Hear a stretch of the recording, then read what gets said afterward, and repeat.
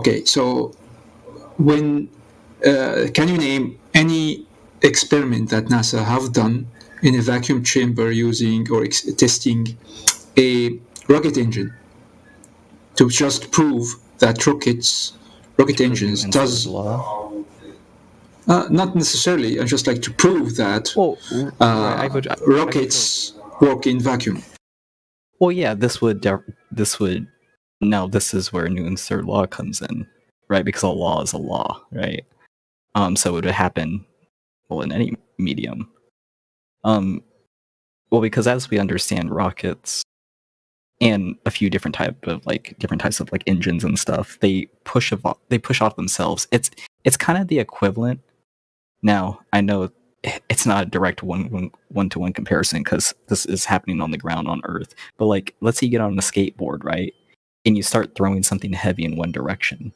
You're gonna go the other direction. You're like pushing off the ball as you're letting it go, throwing it because you're throwing it, so you're kind of pushing off the ball at the same time. So it's gonna push you in the other direction. That's kind of how a rocket works. It's throwing out stuff and it's kind of pushing off of that. Does that kind of make sense? I know what you're talking about, but the major issue here actually is what is the bowling ball compared to the rocket? In the rocket example, what is bowling ball? You would say the gases, right? Yeah, exactly. The exhaust gases. Yeah, the exhaust gases they're coming out violently. Okay. That's yeah. So here's the thing you need to understand, and this is why I brought this. I started this talk. So the exhaust gases for in the rocket is actually in the bowling ball example you gave is actually the force you exerted, you applied on that bowling ball. The bowling ball is the atmosphere. Without atmosphere, you go nowhere with the rocket. Let that sink in for a moment. Wait, so you're saying that? So you're saying the exhaust gases are the force the rocket applying. The bowling ball is the atmosphere. No, the bowling ball isn't the atmosphere. The bowling ball are the jet fumes that are coming out the back. That's what the bowling ball is representing. Okay, no, that's not the case. So basically, if you put a rocket engine in a vacuum chamber, a large enough vacuum chamber, okay, and it just like starts expanding those gases, right, or like blowing those gases, it will not generate like any good force for it to lift up even. I feel like this could, well, I guess it wouldn't be easy because you would have to find a really large vacuum chamber and they're not going to let some random people use it for weird experiments like this. But I feel like if actually large enough, it has been tried. I have seen many experiments I've seen with a GIF on here where it where it shows a rocket starting to propel itself, but it cuts off kind of short. But then I heard flat earthers say that, well, when you keep a rocket going inside a vacuum chamber, it no longer becomes a vacuum chamber, and now the rocket is able to push out the gases that it itself created. Actually, one second, sorry. Okay, no problem.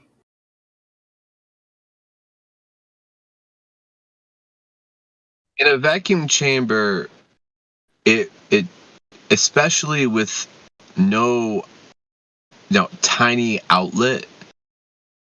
Let's just say if you did get that vacuum chamber and you were to make a whole the whole chamber itself disappear in that moment without removing the vacuum in between that chamber, the space would fill up. I don't know. It would fill up so fast that it would probably create like some kind of explosion. Oh, right.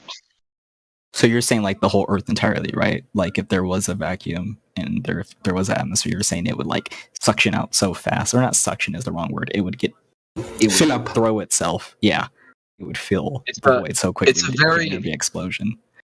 It's basically like comparable to temperature and differences in temperature, like absolute zero. it's so fucking hard to accomplish that it's basically impossible. Wait, Same so thing with absolute, like, just same thing with his absolute vacuum though, right? It's just something so contrived by not man. I don't think even man had came up with a vacuum concept. I think that was divinely inspired by the gods. It's something that it transcends reality. It's so absolutely um unnatural that it's just violent.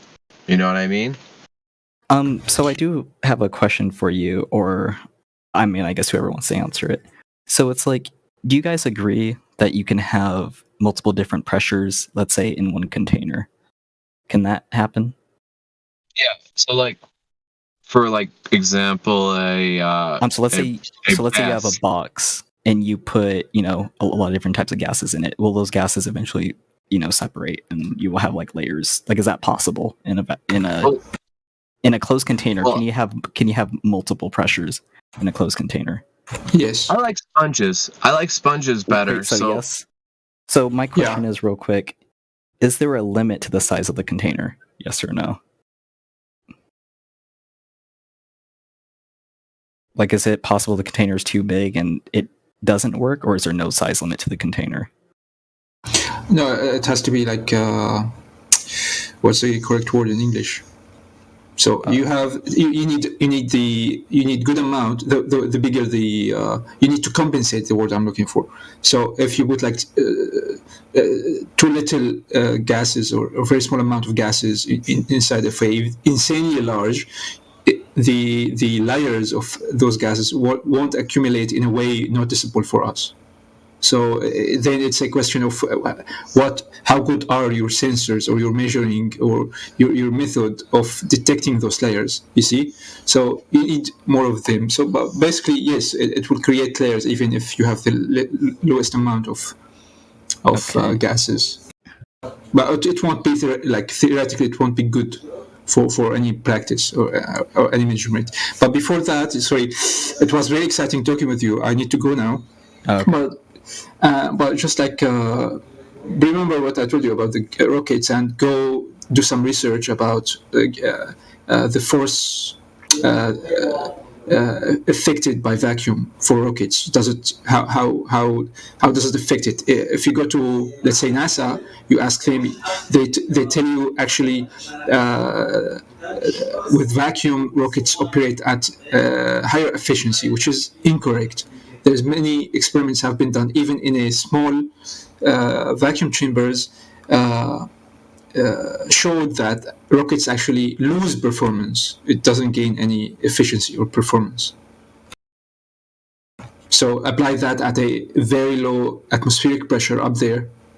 So the efficiency will be like close to zero because it's not doing any work actually. It's not pushing itself away. It's just like having that momentum, the potential energy, spending it all the way to create that arc falling down again. Okay. Well, I will look into it more. Yeah, and it was nice talking with you. And sorry, which if I cut you off something. oh no, it's fine. Hey, you said you had to go. I gotta give you the floor for that, for respect. And it was nice talking along with you. Yeah, we'll see you around. Same here, guys. I don't Same know here. exactly how to say your name. Komuritu? Komori too, Or yeah. something? Okay. It was nice talking to you, bro. Same here, man. See you Take care, again. guys. Thank you, guys. Take care. I will say this though. You were forced to concede that there would have to be some sort of container. Oh yeah. Yeah. But I would agree. But I would say that the universe is the container, and that's why I asked: is there a size limit? Because I would argue the universe contains all the gases. So Yeah, I but mean- gas, like molecularly, gas cannot attract gas. So there's got to be something with the sun where it's not gas related. If we're talking about gravity, there's no way that gas is going to attract itself. Well, so one thing I would ask is, does gas have weight? Because if it has weight, then that would mean that there is a downwards vector. That's usually my way to tell something has a downwards vector. So it would have to go downwards in space, right? Well, so like, let's say we get like, well, there is no downwards in space. That's the thing. It's so big, we don't know where. there is no sense of really direction. I mean, I guess you can make one up, so you can kind of have a fixed thing, but yeah, there's no. Well, that's the big problem, though, because you keep all this gravity thing, like it just keeps coming up, and there's no downward force in space, so there's a huge problem with that. With me, it's there's no up or down in that one. So well, right. I guess when we talk about space, then it starts getting more into the theory, right? Because now we're like, okay, well, mass attracts mass. We get into an orbit, and the reason why an orbit happens is because you're attracted to that mass. Or if you want to talk about like Einstein's thing, you can say, oh, well, mass, still involving mass, warp shit, and that's essentially why you fall towards it, or however they explain it. I don't know. This is why I personally just roll with Newton's theory, because it works for just normal everyday shit, and it's not overly complicated. That's just me. Some people will say, oh, Einstein's better. And it's like, yeah, he's technically more right than Newton. But, I mean, his theory is still pretty solid for, like, just predicting shit. Basic shit. It's got to be a foundation in some sort of way. Because it's more simple. It doesn't need to go further than that in an argument kind of situation where it's hard to argue space-time kind of stuff, because it just sounds like some kind of self-righteous prick kind of explanation. You know what I mean? Yeah, it's just a really complicated subject. It's almost like a programming language, right? Like, it's just overly complicated, and only so many people are really into it. But I don't think that necessarily means it's like fake or wrong, or that we shouldn't discuss it. It's just that it takes a lot of time to learn it, and most people don't have that time. But this is why this is why I generally trust other people, because I don't have the time to learn all that shit, nor do I want to. So I just put trust into people that are willing to go through all that. 'Cause fuck that. It's too much math for me. In that sense, I mean, that you might have heard that I'm quite good at photography. I understand all this vision kind of stuff. So, like why don't you trust me when I say that, yeah, what we're seeing is flat, because there's no explanation to describe otherwise, that we've seen a lack of curvature. Well, so I don't think I ever said I didn't trust you on this specific subject, because I do agree that it appears flat. But I guess if we were to talk about, something that I have disagreed with you with, I guess probably my answer would be, so the reason why I trust people when it comes to space and stuff is because it's coming from multiple different people and from multiple different countries and cities, and it's really important to figure out if something's true if, multiple people can, repeat the same thing. Right? So, like, let's say if one person were to send me a picture of, like, the Loch Ness Monster, I'm probably not going to believe it because it's coming from one person. No one else can capture the picture. It can't be repeated. But when it comes to space and things like this, we're having multiple different agencies all kind of coming to the same conclusion. And this is why I'm like, okay, pretty trustworthy. Sure, can they be lying? Sure, but I would put it at like 0.0001% chance that they're lying. I know. Why would they lie, dude? It doesn't make any sense, right? Think about it. Besides the 60 million a day, why would they lie? I mean, sure, we can come to a conclusion, but I don't usually hear good enough reasons as to why. I mean, besides control, but I feel like control's a very, I don't know if their answer is poor answer. That's kind of what I want to say. Like, well, I think I came up with a good one. Like, 60 million a day is not a good answer. Earlier. I think I mean Octane, you heard what I said, that it's a good way to change the history in a way, right? It's so do you think I mean I don't think it's possible to change things certain, like when there's a globe kind of theory, those and we're living in a globe theory type of reality, right? So our reality is mostly involved with that. All right, just a theory, because everybody thinks that way. I'm not saying that that's really what it is. I'm saying that that's what everybody understands that our reality is. So things like Newton's superseded theory of gravity, it still sticks around. Even though Einstein had the better one, that one still stays because it's supporting what everybody's thinking, right? And like you said, let's be honest, it seems way more simple. It doesn't need any more explanation than mass attracting mass, correct? Well, yeah, it's more simple, but you get like a less like accurate result, right? So that's why Einstein's so complicated, but you get a really accurate result if you use it. But I mean, Newton's theory can be used to make, I don't want to say vague predictions. That's makes the theory sound worse than what it is. It makes actually pretty accurate predictions. It's just the reason why Einstein really made his theory, I think, was because like things happening at like light speed and shit like that. That's generally when people use it, or super far away objects or super massive objects. Like there's a time and place for the theory, basically. But I feel like Newton works just fine. I mean, and one thing I'm always confused, why do you guys have a problem with theories if people acknowledge it's a theory? Like people within the science community and everything acknowledge that these are theories and that this isn't the final stage. Like we're like probably in the next 100 years we might move away from Einstein. We probably will. Someone will create a more predictable theory that can make, repeated things that we can predict. That's usually what validates a theory.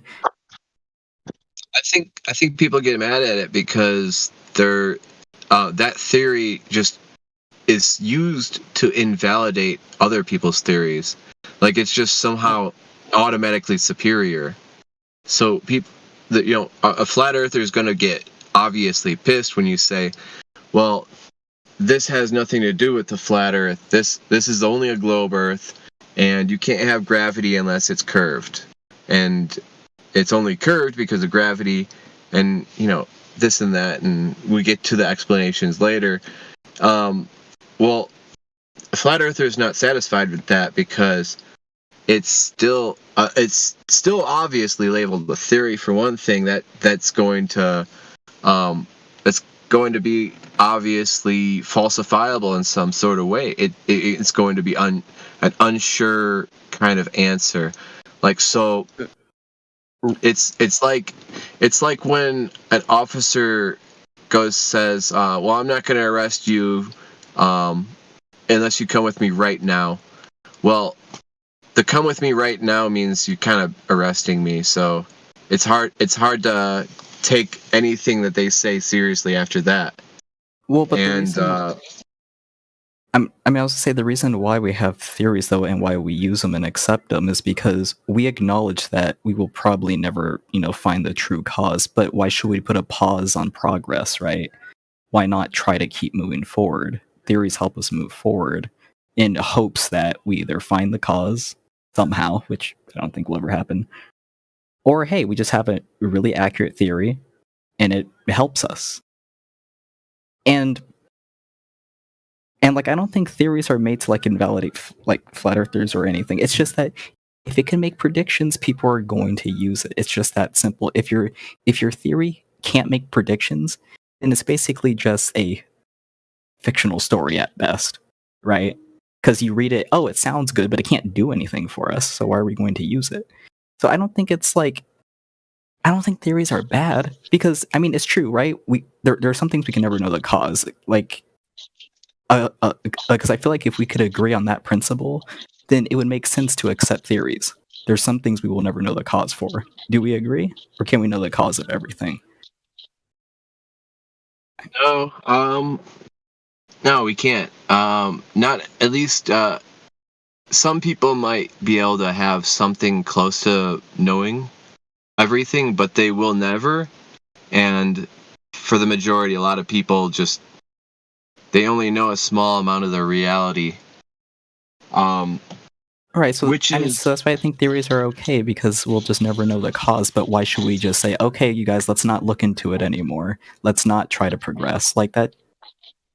People don't want to do that. People just want to sit dormant. People want to keep exploring. So that's why theories come out. Predictions are made, and we're like, hey, let's use this theory. This theory is getting us predictions, it's getting us results, and we're continuing. That's all a theory is. It just helps us progress. Wait, It's almost weren't like a you the one stepping that- weren't you the stone. one that said that you don't have the time to look into this stuff, so you just trust other people? Yes. So now you're saying that you're not satisfied with just not knowing, so you have to look into theories. Okay, I looked into it a little bit. I don't remember in what context and why I specifically said that. I mean, of course, I've looked into it. I've been on the server for a long time. I look into it a little bit, but generally speaking, yeah, I do trust the mainstream narrative. I do trust academia. Because multiple people do it. It comes from multiple different countries, and that's a pretty good reason to trust something.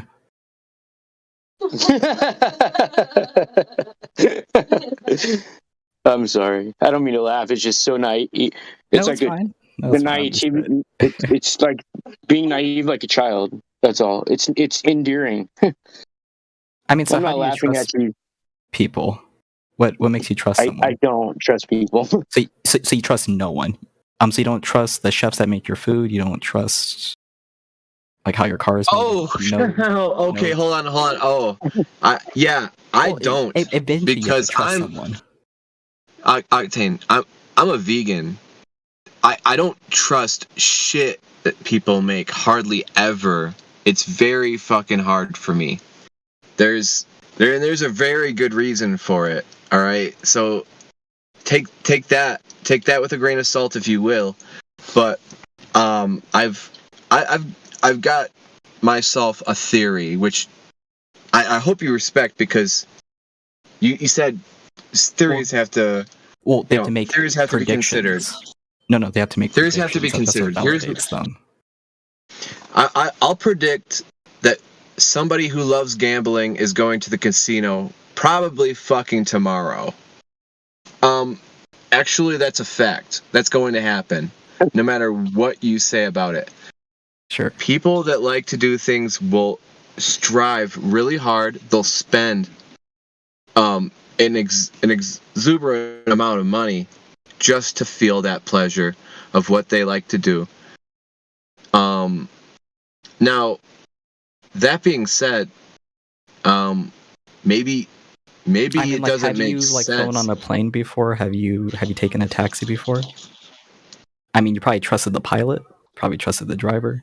You do trust people, right? I'm yeah, I have trust, but I have a good reason to trust them. Right, When it's a business aspect. And and space is a business too, largely. You're right. It is. Yeah. Yeah. So why would they lie to you about business stuff if it's financial, right? They would never lie to you about financial stuff, right? Well, sure, there could be a it's a reason, but then you have government to have proof business. for that, right? Yeah, sure, if people are getting money, yeah, sure, anyone could be, lying to make money, but you have to have proof for that, and I just haven't seen it. Wait, you have to have proof that they're lying? To call someone lying, yeah, you generally have to have proof that they're lying. Yes. So you're saying that you're basically saying that falsification isn't independent of replacement. Can you put that? Can you say that simpler? So I have to give you an alternative. Like I have to show you an alternative that works if I can debunk something that they're doing, and then not have an answer for it. You're saying that because they have an answer that it's feasible. Well, okay, so the reason why I trust them is, I mean, like I stated before, and if you're gonna tell me, oh, they're lying, and they're lying because they get a bunch of money, if you're gonna make that claim, you generally have to have something that shows that.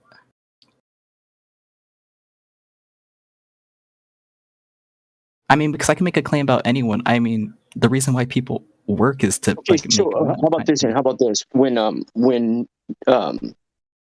Buzz Aldrin told that little girl that they never went to the moon, but if he had gone to the moon, then he's lying, right? So therefore, he's lying one way or the other. So there's fruit from the poison tree right there. You know what I mean?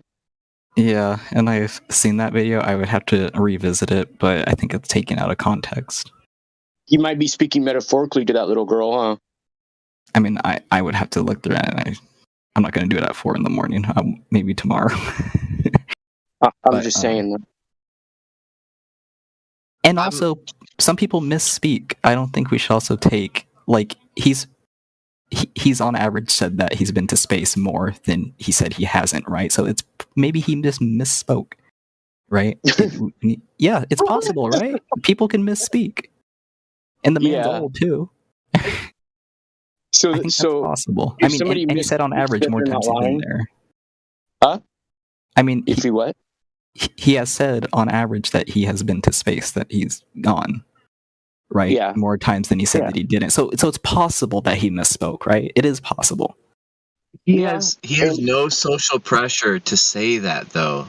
Some people just misspeak. I misspeak on basic shit all the time. I don't find it far-fetched as some old man. Yeah, but do you misspeak when you're doing an interview on a major network or something? Yeah, you probably would. And you don't think they'd cut that out and redo it? You don't think they'd redo that? Well, because most people, because they're not trying to convince anybody. I feel their job isn't to try to convince people that, you know, we went there, because everyone already believes it, that we did, for probably the same reasons that I stated. So they're not looking to convince. They're not looking to make it perfect. Like. So what do you think people whose jobs are like head of NASA communications and a space communicator? You don't think their job is to make people believe in outer space?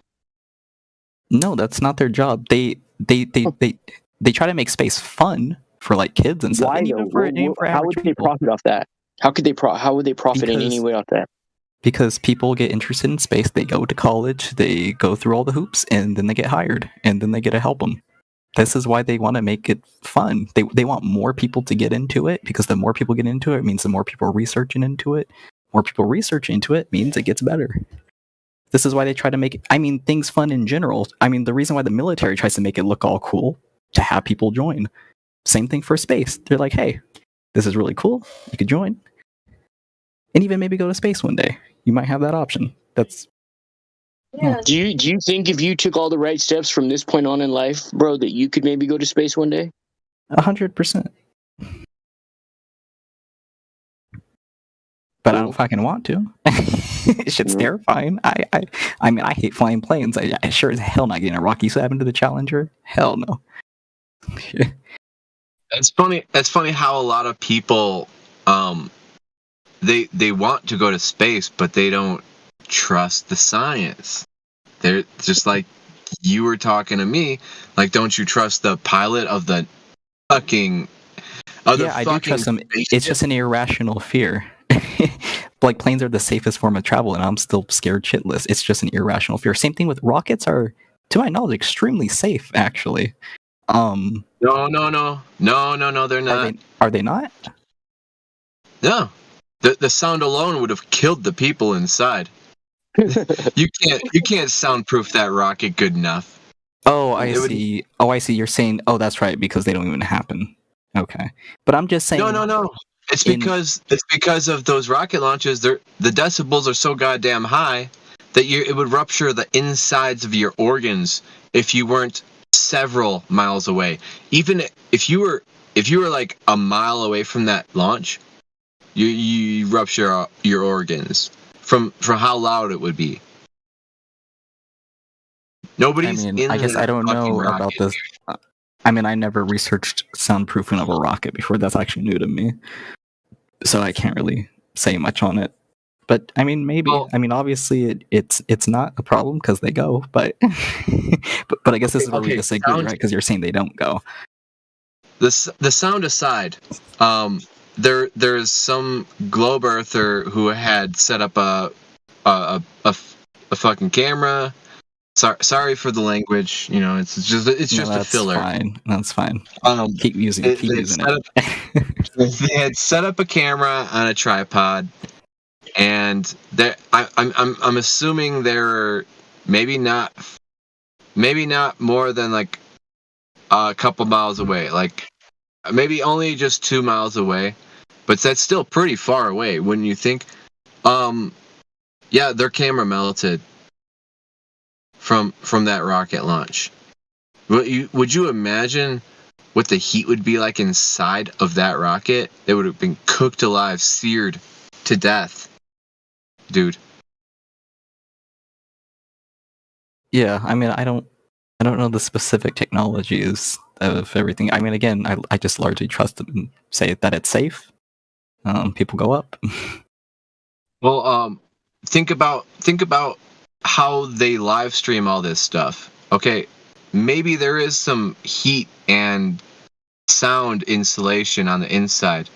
What about those cameras on the outside? No protection at all.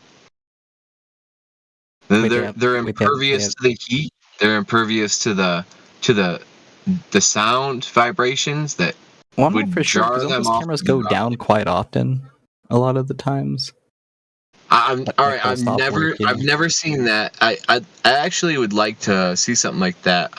To be honest, if a live stream the camera had detached from the rocket. Like I'm not That's saying. actually interesting. Oh, sorry, I'm not saying anything like that. I'm saying like where the camera just stops working, like it just like it on like the feed stops, probably because the camera, I'm assuming, got, I don't know, broken somehow, or maybe it just lost, like some kind of connection. I mean, it appears that happens. Now, it could be wrong why the reason that happens, but it's possible that they're breaking. That's why we lose. You ever feed or seen the something. mouse on the booster once they get to low Earth orbit? The little mouse on the booster. Yeah, I've seen what it appears to look like a mouse. There's no way to confirm that, and I doubt it was a mouse. That I was, mean, I don't know. like It was one of the something. that I mean, happened. yeah, it was something. I would agree. Um, and some people said it. The explanation for it was like some ice that had shifted in space.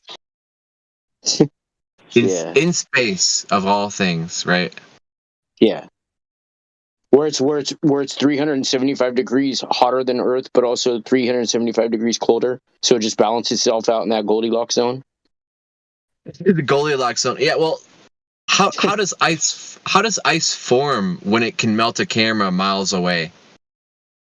You telling me? Right? Yeah, on a booster. On the fucking booster itself. Oh my god. Come on, Octane, you've got to be following me here.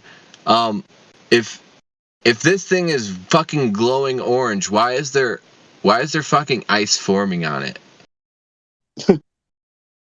I have no clue. I That mean, would I be some haven't even seen the bullshit. video, That to would be be. honest. I mean, but You I'm have just to tell taking me. it word for word for you. I just Yeah, I believe know, it, and I don't know why. I know. You have to believe that that's bullshit. I have to be talking some major bullshit. There's no way that that's possible. But go ahead, watch the video. It's Oh, I glowing orange believe- with ice on it. Oh, I believe what you're saying is happening in the video. I'm just saying I don't know the reason why it would happen. That's all.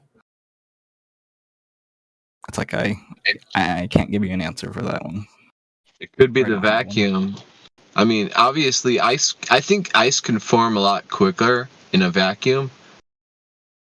I think that's what it is, possibly, if you were to come up with an explanation. But I mean, the sheer fact that over like a mile away it had melted a camera, it's a little too hot for me to believe that anything could have cooled that down to the point where it formed ice. I mean, like, you don't see ice on the sun because it's so fucking hot, right? Why would it be on a fucking booster? It's still, both of those are supposed to be in space. Yeah, you know it's cold because it looks so hot.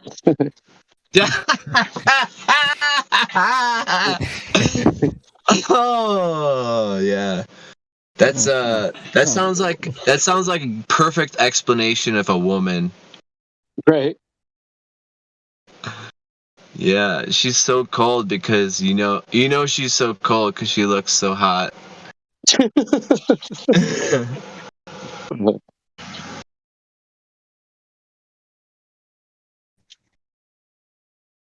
Oh, boys, come on, this is too easy.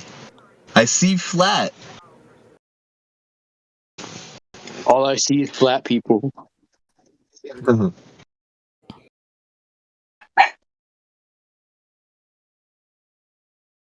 I'm in the Flat Earth Discord.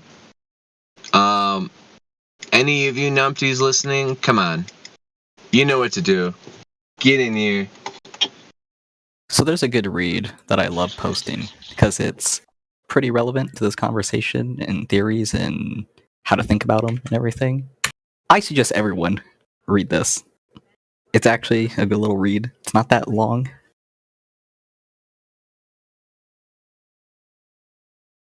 And it does tie into Flat Earth in like 2 paragraphs in it. But it's just a read I suggest.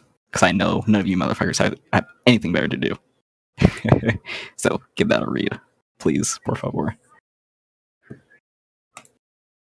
Oh yeah, I was gonna compliment you too, you know. You're my favorite numpty. Whatever. I appreciate it. I mean, I much prefer these conversations on like how to think about things instead of like the actual like stuff, like talking about how to think about things. I just find that interesting. I mean, nobody really looks at your profile picture and says, "Oh, this guy's gonna come at us with a good flat Earth debate." But here you are, you know. It's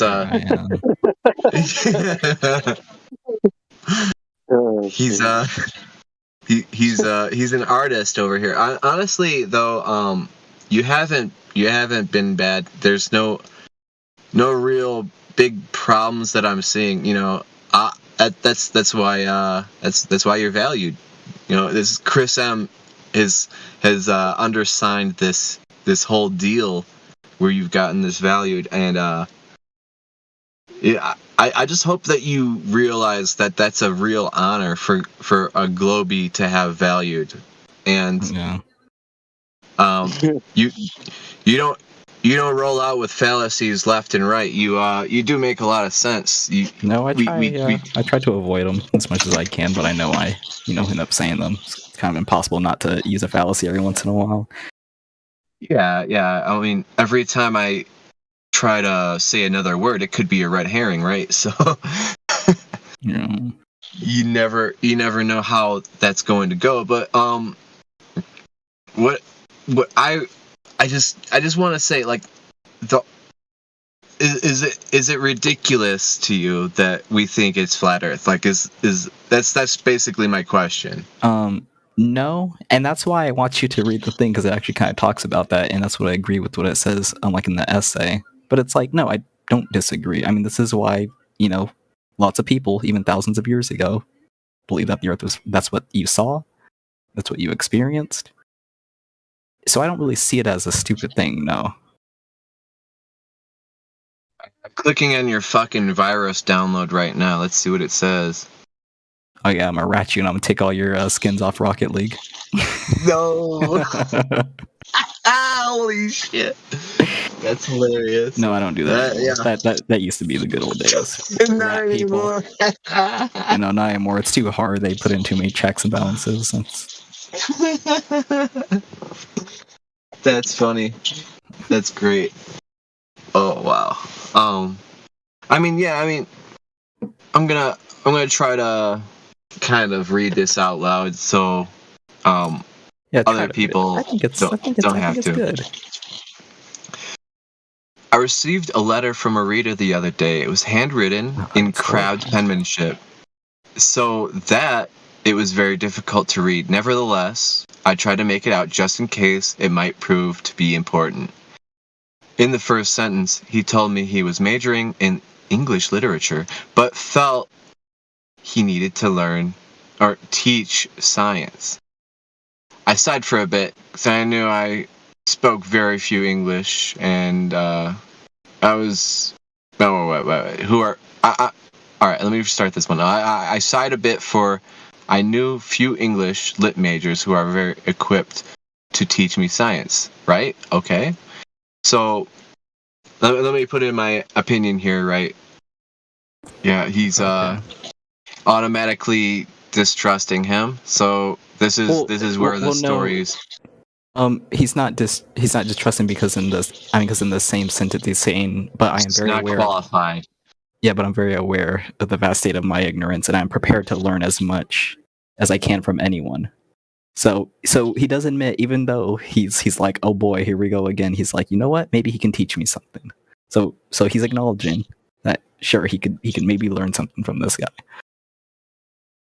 So proper wordsmith is a lot of artillery in any argument. So I can see why he would do that. So it seemed that in one of my innumerable essays here and elsewhere, I had expressed a certain gladness at living in a century which we finally get the basis of the universe straight. I didn't go into detail on the matter, but what I meant was that we now know the basic rules governing the universe, together with the gravitational relationships of its Yeah, I gross don't know about that word. components, as shown in the theory of relativity worked out between 1905 and 1916. We also know the basic rules governing the subatomic particles and their interrelationships, since these are very neatly described in the quantum theory, wink wink, worked out between 1900 and 1930. What's more, we have found that galaxies and clusters of galaxies are the basic units of the physical universe, as discovered between 1920 and 1930. So they say. So, these are all 20th century's discoveries, you see. The young specialist in English Lit, having quoted me, went on to lecture me severely on the fact that in every century, people have thought that they have understood the universe at last, and in every century, they were proven to be wrong.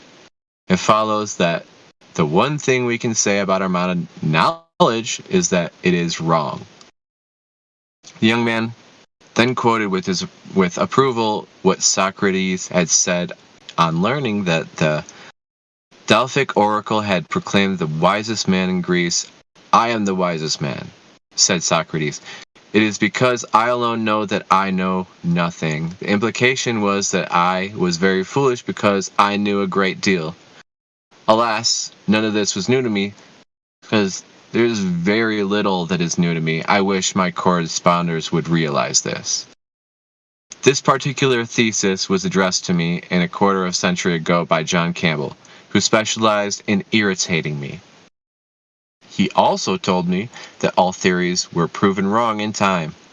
My answer to him was this: John, when people thought the earth was flat, they were wrong. When people thought the earth was spherical, they were wrong. But if you think the earth is spherical, it is just as wrong as thinking the earth is flat. Then your view is wronger than both of them put together. The basic trouble you see is that people think that right and wrong are absolute, and that everything that is perfectly and completely right is totally and equally wrong. However, I don't think that's so. It seems to me that wrong and right are fuzzy concepts, and I will devote this essay to an explanation of why I think so. Now, let's pause and let's say, what do you think he's trying to describe before he goes on with the rest of the essay? I mean, he's just going to explain that like right and wrong are not like absolutes, or they shouldn't be looked as absolutes. That's crazy.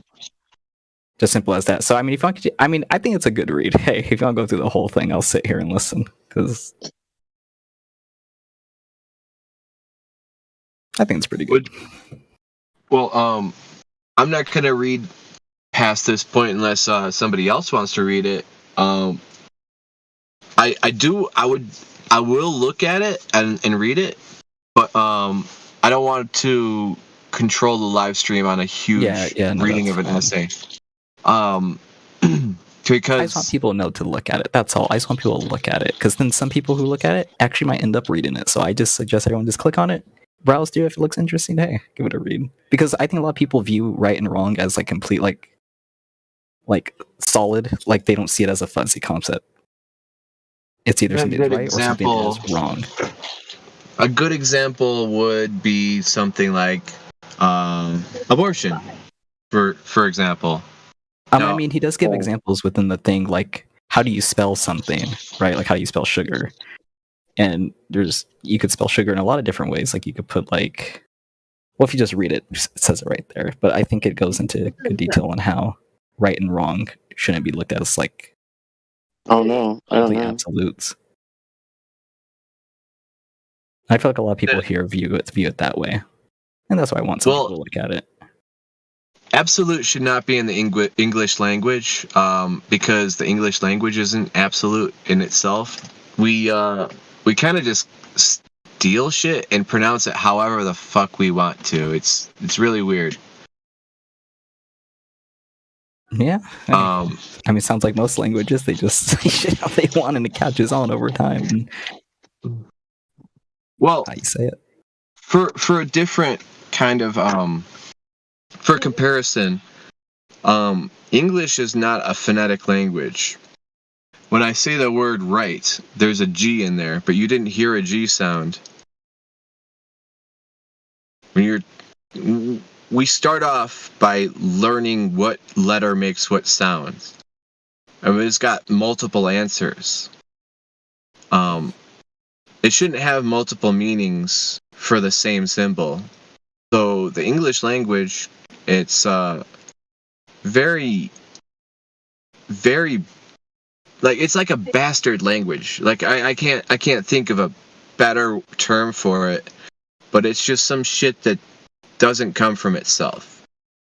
It's raised by other parents. Sure, it comes from multiple different languages, and it's kind of like mashed together, and that's what we get. I got them right here. Yeah.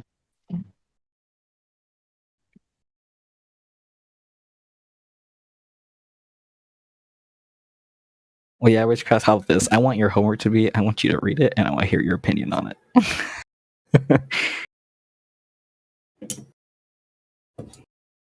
I mean, if I become a Glober, nobody's gonna lynch me, right? Y'all are cool with that? No. This isn't gonna make you a Glober. I can promise you that. Well, if there was anything to make me a Glober, I would love to hear. I mean, you're really good at having a good conversation with this. I mean, like, let me come a little bit south, and we'll talk about the Black Swan as we sit in front of it someday. over like curved martinis. Curved martinis. But the glass would be flat and level. Yeah, it's a funny world. I mean, for me, if we can get along, just great, and fine. I think that in a perfect world, there will still be people who are globe earthers, because blind acceptance to things, and even if the proof is seeming solid, if you don't have a devil's advocate, then you can't really progress from that certain point. And it makes it at least more difficult, in my opinion. So what I like is, I like to hear different opinions. And I might like to, steel man my own, or maybe even, it might not even be a man, it might be like an it could it could be either or, right? Well, it could be fluid, and yeah, it for the downward acceleration kind of topic. That one's difficult to cover, very very difficult to understand, and I think that linguistically we might be even limited because we're only using what we've been given the tools of, right? And we can only kind of determine at some point what is right and wrong, and sometimes linguistically things change, and how are we going to explain it some other way, right?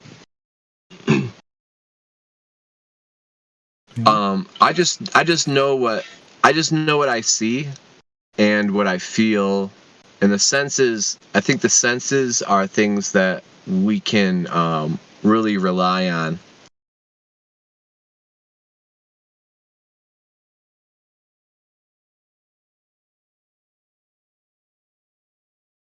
Yeah.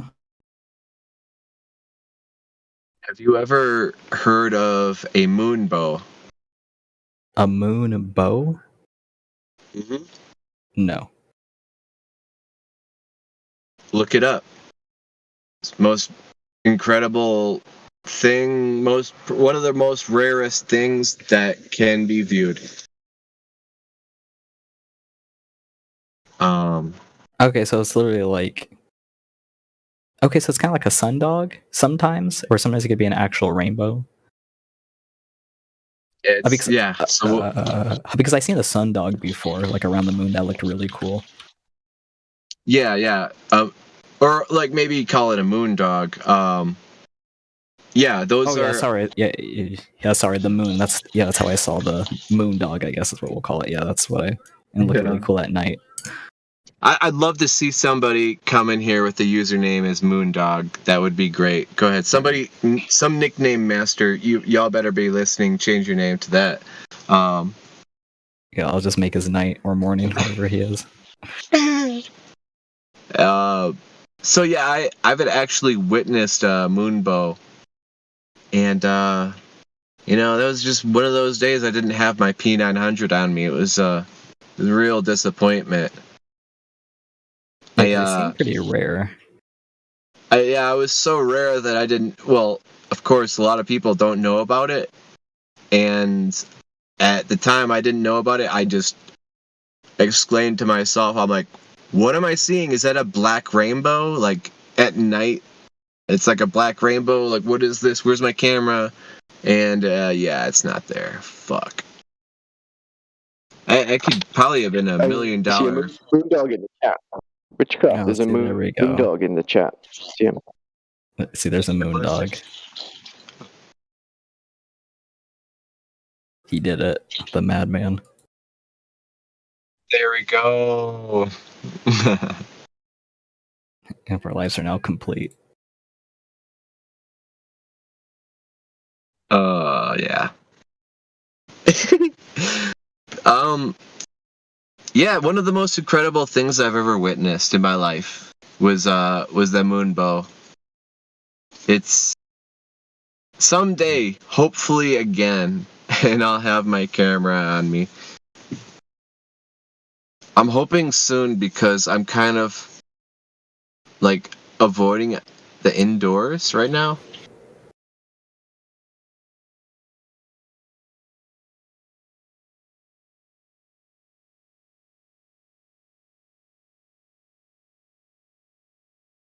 So, what if I were to show you a video of mine that I had taken of the sun while it was setting? Okay. I mean, I'll take a look at it. All right. And in this video, the sun had set, right? And it's not supposed to be a perfect circle. It doesn't look like it, right? Well, I basically had filmed this, and it had turned back into a circular form, what it seemed, and then faded away. So I want to show you that real quick.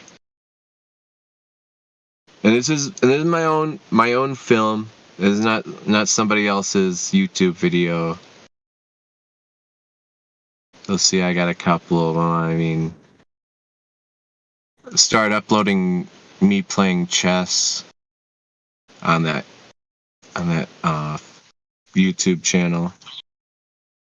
Oh, nice. We're gonna get to see some chess gameplay.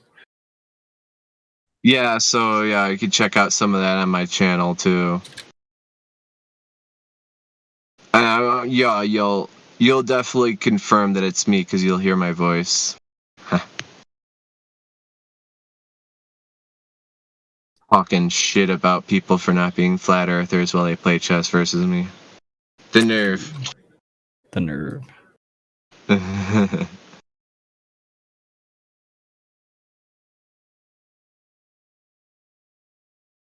I'm Yeah, dropping it in. God, I want to go skeet shooting tomorrow. I already went tonight. I need to go again, but money. Birdshot's not cheap. Sad times we live in. And it's just made of clay too, right? Isn't that some crazy shit? So it's actually made Clay of like a pigeons? porcelain. It's called clay though, but it's made of porcelain. Yeah, you know what? Because it does make that loud shatter noise. Yeah, I don't think Yeah. clay would make that. Yeah, I have no clue what they call it clay made because it just like sounds better or like rolls off the tongue, but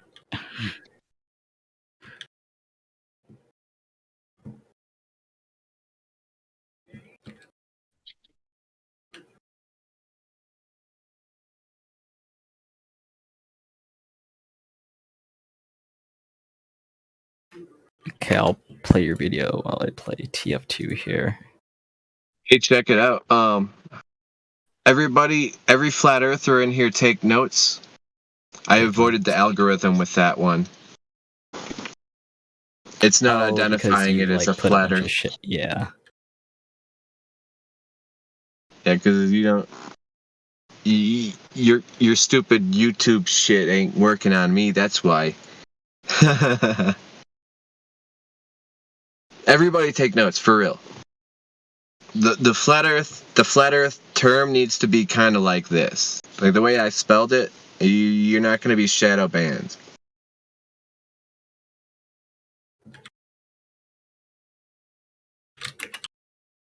It might not trend super differently, but I think it'll make a difference.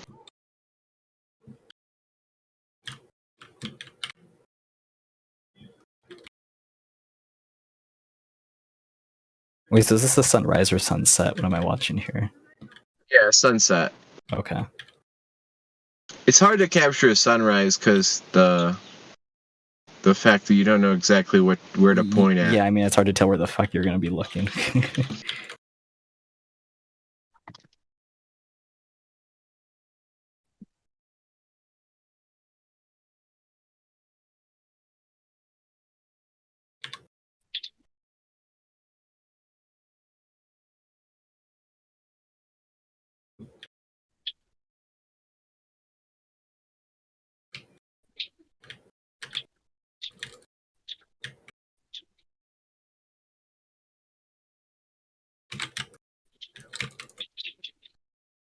I'm not gonna lie though, when I took that video, I was not expecting exactly those results. I was extremely excited to capture it, so that you might see a little camera jerking around the end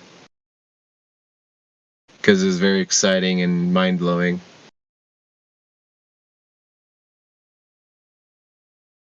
Even though that's kind of what I would have explained it, it's funny because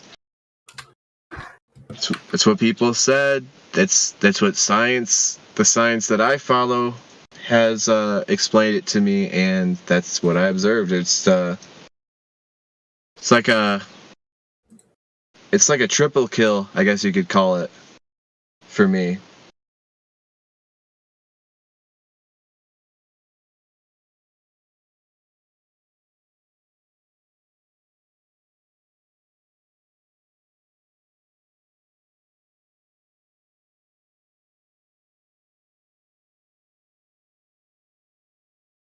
I mean, I like the creepy music in the background. Really really sets the tone.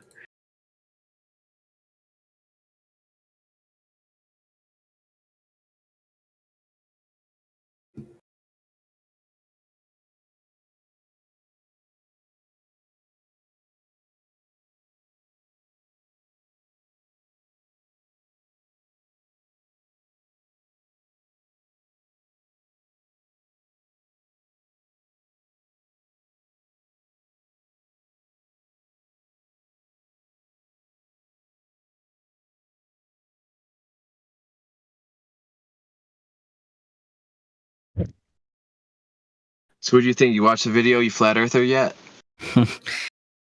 No, not Flat Earther yet, but I did watch your video. So what caused it to turn back to a circle and then fade away like that? So it appears as like the light source gets smaller, it starts to form like it looks like it's forming like into a ball. It's really hard to tell because I tell her like there's like a lot there's like a lot of glare, like you're seeing like a second, like, you know what I'm talking about, like it looks blurry.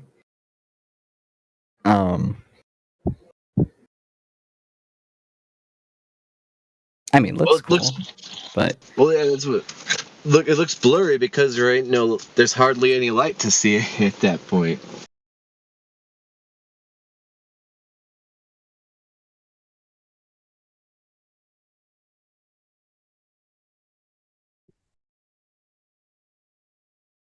wait. So do you have a so do you have a solar? Wait, no, this isn't a Yeah, solar. it's got a solar filter on there. Okay, so there is a solar filter on there. It's a great video, and one of the things I wanted to outline about it, thank you so much for sharing that, my friend, is that based on a round Earth model, you entertain the sun as a solid object. And if you entertain the sun as a solid object, that means it should never change shape. It should always retain a perfect circle when we observe it in the sky. However, based on that video that we just witnessed, the sun, in fact, does change form, oblong, or however you describe it. So my question is, in observing a video like that, is how come the sun, if it's a solid object, can change forms? Shape, if you will, not forms, sorry. Well, I wouldn't say it's changing forms. I would say this is just how the light is reacting with like the camera. Like that's why I was asking, is there a solar? Because I've seen solar filtered sunsets and it doesn't look like this. It's a lot But more. bear in mind, a filter wouldn't actually, and again, I apologize for saying forms, but a filter wouldn't affect an object changing form. Right? Unless it was like not a lens anyway. Actually, no, wait, I could see a lens. No, a lens definitely would change, make it appear to change. Could be oblong or elongate, if you will. But even when we look at the sun with our naked eye, we can see that, in fact, it's not a perfect circle all the time. It does, in fact, change ever so slightly, does it not? I'm like, does it change from like being a near perfect circle to not really? No. I mean, always looks like a near perfect circle. I mean, I guess if you're not talking using a solar filter, then yeah, sure, yeah. I don't think there would really be much a difference. I think the filter only serves the purpose of protecting the equipment, to be honest.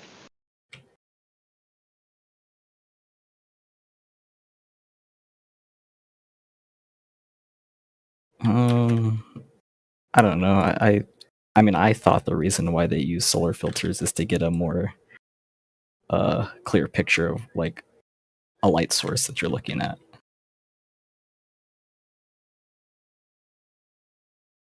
It could be that because it does filter out certain light, but I don't think it's really showing a visible like for example, is it supposed to block ultraviolet light? I believe that's what it's supposed to do.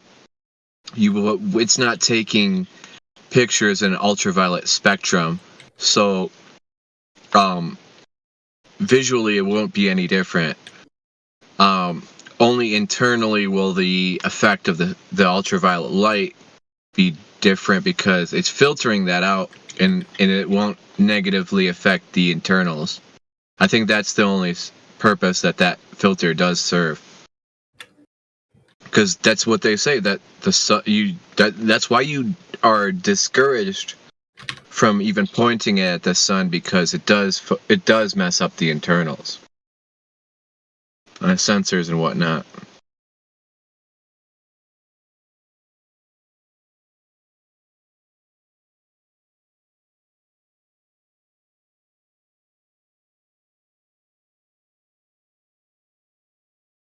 Yeah, because I don't know the reason for solar filters, but I think we do agree that it does like more or less show a true shape. I mean, I guess we can try to test this out. Like we can get like a known like sized object, put a solar filter on it, and like see if we can see the true outline of said thing.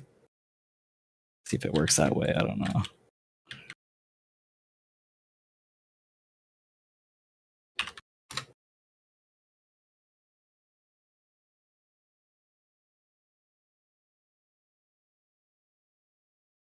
All I know is, I just kept the solar filter on at all times, pretty much with that thing, because it was a free lens that came with P900. I should get a replacement one someday, because that one did break over heat conditions.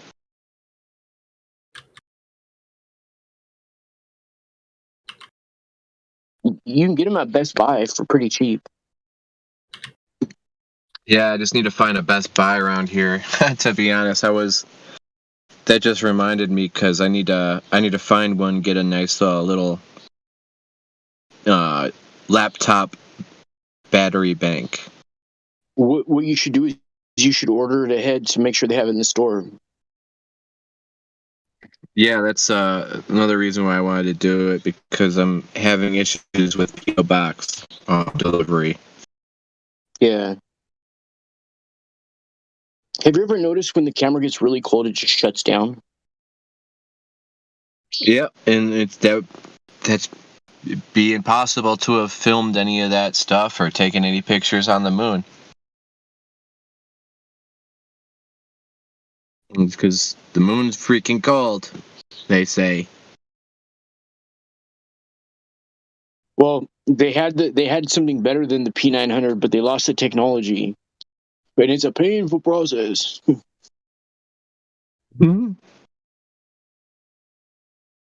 kind of like going to the optometrist, or no, the proctologist. Dude, I'm in this one class, dude, and they're telling me to graduate from the class I have to get a physical. I'm like, dude, what? I'm not getting. There's no way I'm letting any dude do that to me. I'm sorry. I don't even go to the doctor ever unless it's like absolutely necessary, like I'm fighting an insurance case or something. But yeah, I'm not trying to do that. It's crazy. How could they think by somebody doing that to you that they'd be able to tell if something's wrong with you? By doing that, there's something wrong with you, you know? So wait, they gotta finger your ass to make sure you're able to pass? Dude, it's such a dumb. It's like this. There's like these anger management and like these NA classes that I have to complete, right? And normal people complete them in 6 months, bro. And we're going on like 2.5 years now of non-compliance. Oh man. Anyway, yeah. Dude, you know what's crazy is they give the anybody who's in this class, if you want, you could sign up to go in there and get methadone, Suboxone, Vivitrol. It's crazy, dude. And I asked them for a script for weed, and they're like, "No, we don't do that."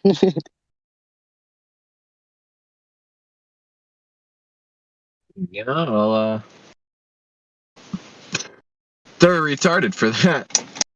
You know, I feel like I'm retarded for being in this stupid shit, though.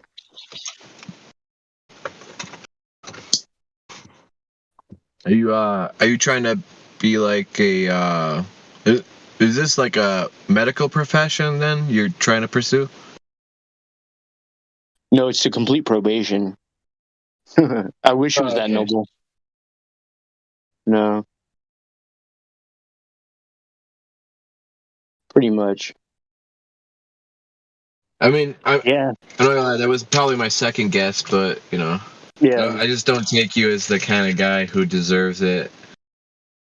Yeah, I'm not a violent criminal or anything. I mean, I've got a couple, I picked up a couple sales charges like a couple years ago, and it's just been downhill since there, you know what I mean? Yeah, I definitely know what you mean, dude. I've just dealing with the law is not fun. It's a very painful process, and Yeah. It's like that's rebuilding. that's what that's what Nessa says. It's a real painful process to rebuild. Yeah. I'd go back to jail in a nanosecond, but I don't have the illegal drugs. That's what I'm gonna say to the cop next time. Right. And then I'll be like, he'll ask me why I said that. I'll be like, oh, because Earth's flat. Totally forget exactly what he was there for. Right. Hey, Jedi if mind there's tricks. ever a next time with me, bro, I'm not saying a word to them. Like literally, I'm giving them the silent treatment, and let them do whatever they can physically to me. But I'm not speaking a word. I realize with them, as soon as you start uttering words, dude, you cannot help yourself. You know? Oh, it doesn't. Forget that, dude. The most important thing is don't sign anything when you get there. That's Yeah. where it gets fucked up. Because they could. Dude, you'd be signing up to be a fucking government test subject at that point, dude. No, for real. Yeah. Not even fucking playing. No, I know, dude. It's crazy. Because I heard if they they give don't like people, you, they give people $20 in canteen if they get the you know what in the county jail here. That's crazy, huh? that's it. Then buy what, like fucking 10 ramens, maybe. Yeah, pretty much. Yeah, they're like $1 or something a ramen. Yeah, pretty much. And you'd be Wow, surprised how many what a people I've heard it didn't. yeah. It's way to find the most desperate people. Yeah, I wouldn't do it for anything less than 50 grand, bro. Dude, yeah. If I can't bail out with it, why the fuck am I getting injected with some bullshit, dude? Right? Yeah. I could have bailed out like 5 times with that 50 grand. Hey, are you familiar, or do you know anything about blood? It's definitely not good to consume. Oh no. I'm talking about our blood separating into different plasmas. Like one of the liquids is like a gold color. Oh yeah, they do that with centrifugal force. So, do you think that there's gold in blood? Have you ever heard that before? Apparently, there's supposed to be a small, minute amount. Of gold?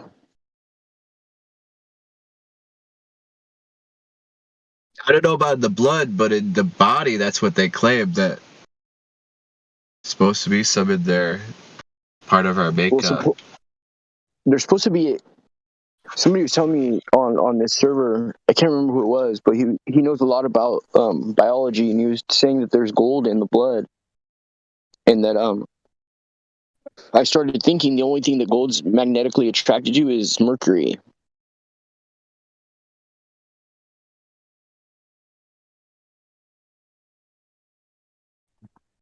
So if you took mercury, oh you shit! need to use the proper. You know what I mean? Dude, so it's in the concoction, the mercury. Yeah. Oh yeah, I totally get you now. The cloth and everything. Shit. Yeah. Yeah. Wow. Well, that's. Yeah. Why do you think they're all dude? Literally, there's so many vampires, bro. Like every time there's anything going on, there's always a blood drive all the time for any incident that they have. They're pushing that shit hard on the news, and every time there's an incident locally, Blood drive, blood drive. You know what's weird though is they don't have any experiments or any peer reviewed, whatever they call it, if possibly giving bone marrow or blood or anything like that could hurt the person. Like maybe, they say we regenerate it back, but if people aren't getting grounded properly and, the EMF and everything, they might not be able to regenerate it.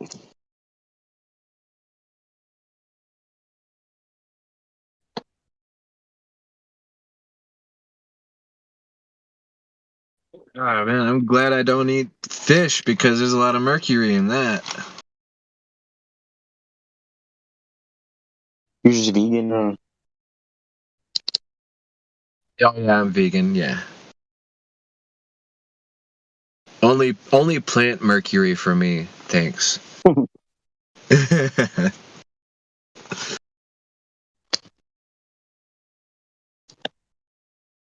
They say that there's mercury in fish and stuff like that, but who knows if that's even true? You know what I mean?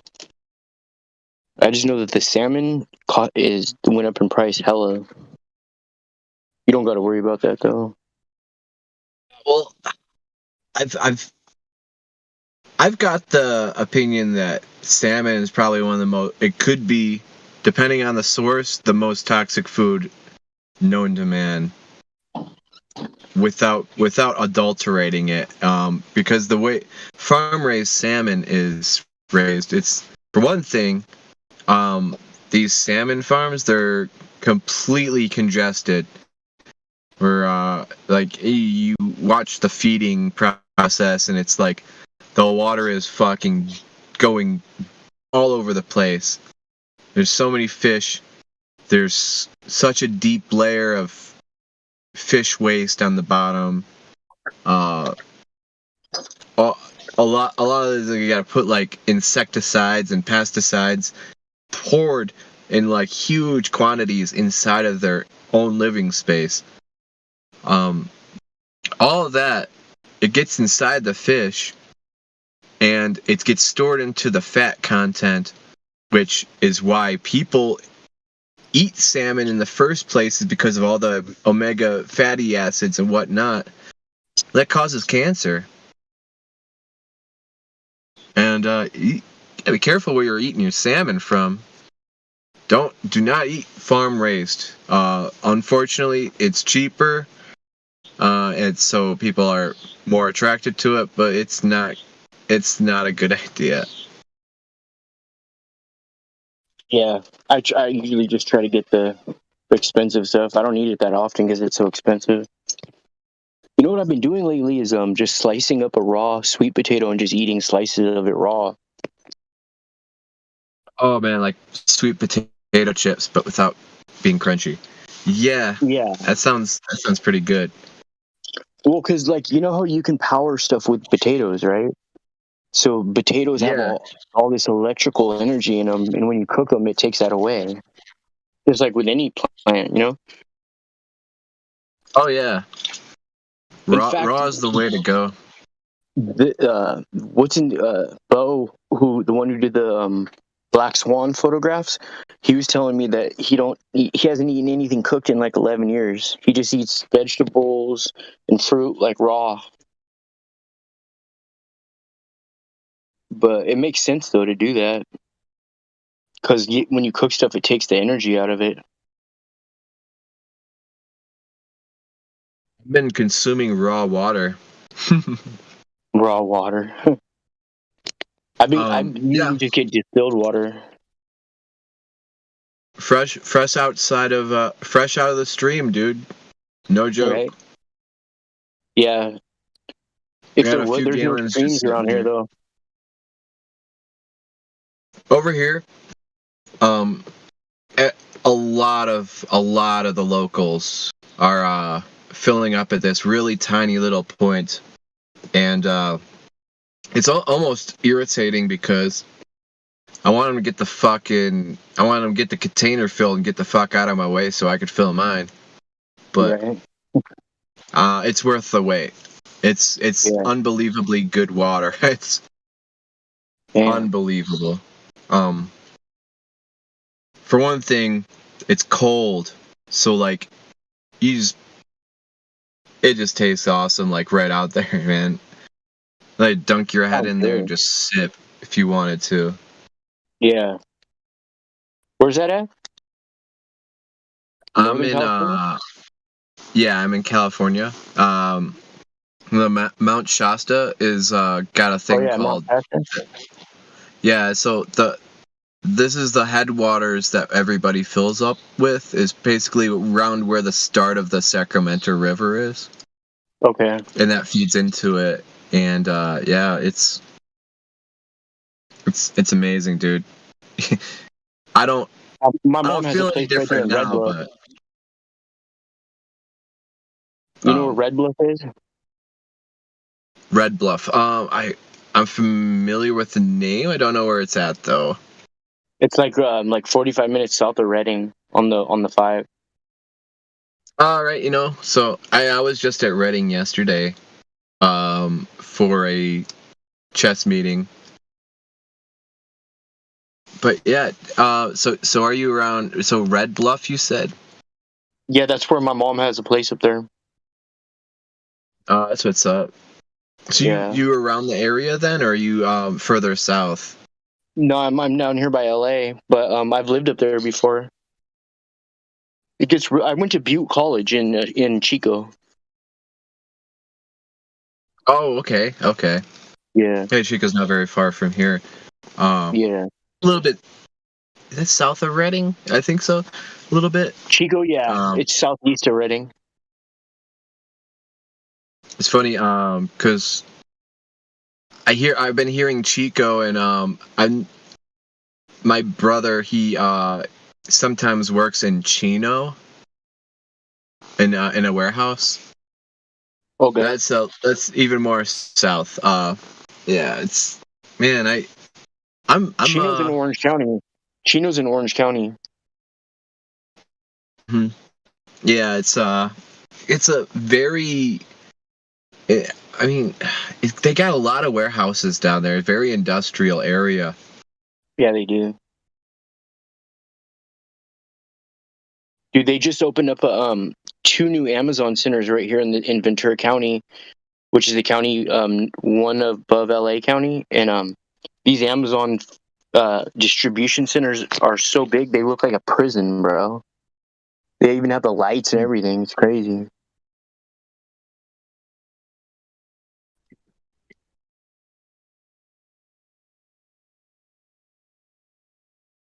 While you're up there, you're not happen to be passing through Paradise, are you?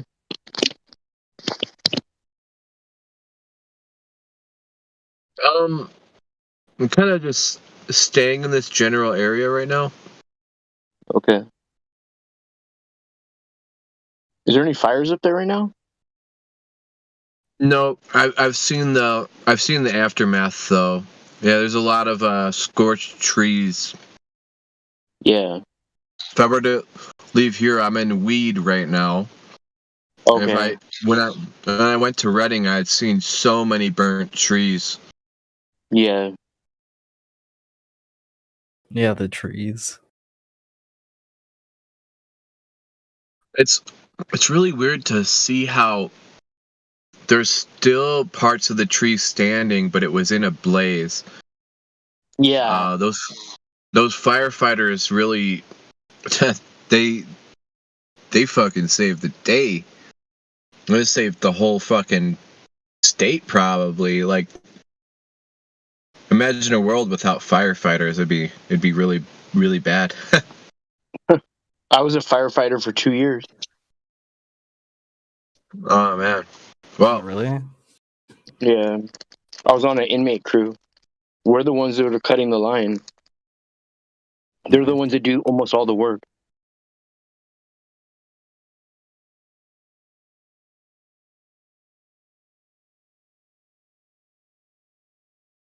well, you saved people then, bro.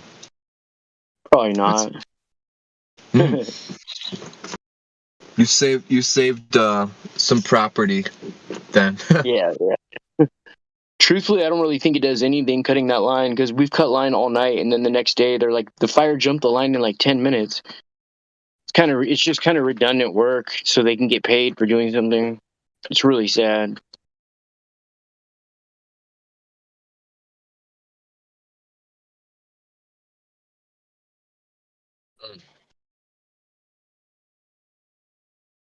Did you get paid for it though? Like, how much did they pay for all that? Like, well, $1 an hour. $1 an Mm. hour. They still have some time to catch up on that minimum wage thing, right? Yeah, they'll never do that. And then they take like half the money out for restitution, some imaginary fund called a victim restitution fund or something like that. Even if it was a victimless crime.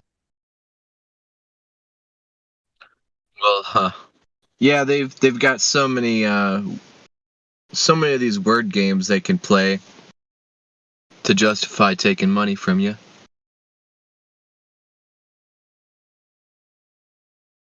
Yeah. Because one guy drank water, you gotta watch out for that water drinking dude who hurt people because For other sure, people are huh? thirsty. Because I know, right? people are dehydrated. It's because that guy who drank the water last. Right.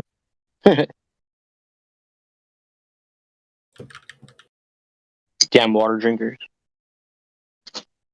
Selfish, thirsty pricks. Hey, Friday, did Jackie get on Discord after she got on the server? Oh no, dude! Dude, there's something wrong with her phone, dude. We tried. No way. I sat there for like. Thank you, though. I appreciate that. I tried for like an hour, and I was like, it's got to be this. Something's wrong with the phone. But thank you, though. She said she was trying hard to get on. Yeah, that's a shame.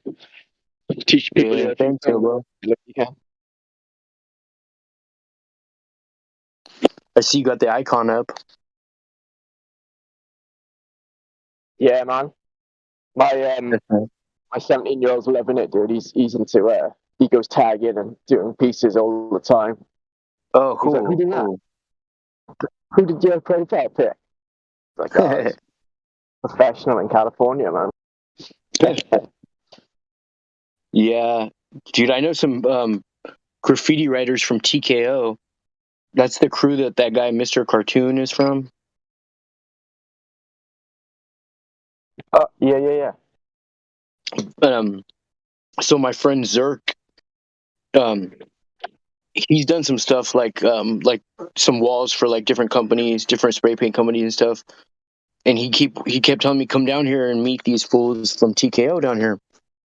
And he's like, they rap and everything. So he showed me one of the rap videos, and the dude's got a full on medallion, square and compass necklace. And I'm just like, nah, I'm not trying to go down there and meet those people. You know what I mean? Yeah. I got mutual friends with Banksy. Obviously, you know who he is.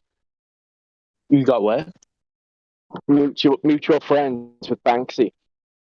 Oh, okay. Yeah. Is he into that? Probably, yeah. He's yeah, probably. Yeah. Anybody who's anybody is part of them.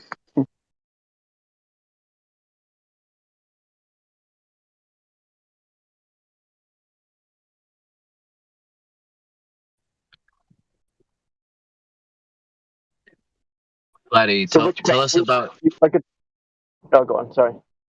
I said, tell us about your space program over there. What, the Welsh space program? Yeah. People smoke weed and they get high. But All the way into orbit.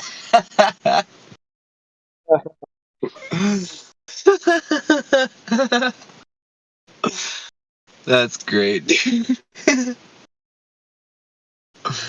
I'm sorry. Okay, what were you gonna say? Fucked it up, didn't I? no, I was gonna ask you. You want a road trip down California? Oh yeah, I was thinking of checking out a lot of things because I haven't been really much further than between San Francisco and Sacramento. So I definitely want to check out the North Coast coastline. Because maybe some like beautiful hardcore waves splashing against a huge cliff will be beautiful. Us humans. Maybe we've been indoctrinated to say that thing's beautiful. So I want to check that out. Check out a friend up in maybe San Diego, and yeah, I don't know. If you come through Santa Barbara, I could show you the Black Swan. Yeah, I would actually really like that. Right now I'm kind of just trying to get this remote job, which I was really happy because I had a virtual interview which involved quite a few people, and I was the last one to be given the one-on-one interview, which means to me that he was saving the best for last, and he really wanted to talk to me over all the other options. So I'm looking forward to that. How's it going? I see cool. AI just joined the chat. How's it going, brother?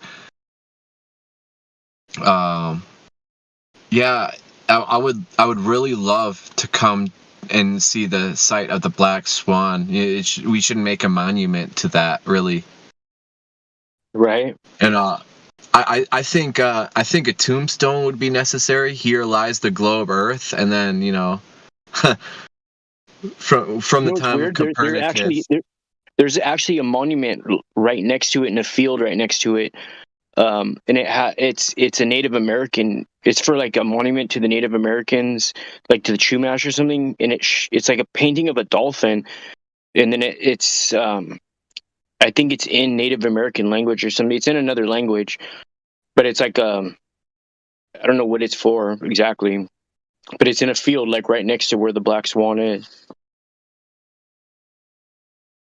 That whole area is it has a lot of esoteric stuff. It's like right down the street from Oprah Winfrey's house, and what's the prince? What's his name? From England, King Elizabeth's son. Him and Markle or whatever her name is, Meghan Markle.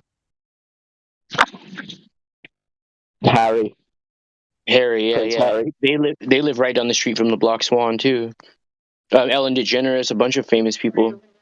Ariana Grande. Oh my god, I can't wait to meet all of them. I'm gonna have to do that too. Hey, when you drive through right there on those streets, there's a street where the hedges on both the road gets really narrow, so only one car can pass through, and the hedges are like 50 feet high on both sides, as far as you can see down the road. It's like something from like the Labyrinth is a trip. Something like Pan's Labyrinth. Yeah, it looks like a maze, dude. It's so weird the way they have it set up.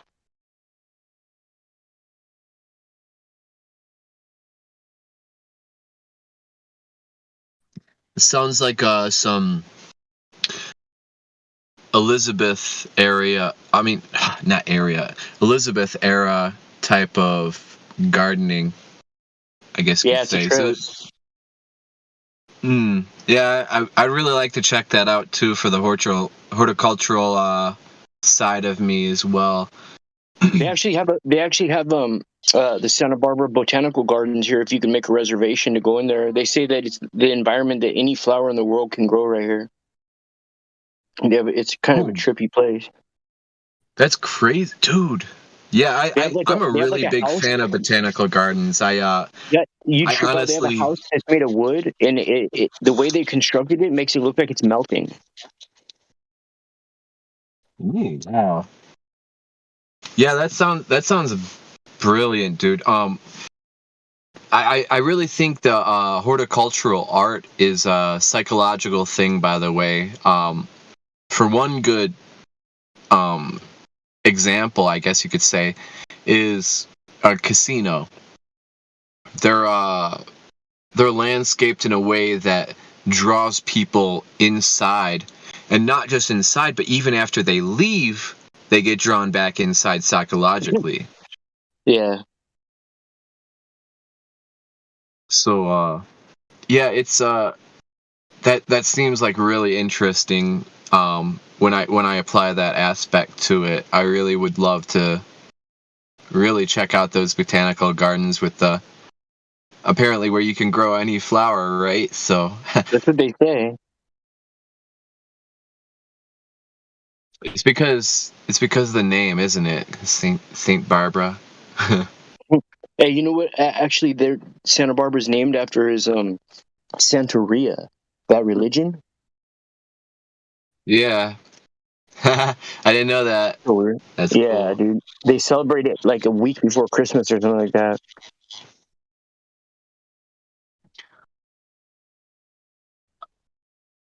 And Yes, now sir. I'm thinking about it. There's California Nightmare. I'll have to visit his ass and eat up all of his fruit that he's got growing in their garden. Where's that at? Down south? I don't wanna put him out there, but I think yeah. Right. I'm not gonna dox you, bro. Don't ban me. Hey, what does dox mean? Expose personal details about people that can be threatening, I guess. I guess I'm always doxing myself then.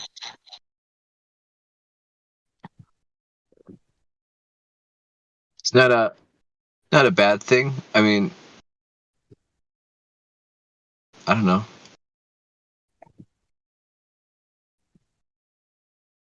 As long as you're comfortable, that's the important part. Yeah. I put myself out there all the time.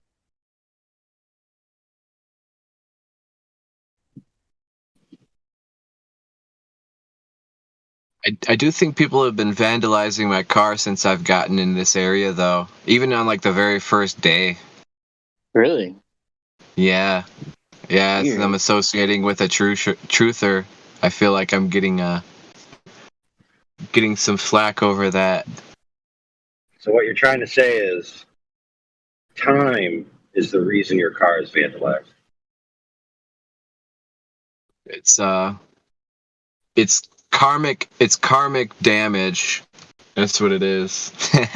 That's what they would say. Location is why it's getting. Well, I mean, as a flat earther, you are a antagonist to their religion, maybe even a heretic and the apostate since you used to belong to that religion. So it is their duty to their God to persecute you. Oh, absolutely, because they've came from another constellation, obviously, according to them. So they have to prove themselves, and they have to mock me by putting a nice flat line on my car with their keys.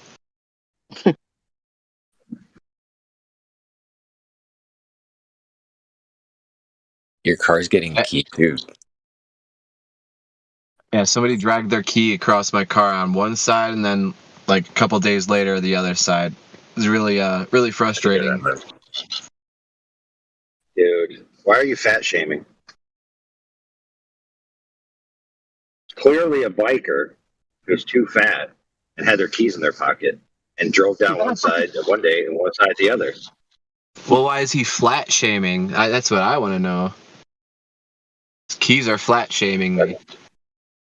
Maybe they just needed a little bit of your paint, bro. A sample of your paint. What, to plan at a crime scene? Oh, The planet. We're living in a gigantic crime scene for real. There's a lot of stuff going on that's really wrong.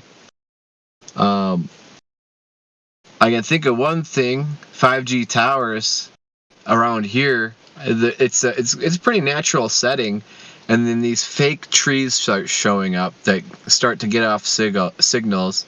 All right, you know They're what? so beautiful. It's okay. I love them, and YouTube. You know now that I'm supporting you. I love your 5G signals. They're so amazing. I like Nothing the wrong 5G with them. trees, dude. Yeah, I'm not talking in code at all. It's 100% support for 5G YouTube. Wink, wink.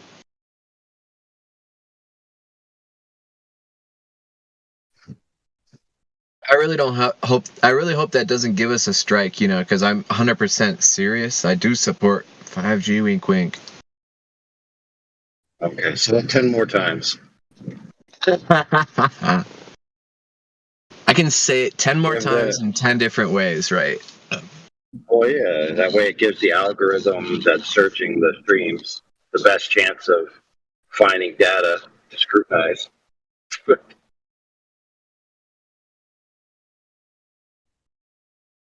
I will not satisfy you, algorithm. You will not receive the satisfaction. I refuse. What about just Al Um, Gore? Just the algorithm. That's when he's dancing at a party to the rhythm.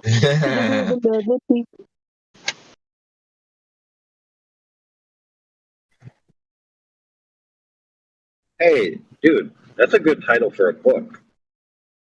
What, Al Gore's Rhythm? Yeah, the Al Gore rhythm. How to become a multi-millionaire by tricking stupid retards into buying carbon offsets.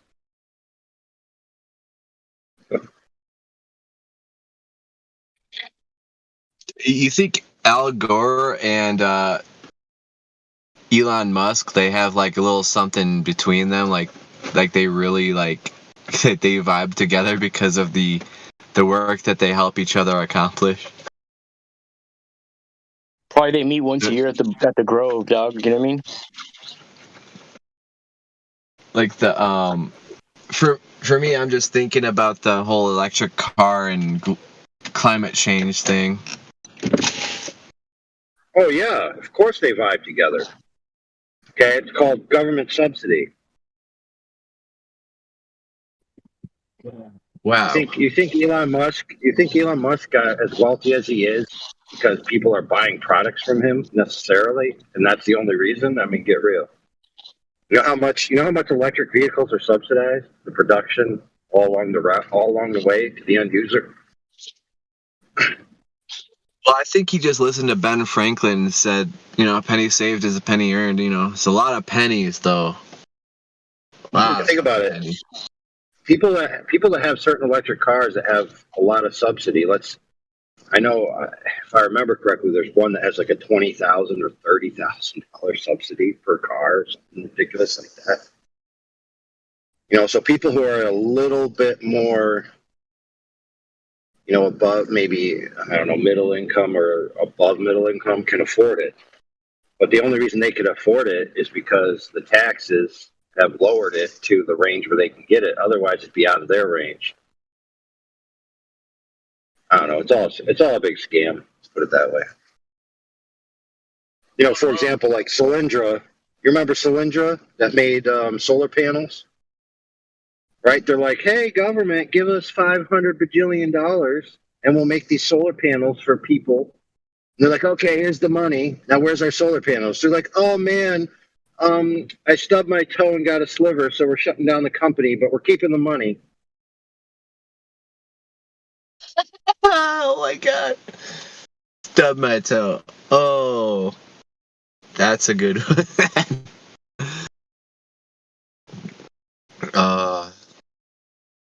AI, we're so the topic tonight before you got in here, we were doxing ourselves. You mind contributing to that? I'm in California right now. I'm experiencing a whole new world again. And I definitely want to do some traveling. So I wanted to check out this Black Swan location and maybe do a little bit of kind of an experiment myself, maybe with Latter-day Saints as well. And dude, maybe I can. I got you, bro. Yeah, and maybe we can make it a stronger kind of thing where we can satisfy these globies. Maybe it'll be a better condition, and the refraction will be a little bit too low for them to even invoke. Right. Okay, so here's what you need to do. You need to go to the target object, right? Which is what? The horizon. So good luck with going to the location of an apparent position. Then you need to trace the actual photons, right? Or wave propagation of light from the target all the way to the object so you know the exact arcs or straight lines that they travel in free space, right? When you accomplish all of that, then you'll have something. Until you do that, all as the Glober will do is just go, refraction!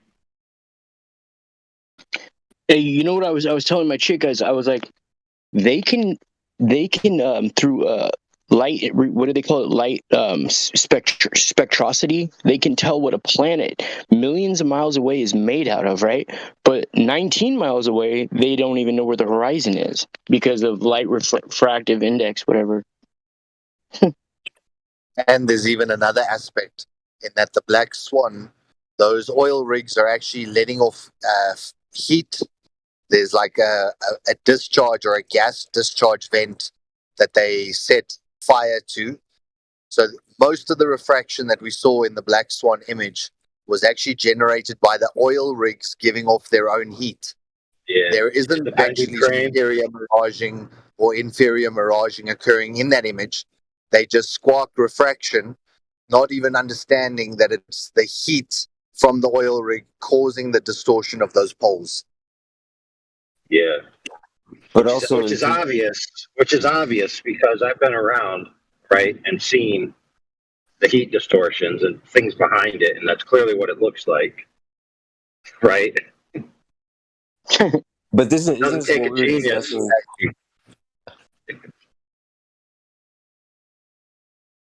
Isn't this what we were discussing last night, AI, when we were talking about what you could see off into the distance of the horizon? And we were discussing about the potential humidity that exists in the air that would affect your ability to see the horizon, right? The heat signature that you were just referring to earlier, I apologize, the name who was talking. I also believe that we have to tip our hat to the idea that there is humidity present when the weather allows for it, i.e., it's warm weather, it's summer. Right, where there's going to be humidity that's present in the horizon that we're witnessing. Yeah, no one's arguing that. What we were saying was that the Black Swan doesn't exhibit any of the standard refraction, what would you say, modes or the types of refraction, being superior miraging, inferior miraging, all of which occur when there is a high proportion of humidity in the air. Then you do get those refractive effects occurring. But with the Black Swan image, which they make an appeal that it is a refracted image, there isn't the standard refraction due to high humidity. There's just a heat signature distortion. And that is a very valid point because, again, as you say, offshore oil refinement requires a heat signature because these things are processing, giving off heat. No, so they're drilling through the core and they're exposing certain shale layers and gas layers. And as they go through gas pockets, they need to basically suck out the gas to be able to continue to drill further down. So the distortion that we're witnessing is actually coming from the resources the driller is finding, so to speak. Correct. Thank you for that.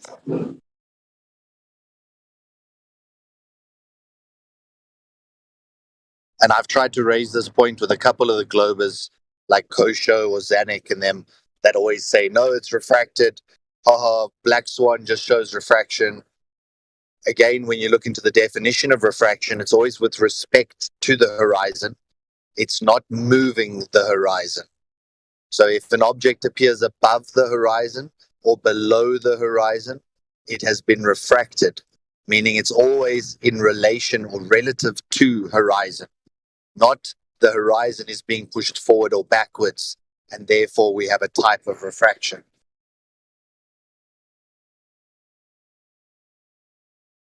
Sorry about the beeping in the background. So here's another question for you. I turn on my oven, 450 degrees Fahrenheit. I open the front door. I open the door of the oven, and I see heat coming out of that. Would that also be described as refraction?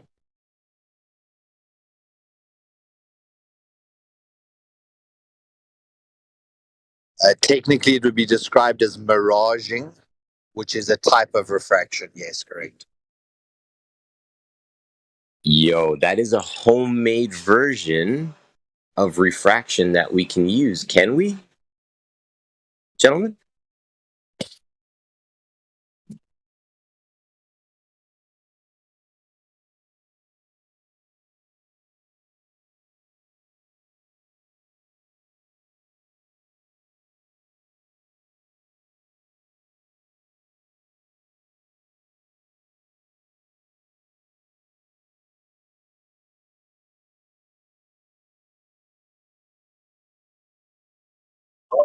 Yeah, the devil's always in the details.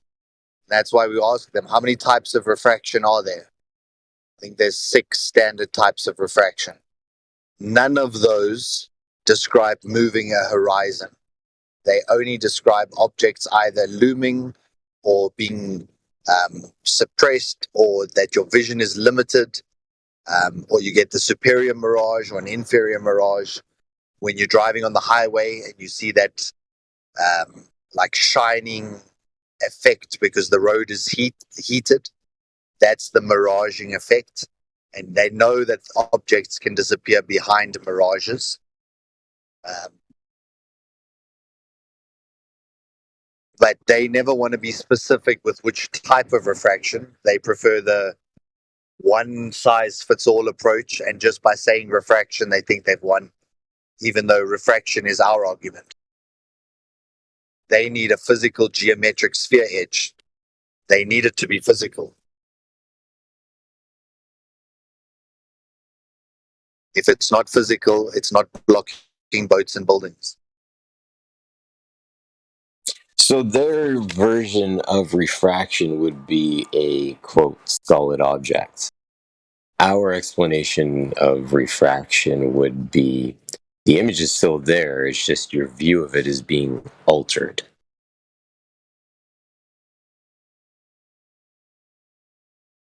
Yeah, impeded. They're saying impeded, we're saying altered, right?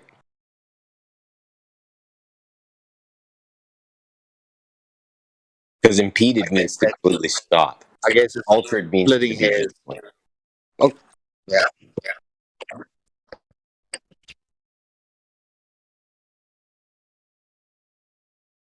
The right answer to this always comes down to a simple fact of that the law of inverse square law, right? It's going to propagate the light. It's going to become very dim. That's basically what happens when things get further away. They become more dim. It's not easy to tell what color really things are at that point. Optically, even like our own eyes. So there's no device to really say that there's something wrong that we're seeing when we see it with our own eyes, unless you're going to say, oh, I got bad brains. But do you really see it any differently? No, not a lot of people do. And it's just funny, they bring their refraction thing in, and like, well, shouldn't the colors be a little goofed up at that point? Maybe they are, maybe they aren't, but they wouldn't go all in the same place. Refraction is just some kind of weak argument for something that people don't understand, and it's just going to apply every time somebody uses refraction. It's because they don't understand, and it's just the weakest argument. It's like saying, but you can't tie shoelaces. No, it's not that. It's because you don't know how to tie shoelaces. That's why you don't know how to tie your shoes, and that's why you can't, because you don't know how. There's literally all there is to the globe Earth argument when it comes to refraction. they don't know how to do it. They don't know how to make sense of it. They just say, well, there's something that's out of our control, something out of our understanding, and that's why we see this. Well, sorry. That's just a theory, and you're just making shit up to fit your own model. There's an error that has caused you to basically believe that. Well, sorry, an error like that doesn't necessitate an error doesn't necessitate a curved planet, I guess you could say.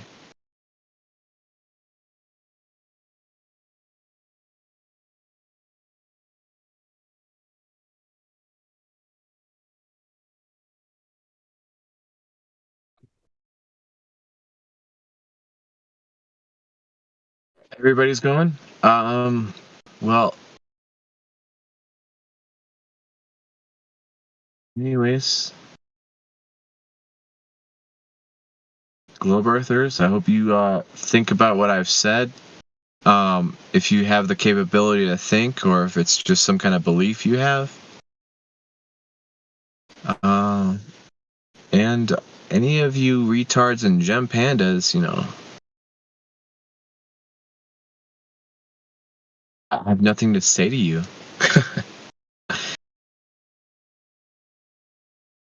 Good night, Globies. Good night, Flatties.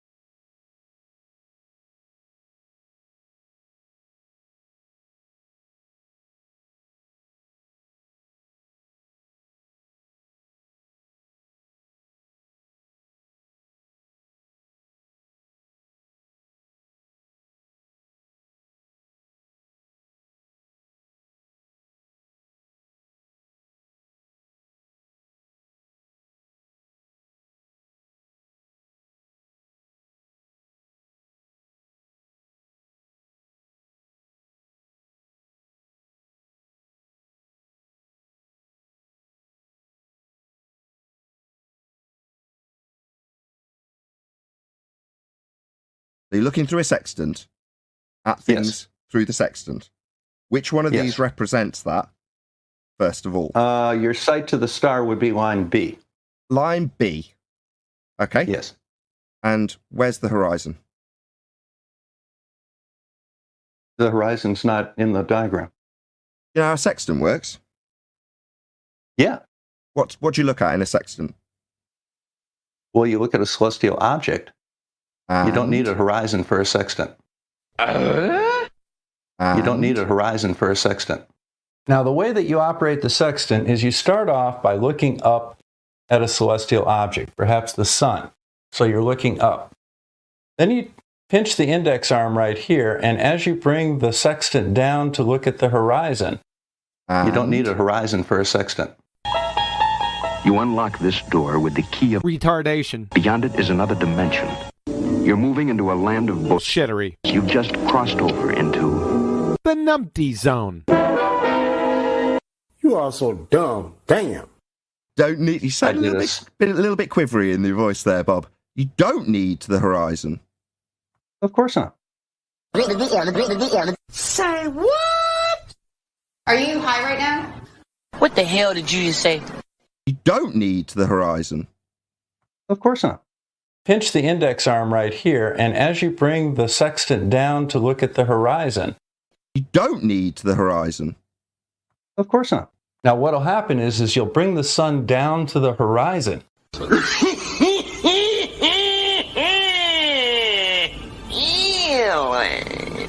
You're just being asked, do you know what dip correction is? If you don't, that's fine. Just say no. If you do, just tell us what dip correction is, Bob. Dip correction is related to the angle formed between your horizontal and the horizon as you look down from an elevated height. You don't need a horizon for a sextant. Pinch the index arm right here, and as you bring the sextant down to look at the horizon, you don't need a horizon for a sextant. Your HS is your angle, is your altitude from the celestial object to the horizon. You don't need a horizon for a sextant. Now what'll happen is you'll bring the sun down to the horizon.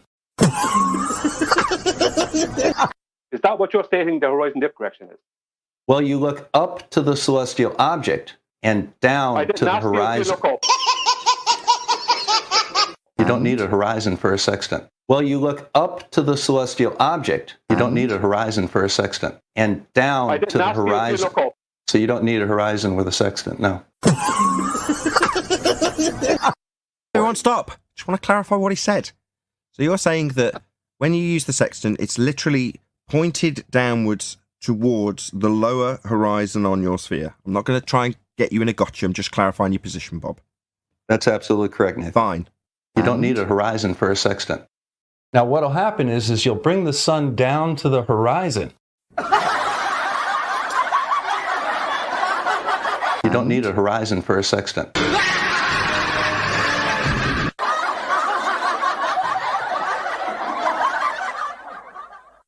Go ahead, 10th. He said he does. He said he doesn't use the horizon. I want him to affirm that. Yes. Now the way that you operate the sextant is you start off by looking up at a celestial object, perhaps the sun. So you're looking up. Then you pinch the index arm right here, and as you bring the sextant down to look at the horizon. So you don't need a horizon with a sextant, no. Oh, son of a... That's going to leave a mark. Your HS is your angle, is your altitude from the celestial object to the horizon. So you don't need a horizon with a sextant, no.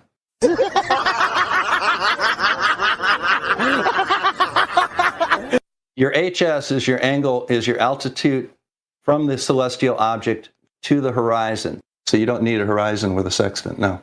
Now the way that you operate the sextant is you start off by looking up at a celestial object, perhaps the sun. So you're looking up. Pinch the index arm right here, and as you bring the sextant down to look at the horizon. So you don't need a horizon with a sextant, no. Now what'll happen is you'll bring the sun down to the horizon. So you don't need a horizon with a sextant, no. Until the very lower limb of the sun, the bottom edge of the sun, is just touching the horizon. You don't need a horizon for a sextant. And then what you do is you rock it back and forth a little bit to make sure that you are at the bottom of the swing so that the sun is literally just touching the horizon. You don't need a horizon for a sextant. and then you read off your angle. So you don't need a horizon with a sextant, no. Turn out the lights. Double speaking, pretender clown face monkey. The party's over. They say that all good things must end.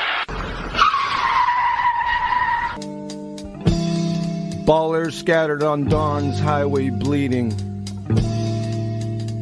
Fallacies and refravity crowd their fragile eggshell minds.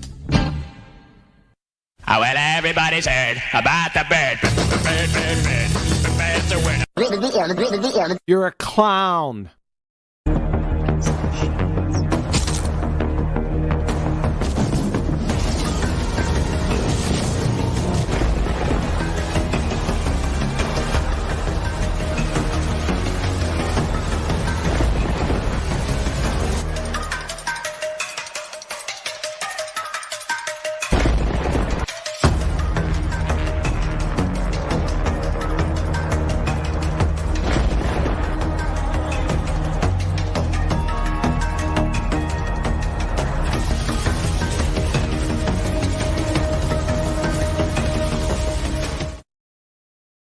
Bird is a word. Hey, what's going on out there, guys? Welcome to the show. Got a good one lined up for you today. Hopefully. As usual, if you'd like to support this channel, there are PayPal and Patreon links in the info box below. Speaking of beautiful old birds, I wonder if Betty's out there.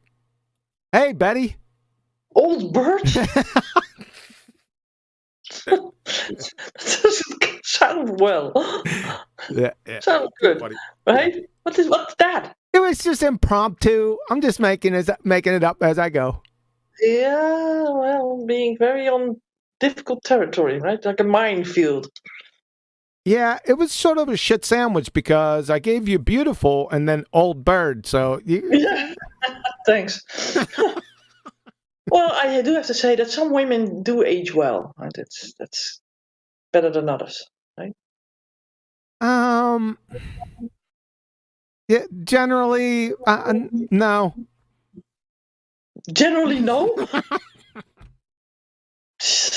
Unbelievable. No. Who we got in Discord, girl? The Adam Meakin's in here. Look at that.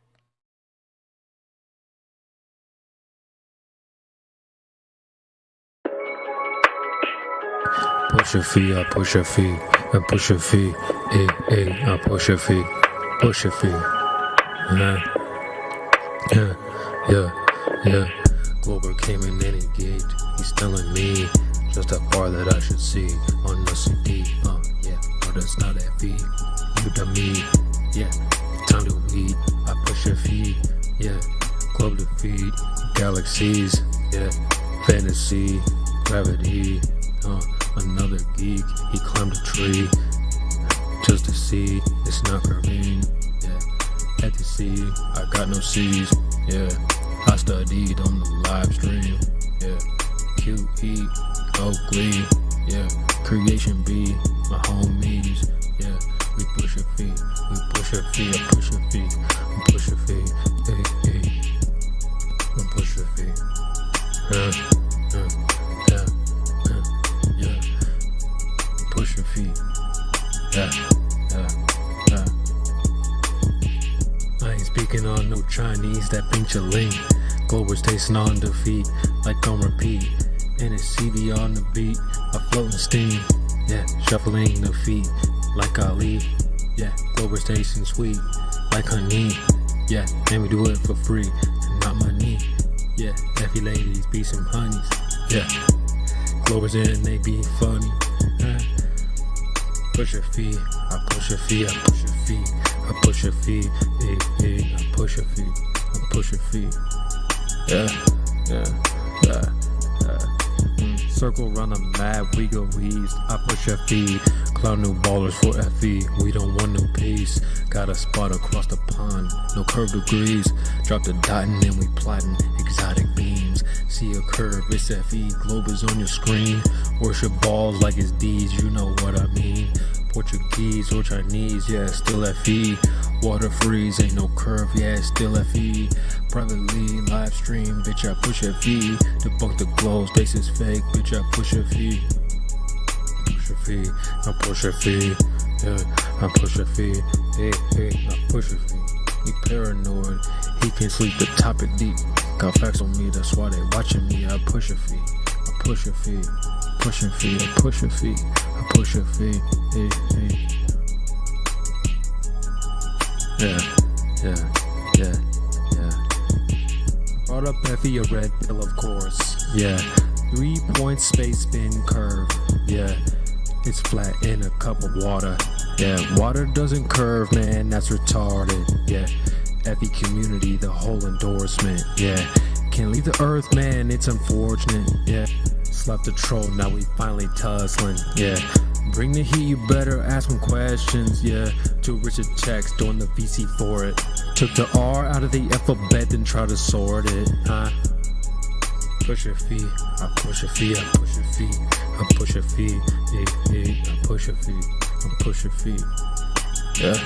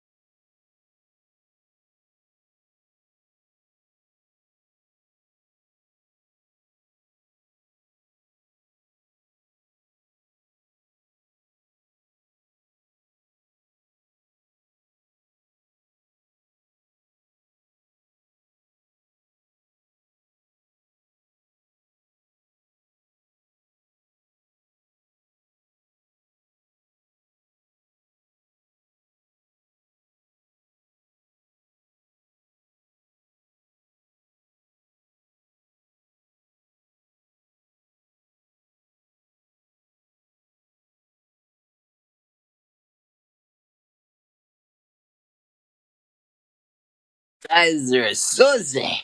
Great movie.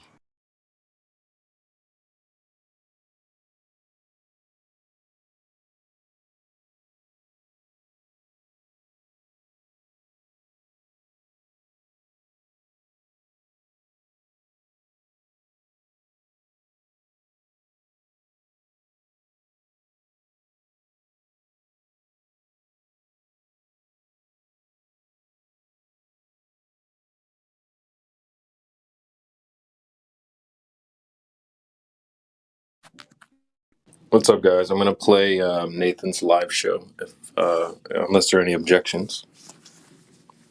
The fact that you're going to do TV is my problem with it. If it comes from somebody else, I'm okay with that. But if you do it, I have a problem with that. I'm joking. Play away, man. Good to hear from you, man. Yeah, just till the top of the hour. It'll be a live show, so if anyone wants to interact with the chat, it'll be on YouTube. I'll post a link in the chat. Thanks, dog. Horizontally is never happening. This is a fictitious line that they don't pull out a Wouldn't the plumb bob. plumb bob be establishing vertical though? Well, the vertical gives you horizontal immediately because it must be perpendicular. So that's why in the bubble sextant and the artificial horizon and the theodolite that's level with leveling devices, or even the plumb bob hung underneath the theodolite, once you establish vertical, then you already got horizontal. Sorry, who presented this to you? Where's this from? Well, I'll get it for you. Let me finish. I mean, I've got all these things cited and everything else. Don't worry about it. Well, I just wanted to, just while you've got it up, I'm sorry, I know you've got a flow that you want to keep to, but on this, you've got bottom line with dip, and it says, quote, visible horizon. Correct? Right. Shout out to Shatner's bassoon. It's a shout out street team in Leeds today. Will do. I will do that exact thing, Shatner's bassoon. Thank you for the super chat. Okay, so according to this, from the ship to a dip that's going to be corrected, you've got the word visible horizon. Okay. No, according to them, that is not the case. Let me bring up Simon Dan. He's my citation in this regard. Simon Dan says no. Simon Dan and Ruhif say no. And everybody else who's challenged the claims of the Black Swan also say no. They say there's a bent line to a non-geometric horizon. On this diagram made by AB Science, Simon Dan's head was superimposed by me. It says location of apparent horizon. That means the one that appears to you, the one you can see. And then the one with a straight line to it is the horizon that they have made explicitly clear that we do not see. That's the geometric horizon. Remember, we discussed it, Chocolate summarised it earlier.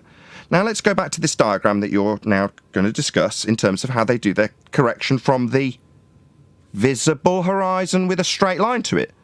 Well, no. The one with a straight line to it is the geometric horizon you all sacrificed along with Simon Dan when you told us the line to the horizon's bent. So you don't have a straight line to a visible horizon to do this dip correction. Because the line to your horizon on a globe Earth is bent at a rate of 7/6R. It's not a straight line to do a dip correction with. You haven't got a geometric horizon. That's Earth curve. Anymore. You gave up your geometry. You bent the line to this quote-unquote visible horizon. Not anymore.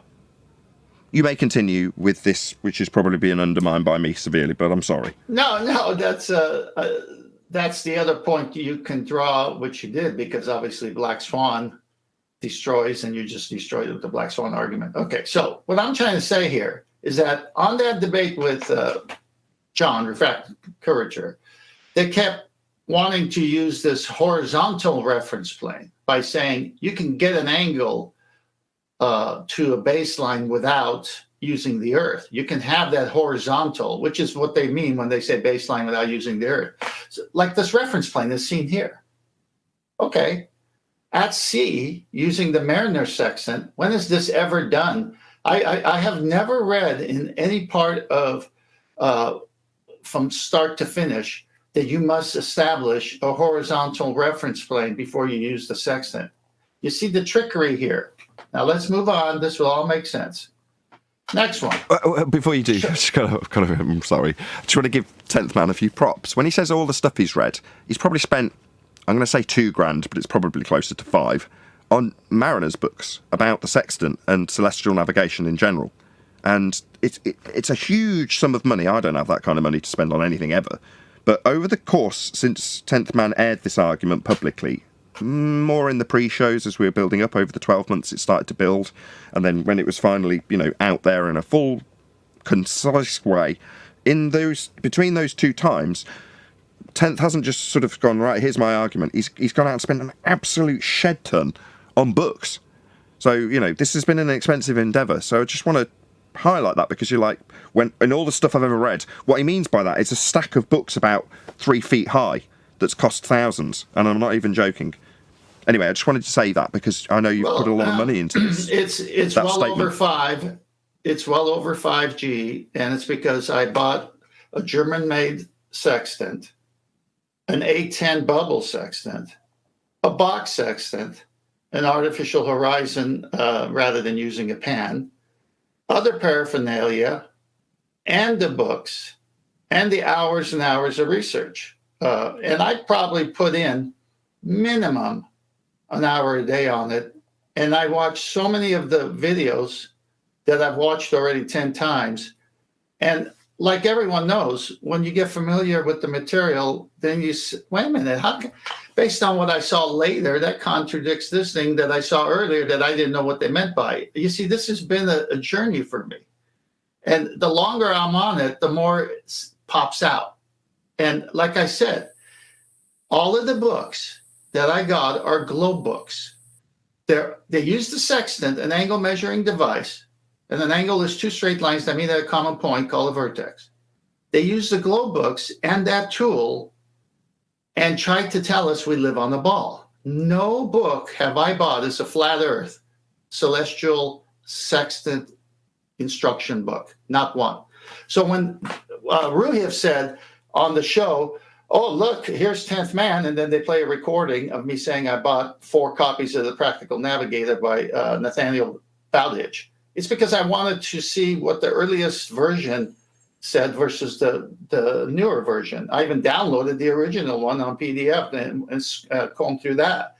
But never did I say that those books weren't ball-related books or showed the audience who had the books that we live on the ball. It was always from that point of view. What I wanted to point out is the contradictions I find in those books that reveal that we don't live on a ball. And so what they did on the show was play that recording on your show of me saying about Nathaniel Bowditch, and it's a good resource. And then Ruhif, instead of showing the contradiction that I showed on your show, went to his own pages of that book and posted that on the debate rather than keeping it in context. See, I'm finding the contradictions. There is no flat earth navigation book as of yet. But guess what? You need a flat earth to do it. So shockingly, he didn't address but they'll say you never went out on a ship. You were never lost on a ship. So shockingly, he didn't address the citations you did specifically cite from those books. He cherry-picked some new ones to attack instead. How shocking. Correct. All right, so next objection. Okay. Hold on. We'll start again. Go sorry. ahead, John. Go ahead. I just wanted to object because when he said he was going to use a vertical without referencing the earth, vertical implicitly references the earth. That's why I asked him, why don't you drop your plumb bob in free space? Have to be on earth to reference a vertical. Yes, we'll get into that. That was a good point you brought up. But Okay, eventually we'll finish this. Carry on, Ted. We're halfway through a presentation. I'm sorry, we've all rumpused it. Go ahead. It's all right. All right, just go back to the original picture and I'll just summarize and move on. Okay. Okay, I got to go back there myself. All right, so this illustration of a ship with a sextant operator above sea level getting a horizontal reference plane, that never happens. You can just get rid of that horizontal reference plane. He doesn't have that at his disposal. He doesn't hang a plumb bob to figure it out. He has to use the star and the horizon. Okay, now, Next slide. Next slide shows similar. The observer eye would be the same as on the ship. It's above the surface of the Earth, and it's called a sensible horizon. And then you've got the dip to the actual visual horizon. On this picture, they don't even show it touching at all the Earth. And then they've got the geometrical horizon, and that is refracted and touching the Earth. Interesting. Next slide.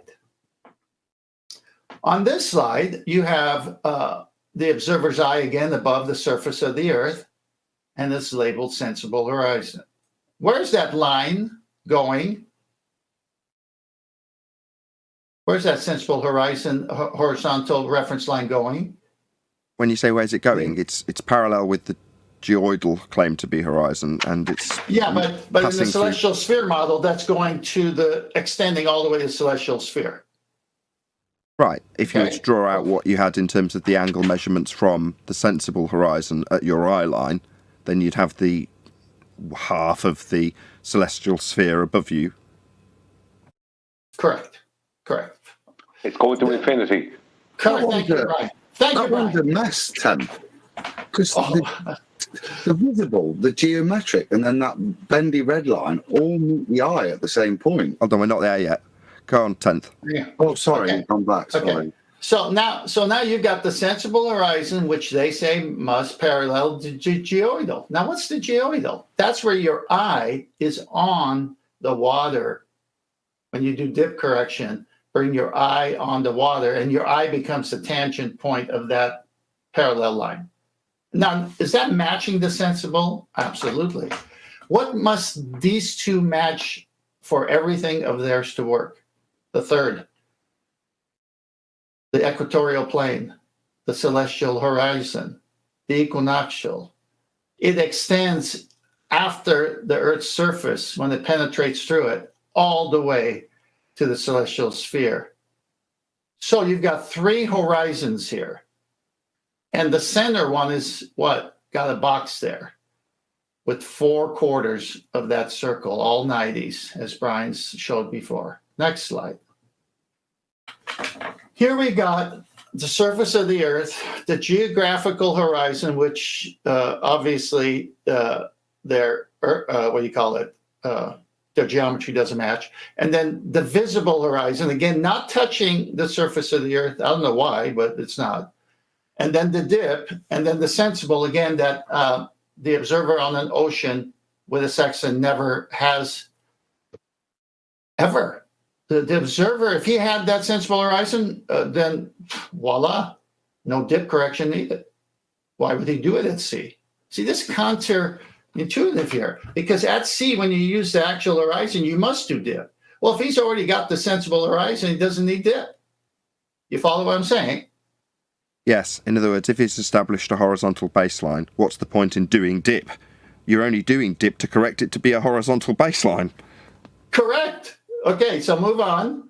So if we pull out some definitions, was it Ruth who said definitions don't mean anything?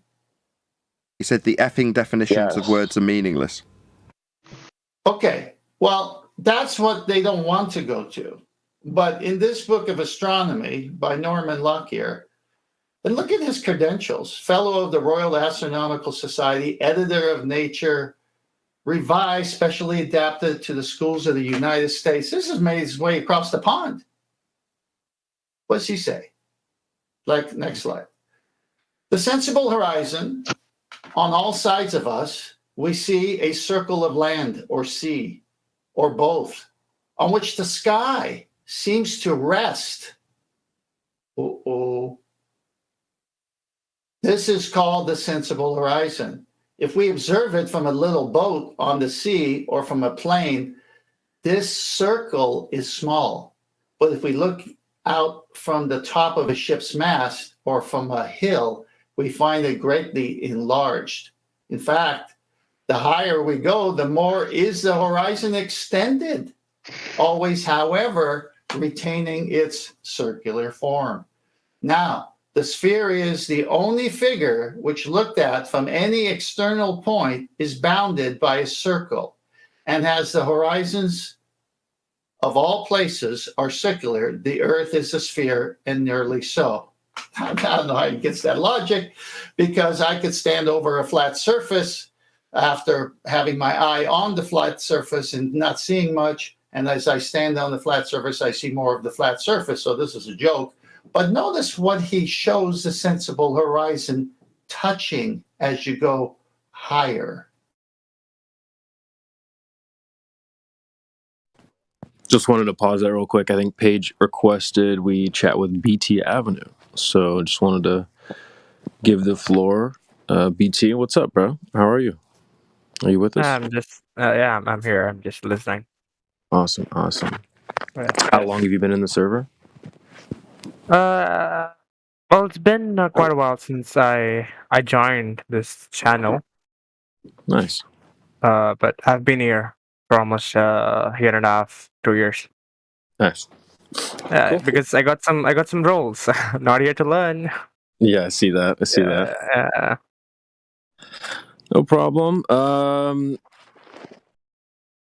Do you mind if we do a little status report? See where you are in terms of like how much you know about the globe and stuff. Yeah, the basic 3 questions. Yep. Oh yeah, we have that too. I have a couple questions I made myself, but yeah, we can touch on a few of those. Okay. Well, even I have a few questions because the last time I asked, I got bullied. So now I wish I'll get real answers. Yeah. Okay. We'll try our best. Okay. Well, how about just a few questions for you? So, just a status report. Not going to challenge you on any of these. If you don't know, it's definitely not a big deal. You're not going to be flamed or anything. But just to kind of get a sense of how much you know about the topic. But what about? Do you know the size of the globe? Maybe the radius. Maybe the radius. I think it's. I know it's surface area. If you want me to say it. Fair enough. Yeah, that's okay. How about? Okay. Yeah, go ahead. Yeah, go ahead. Sorry. You can go ahead. No worries. What about like the distance to the sun? Distance to the sun? Yes, I do know. Go ahead. It's 152 million kilometer. I don't know. In the miles because I live in India. No worries. It is almost 93 million miles. Right. Yeah. Start with the noise, boys. Yeah. Nice. Okay. What about distance to the moon? Distance to the moon. Wait. Distance. Is it? Wait. I don't know in miles. It is 385,000. At the 385,000 kilometer. I don't know how much it goes. Is it okay if I just Google it up? No, into miles. You got it right. Okay. Yeah. Thank you. Yeah, you got it right. Roughly. All right. Nice. So far, so good. What is gravity? Can you define gravity for us? Well, there are 2 types. Nice. I mean, two theories. You want there is Einstein's and there is of course Newton's ones. There you go. And I believe more in Einstein's. I think Einstein's makes more sense. Like okay, I'm not gonna say it's real, but I'm gonna tend more that makes sense kind of stuff. So I would rely more on Einstein's gravity. Well, that is the current. Yeah. Yeah, that's good. Okay. Just a few more questions for me. If anyone else has questions, please. I am ready and waiting when you're done, CB. Okay, I got maybe like 1 or 2 more. Okay. No stress, my guy. All right.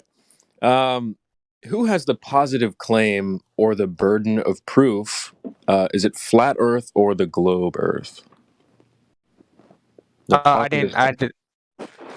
It's too much. It's too much for you. Hang on. No, hang on. I didn't get the question right. Let's see. Let's unpack that question. Good afternoon, gentlemen. Good afternoon, my friend. What do you think the burden of proof is, my friend? What is? The burden of proof. What do you actually think the burden of proof is? Yeah, I don't know. So please. Okay, so you don't even know what a burden of proof actually is. Yes. And Yes. that's totally cool. We can appreciate that. No Uh-huh. problem. I So mean, here's I a- know, I know what is burden. I know what is proof, but I don't know what is burden of proof. So if you can just explain, because we Well, don't use that term. again, well, knowing what a burden is something that you have to like carry, right? It's something that you know. You can't get rid of it. It's something that you have to carry, right? And when you understand a burden, Oh, you so carry okay, it, so right? basically, I have And to when prove. you have it is- something, hold on, you asked for an explanation, so I'm unpacking it a little bit. Give me the space, please. So when you ask for proof, right, and that's something that that we have as proof that shows this is something that we can prove. And the issue that we're having an issue proving is I cannot sit on a plane outside, as an example, on this stable plane, PLANE, and there's nothing that I visualize or can experience that tells me that I'm moving. So the issue that I have, from my standpoint, being a flat plateau person, so to speak, is that the burden of proof with me is I don't feel that I'm moving. Does that Okay. make sense? Yeah. So you're thinking you don't move, but things around you move. Is that Right. it? And the Coriolis effect is not a valid explanation as far as everything goes. Let me, if I could, let me just give a really rough example of where a burden of proof would lie, and then maybe Kiwi can take on about the Coriolis and all that stuff if you want to. Is I think the Earth not moving is a big one of my favorite arguments. But yeah. So imagine your neighbor one day just comes home and he claims he won the lottery. All right. That's a claim right there. So if you go, nah, man, you didn't win the lottery. Who is now making the positive claim here out of the two of you? Is it you saying, no, I don't believe that? Or is it him claiming, well, I'm kind of giving you the answer, him saying he won the lottery? Well, him. Right. It's the guy claiming he won the lottery. So he now has the burden of proof to prove the claim. So, yep. So I would say that in this topic, who is claiming what? Well, people are claiming that the Earth is this size, right? A sphere with a certain size, that it's spinning or rotating, and that you can have gas pressure without a container. So those are three positive claims. I would say that the burden of proof lies with the globe Earth, not with flat earthers. But that's just my 2 cents. Is that something you would agree with, or no? Yeah, that is something that I agree with. That yeah, it's cool. All right, cool. And so you can understand that if I stand up just out in the middle of the town square, as an example, and I scream to the top of my lungs, the Earth is rotating, the Earth is moving, right? Think about how many different ways that can be greeted and subjectively responded to. One guy can say, I see pictures from space that say the same thing. Another guy says, I don't believe those pictures from space because those are man's creation, and I don't believe in man's creation. Right? So somebody who maybe, let's say, is not read well, i.e., I'm not afraid to say myself because I don't read books, I study numbers, would say that I have not studied your sciences, I have not studied your creations of man. I can only speak on what I experience, and I experience absolutely no movement. You don't even have to explain to me the Coriolis effect, because that, again, is a creation of somebody. I have to get into the explanation of another man to understand an effect that I am experiencing. That, in fact, well, experiencing is different. Hold on. Okay. If you, my friend, are going, and I'm not saying you specifically, but this man who created this book called The Coriolis Effect, by his wisdom, chooses to tell me how I am supposed to experience the world that I am engaging with, I find that to be ignorant, as I would say, because you're not allowed to tell me how I am supposed to interpret the world that I'm experiencing. Does that make sense to you? That does make sense, but Thank you. experiencing something doesn't mean what I'm seeing is true. Hold on a second. Experiencing something doesn't mean that what you're seeing is true. Yeah. Okay. Okay. So so for example, right? Okay, how should I explain this? Okay, you are seeing that the plane which is far away from you is small, right? What you're seeing is the plane being very small. But until you go near it, you don't know if it is really small or big. So what I'm trying to say is you're But in my experiencing head, something. okay, but in my head, and my knee-jerk reaction to you saying that is my head, my brain also knows that that plane is way up in the sky, which is very far away. And I know when things are far away, they appear to be small. And when I get closer to them, i.e., change my purview on the subject that I'm viewing, it will get larger. Yeah, So so if you my have brain knowledge is about aware of what that. hold on, if my brain is aware of what I'm engaging in, how am I fooling myself? Because you have knowledge about that. Okay, keep going. And you certainly are interpreting wrong things when it comes to Earth being round or flat. Okay, so now That's you what I'm jump claiming. to I'm certainly interpreting things wrong. Yes, because the thing is you have knowledge. You have knowledge that okay, the plane is big. As of I know, as of me growing, I know that the plane is big. So when the plane is far away, I can't just imagine the plane is small because I know that the plane is big. So Right. you have that knowledge. You have that knowledge that says, hey, you know what? Even though it is far away, even though it is small, I know it is big. So that applies same in here. So if you're saying that the Earth is flat and if I'm like what I'm seeing is just stable, like I think I'm not moving. When you say that, there is more to it. That is what I'm Really? trying to say. Can I add to Yeah. this a little bit? Please, CB. Yeah, we'll stick with the plane example. First of all, we all experience the same Earth. That's just okay. I'm glad you agree there. So no one's experiencing something other than what everyone else is. So that's first. Two, well, just with the plane example, you go outside and you observe the plane moving in the sky. In the same way that I use a ceiling fan as an example. If you flip on the switch, you observe the ceiling fan moving. Yeah? So here's where we're getting to the nitty-gritty. When we go outside, don't you observe the sun moving across the sky in the same way you observe the plane moving across the sky? I do. Okay. So earlier was saying like, well, your experiences may not be true. Is something you were saying something along those lines, right? Exactly. The fact that you can experience things and realize that you don't fully understand what you're seeing, therefore you're ignorant. Right? Like you don't get it. Hold on, because no. What you went to, which is a common explanation that science does, right? I didn't mean to be rude.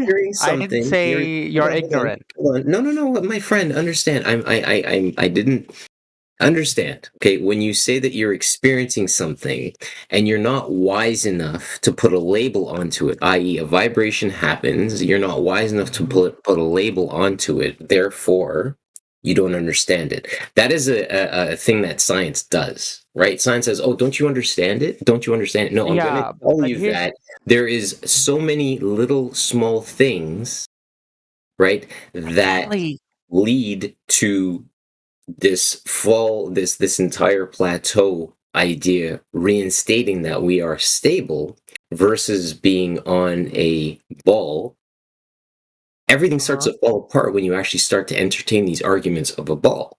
Now, one of the other things that you can look at is observable distance, length.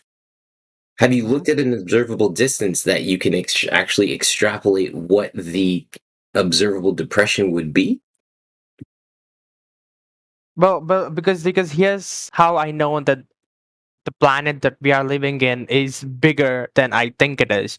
Because I have traveled in a plane many times. So whenever I see, of course, we are not as high because like as I know when I'm traveling in a plane, I know two things. I know that we are not as high as we are. I know that okay, the plane is taking off high, but I know that this is not high enough to see the entire 360 kind of thing. And I also know that when I see out of the window, it is so much big. Like I know I am seeing until something, but there is more to that. There is a few, again, 100 kilometers more than what I'm seeing. So I know those two things.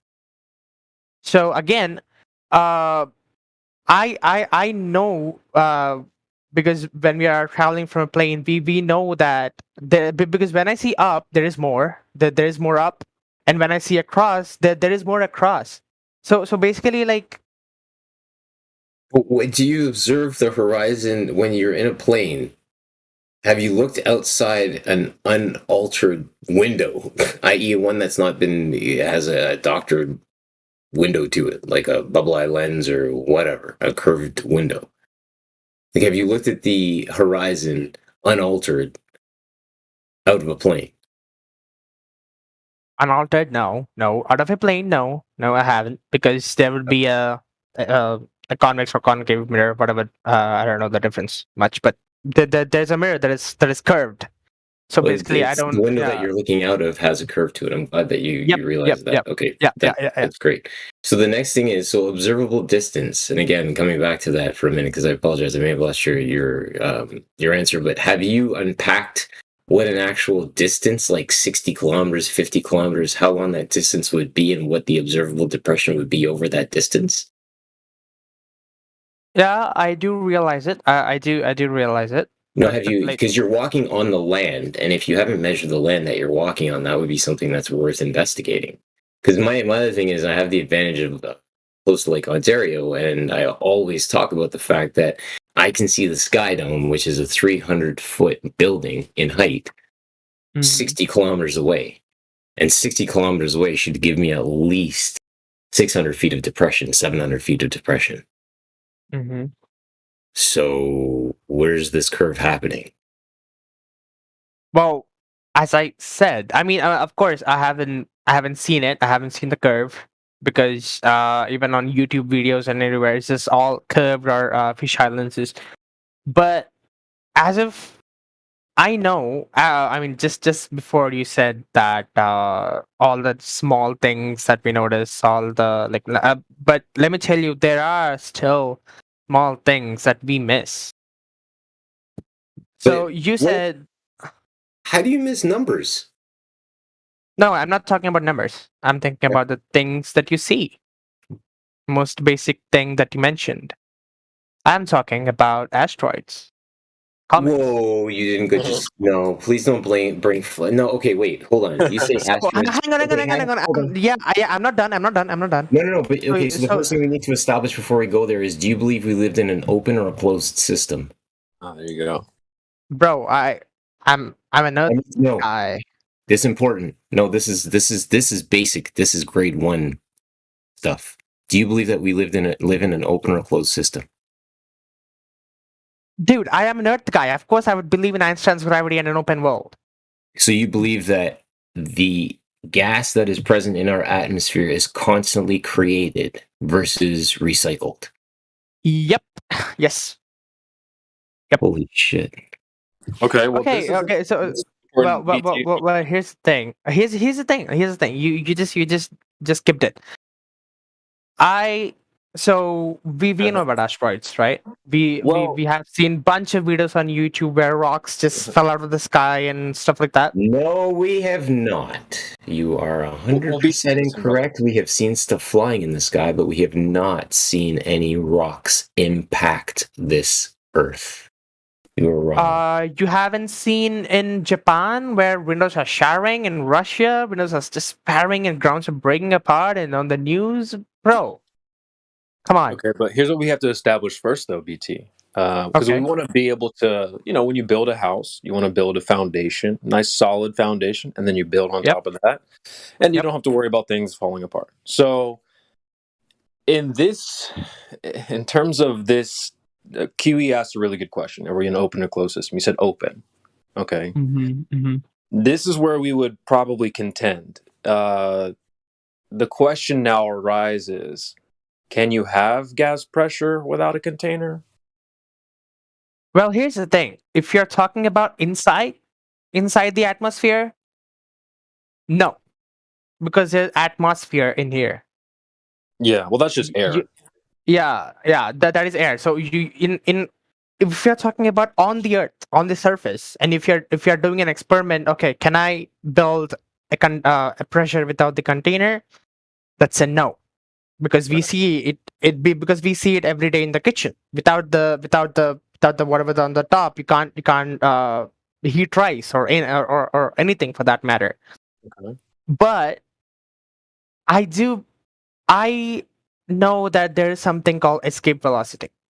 Uh-huh. So, and that is what stops from the gases that have to be escaped but can't because of the escape velocity. Okay.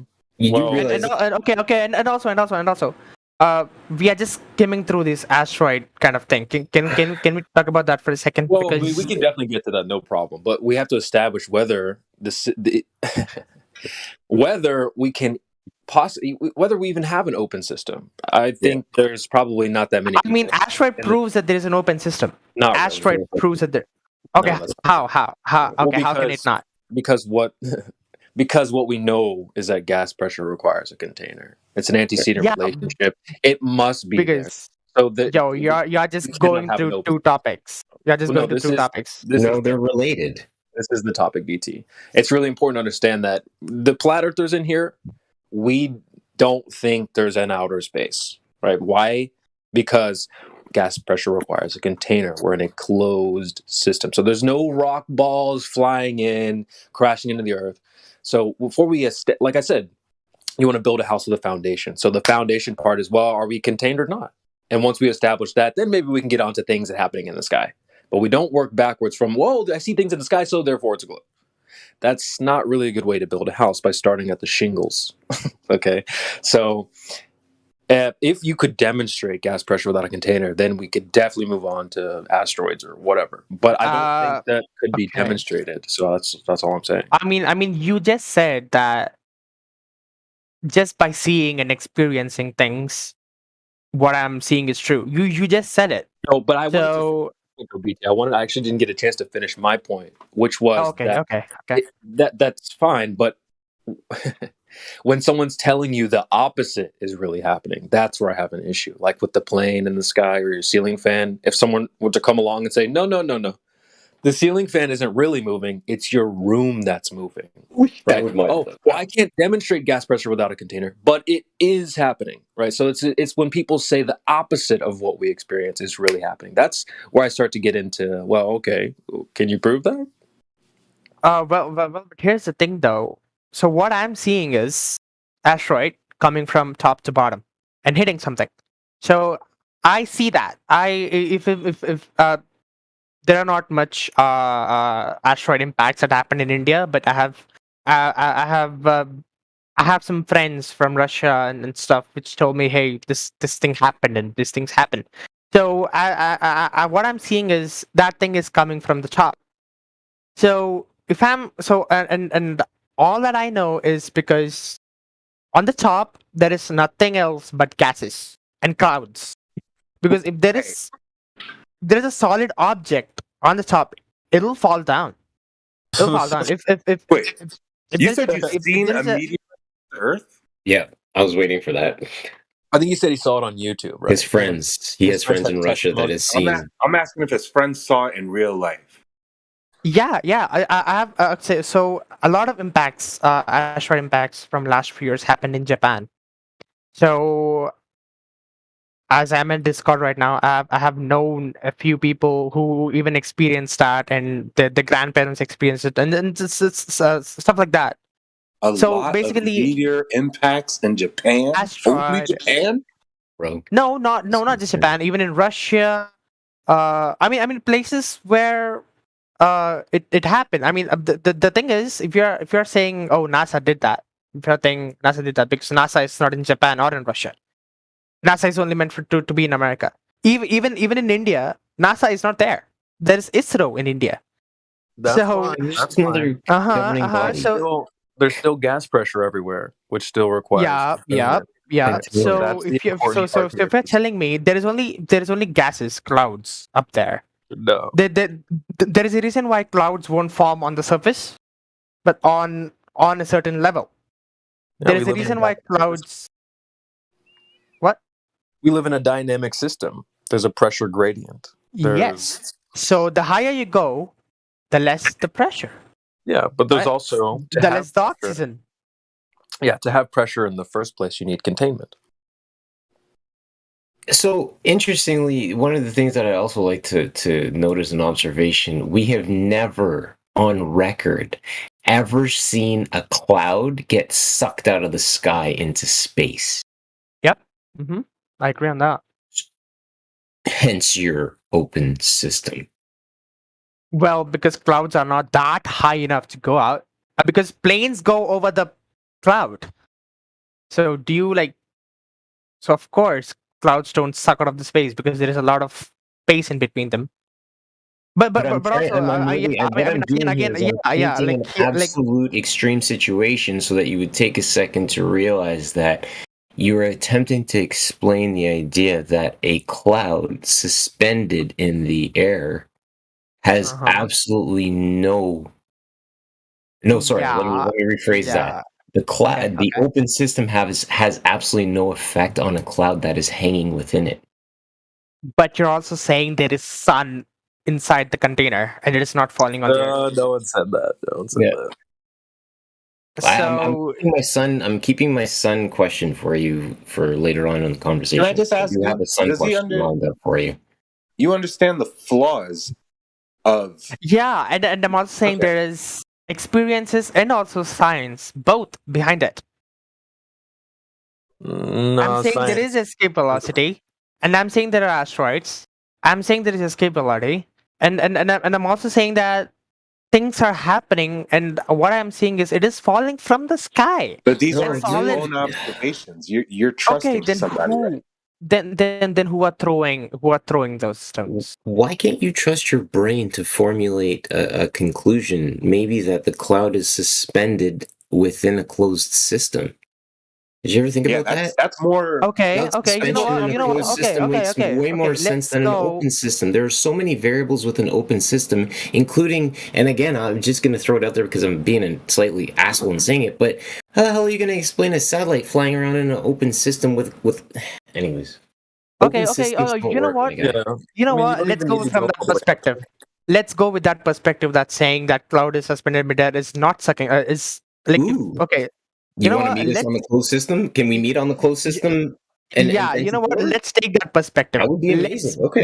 Let's go on that perspective. This is some progress. Now explain me. So now explain me. Where are asteroids coming from? You're saying a closed system. So here's the thing. Yes. I'm going to ask you for a moment if you can let your draws down. Right? And forget about what your friends have told you about what they saw happened. Because unless I can speak to them directly and maybe get some video footage and see what the heck they experienced, I can't.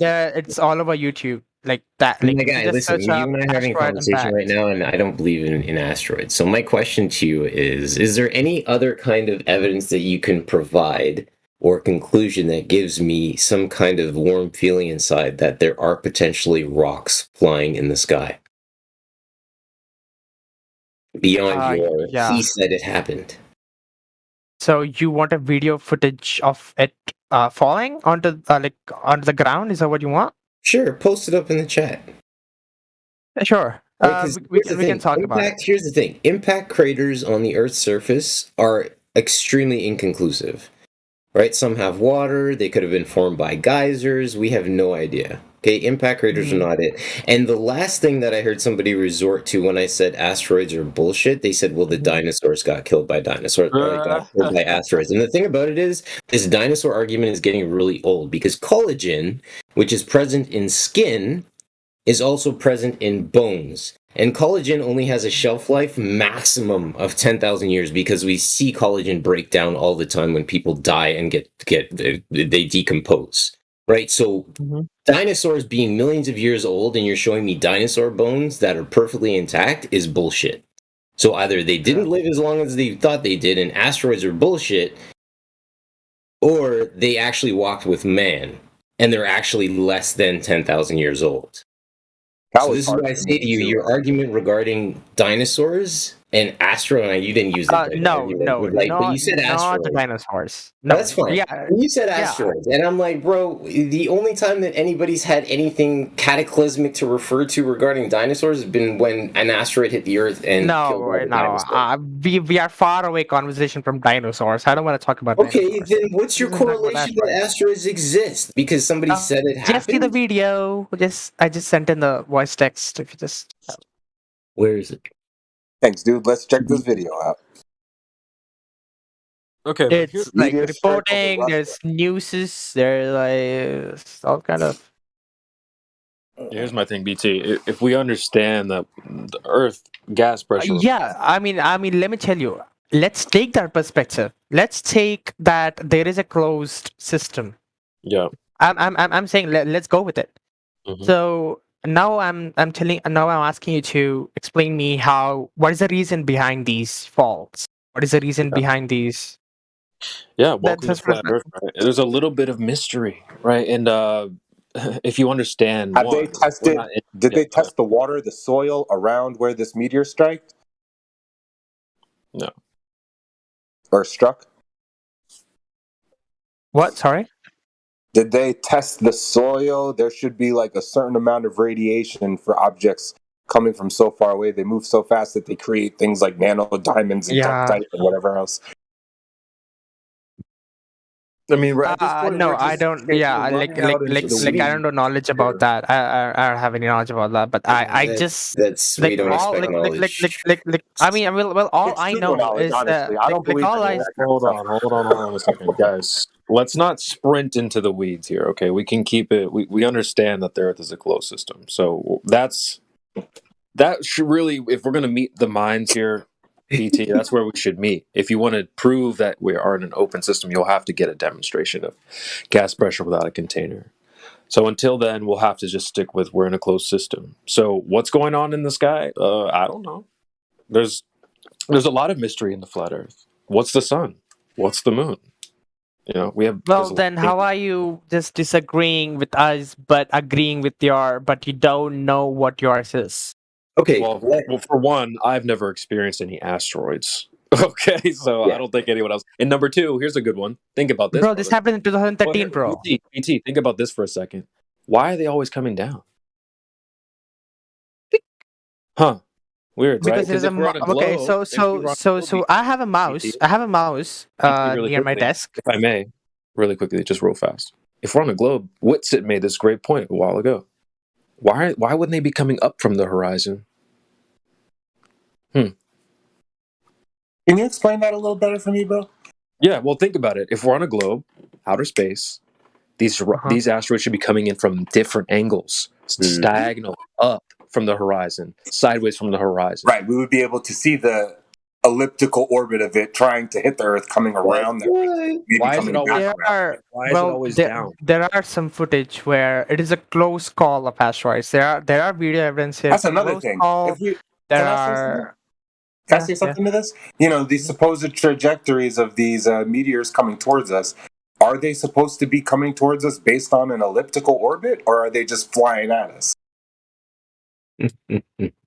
Well, they are just randomly flying because of the gravitational force. But I know that you won't believe it. I know that you won't believe it.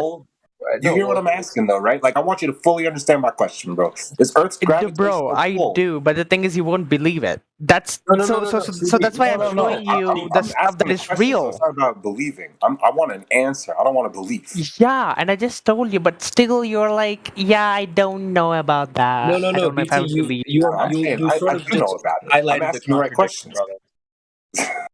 Yeah. So okay. So here's the answer. So here's the answer. Hold on, really quickly. It's not that we're not accepting your answer. It's that you just contradicted yourself there. Kind of proved our point. You said they come in randomly, but they only come in downwards, supposedly. Right? I've never seen one of these in real life, but supposedly, the asteroids, they come down. You know, they don't come in at random different angles like they should if we're on a globe in outer space. You would see them coming up from the horizon, sideways from the horizon. That's an interesting point. Like, can I please add piggyback what he's saying? If there's a bunch of asteroid belts and, every once in a while they fling a rock in our direction, Okay, it's supposed to be Earth's gravitational pull that brings one of these asteroids into our orbit to make it a meteor, and if it hits us, it becomes a meteorite. Okay, this is their explanation. If this is the case, how come we don't see meteors flying up from under the horizon, showing us an elliptical orbit coming past? If the Earth was a sphere, we should be seeing these types of trails from meteorites coming up the horizon, going straight across it, never just from up coming down. That's all we ever see. Electric, I noticed your VC verified new. Welcome to the forum. Welcome to the chat. It's amazing to have somebody here with an open mind who's willing to ask very intelligent, observational-based questions. Really appreciate that. Yeah, correct me if I'm wrong about anything, please. No, dude, these are all great questions. So the thing that I want to mention is CB posted, threw up a video, and it was at 53 minutes past the hour. And the thing that I want to quickly just show you guys within the confines of the video, or point out within the confines of the video, at 6 seconds into the video, you'll see video? the video that CB posted in the general chat at 53 minutes past the hour. Yeah, that's his video I just reposted, so you guys can see that. So if you see the asteroid, quote asteroid, okay, moving across the sky, you will observe that there are different aspects of what I would call resilience or brightness, if you'd like, right? The brightness of this asteroid changes as it moves across the sky. Therefore, it's burning with different... Stop your talking. Hold on. Therefore, it is moving across the atmosphere, and it is engaging with the gases in the atmosphere, and the burn intensity of the asteroid, as you put it, is changing. This brings me, to the belief that, again, we are in a closed system, and if I'm watching an asteroid, as you put it, move across the sky in a closed system, that tells me that that is a flare. It is nothing more than a gas flare, a firework, if you will, moving across the sky. It is not an asteroid. I honestly wouldn't be surprised if they just would just be blowing shit up, dude. You know what I mean? Hola, muchachos. I know. That's honestly what I was refraining from saying this whole time. Like, they'd be testing all kinds of missiles, rockets.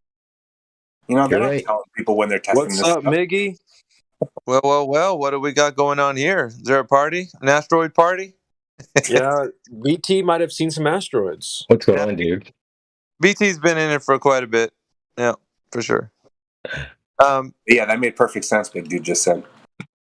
Yeah, I'm convinced in a closed system because of the gas. Again, guys, we're in a gas-filled environment. We're in a closed system full of gases. And if you tell me that there's an item moving across the sky in a gas-filled system that's closed, I'm going to quickly say, well, I've seen fireworks do the same thing that this thing is doing, except they're going up and this thing's going from left to right. So we got a lot of new connectors, don't we? We got Kiwi in here. We got, well, I haven't been in here for a little bit, but yeah, dude, I'm just new to the chat. A couple weeks, maybe a month or something like that. Hey, welcome. Hey. Thanks, brother. Appreciate that, man. It's nice to meet you as well. Some people might know me, some people might not, but I'm one of the founders of this particular group. So, yeah, it's crazy, man. We've come a long way. But I see your roles, man. I thank you for all you've done, and thank you for what you do. You've laid this foundation for us, man. We've kind of had like a really bumpy ride at the very beginning, but slowly but surely we've accumulated a lot of free thinkers that are in this group now, that are like intelligent beyond words, man. Like these guys are like there really isn't an argument anymore. All we're doing is just like kind of cleaning up a little bit. But holding the line. Gentlemen, and again, I'm gonna just be really ignorant and come forward and say, just like in the days of Noah, right? He swung that hammer and built that ark for 120 years, and yeah, I'm gonna go scripture for a minute, but Noah swung that ark for 120 years while the mockers and scoffers walked by and just pointed and laughed at him. Right? He held his line, and him and his his family survived that. We're just sitting here holding the damn line, guys. Yeah, do you know how easy it is to, like, with these guys in the globalist mindset, to like topple what they do. I could. I've done it so easily and effortlessly. Like with BT, right? This whole argument about the asteroids and whatnot. Yeah. I could even ask him, what is an asteroid? BT, what would be your response to that? Asteroid. Okay, according to me, because you have different stuff in your mind. According to me, an asteroid is a minor rock or a small rock that is maybe if you're talking about an asteroid, it'll maybe 600 miles in a diameter, and it orbits around the sun and the moon, and in the asteroid belt. Those are small rocks which gets on Earth's gravitational force. It will have an impact on the Earth, or it will be a close call. That is what an asteroid is. It is a near Earth object. That is Okay. what it is. All right. So, have you ever seen one of those?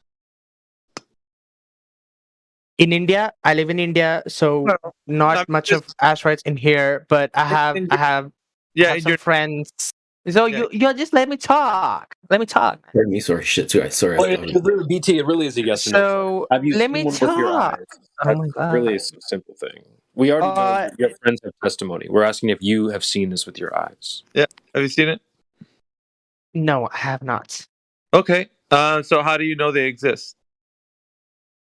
I have a few friends which I trust, and I'm not asking you to trust, but I know people who have experienced this, and in their country, and been all over the news, all over video footages and everything. This happened in 2013. This thing happened in Russia in 2013, which is not very long. I've got 3 words for you, BT. Right. So real quick. I'm sorry, guys. So how did you verify that what they saw was what they saw? How was the one second? What was the verification process that the thing that they saw in the sky was a rock? Because they have went to the location of the impact, and they saw people using a crane to take out the small pieces of rock that's been fallen, and there is video footage of it falling into the ice in the water too, like in the video that I posted a few minutes ago. So you're telling me that they followed this asteroid from the sky all the way to the ground with uncut footage, able to see that thing actually go. No. Oh, okay. Well, not an uncut footage. Not uncut footage. Of course not, because so obviously they are recording from their phones.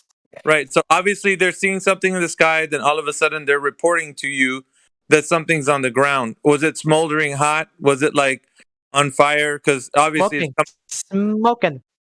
It was smoking. Okay, so smoking. And so the uncut footage is not there. What you do have is some rock that's on the ground that's smoldering, and they're claiming that it came from the sky. Is this correct? Yes. Yeah. Okay. So, but now the thing is, where's the verification that it actually came from the sky? What if it was already there on the ground? Because there is video footage. You just saw a few things just flying. Yes, I understand. There's to things the ground. It doesn't from the matter. Top. But my point is this: there's things in the sky. I understand that, right? There's luminaries. There's stuff in the sky. But how do you know where are you verifying that it's actually that what was in the sky is now on the ground? There is no verification. That's the point where there's this whole there is no verification. That is true. So there's a gap. So what I'm telling you is, with the gap, they're not. You could just say, or an assumption, that there's a smoldering rock on the ground and that came from the sky. But I could tell you there's a smoldering rock on the ground and it was already there. So there is no distinction between if it coming from the sky or it was already there. So my thing is, just in what you're saying, it could be that your friends thought it came from the sky, but it was already there on the ground. So there's no verification that it actually was, they saw it land from sky to ground. There's no verification there. So here's my thing to you. Here's the thing though. It did an impact, and a lot of buildings blew, a lot of roads were stumbled, and windows were cracked, and buildings were collapsed. So what? So I'm saying that thing fell and did an impact. No. You're saying there's phenomena in the sky, right? There's phenomena in the sky. That's great. There's a lot of phenomena in the sky. But how do you know that phenomena, whatever? It's not sky anymore, man. Not Yeah, sky. but It's like but you're making a correlation as to what's happening in the sky is the same thing that actually landed on the ground. no. Yes. No, I'm not saying no. Listen, I'm not saying things happen in the sky. I'm saying it is coming from the sky towards the surface. How do you know? That is what I'm saying. How do you know? There's video footage. There's video footage of something sky only. You only got video footage of something in the sky, and then you got another video footage of something on the ground. There is no continuous footage of the verification of the thing in the sky landing on the ground.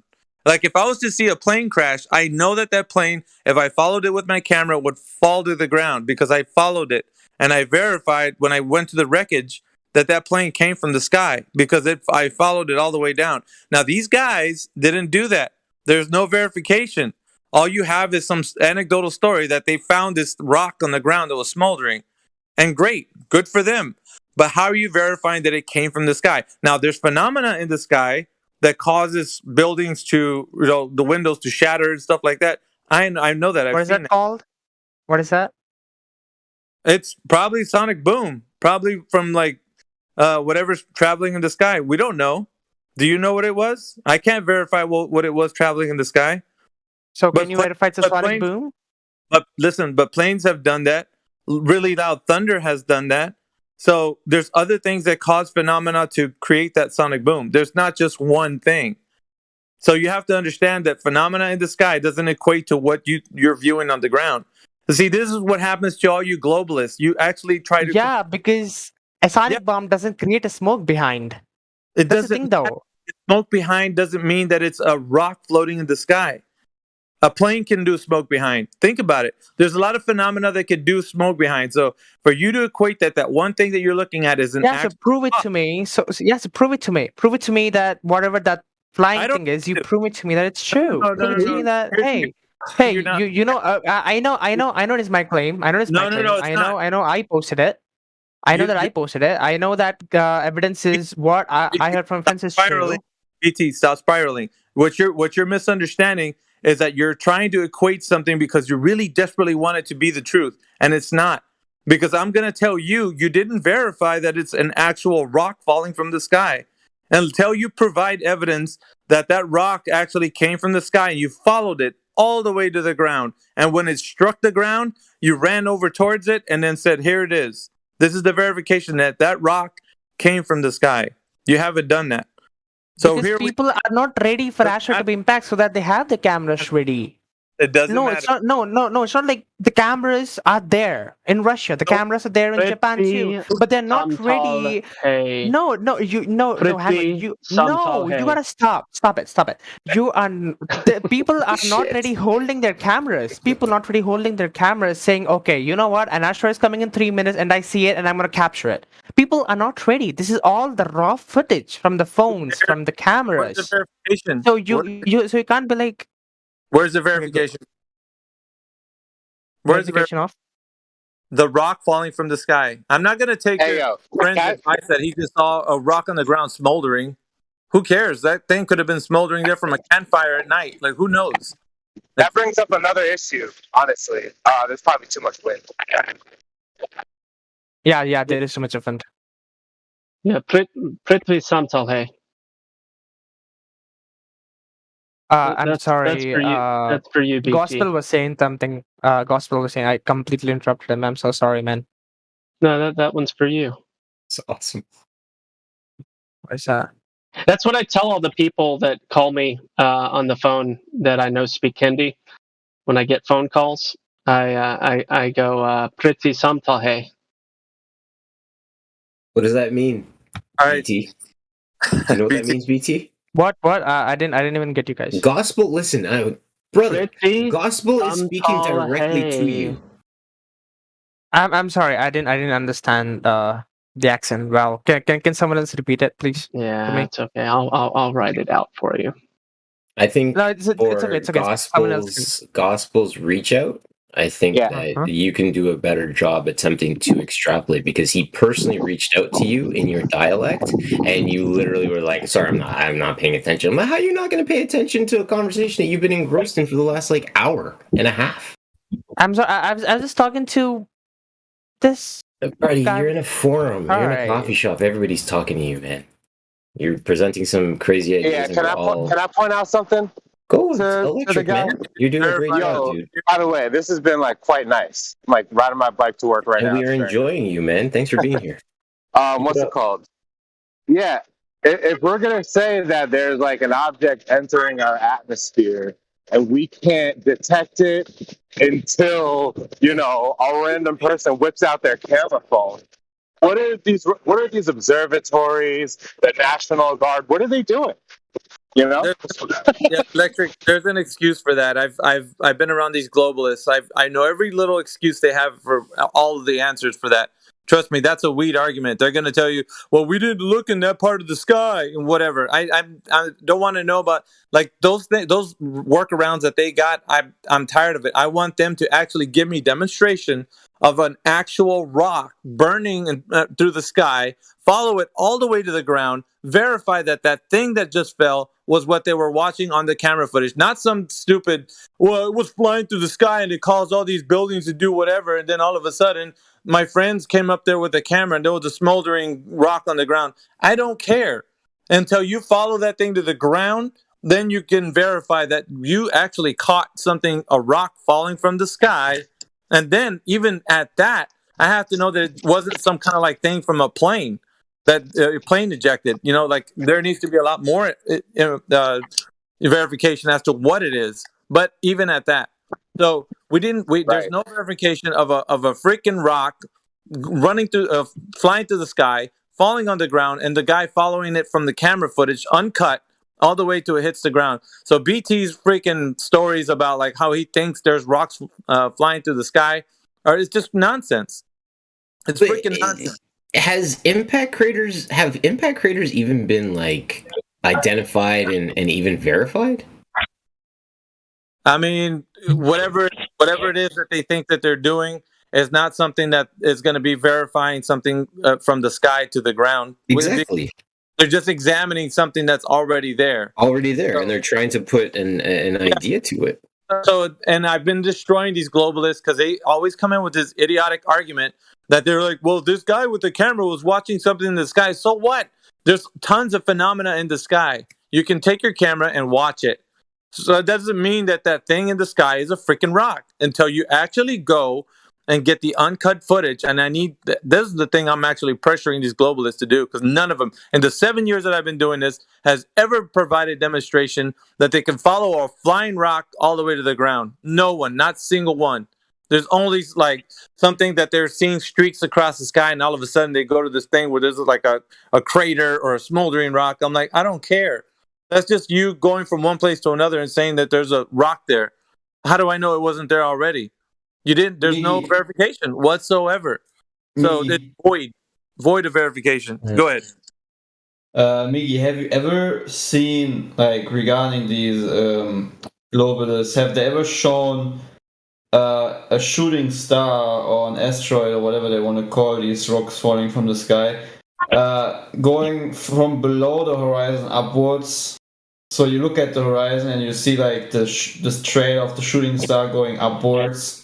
Yeah, so I don't know if you've ever seen these what they call comets or whatever. As they cross the sky, they do tend to do things like that because of the fact that perspective is always a thing that's in the sky. So I would say that has been one of the arguments in Flat Earth, because I'm always about keeping Flat Earth on top of their arguments. That has been one of the arguments that have been done incorrectly in Flat Earth, because of the fact that comets that blaze across the sky or whatever they call that phenomena. I'm not calling it a rock because I don't know what it is, but whatever that is going across the sky, it does go from one end to the other, and it does go through perspective. So with perspective, it would look like it's going down. So, but it's not that it is going down; it's just moving across the sky from one location to another. But like as it is, it does appear that it's actually moving across the sky. So if you're, let's say, whatever time you start viewing it, because usually I think they don't happen till like, what in the morning or the evening time, like where those phenomena are really prevalent. But yeah, you do have that vision of where it's actually looking like it's going down or it's moving up, like depending on whatever side of the sky you're looking at it from. Yeah, you're right. I never thought about it that way. Yes, Yeah. that's why the incorrect argument for flat Earth and that specific point I would have to correct. But flat Earth is like correct on perspective. But just remember, guys, when you carry these arguments, you do a little bit of due diligence when it comes to like how perspective works, because it would appear that comet or whatever like I said, whatever type of phenomena that is, it was when it moves across the sky, it will filter through perspective and then appear as if it's moving down and up. So and the resiliency is also changing. Well, yeah, right. Listen, that would happen because of the fact that like it's moving across the sky, and of course, we don't know exactly. Listen, we don't know exactly what that actually is, so we don't know if it's electrical discharge, because it could be some type of phenomena that's up there that's with this high energy above us. But we do know that there's higher intensity of energy as you go up in elevation. So that much is known, like it's fact. Everybody knows. Again, and I hear what you're saying.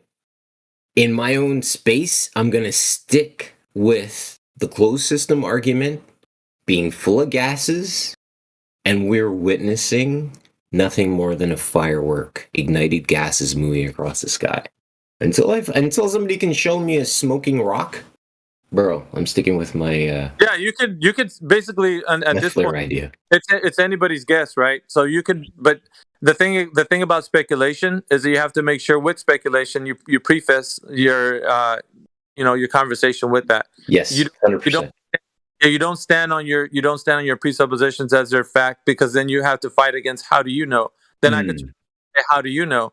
And then you have to give me an answer as to how you know specifically that I can check out and verify. So remember that, guys, with flat Earth, you always have to leave it to like where if it's a speculation, you preface the argument with that. So just for people to know that. But and like when I'm talking to these globalists, they don't have the verification that's needed to solidify the understanding of what they think it is. And I'm always bringing it to them that way. Like BT and like people like him, they will continuously spin their wheels and want to believe that what the thing that they're talking about is what they've always been saying, like in like what the people are talking about with what's going on in the sky. They want to equate to what they're saying is exactly what the textbooks are and all that. It never equates to the same understanding as to what it really is. It's just speculate. They have more speculation than anything else, but they're actually standing on speculation. They're saying, yeah, this is what it is. It's a freaking rock. I'm like, dude, you don't know that. And then, of course, BT and them would like to feel like they know what they're talking about, but they're not. They're just, it's like the blind following the blind. And we get this all the time with these globalists. They read it in the textbook, or some professors teaching it at college, and that's great. Great. You just learned some information that you have no idea about. When pressed on the issue, you come up with nothing. So I've been doing this to these guys, and it doesn't matter. Professors and the like, they come in here, they all lose. None of them actually have anything. They always say, my best guess is, and they say everything else. That's science. No, it's not. Jeez, man. And this battle has been going on already. It's closing on 8 years, to be honest. And so it's a long ass time. Yeah, it really is. So we already captured the fort now. We made it out the trenches. We captured Damn straight, baby. We got the high ground now, fellas. Yeah, this is really, it's like, I come in here every now and I hear BT's been here for a little bit, but he's stuck in his delusions. That's great. I mean, he can believe that. I don't care. Like, to me, when somebody says, I know, boy, you better gird your loins because you got some heavy artillery coming at you. You know what I mean? Like, this is not going to be easy for you. But when you say I believe, I'm like, go ahead, keep your belief, man. I don't care what you think the Earth is. You better tell me that you know it is, what it is, and then stand on it like a man. And then when you do, you better answer the questions that I'm going to give you, and then you better give me a sufficient answer that I can verify myself, so that I can tell everybody else, and everybody else can do it, because that's what we need to know. We need to know what we're talking about instead of it being just some information that, well, I know you guys don't believe this, right?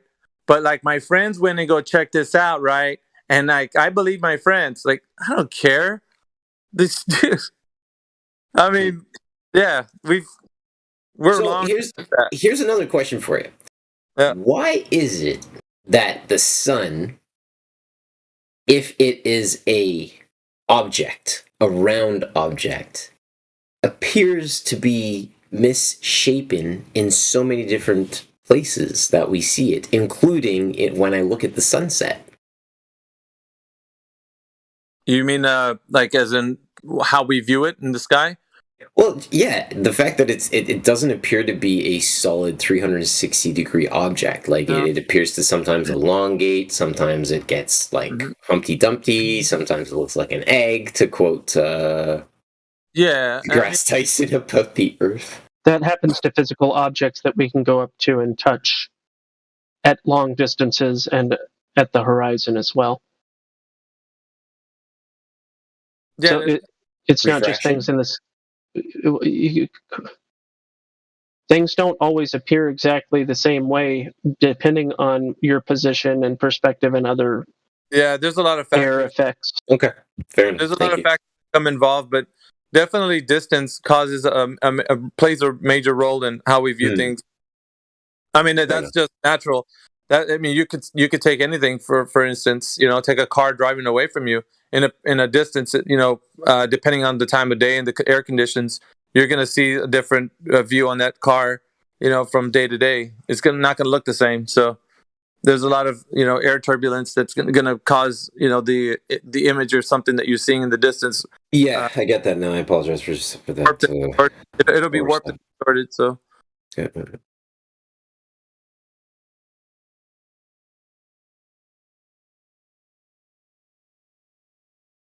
Yeah. At the end of the day, BT's got nothing more than just like what he's heard from other people, and I don't know why. It's been over a year and a half, 2 years maybe that he's been in this server, but he's desperately clinging on to this idea that somehow. Go ahead. Go. No, it's fine. I like opportunities to practice my Hindi, so that's why I was trying to share some words with him. I've got two more for you, BT, even though you're pretending not to understand me. Dero mat. Dero mat. Don't be afraid. It's gonna be okay. And imandar ho. Be honest.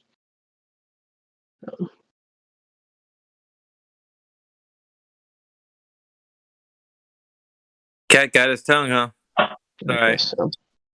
I really do though. When I get solicitors calling me from where, I throw that in there, the Prithvi Samtal Hai, because I just feel like it's gonna redirect their thoughts and energy for the day, and they're just gonna for the rest of the day they're just gonna be like, everybody usually just yells at me or cusses me out, but this one guy in my own language told me that the Earth is flat. That's gonna mess with me. Maybe not. Maybe they're callous to everything. I don't know, but there might be this one guy that's just gonna be like, "Wow." What you been doing, CB? You're holding down the fort? Hey, like I said, Miggy, you helped us make it through the trenches. We had to duck and cover, from Rumpus and all these goofballs, and yeah, we secured the fort now. Yeah, we got the high ground. Yeah, all you got to do is lean back in your lazy chair, man. Every now and again, you have to kick them off the ladder. They're trying to climb the fort. CB's got the radio clips lined up. I know he does, man. He is. I feel like I'm walking down the street. CB steps out from a hidden alleyway, opens up his trench coat, and says, "Pick an audio clip." What you need, man? What you Run need? with it, and I was what you need. I was kind of flipping through the music, and I saw CB. You had something on SoundCloud for some of the Red Pill. You have it on the Red Pill channel. Yeah, in the Red Pill music. Yeah. That's pretty cool, man. Yeah, you started doing stuff. Hey, don't stop doing it, man. Yeah, like I gotta, chocolate started it off, so I got you. I gotta keep it going. You got a couple projects. Hot micing, but it's all right. All right. Jimsy. Yo, what's up? Hot micing, man. Hot micing. Yeah. I'm allowed to. Oh yeah. I mean, who am I to? Allowed to, man. Just we're hearing everything. We don't know if you want us to hear everything, man. We don't know if you want us to hear the background. Want us to hear? What a great reply. I'm allowed to. I'm allowed to. Oh, dude, Jemsy put me in my place yesterday. I was John was talking about his discoveries, and Clay was talking about the Webb telescope yesterday, and I was like, look, I wanted to just, and Jemsy's like, yo, shut up, let this take place, mind your business. Okay, sorry, Jemsy. The James Edwin Webb telescope. Don't forget the guy's middle name. Give the man the proper respect. Say his middle name. Why? It got smashed to smithereens anyways after it was discovered there was actually pictures of a countertop. His middle name is Edwin. EDWIN. Edwin. Edwin.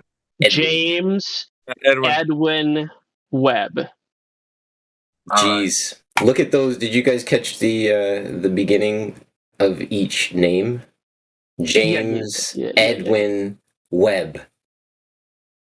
It's a coincidence. It's a coincidence. Just move on. Webb. Yeah, let's not even. Real quick. It's a coincidence. You're gonna go down this rabbit. You're gonna get freaking Gospel Bears Spidey senses tingling. It's gonna be. No, man. Why can't we? Boys, we can keep walking and just point at stuff as we're walking by. It doesn't mean we have to stop and look at it. Oh, yeah. That's all I was doing. I'm pointing out a coincidence. It's not a synchronicity. It's just a coincidence. It's convenient coincidence. Can you guys hear me? What? Jimsy, you're coming in really low if you're trying to talk to us. I'm gonna. Like super. You can definitely hear me now. There we go. Yeah, you're loud. Yeah, I had it in a Bluetooth speaker. So yesterday, I'm addressing the guy that mentioned me. Yesterday, I didn't tell you to shut up. I was just trying to listen to the guy that was presenting his work about photography, and what he was actually presenting, how photography works and the aperture and the light into the lenses. And I was just trying to follow until his objective conclusion, what he was trying to say. But in the middle of that, you jump in and wanted to change the subject when I was trying to follow. So I just wanted for him to finish what he was presenting for me to understand the whole thing. You get it? 100%, my guy. No worries. Appreciate you. Yeah. Hey, I'm a slow learner. You gotta go to the conclusion. Dude, you don't have to discount yourself. At the end of the day, I interrupted. You're right. You corrected me. And I appreciate that. All good. Oh, I just noticed you have two accounts. There was a different account that you were speaking yesterday. Well, but Kiwi's in brackets. It's Kilowatt, and Kiwi's in brackets right beside it. It's always Kiwi. Yeah. And I'm generally right. Like, you can see the one right above the other. Because they're generally the K1 and the KI are like... Yeah, I did that renaming so that nobody would be confused. Yeah, no, I appreciate that, Gospel. Thank you. Probably should have done that myself. Kiwi 1, Kiwi 2. Anyway, too bad BT wouldn't give me a reply. I'd even take the reply in Hindi, for crying out loud. I know how to phonetically reverse engineer for the most part. Depends. I think it's like fast somebody's talking. Just tell him you believe asteroids fell to the Earth. He'll probably re-engage.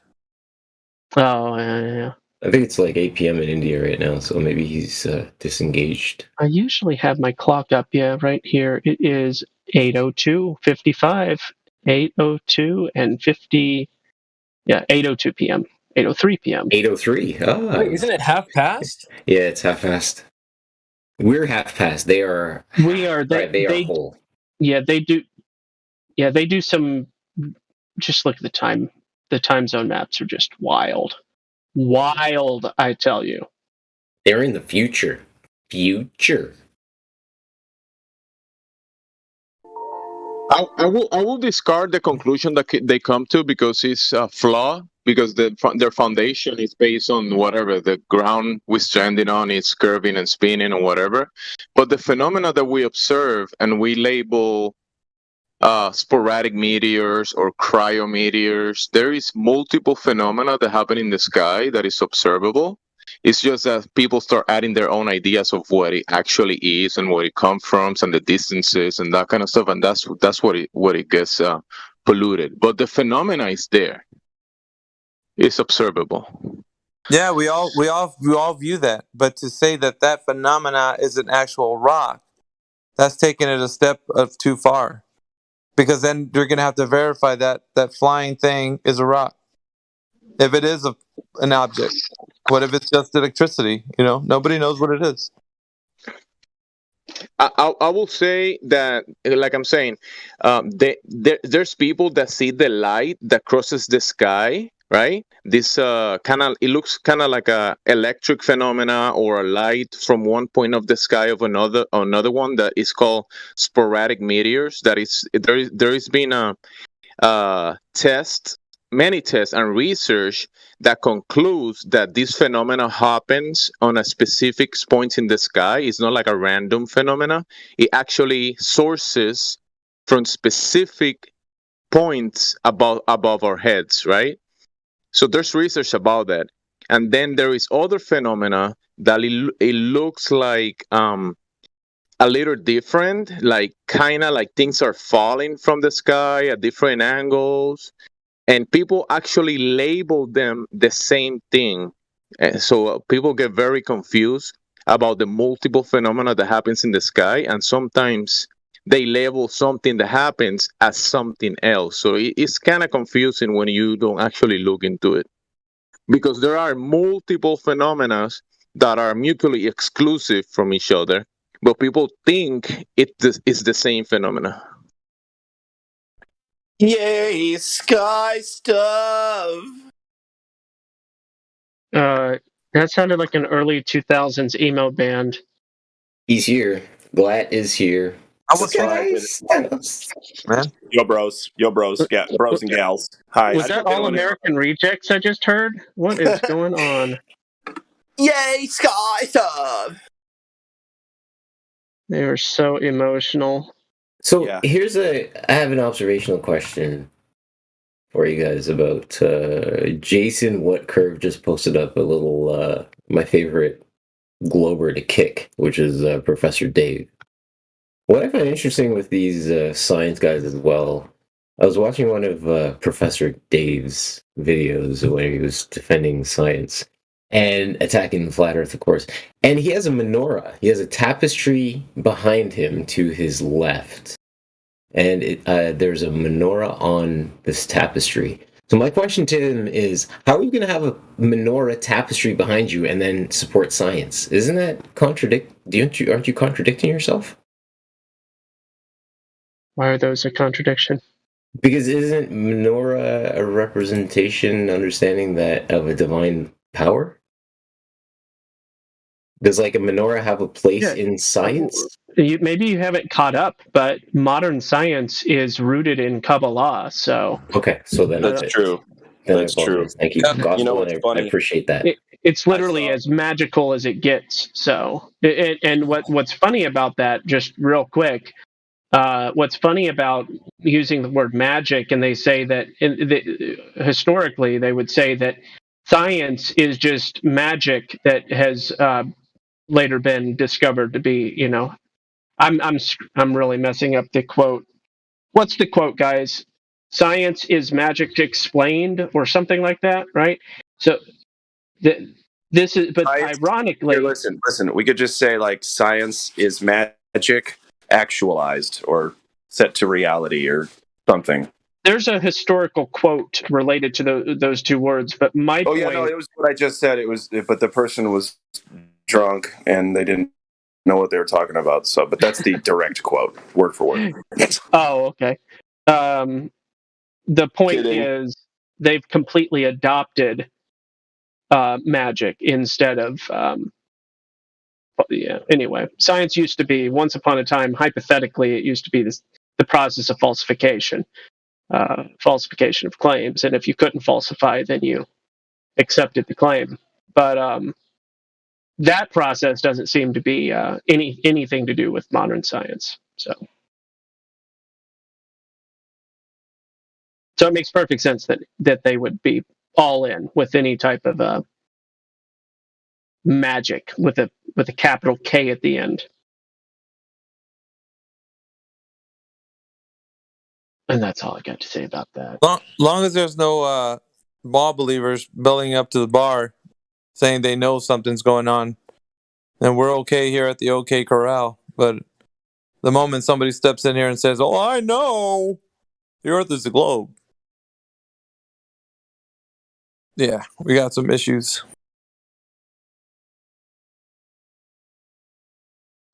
You know, it's a globe because it isn't.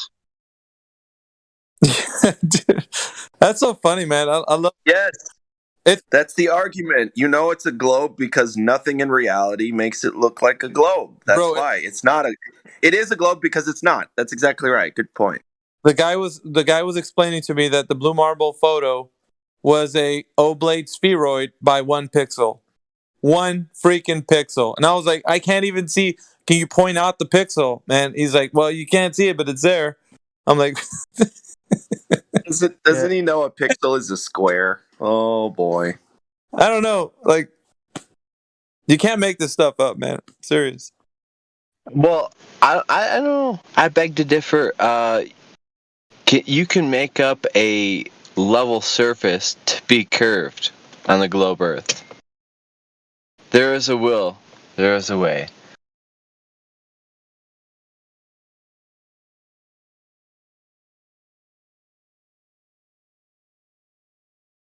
Now, if we had a nice bowl of salad, would that be level?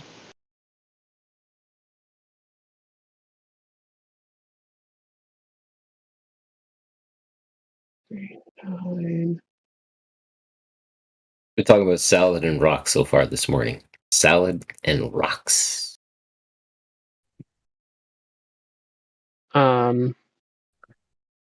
In order for it to be a 1 pixel, I wonder, because I could actually falsify that claim based on the number of pixels. Do we know the number of pixels? I think you need the original file on that photo. I'm just talking basic based on what they're saying. I know. I can falsify that claim because all you do is you take the ratio of the polar radius versus the equatorial radius, and you get that ratio, which is 1.00329. So with it being a 0.0329 difference, you would need a certain number of pixels in order for there to be a 1 pixel variance.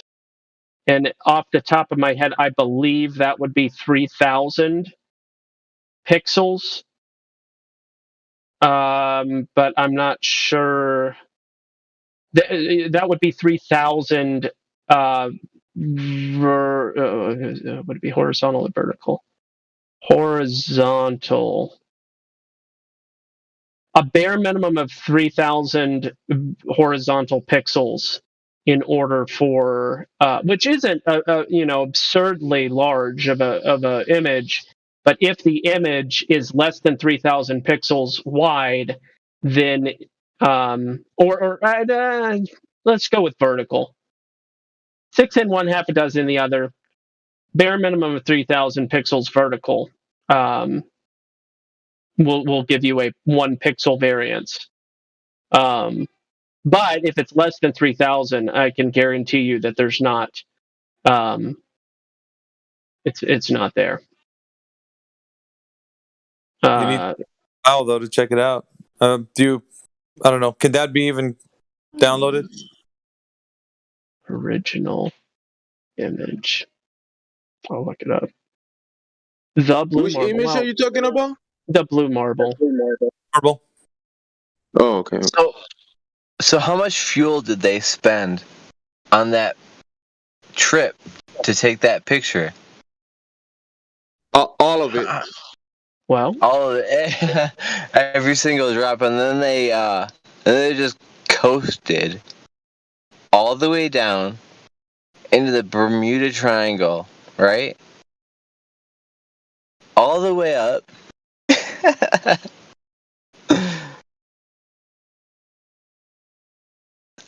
Everybody's fucking fooled. Not everybody. Not everybody. No. Almost everybody. You're right. Almost everybody is fucking fooled.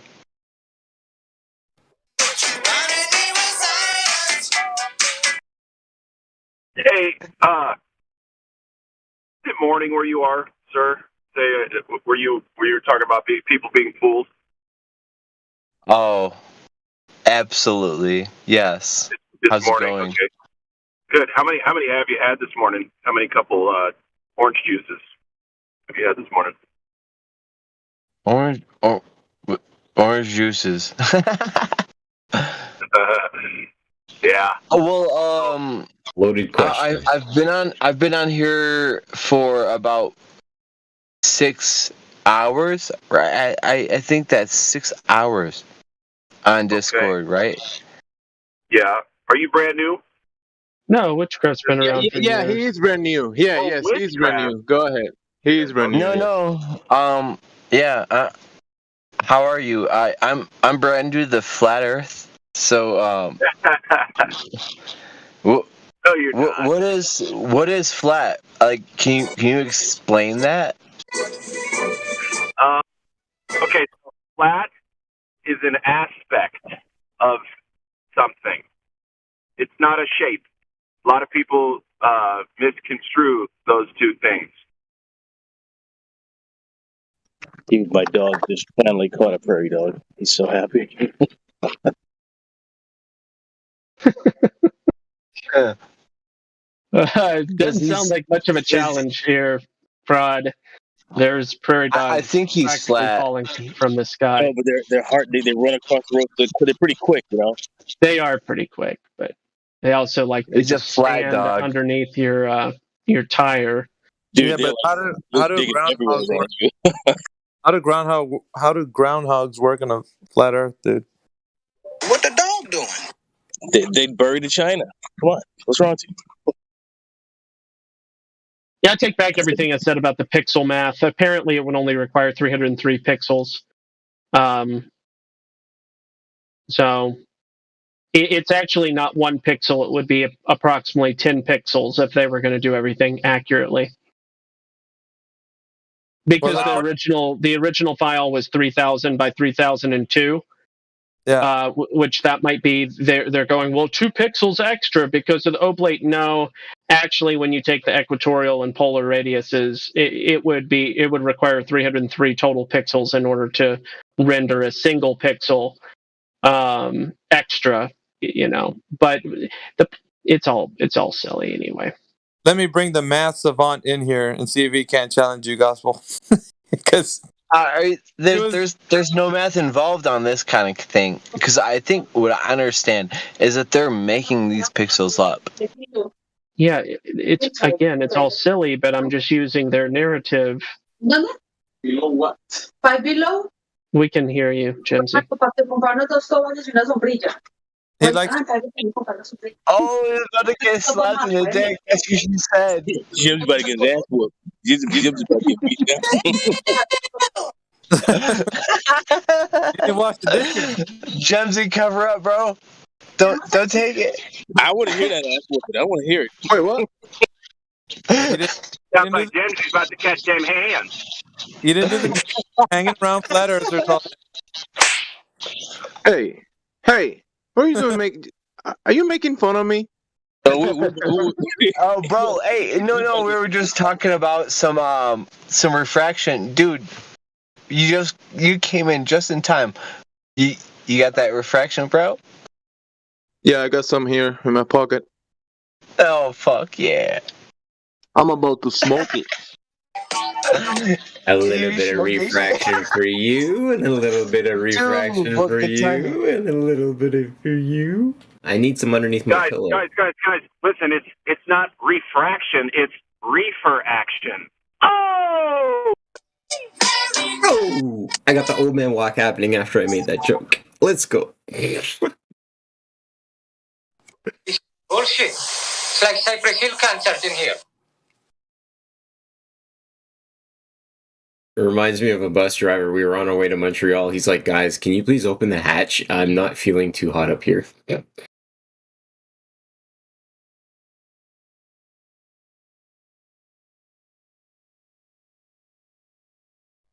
This is bullshit. It's like Cypress Hill concert in here.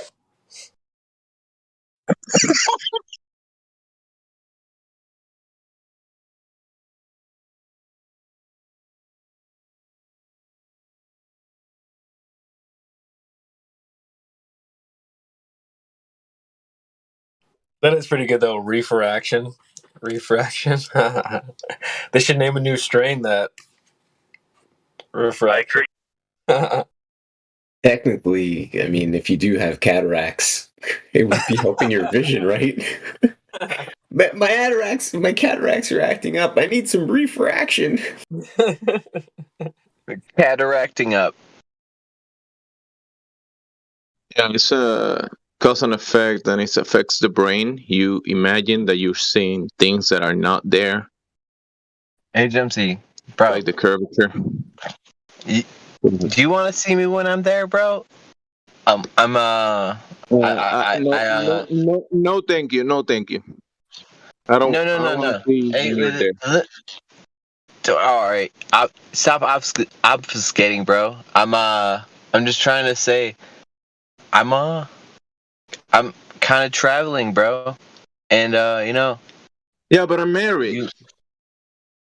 What the fuck? Just kidding. Are you traveling through the East Coast? Are you traveling through the East Coast? Are you on the East? I thought you were on the West, bro. I'm on the West Coast right now. Sorry, bro. We can't. I'm on the East Coast, so yeah. Damn, epic fail. All right, I'm sorry. I assumed incorrectly. Where are you, in Cali, Guacamole?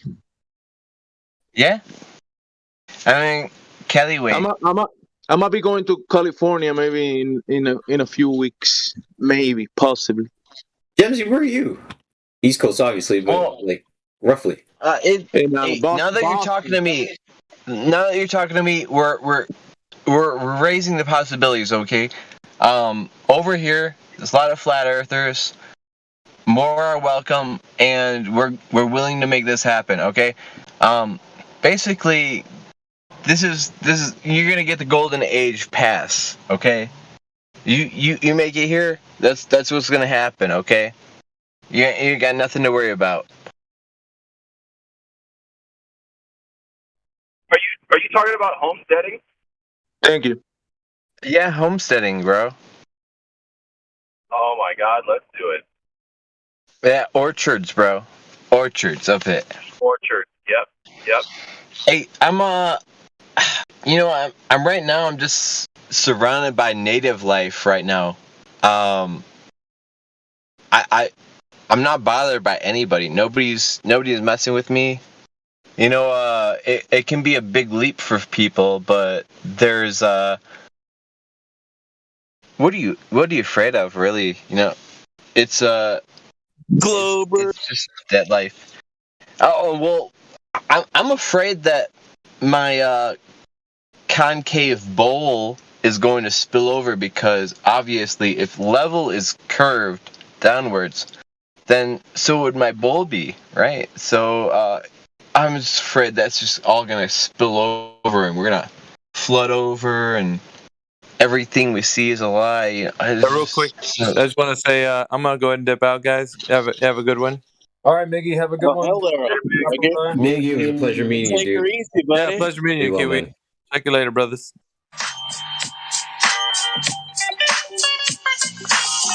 Perfect rollout music. Well done, CB. That was awesome. Yeah, that's the Elvis is leaving the building music. I literally pictured him walking out, chucking up deuces, and the door closing behind him. That was awesome. Yeah, leather jacket over the shoulder. Yeah. You just only hit the mute button. Big mute button hit. So check this out. So if level is curved, how the fuck do basketballs work? Thanks. Well, have you ever seen a basketball bounce? Hello, that's why. Well, actually, Glad, I made it in life, so I made sure to get everything custom. I got a custom house. It's a spherical house. I got a spherical bed. All the floors are curved. My basketball court is spherical. I'm anti-flat. Hey, I'm allergic to flat. Everything in my house is spherical. I hear you, bud. And there's no such thing in a Glober's mind. There's no such thing as perfectly level. They're like, well, measured flat. They're like, well, you're just on a small local area. That's why it's flat. Man, even my sliced bread is curved. Yep, I got the house made sure to be extra charged up with gravity, so even the water in the bathtub is curved. I can make rubber duckies disappear over the curve. You're like, how about the table? If I'm not careful, my house will start sinking into the ground. I got to keep that gravity meter right at the middle. How about the table that you cut the bread on? Is that curving too? Yep, that's round. That's round. Curved. Walls and everything. Everything's custom curved. Nothing's flat. Yeah, dude. One guy, you guys remember that scene in Seinfeld when Kramer tried to lean on a circular wall? That's what happens in my house.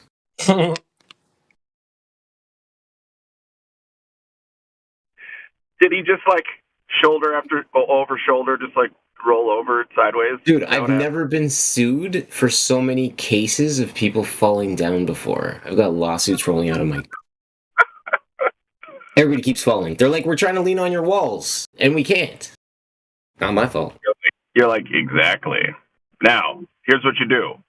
I'm going to change my strawman name, and we're going to share in the proceeds of you suing my strawman man. My strawman.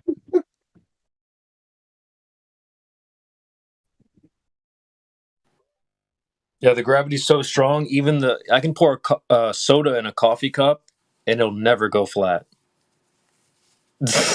Bitch be staying buoyant for days.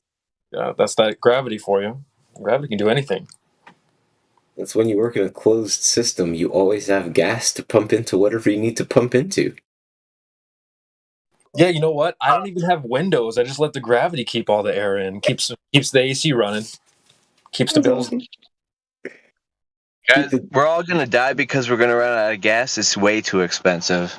Well, see, that's the thing. I don't understand how, if it's an open system, where do we keep getting all this free gas from? Who keeps creating all this gas that we just use? I thought that you would at least recycle the gas that's in place. Why would you create new gas all the time? That seems like a thankless, tireless job. Well, yeah, and then when you tell them the first law of thermodynamics is you can neither create nor destroy matter or energy, they'll be like, yeah, but when you waste water, you can't waste water. There's no way to take water off of Earth. Sorry. Oh, I mean clean, usable water. I'm not wasting it, bud. What is water? I've actually drastically changed my relationship with water. Now I'm drinking the most pure water that you can ever think of. Right out of the rock, and then I'm not seeing a cloud in the sky. So how does it that we have a running river on a globe Earth. Where's your gravity now? Yeah. And where are the I like- rivers flowing all four directions too, by the way? Where are those? Oh yeah. Well, what's up with that? Why does water go up on a globe Earth? I want somebody get some of these bitches out of fucking Gem Pandas right now. I swear to God, right now, get one of these fucking numpties in there. Yeah. See, like, you ever I seen a want to river hear him. uphill, southwest uphill? Like, what? Again, you I'm forget it. sick of it. I'm done. I want to hear it right now. I want to fucking destroy them. I want to fucking rip them apart, and then I want to see them just absolutely realize that they have no argument. They really think that it's curved? Like, are you serious? I can bet that gravity also has something with rivers. He's already dead. He wasn't ready.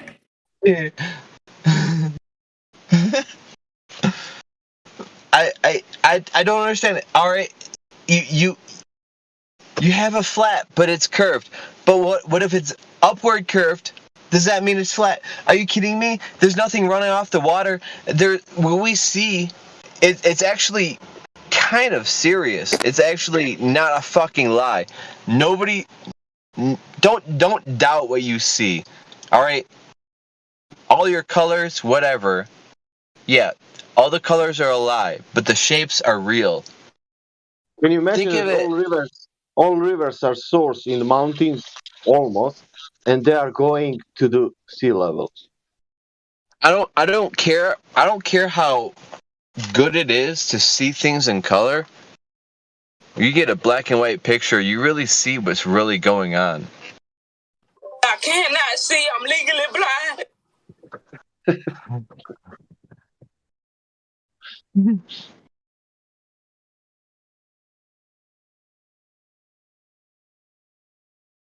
Yeah, that's true. If you close your eyes, you can feel the geometrical horizon.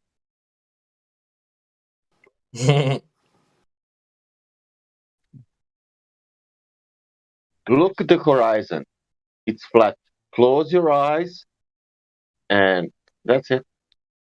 And if you close your eyes. With imagination, I can be anything I want. I just watched the SpongeBob movie, right, on Paramount Plus. Good stuff. It's really sex related. It's crazy. Speaking of sex related, so is there anything that the Globetards can bring us when we're talking about things that fall down, right? And then what about things that fall up? All right. So duality, where's the anti-gravity? And I'm sorry, like, is there an acceleration for that too? Do they know what that is? Do they even theorize what that could possibly be? What does it have to do with sex? If gravity is pseudo force, that means that anti-gravity is real force.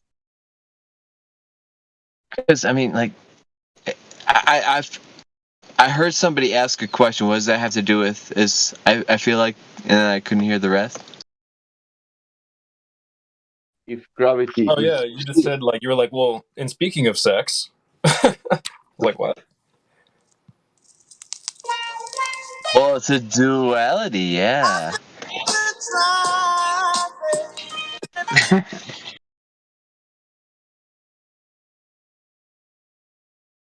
And yeah, it's there's a negative and a positive. Positive pole, negative pole, south, north, whatever. Okay. For the pole, you need sphere. For the poles, you need spheres. Hey, well, what if there's a third pole? Okay. But it was not a really. If you call it a pole, but it's really not a pole, right? What if it's that?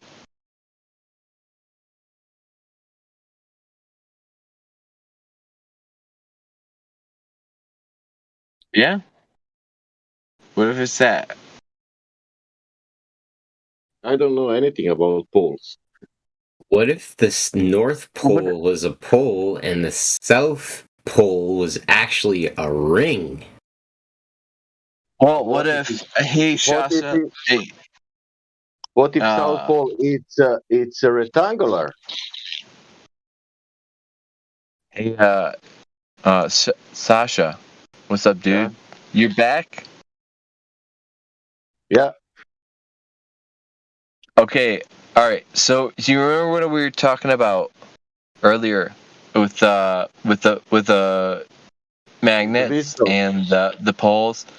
And the fact, okay, it doesn't matter what pole you're sticking it to, it goes right onto the whatever is magnetic, right? Unless it's like the actual polar magnets, right? Are we following along? Somebody start recording this. All right. Flow Creation Bear. Just go back to everybody. YouTube. You guys hear me? Yeah. All right. So what if these poles are repelling each other, right? Because they're the same charge, same pole, right? Negative, south, whatever. We call those the same thing. Well, it's got to obviously be the same. Negative equals south, right? Right. So those repel because they're not going to. That's just the law. There's no kind of attraction between the positives. Like, I mean, not the positives. Yeah. Well, I guess linguistically, yeah. Positive and positives do not attract. Same thing with negatives and negatives, but the opposites attract, right? So north and south. All right. So with the Earth, it's a ground, and it's a non-positive and a non-negative. Just like you have 3 prongs in your entire house. So you can relate. That right there is pretty much everybody knows the ground is facing downwards most of the time. And it will protect you. It's obviously a really protective force because it negates both of those properties by being neither.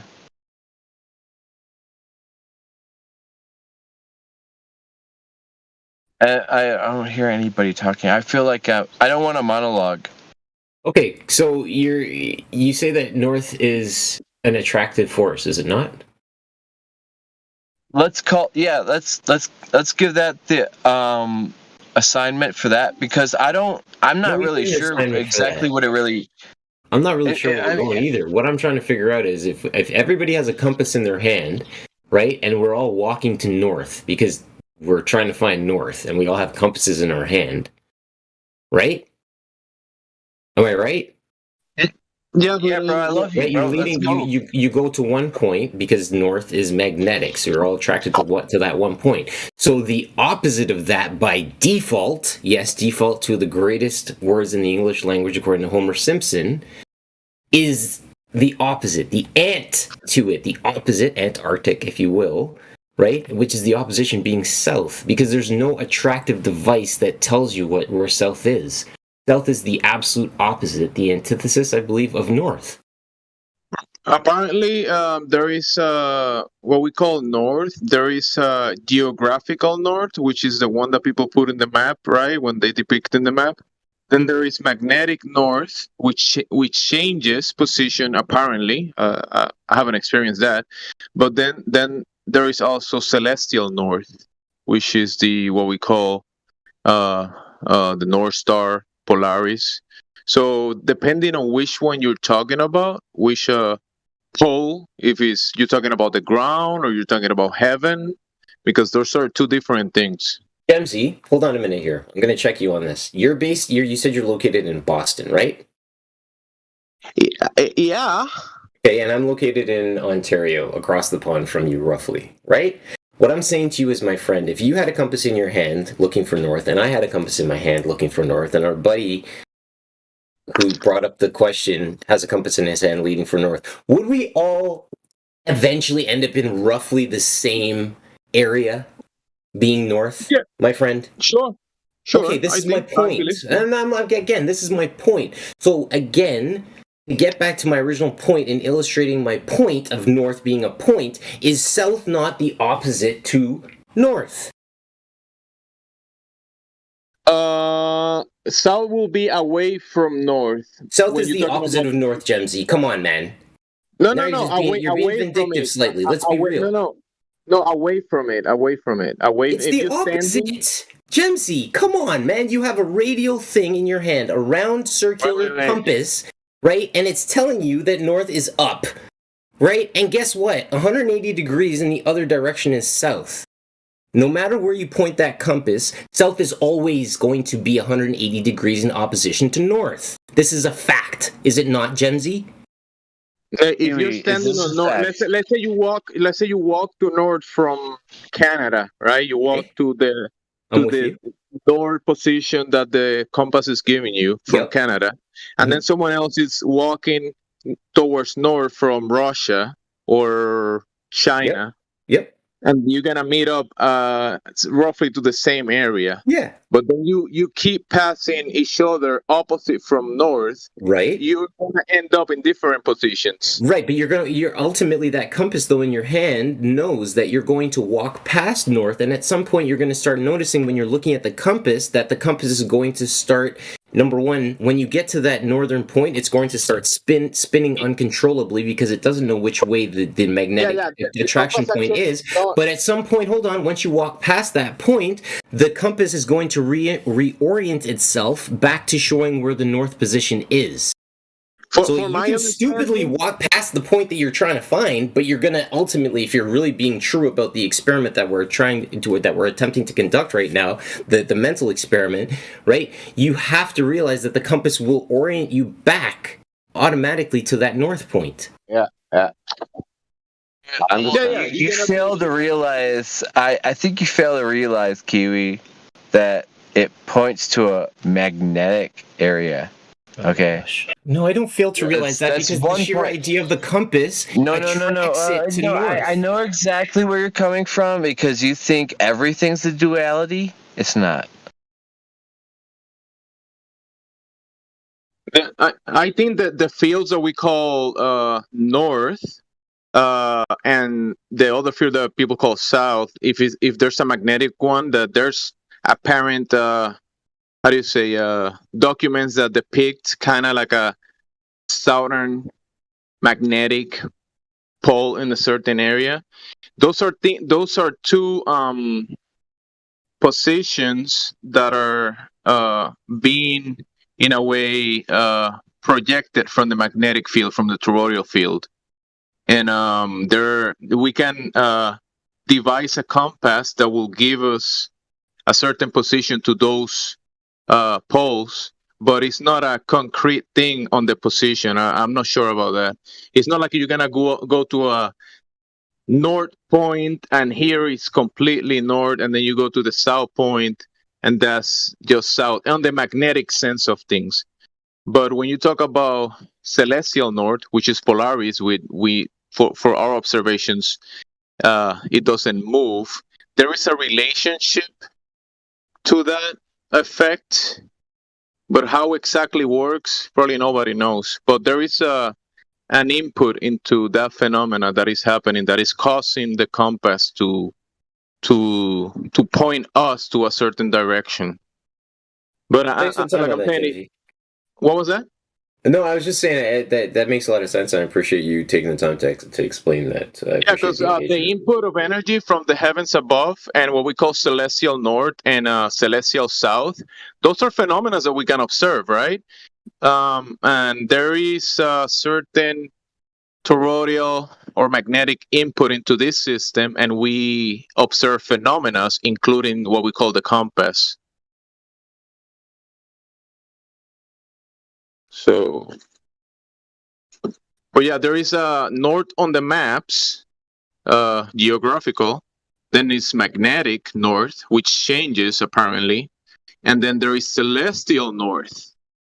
So yeah, remember the globers basically tell you that the North Pole, you see Polaris because the ground that you're standing on at that position is spinning. That's why you see the center point in the sky called North. But it's not like that. You're actually, when you look in a celestial north, you're actually looking at a position on the sky where something is happening that is causing the effects that we observe. So and if you north is an actual, it's a very interesting phenomena that is very underrated. So what do you say about the GIF I posted in the general chat, Gemsy? So circumnavigation, where you have the northern pole, and then you have this outer ring that gets kind of painted with the illustration of north. Like, I realize that what you're saying with celestial north being up above this circle map that he's presenting, and again, I'm saying circle map just to be facetious about the argument at hand. Celestial north being above the axis he's rotating around in the sky, right? But what I'm saying is, for us ants who are living on the actual plane itself, when you have north that is a common point here, doesn't south automatically get painted as a default position behind you? This is all I'm saying. And with the magnetic aspect, the attraction, I believe that's what the compass, that's the premise what the compass works on. Yeah, because you are between the let's say the plate that you're standing on and the cause of the effect, the magnet, the machine, the magnet that is above your head, and you're between those two places. Okay. So you're okay. So I see. Okay, no, and that's a very fair point, because you actually said above your head, which again, okay, that takes me to the point where I could be attracted to, when I'm standing on the ground using the compass, I could be attracted to the northern thing in the sky versus the northern point on the ground. To be clear, yeah, those are two different positions. Okay, I can take that. Yeah. Yep, very fair stated. I thank you for that. It's great that you're making that differentiation, because people don't think about that, and there is a different objective place, the ground that you're standing on and the heavens above your head. Those are two different places. But they have a certain relationship in, let's say, in a toroidal, magnetic frequency or whatever input into the system that we're standing on that is coming from above and is detectable, it's observable. It's just underrated.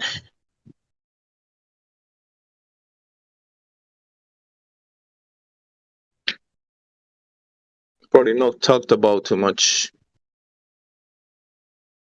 because we cannot go to celestial north and test it. What is the cause of the effect, right?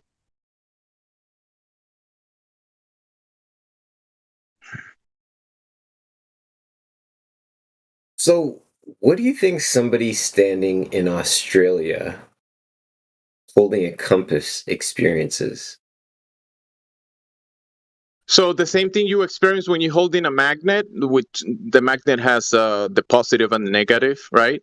And if you hold that magnet above a metal plate and you hold it to a certain distance, and it will still have certain attraction, but it's not attached to it. It's pulling and it's causing an effect on the let's say 2 points of the plate, which is, the positive and negative that is trying to attach itself to. I don't know. I'm not an expert on magnetics and magnetic or whatever. But if you put that, let's say on the Earth, you're standing on the plate, on the flat negative plate or whatever, it's made of a lot of iron. The Earth is made out of a lot of different heavy stuff, right? So it's very magnetic or whatever. And then you have that magnet above it causing this this field in between.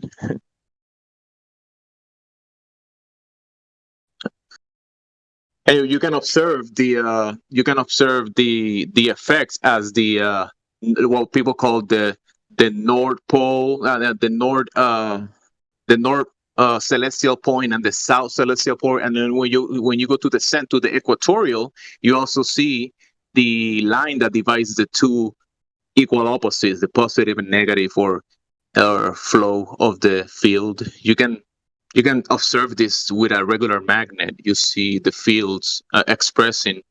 If you put the magnet under a magnifier glass in a chamber, and also you can put like gases in the chamber, it will kind of show you both sides of the toroidal and the magnet. And that's a similar effect. I wouldn't say that's exactly how it works, but there is a phenomena happening between heaven and earth, and is the cause of the effects is above what we call the firmament or the container, and I will say is above, on one of the layers above. And what the effects that we see as the toroidal field is between the ground that we're standing on and the heavens above. That is causing. Did you see the general chat? I mean, we've had some. So I think it's Hyder posted the ley line, the world magnetic model for the attraction lines, north and south. North being the north and south toroidal split, and then Tim posted up a response to that. Toroidal field would kind of explain why the North Star is not in a fixed position in the exact center point of a star trail, since true north is not a thing but a biggerish area, and the North Star might be rotating according to the quote innermost lines of the field. Imagine you have the tip. You have hold the on, tip. hold on. No, 1 second. Imagine you have the tip of a pyramid, or the tip of a magnet, the tip of it, and that tip is doing a circuit. So that tip is moving a little bit on its own circuit, right? Like that let's say structure or device, it's spinning or moving, and the tip of it is gonna be almost in the same place, but it's still gonna move a little bit in its own circuit. You know what I'm saying? Like when you're spinning when you drop like a spinning toy, those spinning toys that you drop on the floor. Oh, Did you like see a the general gyro. chat? Did you see the general chat? Look at the GIF. Look at the GIF that Tim posted. It encapsulates what you're explaining, I believe. He's got the I animation. think that will be maybe in sort of what the field will be. That's But what, exactly. Remember, the field is an effect. The cause of that effect still in question. Yeah, but the field is still going to create the experience of the northern point being attraction point, and this would give some substance as to why this this point appears to be constantly moving.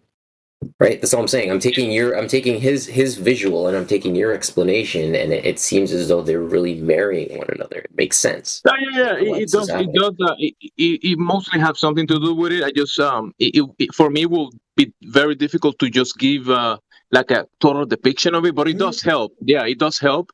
And I will say that I've heard a Glober the other day saying, "Hey, when I look at the North Star and I look at Polaris and I do the math, that gives me a sphere."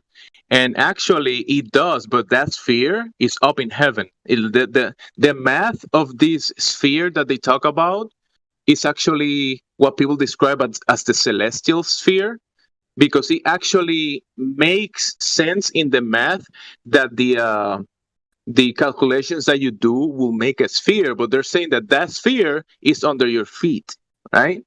But that between the negative and the positive, or the whatever the inflow, whatever those equal opposites that are causing the effects, let's say structure that is above that those magnets or whatever causing of the effect is, that it will make sense that around that machinery, it will be something like this, like a sphere. It will actually, doing the math, it will actually make a sphere, but like I'm saying, that sphere is not under your feet.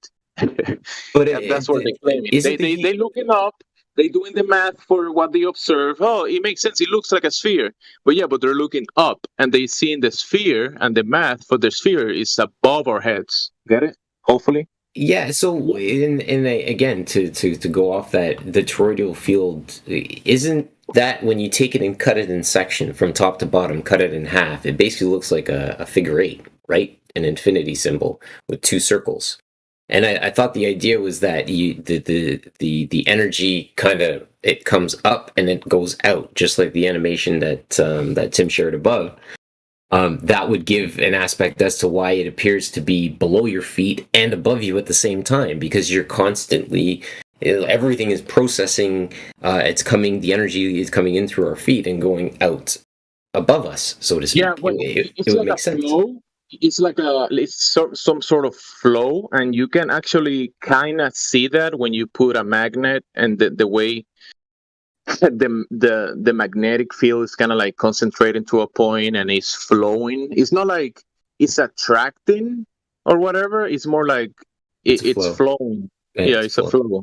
Yeah, and you can say, and we can kind of express a similar effect here when we look at the sun and the moon, and we see the input of energy and maybe an output. I think this dynamic system that we live in, it has a flow as well. So yeah, it will make sense to me.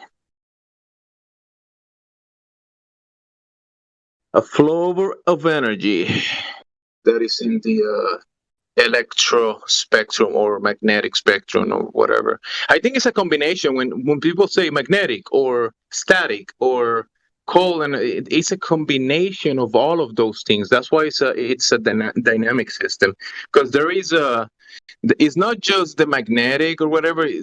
There is an input of information into the system. For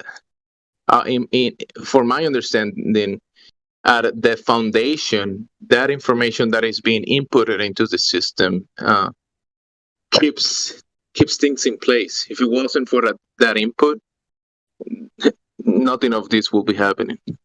None of this. Where do you think that input's coming from? From heaven? The creator? The designer? The informer? The programmer? The guy that has created, and imagine that was just some kind of I don't know if it's a guy. I don't know if it's a guy. Well, but I'm just saying, a force, right? But imagine that, seeing what that formula looked like, if you could even begin to ascertain that formula with ones and zeros, and it was just this constantly renewing formula, repeating over and over and over, just to maintain that collective consciousness idea, right? The positive energy flow, so everything maintains its place.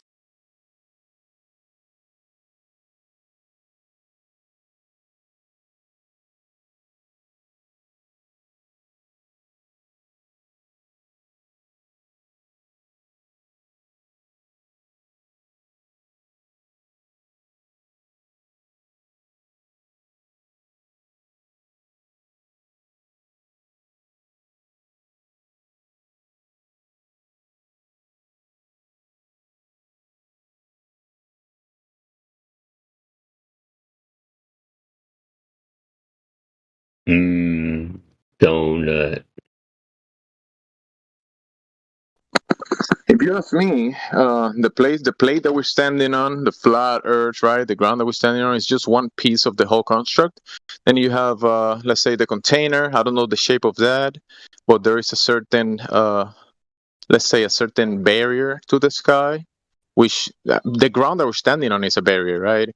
And then the sky has a barrier, almost like a corridor or the floor of a building. And then above that barrier or barriers, because I don't know how many there could be, it's possible that there's multiple layers to the layers above our heads and below us. There is the phenomena that we observe there has to be a cause and effect relationship. And since we see the cycles, I think it's an actual build machine. It is a machine, and above the container, there is an actual structure that is designed to cause the effects that we observe, or a big piece of the structure, because this whole thing is just a Okay, so structure. aligning what you just what you just threw out there.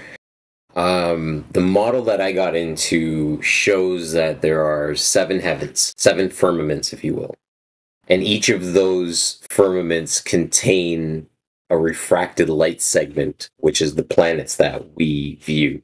This is why the planets appear to be shimmery, like almost like if you were to shine light through water.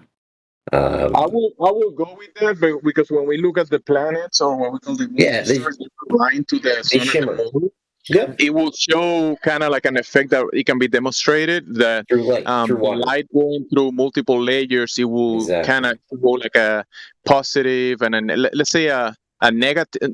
I don't want to say positive, negative, but like a, when you take a picture and you have the negative of the picture, and then you can color it if you want to, right? So there is kind of like that effect on the layers above, which is the light passing through multiple layers, and then you have angles because the light is moving, so you have different angles of the light that is going through multiple layers. So that's why you get the It's very important to outline that the light is going through layers of water to create the light segment you're seeing. Yeah. Right? Yeah. We want to be able to say exactly how it works, but we can kind of demonstrate something similar. That last layer, that 7th heaven, if you will, is the layer that contains the stars. That's where all the stars are, quote, painted onto, if you will. That's what I believe. But again, I want to call it the last layer because there is a layer that is beyond that where the actual machine that is causing the effects is the structure. Do you think there's something else past the 7th? Heaven, that's like where the throne of God is, where God dwells. I think, and that's the thing. Have you ever heard about the idea of Saturn? Saturn being, what have you heard Saturn being a representation of in the past? Saturn looks like an image of light passing through gases on the layers above, and since the light is passing through that point, you're seeing an image of that place in the plasma TV that is above your head. It's a plasma TV. Yeah, that's why you see images. Plasma. Yep. So it's a plasma TV. It's a huge screen that you're looking at. Just like the screen that when you sit down in your sofa and you look at the screen, that screen has multiple layers, right? Right. Yeah, forming the image that you see in front of you. 7 layers. And I like it. You can see the moon and you can see the sun on that screen that you see that is in your wall. The same way you see the screen up above your head. So the last 7th layer, 7th heaven, containing Saturn. And that is representation. We don't know though. I mean, we're just having the conversation of I don't know though, aren't we? Yeah, I get you. I like this conversation. I just like it. So I'm actually rushing it because I'm running out the house. Oh, sure. So I'm actually just racing through. No stress. Yeah. Thanks for the time. And I appreciate you because we kind of see eye to eye, I think, on this. Appreciate you, Jemsy, as always, man. We'll talk. Continue. Tell me what you know about the whatever the layers. Well, heck, it's not what I know. It's just based on the model that I took in. Is this the last point is that the 7th heaven is where Saturn is, and Saturn with the rings is showing that he has divine dominion over the kingdom that he has created, and that is in fact there's nothing past that 7th layer. Again, that's just the what I kind of came up with in the model that I've been looking at for the last little while. So that will be the veil that you cannot see beyond that veil, but that veil will be removed, or it could be. I don't know if it will, but there is the place that we cannot look at with our eyes. Yep, can't see past it. It's true. The void. No, it's not a void. I think there is an actual structure up above, and that structure is like, let's say you build some type of catalyst or some type of machine, and you need that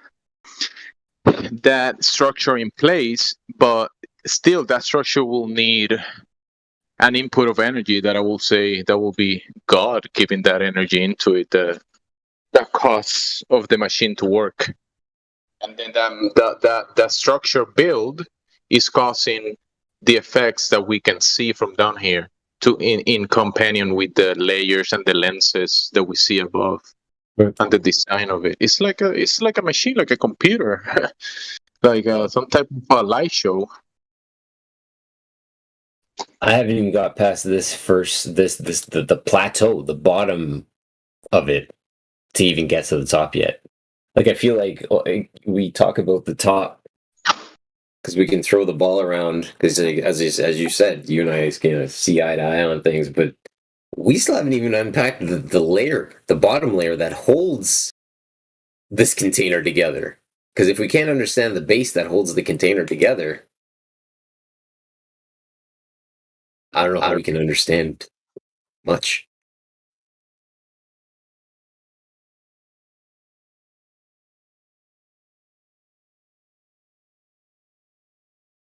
Closed system, that's for sure.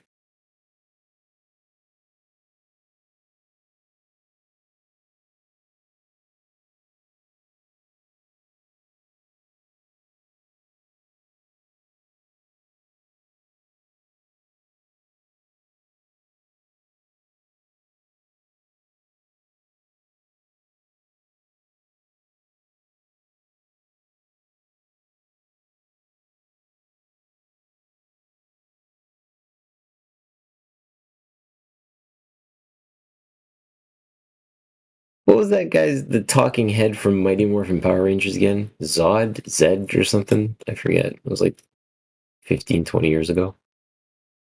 Nope. 30 years ago. Holy crap.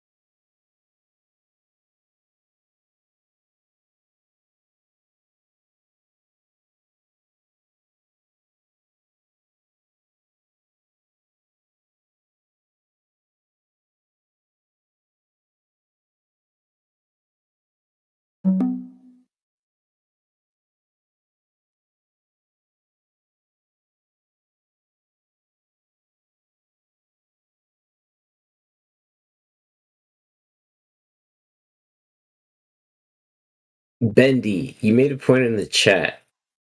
Providing equal sunlight. Pyramid is good at growing food.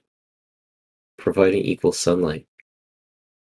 Yeah, it's like, have you ever seen those steps in, I think it's Asia, where they grow food on the side of the hill in different. Oh yeah, dude. Could you Could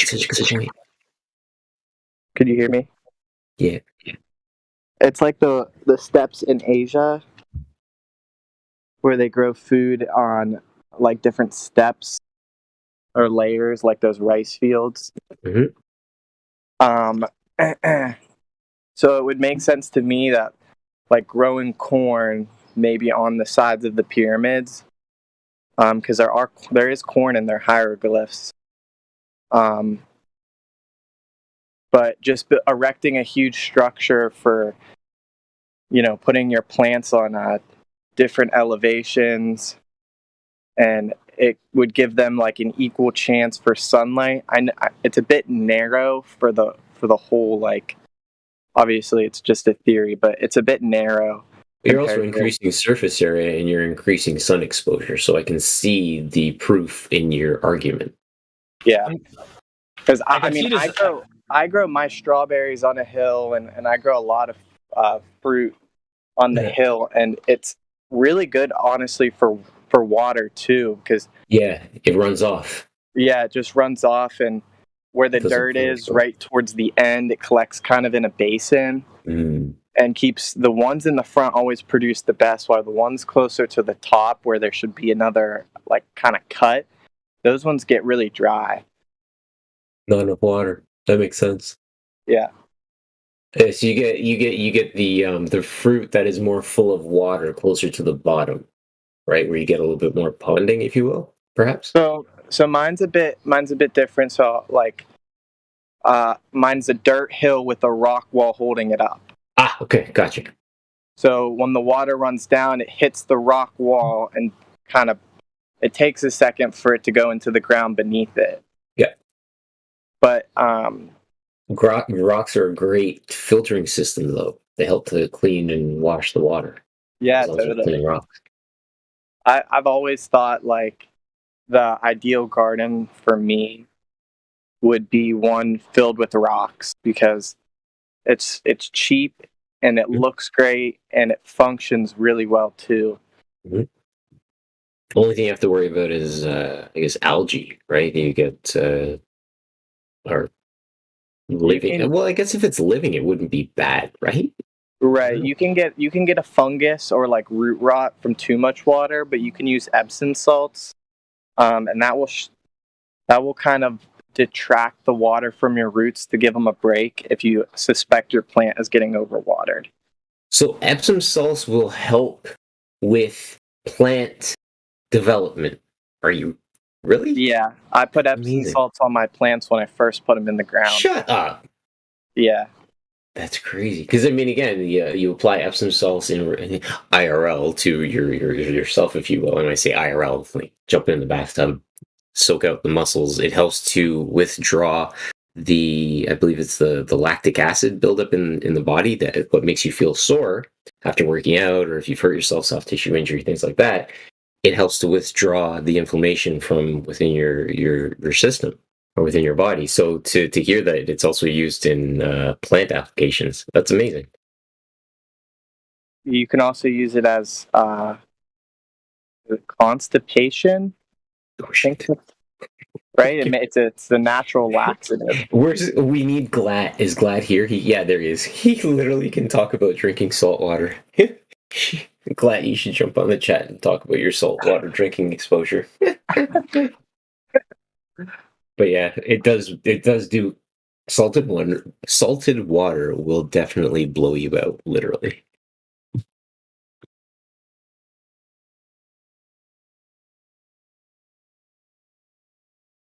Well, I know that even though, like, I can't confirm that the pyramids grew like fruit and stuff on the sides, the Native Americans here in America used at least a similar method. It was a mound, so it was like a pyramid with a big chunk cut off, kind of.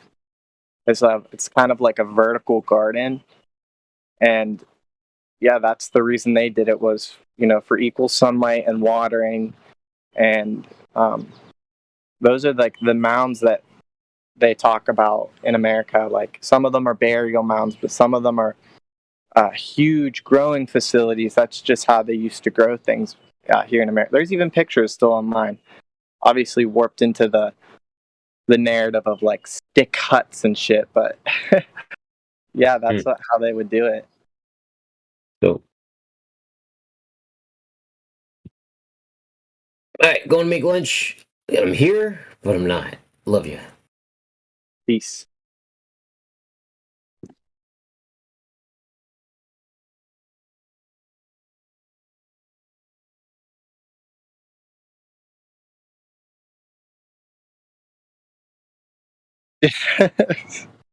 Salt will what?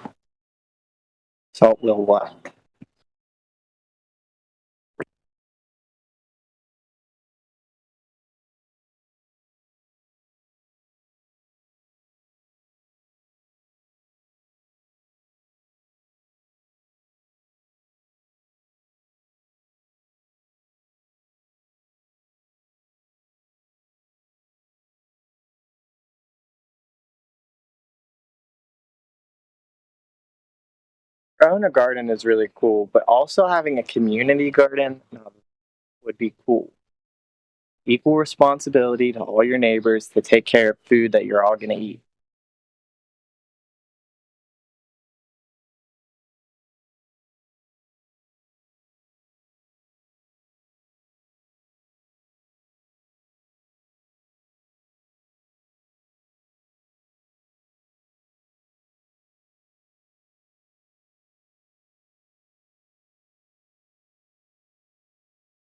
Lumpy, thanks for the explanation. There you go.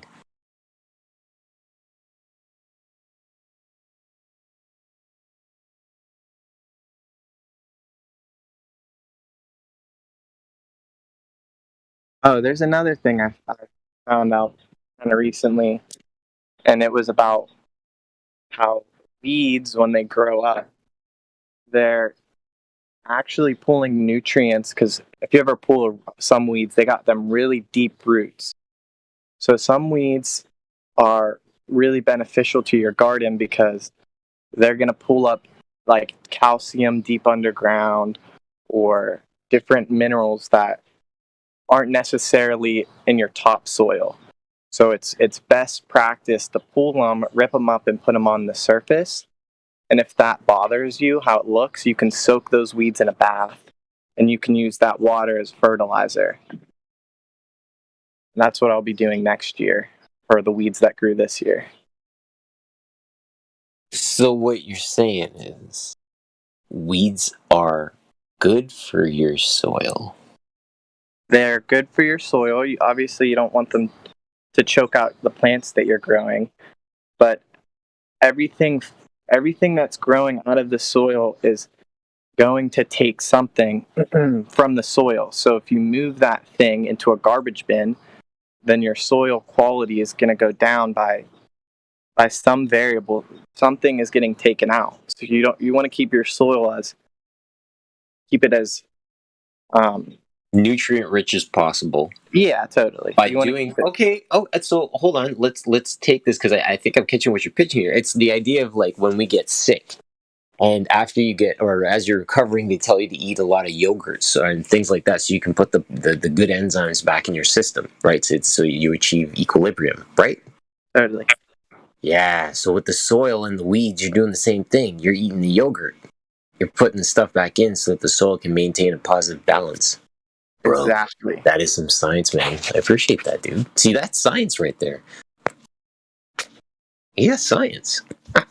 Well, that's what, the Globies won't tell you is that, everything requires work. That's true. But, they'll say, oh, there's something wrong with your soil. Pull these weeds. Lawnmower your grass. As if, like, the earth isn't already perfect. Like, they're trying to achieve some state of perfection, but it's already here. It's already present in everything that you see. You just have to recognize it and appreciate it. They would rather you support companies like Monsanto and buy your Roundup weed killer and spray your backyard full of aluminum. Tasty. Yeah, totally. And y'all just remember, Monsanto is the official pesticide? Yeah, pesticide controller for Starbucks, your coffee bean grower. Thanks to Bill Gates. Hey guys.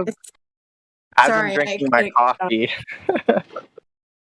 Yeah, I buy organic coffee because of coffee is one of the highest sprayed crops.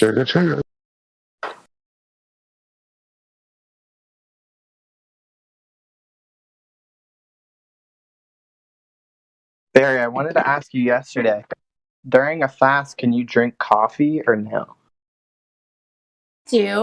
I still drink everything. I'll even use like organic half and half in my coffee. I mean, technically, like a tiny bit of, especially if it's mostly fat, like isn't really enough to really break a fast and throw you out of autophagy, because there's another guy even, what was his name? I don't know his name, but you could find him. But he actually came up. He's a doctor, and he came up with what's called the fast mimicking diet, where you still can eat. Like it's a program he actually sells, but he called it the fast mimicking diet. So really, if you're eating, you can almost eat up to 500 calories in a day and still retain some of your autophagy. Probably mostly as long as it's not like, junk food or processed food or bad food, but also in very small caloric amounts. So when I do fast, I don't do the fast mimicking diet and eat like that, but I will sometimes put a little bit of half and half. Well, actually, I've been drinking my coffee black again, but before that, I was drinking it with organic half and half in it. And I would drink 2 coffees a day with half and half in it, and then like just plain teas and stuff. So I always did water fasting. I never did dry fasting. I'm not sure what I really think about dry fasting, but some people do it. And I would drink electrolytes too, like no sugar electrolytes. So I just did that because I wanted to be safe. And I did take a multivitamin as well on my fast. But that's just how I chose to do mine. But I was fasting probably like over 30 hours a week, because I'd stop eating at like 7 o'clock on Thursday night, and I wouldn't eat again until about 2 p.m. on Saturday, which came out to actually 30-something hours. And then once a month, I was fasting from 7 p.m. on Thursday all the way to 2 p.m. on Monday, which came out to over a 3-day fast, technically. And I would do the coffee half and half, lemon water, herbal tea, and electrolytes. That's so impressive. But Yeah, but I'm way off. I haven't been doing all this, and I feel awful. I was feeling so healthy when I was doing that. I feel terrible right now. I have some questions for you, and this is where I'm maybe you're feeling crummy. Question. So when you're fasting, what are you using that's buffering the muscle in your body? Well, if you do the research about it, technically, your muscle actually will fully retain the minimum through like 30 to 36 hours, I think. Your body goes, or maybe it's up to 72. I'd have to go back and read now. I'll have to go back and find the person who was talking about that and the science. But actually, your body does a lot to retain through so many hours. But if you go into longer fasting, you definitely, can lose muscle mass as well. But I think your muscles are all protected at least through like 36 hours. Your body has a protective mode. And that's based on the research that I was in, or that I did. From my understanding, when you engage in a fast, as soon as the body starts to get hungry, I thought that the muscle was the first place that the body would look to, because it's the most vital source for nutrients, and it would begin to kind of almost leach off their muscle. And I thought that it was important to put in kind of whenever you're fasting, you put in some kind of a buffering agent, whether it's a protein. From my understanding, it wouldn't trigger fat first, and then if you don't have fat, it will go to the muscle. Yeah, and see, it really depends on your body, because so if you're already super thin and you have really low body fat, right? And you just want to fast to get into autophagy for your general health, I mean, you can accomplish that without losing muscle mass, I think, through like 30, 36-ish hours. You know, where you can salvage your muscle, but you would then, after 13 hours, be in autophagy. So then you'd have quite a few hours, around 30, 36 hours, where your body's going to go through and clean up stuff. And your body doesn't necessarily go to muscle first. That's the whole point of autophagy, is that your body will go and it'll look for mutating cells, old cells, stuff your body doesn't need, and it'll break those down into its various components first. And that's why autophagy is actually so beneficial, is because it goes and starts breaking down. It can even eat like old skin. That's why what they say, if you research a lot, they say with weight loss, people who do intermittent fasting and maybe fasting here and there a little bit longer, have less skin issues and stuff, is because your body is trying to get rid of the stuff it doesn't need first. So I don't know if that answers. It's a cycle, right? Because you want to fast so the body can digest whatever food you had in before that period of fasting, but then after the fast, you have to provide the body with nutrients and food and certain things. And some people will just go to McDonald's after the fast. I don't think that's the right way to go, right? Right. No, I mean, the whole point, if you're actually going to fast, right? I mean, the whole point of that is to try to do something healthy for your body. The big key is, well, I'm just going to say this because just in case there's a lot of people listening that decide they want to fast, but I just want to put out a couple things. Number one, anyone who's taking metformin,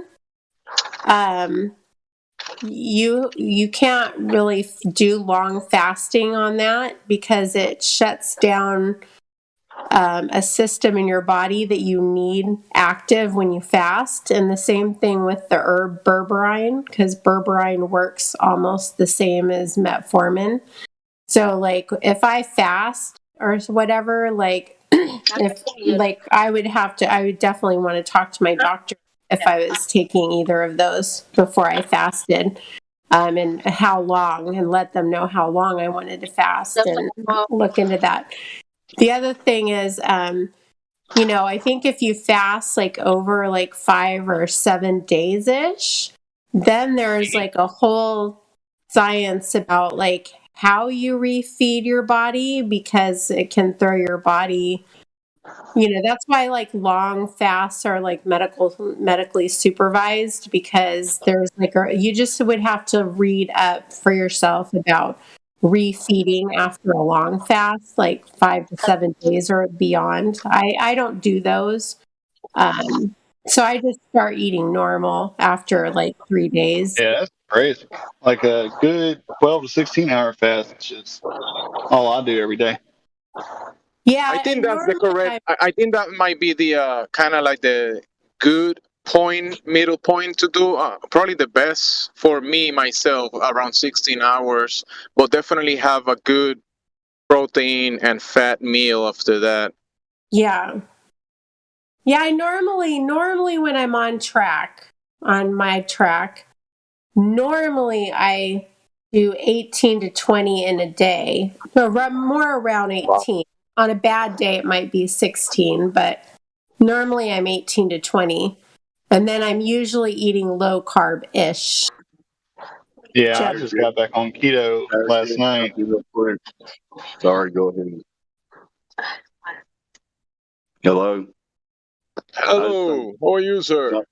Nobody's saying anything wrong. I just think we need to throw out a disclaimer.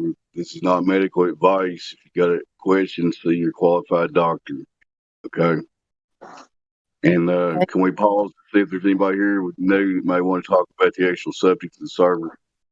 Oh yeah. This only happens in video games. What we're talking about is This is entertainment purposes. You know, Discord is for video games. This is what we're talking about: fasting in video games. So don't do this in real life.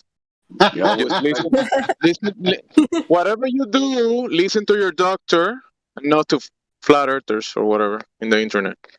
yeah, I wasn't saying anybody was saying anything wrong. I just thought it needed to be said. Always trust your doctor.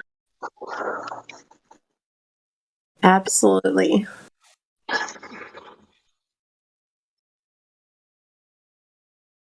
Oh, jag måste tacka man dum bilden.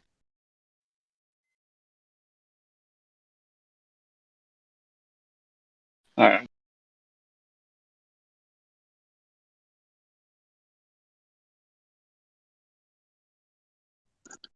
Y'all go ahead. Don't let that there Dave strike. Sorry for the interjection there. I'll just say if anybody does want to talk more, you can always message me in the health room and grab me there too. So if you want to throw down and have more chats about those subjects. But I was very interested about the weed thing too. I want to talk, not necessarily right now, but I want to catch somebody about that. That was interesting. You know, Sun Forester, I got a question about the weeds. They're all growing out of the ground all over the earth. They're all pointing away from each other on a ball, on a spinning ball, zipping around through nothing. Isn't that wild? Yeah. I just thought the interesting part was that the roots grow down further, so they catch minerals in the deeper soil. I couldn't jump on when they were talking about that, but I thought that was really interesting. But most things that grow from the soil, I'll feed it to the animals, and then I'll eat the animals.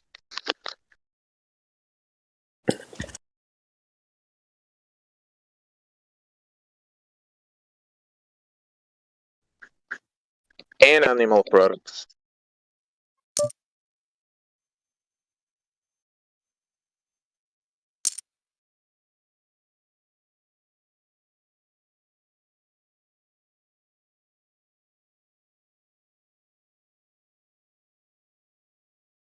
So, is there anyone new on here? I can't look at the names right now.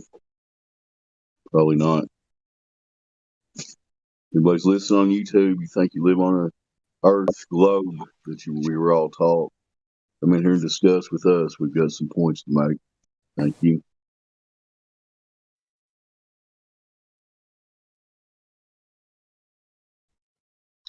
Hey, how does nutrition works on a globe? How does fasting works on a globe?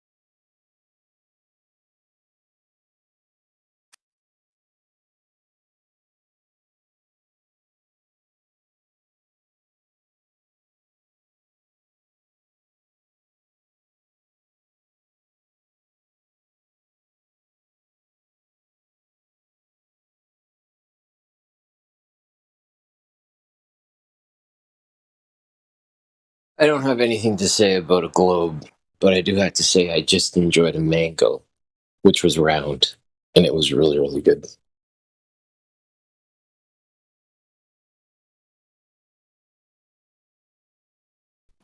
But it's better when men stay.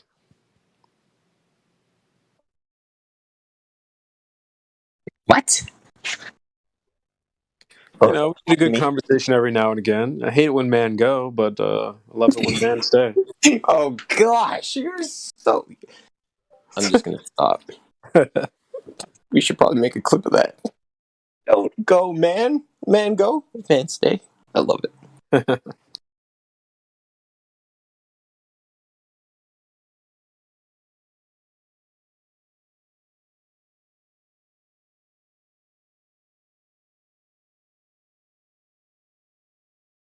I see P-Mac's back on chat. What's up, P-Mac? How are you, man?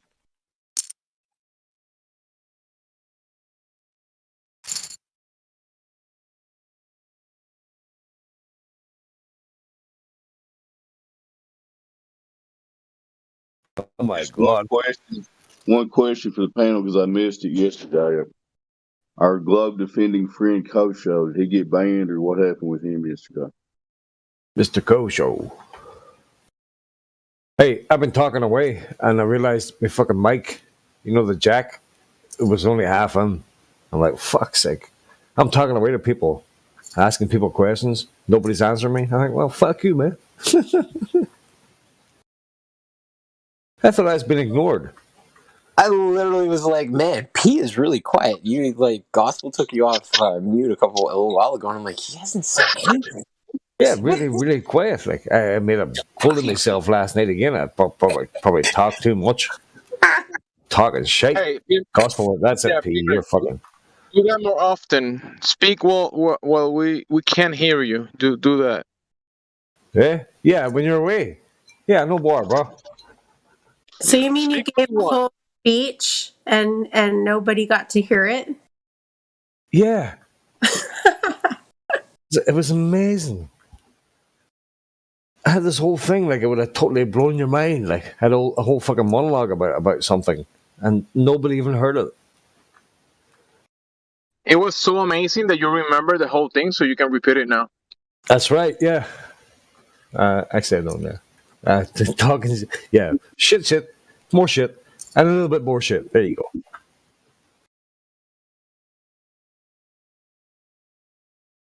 Amazing. I am actually.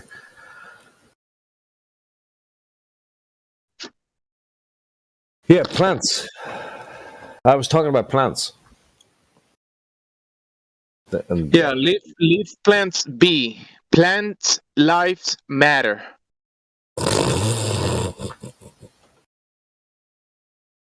Don't fuck with the plants, bro.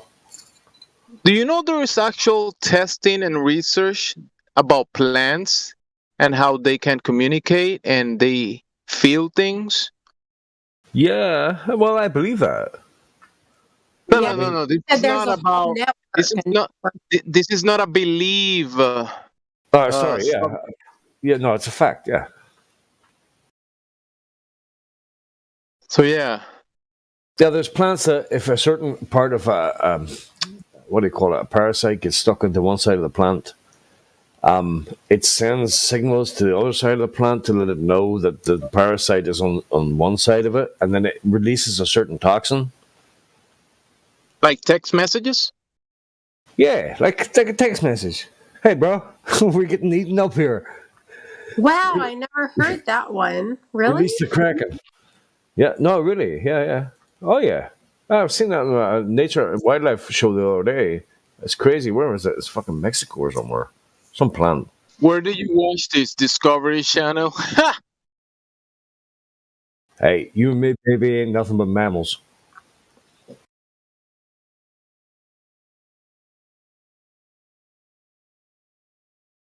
So let's do it like I do with the Discovery Channel.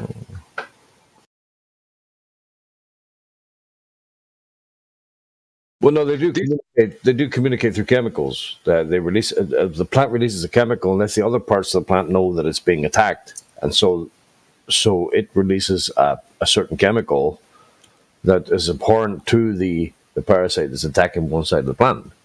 So that's almost a sentient text message.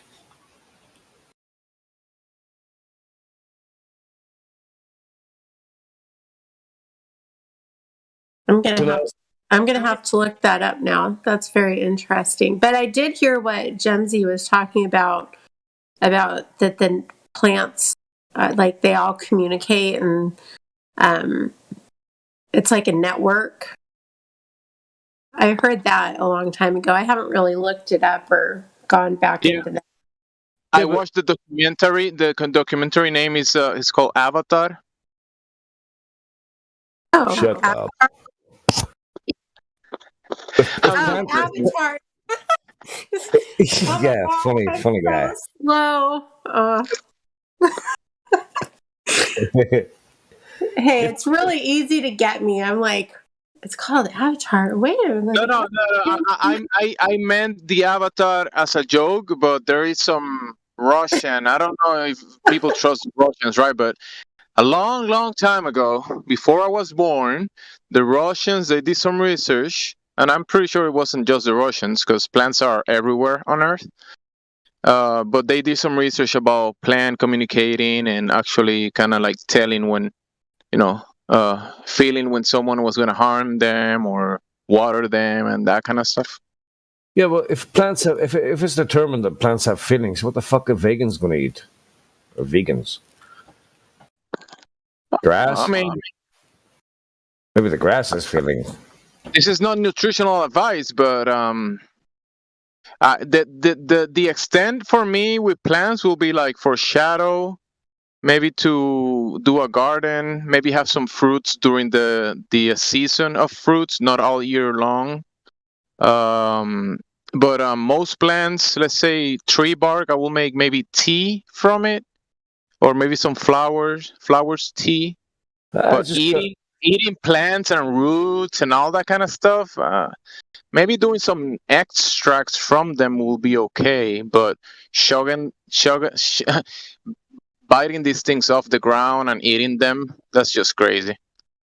Well, now I've got a picture of a GIF, right, of a cucumber with a face on it going, "Don't hurt me, bro. Don't eat me, bro." I have feelings too, you know? Pick up some flowers, make some tea, maybe some tree bark, some roots. You can make some teas from that.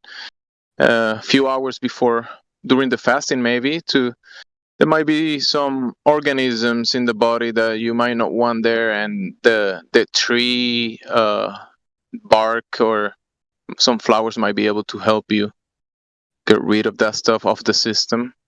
Well, use some leaves and roots and stuff. Yeah, most But medicines are to plant-based. have nutrition from that, just having a meal, I don't know. I don't know. I think the biggest meals should be, in my opinion, should be animal foods, animal products, and fruits. That's just my opinion. Maybe some seeds. I mean, nuts, maybe. But Most that's medicines are plant-based. Anodin, the painkillers, it's all plant-based. It's all from plants. yeah, but that's medicine. You use a little bit of it. You use certain amounts, certain extracts, and that's it. You don't just eat broccoli and leaves all day long. There's a reason why they sent the Geographical Society out to fucking discover India and the Far East and stuff. I mean, cloves used to cost more than gold. A tiny little spice that we have, everybody has in their cupboard now. You couldn't buy that in the 1800s. That would cost a fortune. They come back with ships laden with fucking cloves or plants, and it would cost more than gold. And they spent a lot of money to make money. Yeah, there should be some. There's definitely a lot of good plants out there. Well, they realize that if they analyze the plants, if It's they being find sensationalized in a way. It's being promoted like some type of diet thing, and you have to do it. If you don't do it, you're doing something wrong or something. It's kind of. It sounds like like the Globe to me. Hey guys, I wanted to bring up the kosher event yesterday. The kosher speech? Yeah, so like when Huey came in and killed the Newtonian gravity, I was on board with it. But what I'm thinking is, instead of carrying on for so long and allowing that to be postulated as something that's, you know, currently the cause of things falling down, Newtonian gravity, or trying to meld them, maybe with like long-term, not new people so much maybe, but with long-term people, Kosho and you know the usual characters, instead of just kill it with citation, kind of like QE will do, and then make that just standard protocol, and then not let the person waffle on about, but not brand new people maybe, because brand new people might benefit from hearing, say, what Gregory was having to say about it, and how it was being discussed as just basically wrong conceptually, but with citation, and then also when it gets brought back to Einsteinian, and then bringing up how the fourth dimension isn't anything anybody's ever experienced, and that space-time is a concept, and in physics, like having another set of quotes that support physics needing to have something physical in order to test it, something in actuality, and then just point out how they're diverting from the fact that it's been discredited in the scientific community, and that by creating their own idea of it, so that the audience listening, well, the benefit in doing it, the long version with Kosho, would be the audience listening, or maybe just kill it right away. I don't want to tell anybody how to do, but it seemed to me, Bro, you are spot on the way someone like Kosho has to be dealt with, because you definitely, like, I think I wasn't here when QE came in, but I did listen to some of the Kosho conversation. It's been going on for a bit, and you definitely have to bring like the actual citations and not that, and have him address that stuff, because if you let Kosho go into his mind and start explaining things, you're just gonna be there for days. And it's just gonna have an explanation for everything, even though he cannot back it up. yeah, I understand. So it turns into a waffle session, and then it convolutes. And it also presents ideas that people might adopt, because what's happening is people are dealing with their cog dis, unless they're already here to where we're at. But they're trying to adopt something that might make it real for themselves. But if you've already cut it off, you know what I mean? Early in the thing, it doesn't, that confusion can't set in. And then I wanted to bring up another one that I think maybe having refracted curvature and Ruhiv had a discussion the other day, and when Ruhiv put up his means of making a sextant function on a sphere, his angles were totally wrong, and also there would have been no GP over Earth on that model. The GP would have been off the Earth, because the star is supposed to be massively distant off over to the side or whatever. So he had an obtuse angle. He generated the flat horizon, claiming line of sight, however, to the center of the Earth as well. It's so bad. It was geometrically, it was so bad that it, on its face, how it didn't get confronted, but I don't think refracted curvature had the option of, like, well, he could have taken a screenshot and really chewed into it, but they would have been interrupting him and rumpusing him, and they kicked me out right away once I started bringing up my SolidWorks diagram that I have on my channel, showing that what they're doing is geometrically just it's incoherent. It doesn't. Okay, so impossible. Yeah, it's just super bad. But going over that, I don't know. I could, but no, I've got like 20 views or something down, and I haven't really been interested in being a content creator. I don't know. Anyway, so them couple things, but yeah, I could do it myself.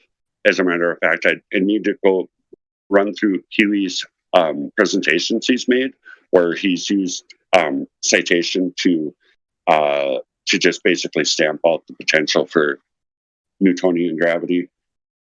And then also bring up how space-time can't be used as any kind of variable because it's conceptual, and the fourth dimension isn't anything we experience.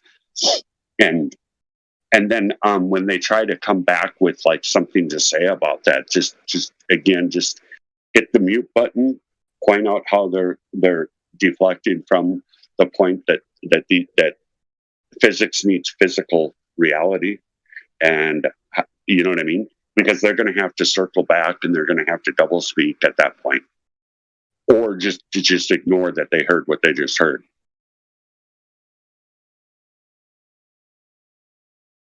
My opinion. It's just my opinion. I don't know. It's more for the audience. Any long-term anti-flat earthers going to just not change. I don't know what their deal is. I don't know if they're paid to do what they do. I don't know. I can't divine thoughts. You have the correct approach. I agree with you. It's just that you just said that here, and many people will take it into account, even myself, and maybe try to direct the conversations that way. But not everybody at that moment, whenever that happens again, right? They're gonna do their own thing, right? In a way. But I think what you're saying, you're correct. I agree with you. You said something about having a video. Oh, lumpy gas in a vacuum. It has me doing SolidWorks and showing the multiple reasons why. One, going to the center of the Earth and claim that's where the measurement's happening. There's two things wrong with that. That's not what's happening at all. Nobody's at the center of the Earth. There is no center of the sphere, but at any rate, it's hard to talk because we got these post a link to the video. Let me go get it. Yeah, I'll go get it. I gotta get 20 to 21 views. Also remember, when you're speaking to some of these Globers like Kosho, remember that you're speaking to a character, like a persona that they use.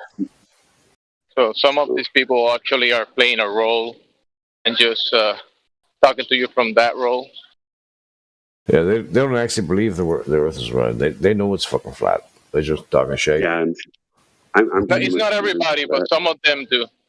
And that's some of them definitely play from a role stand, like a character from a movie. They actually do that. And that's where you can go in on them, like Kosho yesterday, and just say to them straight to their face, you're being intellectually dishonest. You don't have to say they're a liar, but you're being intellectually dishonest, because even in the confines of the conversation yesterday in the debate, he provided his own proofs of the Earth being flat, including a CN Tower video from YouTube, an observation across Lake Ontario, and he provided a flight path that he supplied going across a flat plane. So, and he's gonna tell you himself that that's proof of from his idea, because it doesn't look like it's a globe, but it is, because it doesn't. Right. Yeah, it's a mess we got dealing with these people. It's insanity. So I'm guessing something kicked off here last night. What we can do, right, is urge our new flat earthers, and I'll be honest, like myself, to engage. And I engage quite a bit. But to engage with these guys, because it helps to keep your sword sharp as a flat earther, right? So sometimes the punching bag showing up to the gym isn't necessarily a bad thing.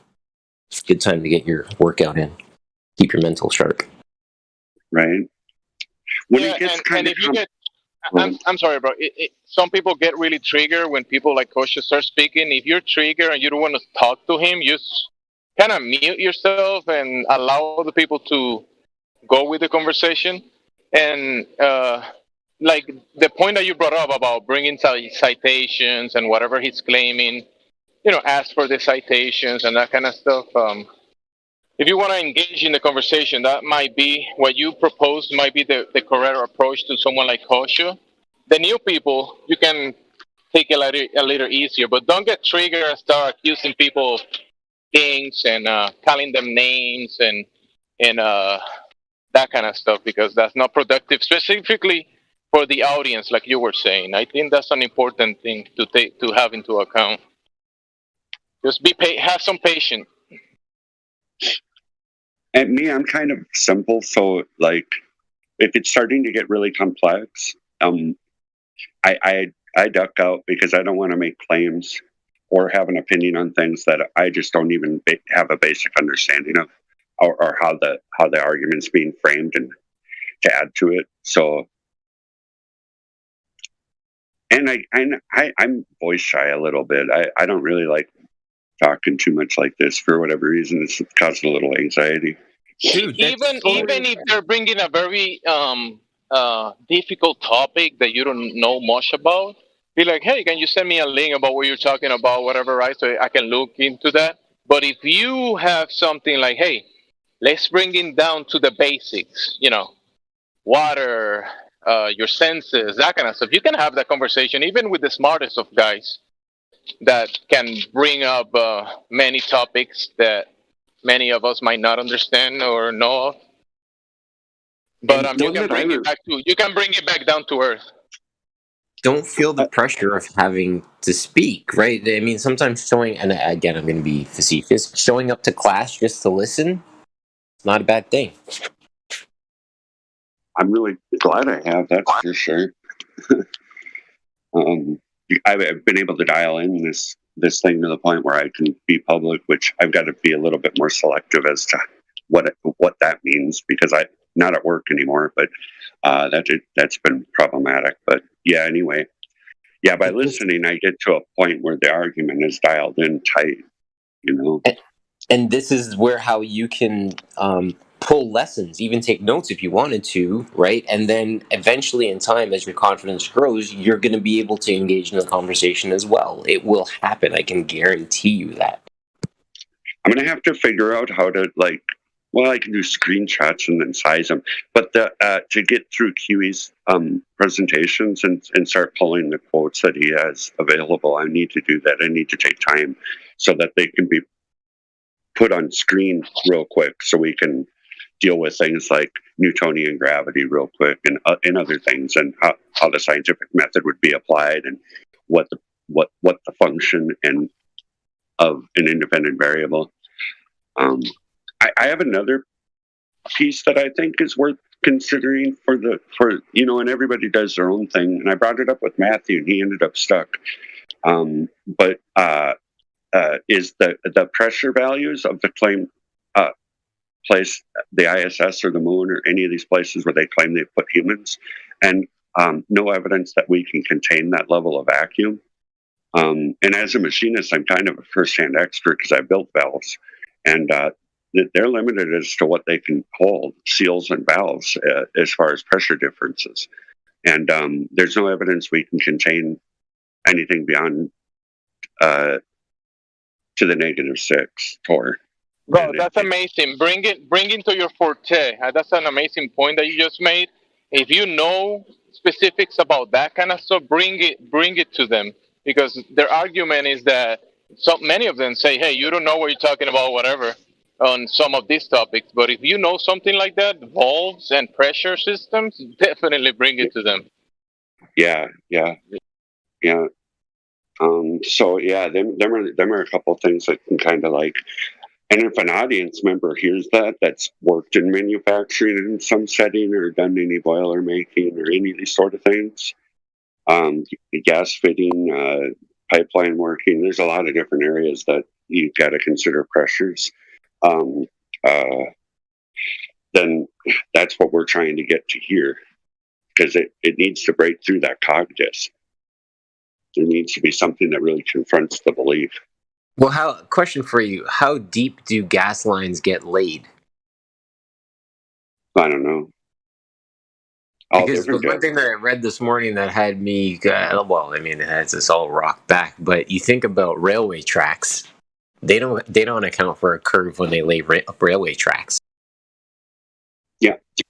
Right? So I'm wondering with gas lines if there's an accounting for a curve, because gas lines are crazy long, aren't they? And they're crazy big, aren't they? Right, and the tubes themselves would have to, just getting the blueprints of them, That's all we need. Oh, they can bend pipe while they're welding. They can claim that's what happened, but you can't extrude pipe because it's either forged or extruded. Now, if it's extruded, it can't be done at with curve involved. But when they mate them together and weld them together, they could be claiming that they're making an adjustment at that point at them junctures. So And there's maybe what about expansion and contraction within the use of the pipes as the pipes are actually transporting the gases? Would there be any expansion and contraction with the gas itself? Or would that be compensated the construction of the pipe? Just a small amount, probably from the temperature, the ambient temperature, just a tiny amount. The pressure it'll either contain it or it'll fail. Right. It's not gonna warp the metal. It'll either crack the metal, crack the seals, crack a valve. These are the things that'll fail first. Gotcha.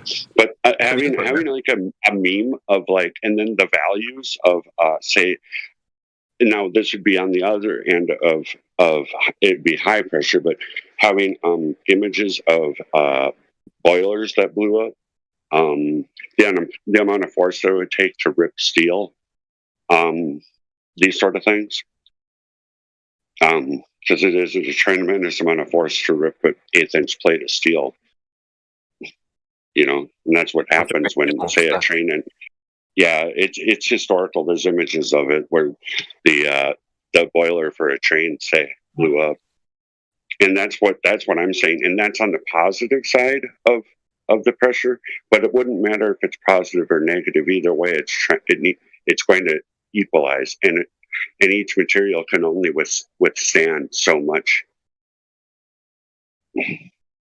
We can't. In fact, the 10⁻⁶ is the Sandusky, Ohio vacuum chamber, and that thing has 7 feet of steel and concrete, and like a vault door it's just a huge amount of money, and nobody's been sent up to space with 7 feet of steel and concrete surrounding them to make sure that they don't, die. Yeah, in that very thing, they pass out. The fluid would start boiling. The seal would fail. The seal would fail. Heck, they've even admitted maybe having like the quote of like the ISS claiming they have a leak. That spot right there, wherever it failed, it would have ripped open with the force beyond probably anything we've witnessed on Earth. It would be intense. Well, no, I won't go that far. It would be really intense. It would be fast and violent. It would blow it open. U-2 spy plane flew at 70,000 feet. They had to wear these massive fucking astronaut suits and stuffs, and they just barely fucking survived in it. But they're sending people into space past 70,000 feet. Oh man, at 70,000 feet, we have recorded values of like positive 60 torr. It's not even, or maybe negative 60. It's one of the two. I can't remember, but it's a way far away to the -9. I mean, that's 7 exponents off. So 7 times 10 times the number. It's so screwed, dude. Their whole space thing is screwed. All them people would be dead. Yeah, that's a true story. Yeah, and that was what McToon had to say about Ruhiv, and refracted curvature. He said, "Oh, all the people are dead." Well, if that's going to try to get a hook in somebody emotionally, well, I don't know, man. I don't know how to get through Cogdis because, man, I do it on a personal level, face to face with people, and it doesn't work, and I don't know what to do. I'm dealing with a crazy world, man. Yeah, it is a crazy world. You're right. Yeah, it really is. It's fairy tales. And when you wake up someday and you think about the world you live in and what they've told you live in, and the shape of it and what's happening, and there are people in space, and you're like, that's just not possible. That's impossible. There's just We're living in a fucking la la land where magicians are lesser magics that they use to fool people. Okay, all right, if you say so. That's the way the world is, right? And people just accept It's crazy. Well, they defend it, and Yeah, because they almost always end up saying it doesn't matter to me, or they get angry. yeah, what does it matter? What does it matter if it's flat or fucking round? What does it matter? It fucking matters, bro. First off, they've been lying to you about where you're living. Yeah. It's the biggest lie ever in human history. Yeah. It's and there's no way it's not important. I'm not going to divine thoughts of the engineers of the model or claim knowledge of history or what they were, but there's no way they put what they put into it, and it's not really important. In my humble opinion, they hide God. Yeah, I'm going to say that, but for them, I'm not. There might be layers of reasons. Maybe they just have to lie. That's part of what they got to do. I don't know. But yes, ma'am, I agree. That's my top reason. If I were to have, not claiming divine thoughts, but that would be my number one reason to creation. It'd be really hard to have the system that we actually live in. And I asked all the stupid questions. I remember asking all the stupid questions. Why? How? Couldn't happen. No. I argued because I wasn't someone who saw it on my own. I had to be shown. And I thought that person was mentally ill at the time. And I was like, okay, well, let's get your straitjacket figured out, Yeah, that's kind of how I get treated. Don't take offense. Oh, you're totally good. I think a lot of us here can identify with it. Yeah, absolutely. It's the ego. We talked about it earlier. It's getting over the ego. It's like, how could I be so fooled? And then I thought to myself in the morning, Paul, listen, you've been living in this world for 50 years, and you believed in dinosaurs, spinning balls, big bangs. Like, you didn't just believe in it; you thought that was fact, and that you were really fooled, bro. Yeah, it's not hard to do. Don't forget Santa Claus, the Easter Bunny, the Tooth Fairy. Only things. At one point, no, but seriously, at what point do you stop lying? Right? Because if you tell one, what makes it okay to tell another? And I'm going to leave it up to your personal judgment to decide that you should stop lying. No thanks. Yeah, exactly. That's why I was never comfortable telling my kids Santa existed. My mom always wanted, she freaked out because I wouldn't tell them about Santa. I said, no, I'm not going to lie. Won't do it. I won't lie to my kids. I told my daughters, you want a gift? Papa and Mama's got to buy it for you. There's no this imaginary guy bringing stuff down the chimney. No. You want to buy something? Let's go to the store and buy it. That's it. Chimney. Down the chimney. La chimenea, la chimenea in Spanish. Oh, la chimenea. The Santa thing might be. There is no fat, creepy, old guy coming, bring you presents now. During the middle of the night. So when I was little, they brought me up to have the Santa Claus thing. And I was really young and still hadn't been told that he's not real. But I remember having to imagine to myself that he was basically moving at an incredible speed up and down these chimneys, and allowed for fantasy to be adopted as real because there's this thing happening. Everybody's telling me it's happening. It doesn't make sense that it's happening, so it must be happening in a way that I could never actually witness. Well, Santa he's moving faster than the speed of light. It's like instant transmission to be able to achieve the distribution of gifts for every believer children in the world. Yeah, that's he's what I pretty thought fast. early on. I didn't even realize, like, never mind. I remember asking myself that, though. I'm like, how in the world is he doing all this stuff? Likewise, I did have the same thought when I was young. Yeah. Holy cow, that's a Yeah, nice but quote. boys, let's be honest. The knee-jerk reaction to that thought was, if I don't believe in him, I don't get to write a letter to him, and I don't get to get another present. Honestly, you're 6, 7, 8, 9, 10 years old. I think at 10 you can kind of start asking some questions. Yeah, it's a bribe. Who's going to It's ask you bribery. questions? You're being bribed. Down a chimney and giving you a free gift. It's another gift, especially when you're 10. Yeah. It's bribery. That is Well, my it point, allows Timothy. Thank you for pulling that out.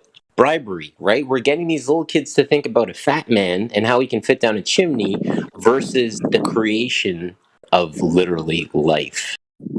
It's indoctrination at a very small age. Yeah, and allowing for fanciful ruminations. They really are interested in us claiming as concrete things that are not,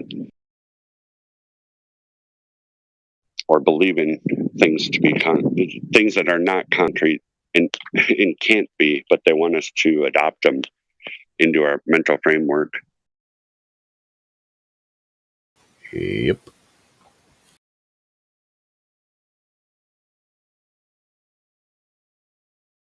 Well, whatever we grew up on that sense of things, it's like 100x at this moment. Probably 1,000x. Yeah. Oh, and that and all the other things that like TV flicker rates and whatnot. I don't know what's going on. They got people believing the craziest stuff. When kids say Santa's not real, our reaction to that is neither is the globe he flies around. Right? Yeah. Guys, it's the perfect lily pad. Think about it. They're at a young age. They're young enough to come to you, and they have the gonads to say to you, Santa ain't real, Mom, Dad. And you can look at them and be like, okay, neither is the globe that they spin on. And you can just literally leave it with them there and let them sit on it, because they're always going to have that connection. Santa's not real, and neither is the globe that he's flying around delivering presents on.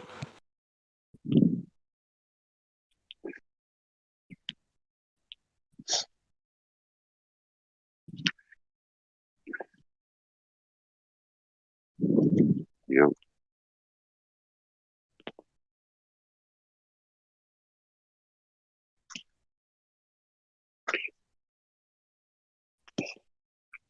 Actually, one more point to that is Santa's job would actually be easier if it was in fact a plane.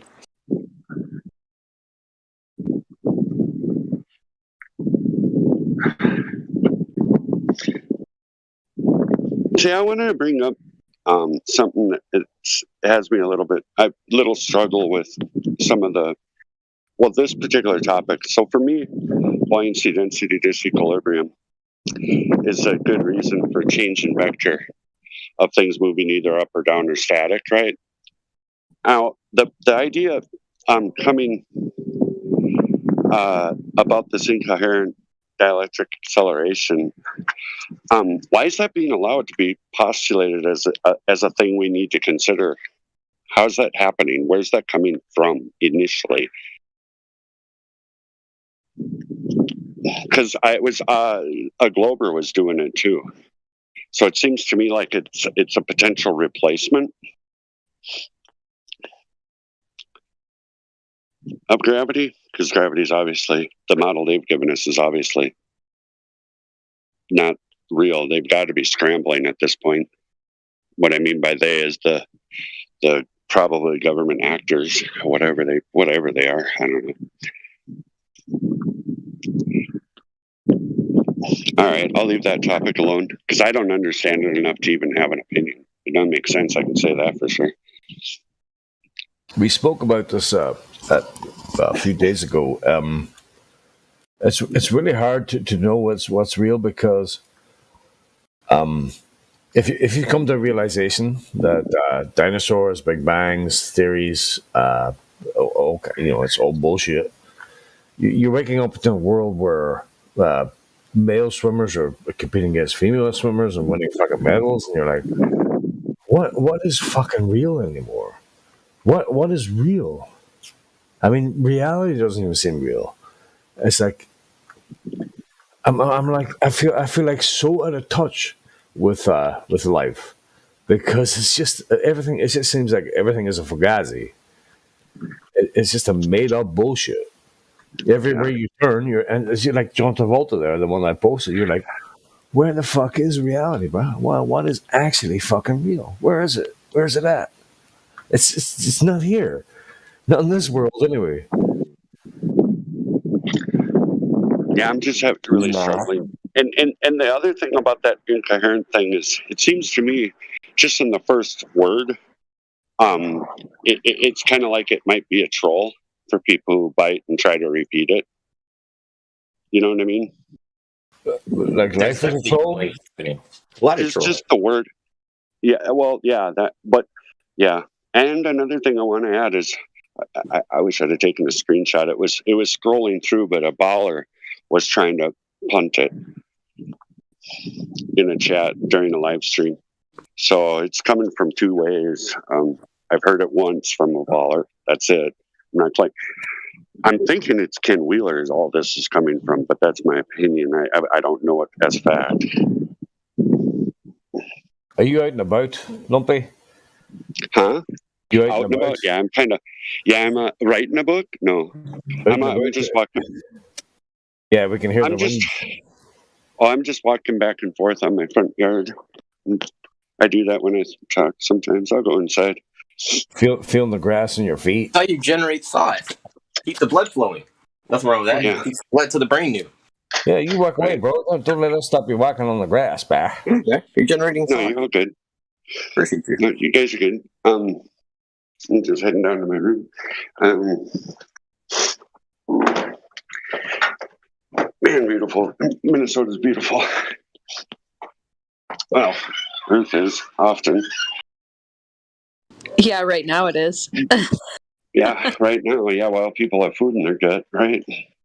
Yeah. Well, it's beautiful now. Jenny's here. Aw. Hey there, Miss Hamill. You're Miss Hamill, right? I'm Mr. Detroit Lakes. Oh, so I'm having my event in Hamill. I'm in Maple Plain, but I'm just west of the cities. I do monthly meetups, and it's been pretty great. Since I got, the Flat Earth app, and I got it on the Beartarian. I got a few other places, created a little Facebook page and some other stuff, and we had 20 plus people show up to just like a regular monthly meetup, so that was pretty neat. That's good. 20 people. Yeah. It's a lot of fun. Yeah, I was born and raised in Watertown, so that's really cool. Yeah. I was class of 94. I was Orno. Orno? That's a nice area. That's a wealthy area. Yeah, I was the poor kid in the rich neighborhood. School. Yeah. Yeah, I used to party at the owners of the Cub store. Oh, funny. Their son. Yeah, so I used to party in their house a lot. What class are you? 1994.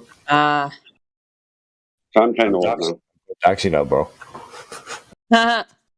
Just kidding. No, I'm pretty much probably out there. I gave up on trying to hide. Right. Yeah, I don't care. That it doesn't matter. I mean, we had people come to our events that it's funny because we always joke, but it is the feeling of like some of these people may be agents, Yeah, I don't know. There's some odd ones who've shown up. Yeah, right. Yeah, this area of study, or this college that we have going amongst us, is probably filled with a bunch of people that are. It's why I'm really hawked for baseless assertions, things that are claimed as this is the cause of that, when it's in no way verifiable. I'm just like, that's what got us into the mess in the first place, in my opinion. So. It is a mess. Yeah. I still think it's the coolest thing to observe the bullshit and then say, What's with the bullshit? It is a good point to bring up. But that's It what I'm really is. saying. Like you made some earlier points about pressure and things of that nature, and these are questions that are like designed for Globers to be put on the spot about. Yeah, because everything is relative to one another. Sorry, go ahead. So, Matthew, he posted in the live stream Mr. Learns? Yeah, Matthew Norns learns. So while I was talking to him about the pressures, he put it up as the point, 801, as subtracted from the Tor value, giving him only a. He totally. I mean, it needed to be. He subtracted that one integer from the whole number, making it 0.0 instead of. And he claims to be a math teacher. Instead of making them to be equal, he just subtracted the value from the other. He's completely ignoring the exponent value of the pressure value. It was so ridiculous that was what he did as a solution. Okay, so within the confines of the calculation, he was not able to find equilibrium. It was actually coming out as a negative value. That's what you're saying, right? Yeah, he was as far off as he could have been from. And he's a mathematician. He's a math teacher. I couldn't believe it. It's in the chat. It should be in the chat. It would been a couple weeks or so. I couldn't believe it. Well, math's just the language, bro. You can swap and change it. Well, this would have been okay. What he did was, if you had, say, we'll go the positive side. So you got 900,000, or no, we got 9 exponents. So that's, I think it would be 9 billion pounds, and then what he would have subtracted from that value would have been the positive value 600. So it would have been 8 billion. That minus 60. That's what he did, and claimed that as the solution. So we added a bunch of dots and a couple of negatives, and then bang. He subtracted the 0.00000001 from the claim pressure of the ISS. It was absolutely retarded.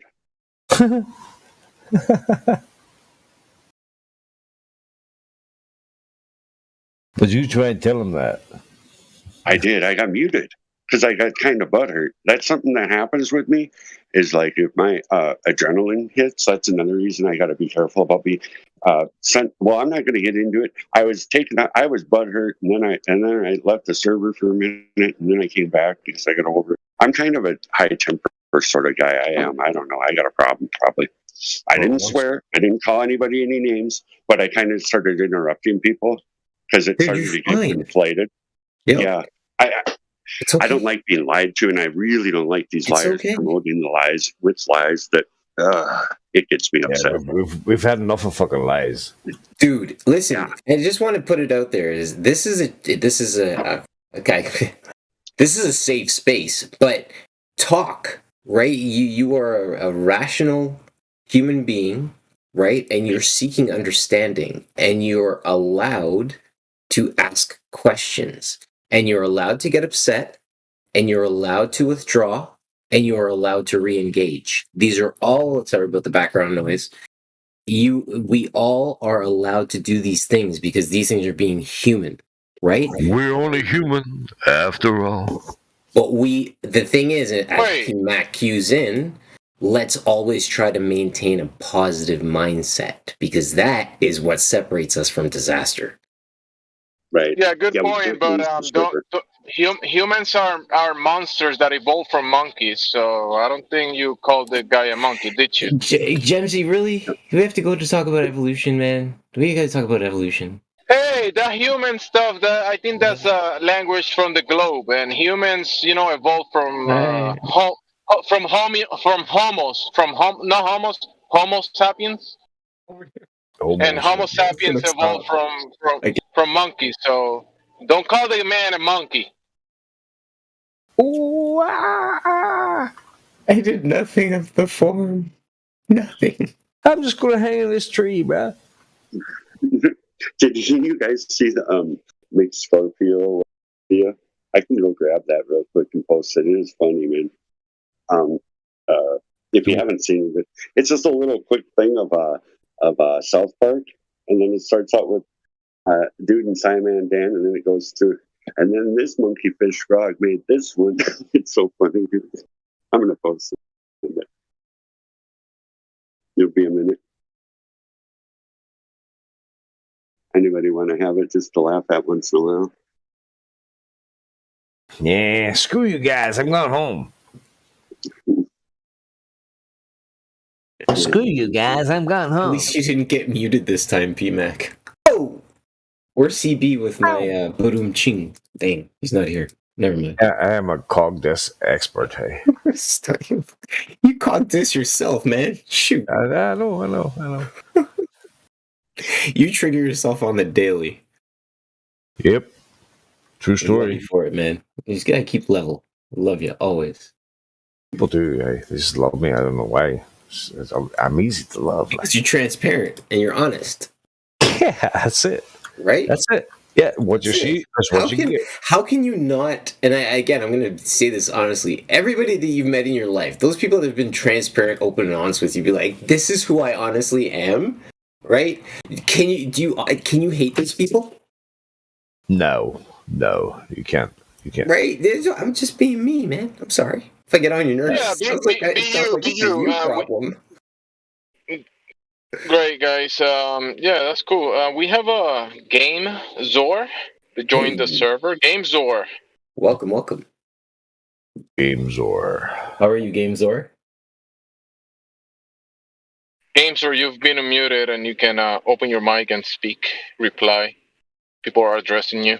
Welcome, my friend. Appreciate you being here joining the server. Any observational questions?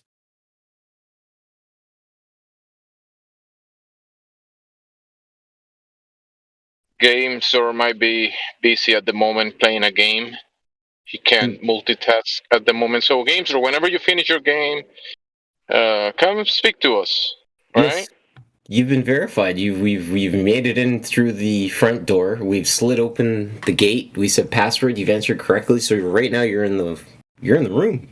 Hey, well, technically he's here, but he's unmuted, but not verified because we will have to hear his voice to VC verified him and make sure he's following the TOS, like being of age and we green passed him in. Okay. It's probably Warzone 1-on-1. Like he's at the end of Warzone 1v1, and he's coming here, and we've fucked it all up. Well, it's 12:56. He has 4 minutes to respond. Otherwise, he hit the door at the top of the hour, right? On the way in, on the way out. Don't let it hit you on the fucking ass. Top of the hour. 4 minutes away. Fair time to reply. Game Zor. We also have Helgi. Helgi just joined the VC. Good. Helgi has been unmuted. How you doing, Helgi? Welcome. Oh, hello. I'm good. Hello. What's up, Hi, Helgi. How are you? I'm better than I deserve. Hey, Helgi, what brings you to the Flutter Discord, Helgi? I've been just listening, Okay, have you been here before? Yeah, I used to be back in the day, like a year ago. I hear a lot. Like listening to the conversations. Great, welcome, Helgi. I gave you VC Verify. That's going to allow you to open your mic later on and see the other chats. So, yeah, if you want to say something, have any questions, let us know, okay? You have the power to unmute yourself. So whenever you're not speaking, just mute yourself for background noise. And also check the rules again. It might be different rules, just for you to overview and be aware of the rules. So, welcome back. Hey, you will do. Yeah, welcome back to Helgi. He said he's been here before, so it's all good then with him. Helgi, question for you, man. Why did you leave? I got rid of a bunch of the Discords that I was in, and Understood. I took a little break from Discord, but then I came back. So I took a peek at your sig and noticed that you've noted that Christ is King. I was curious to know what is your view on the surface that we dwell upon? Earth. Yeah. Yeah. I mean, I think it's. I think it's just like it looks like, you know. Just like it looks like what? He's saying it is what it is. Yeah, it is what it is. That's right. So the question is, what do you think it is? What do I think it is? Oh, I think that it's not flat. I think it's not flat. That's what I think. So I have a question for you. Okay, Gemsy, sorry, go ahead. Go ahead. No, go ahead. Okay. Question for you, my friend. If you have a note that in your signature that says Christ is King, I'm going to ask you, based on the scripture that his father wrote, what did his father create on the second day? Sorry, say that one more time. What did Christ the King, his father, what did he create on the second day, my friend? He created the waters. Second day. That was the first day. No. The second Read day. Genesis if you'd like, my friend. I'm just curious to know what was created on the second day. Yeah. He separated the waters, didn't he? Okay, when you figure out what was created on the second day, it was a specific thing. It wasn't an action, because you're suggesting he separated, right? That was a creating, it was a division. That is an action. No, I'm telling you that he created an actual object on the second day. Once you figure that out, I'm going to quickly then suggest that you look at the idea of the atmosphere that we live in as being a closed system, because what he created on the second day leads me to believe that that is the lid to the pot that we sit within, or the petri dish, if you will. That's all I have for you at this point in time, but I thank you again for coming back to the server.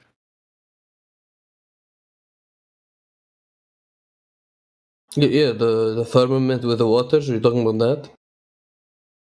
Very good, my friend. Very good indeed. So I'm going to ask you, do we live in a open system or a closed system? A closed one. Very good. That, I think at that point I can rest my case. Thank you. Yeah. Damn straight, dude. Closed system all the way. Did Bill Nye ever?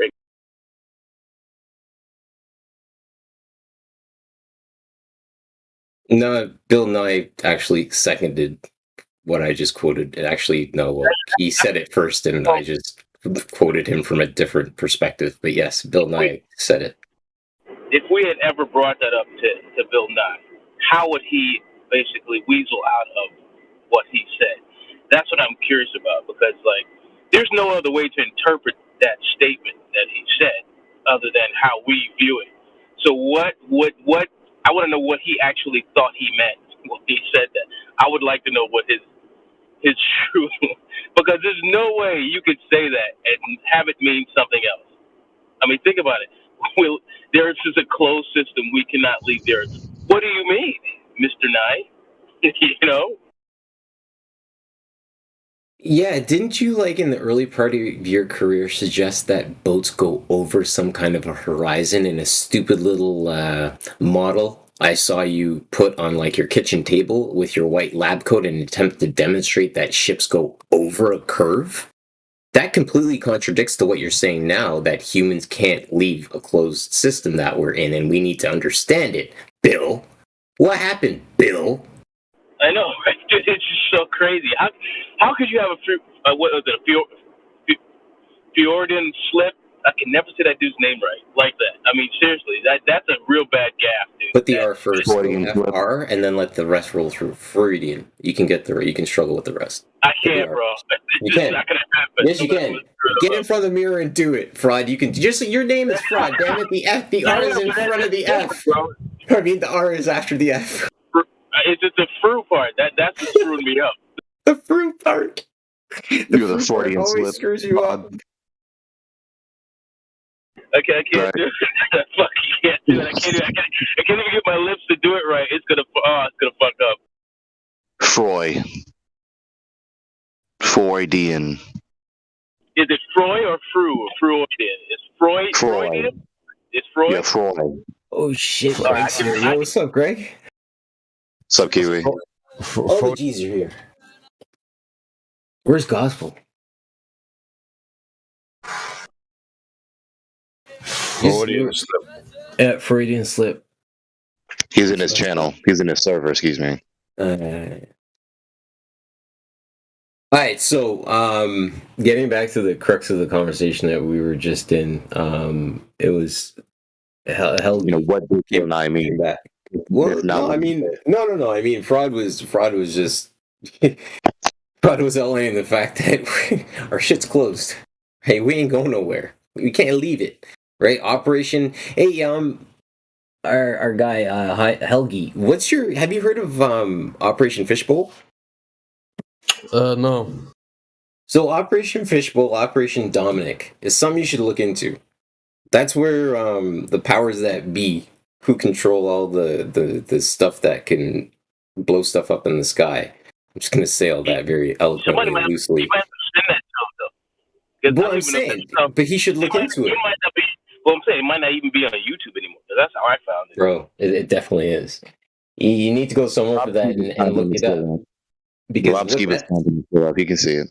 What that's going to do is it's going to give you the framework to understand that they discovered something up there and they attacked it and they were unsuccessful. So that will give you some context as to, again, further reinforcement that we are, just like The Simpsons showed us in the cartoon, under a dome. I think multiple operations happen around the same time frame. They what was it? They did the deep hole, the dig. They did the exploration to the southern regions of the ice. The Operation High Jump, Operation Deep Freeze, and then they also did, between those time frames, they did the Operation Dominic and Fishbowl of the Lord. So it was like a kind of like a testing, but that's the information that we got, right? So they were maybe testing the parameters of the place that we're in, possibly. We don't actually know, but it looks like a lot of energy, resources, manpower, and time was consumed into checking these parameters, like the floor that we're standing on and the limits of that, the sky above us, and the expand of the land that we're standing on. With many military operations at the same around the same time frame, I will say. And then NASA was created after that, right?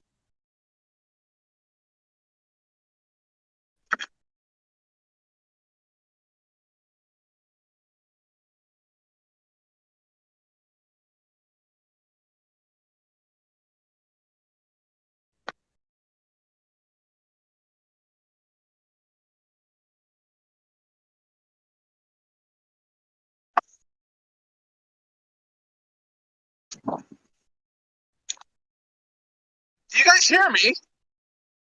I can. What's up, man? Anybody heard what I said or no? Heard you, Jonesy. Didn't you? The last thing you said, Jimsy, I heard that, and then someone else hollered, "Can you hear me?" Yeah. Or was that Jemsy? Yeah, that was Jemsy. Oh, I was just saying that the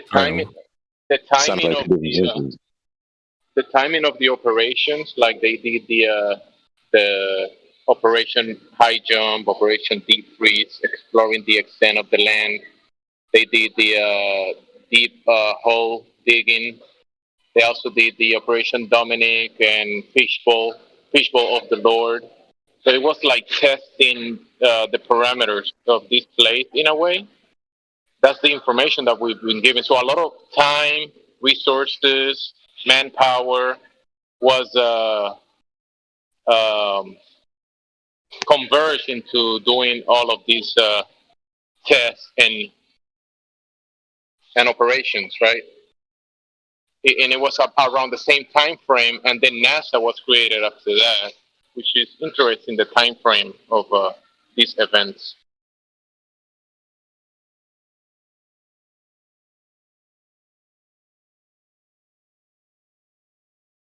But first, they had to get rid of Bird, or he died of natural causes, whichever.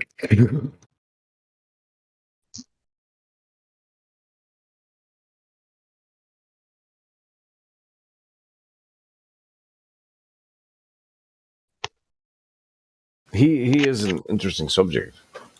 No, that wasn't first. That was after, because Bird did a lot of work in the exploration side of things and operations. So that wasn't the first. That was the one of the steps of the whole thing. So why would they put why would they put somebody on TV that explains to you that the Arctic Circle there's more land beyond, even bigger than America? Why would they do that on TV? That's what I'm saying. He did all this stuff in 1947, Operation High Jump, and so on and so forth. And then I think he passed away in 57 or 56, something like that. Right? Then it was literally like the race to space started. 1959, NASA. That's right. Then you had Operation Dominic, Operation Fishbowl. It all happened in the early 60s. Right, it was all succession, and this is why I said it way back when I first started on this channel. Is I threw out the idea that the globe versus the plateau is a form of Nelson, not Nelson, but actually a form of the Mandela effect, right? Because imagine if they had everybody inland, right? We didn't have the access to get to water. We were inland. We'd be like ants on in the middle of nowhere. We wouldn't be able to discover and extrapolate stuff. We are ants in the middle of nowhere. It was kind of like they set up the perimeters and made a lot of tests and exploration of the perimeters, and they set up the fences, which is the circles, the inner and outer circle, and then they gave us a story about going to outer space, a place that nobody can go. Exactly. That's my point, man. 1960s when everything went friggin' haywire. So it's been literally 62 years of just this constant globe. Because again, the idea of the firmament was removed from the encyclopedia in 1958. I think was the last instance that it was seen in the encyclopedia. And that's written word. Obviously, man's creation book, but it's the definition of something that existed. There was a moment in the 60s where everything seemed to click. It's like they had a scrambling for ideas, or hey, here's space. You know, maybe they try to break the barrier or something. You know, and they couldn't find it. Hey, we're space. Let's go to space. Wow.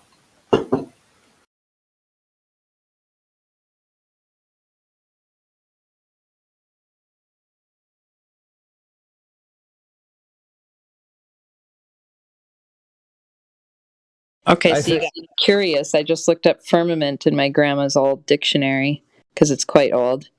That's weird. The arch of the heavens, the sky considered as an abiding or solid thing. Feel it, sister. Probably is. Feel it. I love it. Thank you so much for doing that. I appreciate that. Yeah, but see, the thing is, what they'll say is, well, they didn't have the truth. That's how they get out. They get out of everything, man.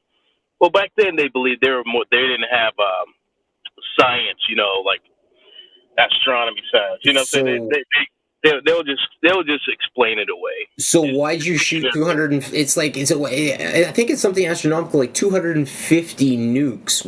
Or 250 missiles at least? Why did you shoot 250 missiles in the sky, bro? Right? Then you first you got to prove it, though. I'm saying they have video evidence of it happening and them lining it all up, man. Hold on. Yeah, I but can get they it can right there easily now. explain that away. They can easily explain that. Man, look. Yeah, and all you have to do when they try to explain it away is say, "Yeah, no." Yeah, no. we can hand wave. At that point, I think we can hand wave them away. It's not for us, bro. But yeah, no, I know. I'm Yes, not no, fighting but. anybody among here at all. We're Yes, having no, we're throwing the ball around, fraud for sure. Yeah, I know, but I'm saying it's not going to shake us. I'm just saying I want stuff that can shake these people, because stuff like that they'll just hand wave it, and the masses be like, okay, I believe them. We need stuff that's irrefutable, that will shake them to their core. That's kind of stuff we need to present to them, you know. Well, fraud, you have to understand human nature. If someone doesn't want to concede to something, or if someone doesn't want to believe something, it doesn't matter what you present them. It doesn't matter what you present them. Yeah, I know, but what I'm saying is you can't say that about all the majority of people want to believe in something, right? You just have to give them the right evidence. You have to give them an overwhelming amount of evidence, you know. But I take, for instance, look at 9/11. Dude, the evidence was in your face, and people still believed it. So do you understand what we're up against? You know what I'm saying? That's my point. That's my point. It doesn't matter what you present them. If your goal is to try and persuade someone, that's a futile. You simply adequate evidence, and then let them respond. But to sit here and try and blow their minds is a futile and moot pursuit. I feel like you should make a T-shirt out of that. It's a moot pursuit because it works. What was that, Kiwi? Just the moot pursuit. You strung that so well together, and it makes so much sense when you say that, right? It's literally the essence of banging your head against the wall. You know, like with Bill Nye, we were just talking about Bill Nye earlier. Bill Nye and people like him, they're fond of this nonsensical epistemological phrase where they say extraordinary claims require extraordinary evidence. No.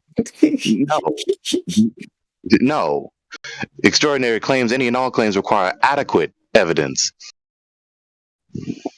You see, so they want to stipulate a criterion where if I'm not mind blown, if I'm not baffled and dumbfounded by your case that you're presenting for whatever claim you're trying to defend and justify, then it's false, or it's at least not justified. No. The veracity of any claim is not contingent upon you being baffled and amazed and awe-stricken.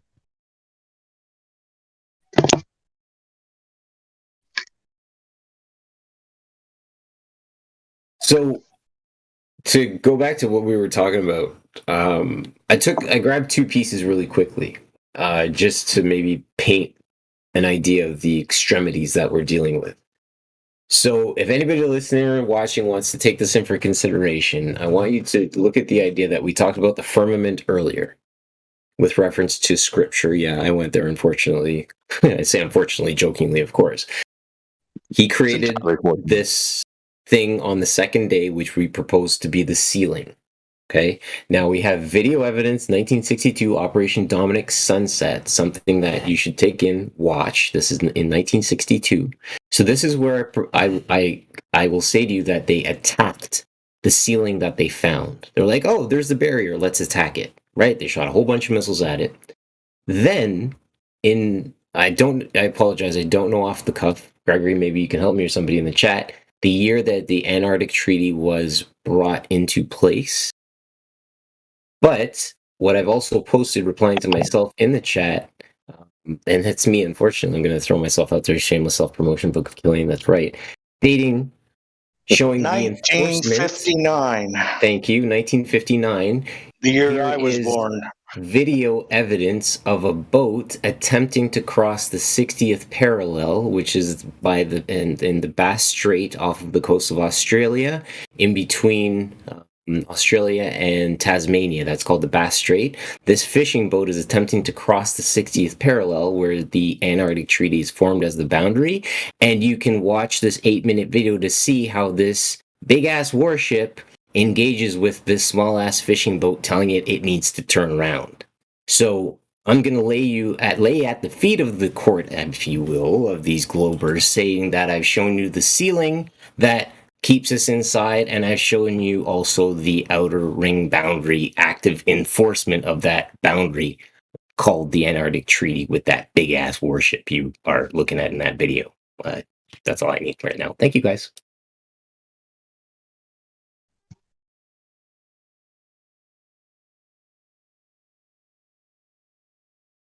And they say the nukes were in space.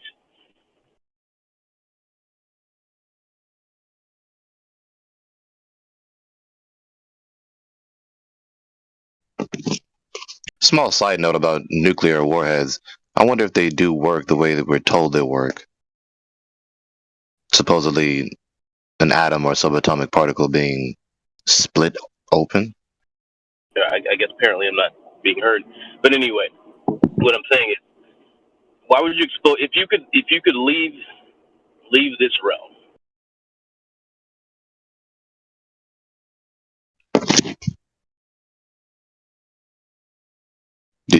Hello? Yeah, I think Fraud, you're dropping in and out, my guy.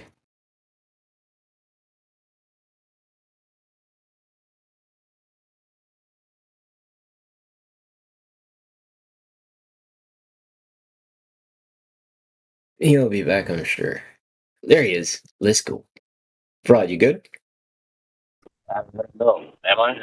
Yeah, I got you. We can hear you now. I'm watching you. I'll keep it. I'll watch your name. Make sure you're good. Nah, you're gone now, bruh. That's gay. Yep, there you are. There you go. Nope, you're gone. That must be where I'm at. What the? Every time you try to begin the sentence, you're trying to say we can't hear you. No, it's because I'm using the press thing where you push to talk. That's why. Oh yeah, no. Open your line, man. I know it's okay. Just open it for now. State what you got to state. I don't even remember now. It was about the barrier. If you could go beyond the barrier, I think that's where you started going.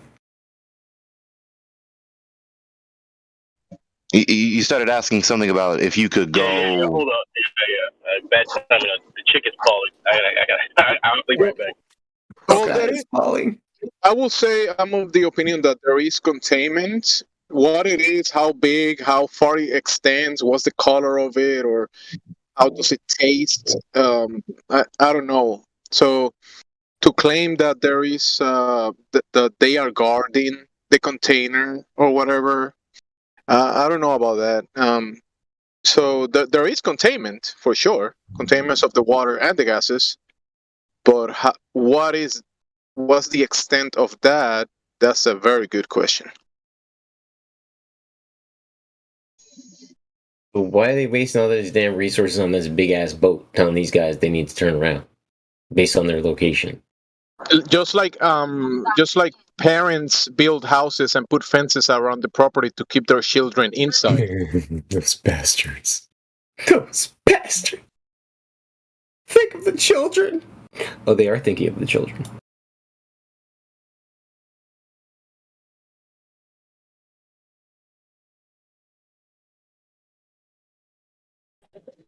We're talking about Joe Biden. What did he do this time?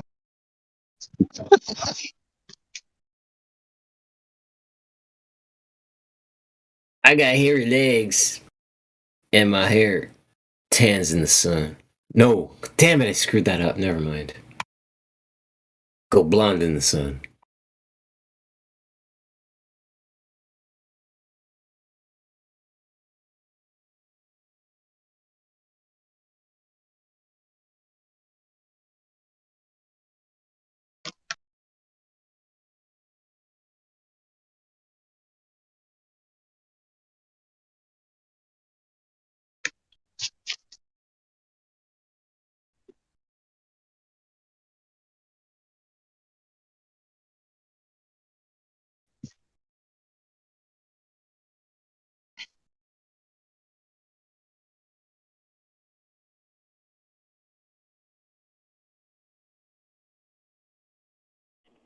All right. So I was saying, like, leave the Earth and go into space. Why would you explode a nuke above the atmosphere? Right. Really far into space and do it. You know, that would be logical. You know, not, oh, well, let's just blow it up in space right above the Earth. That's stupid. So obviously they can't leave the Earth because that's why it was hitting what it was hitting. I just think it's hilarious that they can, explode nuclear weapons up there, but we can't leave our poop behind because the penguins might find our poop like 10,000 years later and be like, "Hey, look, fresh turd." I mean, I suspect they were trying to kill everyone. Wait, but just think about the amount of radiation shit you could cause by light some off like that. And imagine blowing like a piece of dynamite in your in your basement and trying to see what would happen. Why would you do that? It's like I'm not gonna do that. I mean, it doesn't make it defies logic. Obviously they were trying to do something because you don't just blow shit up in the atmosphere just to blow it up because it can have it's gonna have ramifications that aren't quantifiable. I mean, you're not gonna know what's gonna fucking go down so they were trying to do something. I suspect they're trying to kill everybody, everything, everybody. Nah, dude, come on, they would have done that. Here's the conundrum: if they say, you don't need gas pressure, where's your container? Do things do we bounce signals and all kinds of stuff off the ionosphere? They're like, yeah, it's not like a barrier, it's just ionized gas. Oh, but the universe isn't electrical in nature? No, it's not. You're vetted. Obviously, electromagnetism is some sort of pseudoscience in space. Fix your microphone, Larry. The reason we don't have nuclear warfare, that's why it's always a threat, is because of what's left behind after the shit goes off.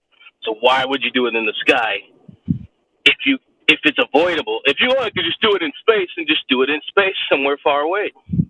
Why? It doesn't make any sense.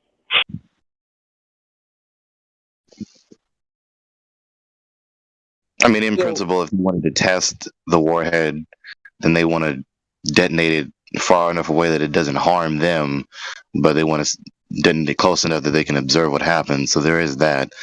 But then again, it's not wise. It's just off the scale, idiotic and self-destructive. That's not why. So here's something else I want to throw out there since we're entertaining the why questions.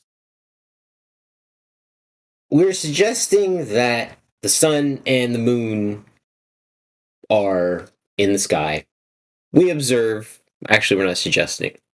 Sorry. We observe that the sun and the moon are in the sky. I'm suggesting that the sun and the moon are actually part of that firmament. They're actually part of the dome. They're actually the luminaries created by true refraction in the dome. Think of like a prism. Now, I'm starting to lean into and get comfortable with this idea. The other day when they talked about they shot something at the moon and it hit and shit came off, I'm like, well, wait a minute. Somebody can shoot something at what appears to be the moon. And at some point, if we believe there to be a ceiling to this thing that we're in, it's going to hit something. Much like when these not the Go Fast rocket, but when these rockets are shot into space and we witness them interacting with the ceiling and it producing something that looks like a jet ski or a wake when a boat interacts with seawater. Very similar things happening, almost like a skipping along type, like it's hitting water. I'm like, dude, what if the sun and the moon were literally located in the exact same ceiling? This firmament. Which is what the Lord tells us in His Holy Writ. And this is why I say we're in a gas-filled environment, and luminaries illuminate the essence of the gases that they interact with. They don't shoot rays. They illuminate the gases. This is why I can read a book in the shadow of a building on a sunny day. So I'd like to add something to be an opinion, just for thought in the community. I suspect geometrically that the luminaries would be all the same elevation. And the reason I think that is on account the zenith would be different as you traverse if there was different heights to the luminaries for the purpose of triangulation. So, because as you traverse across the earth, your last reading would have to have a reference to where you're at in your new reading.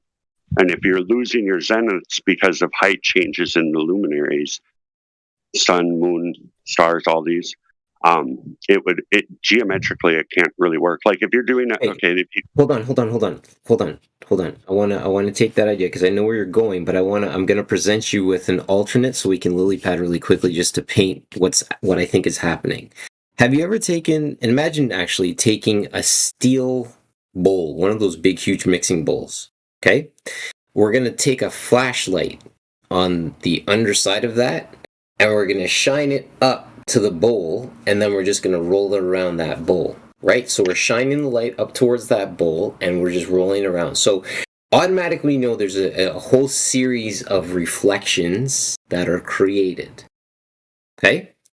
What I'm proposing to you, because we're dealing with some kind of, I believe it's a crystalline type structure, whatever, right? Is there's an original light source, which I'm not even going to start talking about right now because it's way too much. But that original light source is moving and it's creating almost like the reverse of a disco ball in a ceiling. So are they at different elevations? I believe they are, depending on when they are present, if that makes sense. But the zenith argument is such a valid statement. Yeah, basically it creates an equal opposite of two sides. So or of a side. Yeah, so like when you get like in the middle, when we look at the celestial north, the North Star, you see a light in the middle, but then when you look at celestial south, it's complete darkness in the middle. Around celestial south, there is lights that we can kind of depict structure from it, I will say. But yeah, you have like an equal opposite. But use the aurora borealis to paint what you're just talking about. The aurora borealis, the aurora lights, the northern lights. You got it right. Yep, you got it right. Those are illuminated gases that we're witnessing. That's it. They're just, you think about it, guys. It's shimmering light, right? We're just feeling this really calm light dancing through the atmosphere because the gases are present in the atmosphere, and they're being lit by a luminary. Elijah and I spoke about this a number of times, and it was a very interesting suggestion of his. So, in other words, in my mind and in his mind, we were discussing the firmament, the rakia, the stereoma, isn't necessarily a semi-spherical dome, but it could be a cylindrical container.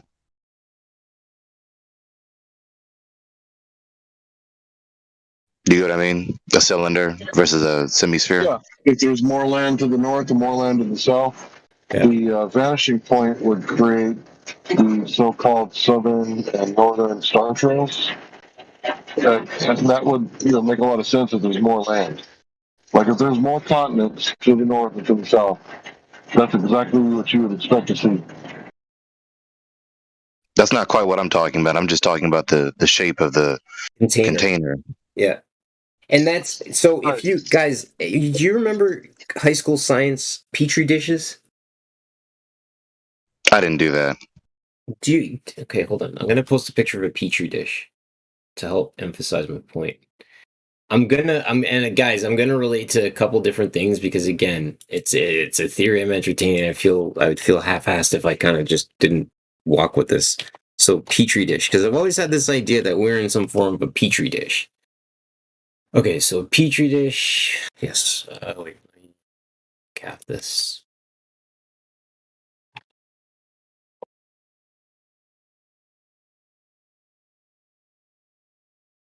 this is the container that I believe that we're in. That. So Something you've like got the plate, the bottom, right? And again, I'm going to be extremely literal and just explain my entire theory. North is right at the middle of that dish. The Antarctic Treaty is the literal outer edge of that dish. The top of that dish is actually an arc. It's not flat, it's an arc. Fine. Okay, and in that arc house the sun and the moon. And they just go around that glass ceiling.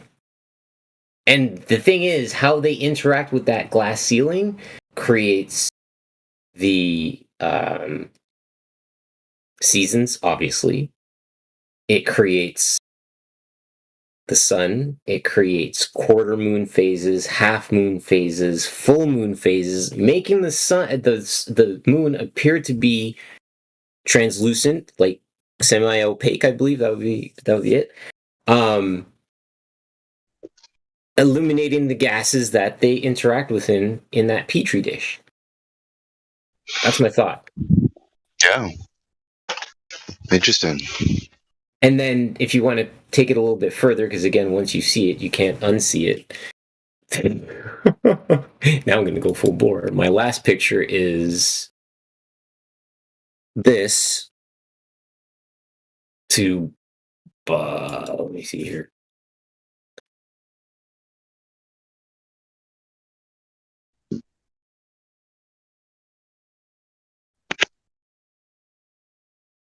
Being the reflection of us in the moon. And at approximately 2 or 3 o'clock position is Australia. That's what I think we're looking at, guys. And God put that reflection, the Creator put that reflection in the moon so we would never forget who we are, where we are, and that we're safe and stable always. When I literally tell, and I call me crazy, I tell myself that story, and I just inside, I feel this like little hug. I'm like, yeah, it feels right. Like, it just feels right. I don't know. My innate is yeah. I'll go over why I think that wherever the light luminaries or whatever are being observed from, if there was different heights, I think the angle relationship from the observer would like as the sun is setting, for example, I contend that it's still the same elevation as it was when it was noon over me, or any other luminary. In the reason being is if you're triangulating, you could use that triangle, reverse it, and make it a rectangle. And I believe that the zenith over you first, let's just say it's the sun, and then you take a measurement, say 6 hours later, and you get an angle. I think that elevation, regardless of your position to it, north or south, would be the same geometrically for the function of making angle measurements. Because if the elevations are changing, the angles would be changing. And I think there's consistency in the readings.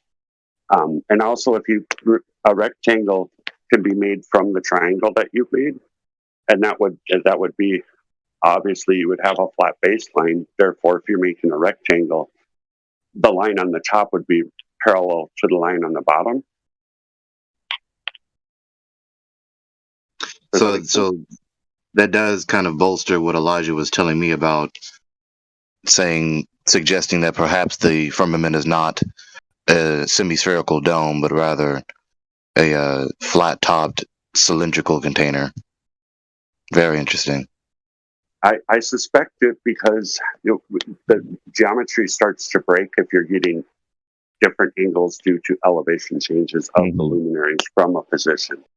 That then you're starting to. It's kind of a complex thing, so I'm trying to keep it as basic as possible, and I'm not claiming knowledge of it. I don't know what they are up there. I don't know if they're projecting on something. I don't know what I don't know. It's a light in the sky. That's fine. Yeah, so I'm not making claims to knowledge, but I'm saying geometry or geometrically and for the purpose of measuring angles, it would need to have just like you need a baseline on the ground, you'd need a baseline to what you're looking at, in my opinion. And again, if you were to flip that triangle that you created, say, on its hypotenuse side, you would end up with a rectangle. Very interesting. Yeah. That's my opinion. And it's just something I share because I think that I think it should be able to resonate. And yeah, right. And another thing is being able to bring up the ideas and just talk about things that we think might be the case has been able to help us develop our arguments over the years now. So, I mean, there's nothing wrong with presenting ideas in any way. Yeah. Critically thinking and investigating out loud. Nothing wrong with that at all. Right. So I'm not poo-pooing anybody's idea at all. I can't claim for sure that I'm right. I just suggest it's just the way that I kind of conceive it, or how I make sense of it. I'm a tool and die maker for a living, so I'm like a geometry professional. Buddy, listen. All right. Lumpy, I want to be real with you. So again, I'm going to say it. I study architecture, growing up, study numbers all my life. So when you said you're a tool and die maker, I'm like, this man's after my heart. Because again, we speak the same language in terms of working with like CAD and figuring out geometric design and how to build objects and all these different things. Like I totally get it, right? The fact that you're able to bring an added perspective of again, I say this respectfully, blue collar aspect where you're actually in there assembling things and understand how things go together, that is an aspect that not a lot of men have. So I thank you for being here and what you bring to the conversation, man.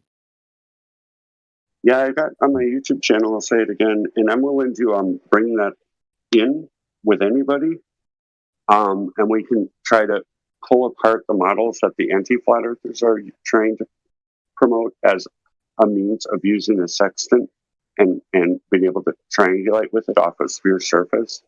And I'm willing to open up SolidWorks and go over on anybody's channel, and we can just the video that I have is it's kind of quick.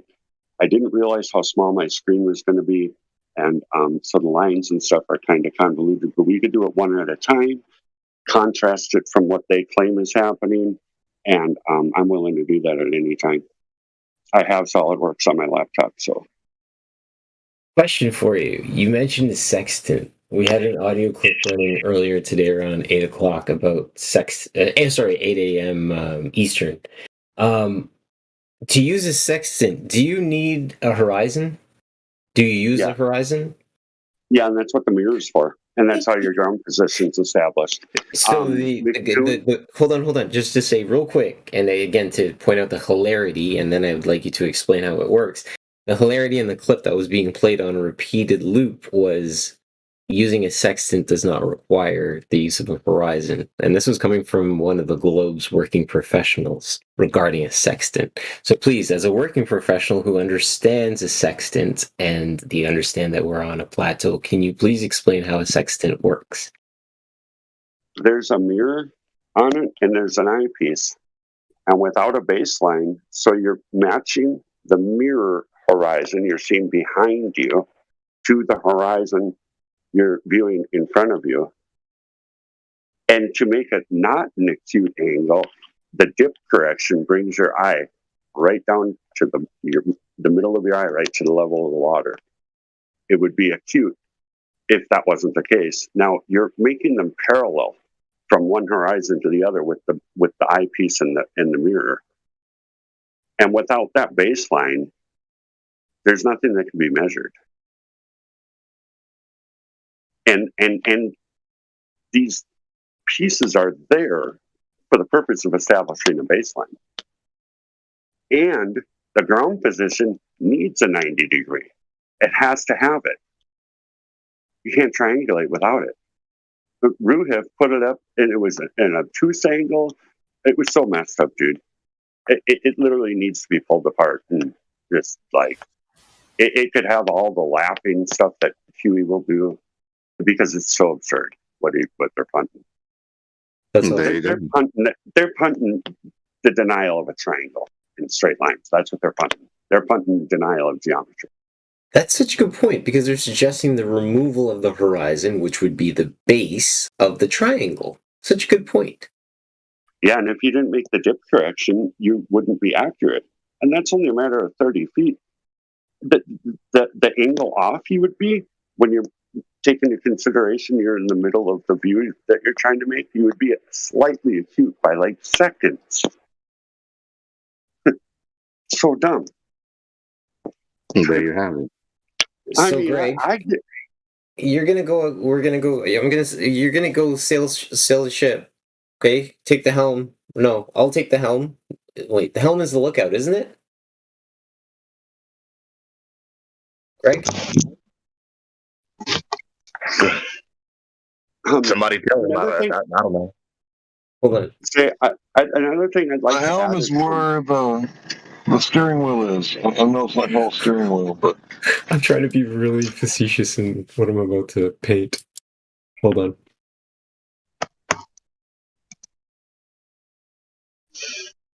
All right. So I'll take the helm. That's the steering wheel part of the boat. Greg, you take the lookout. Okay. Make sure you use the sextant, but don't worry about using the horizon to figure out where the hell we are. Okay. Can you understand how asinine that sounds? You're going to send two men out on a boat in the middle of the sea, in the middle of nowhere, and you're going to tell them to ignore the base of the triangle they're trying to navigate from. What the hell? Don't worry about the very thing you're trying to navigate upon. Don't worry about that. See, I'd like to add another thing about this is it needed to be circles of equal altitude. And on the McToon little sketch drawing, the refracted curvature, all that measurement to the ground position where you need the 90 degrees so you can create an angle, all that is the radius for the circle of equal altitude. And you do it 3 times so you intersect the circles and triangulate your position. Now, if this is 1,000 square miles, man. At the point when you get one horizon level to the other, you get your ground position, you measure your angle, and you do that 2 more times, so you can create circles of equal altitude over the surface that you're on. Oh my! Are you talking to us on a radio? Now my headphones just died. Can you hear me? I can hear you now. There must be background noise. Oh, okay. Yeah, there is a little bit. So the measurement that you're initially taking is being used to create a circle, and they call it a circle of equal altitude. Well, there's no way that a baller can come to this and just claim that the radius is curving. And by the way, what would be the resulting shape of a radius curved circle? I mean, what the heck is that?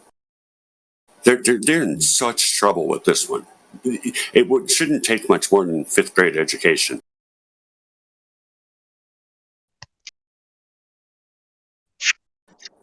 What would be the shape if a circle's radius? I mean, if you turned it 3D, what the heck would it even be? So, am I explaining myself right?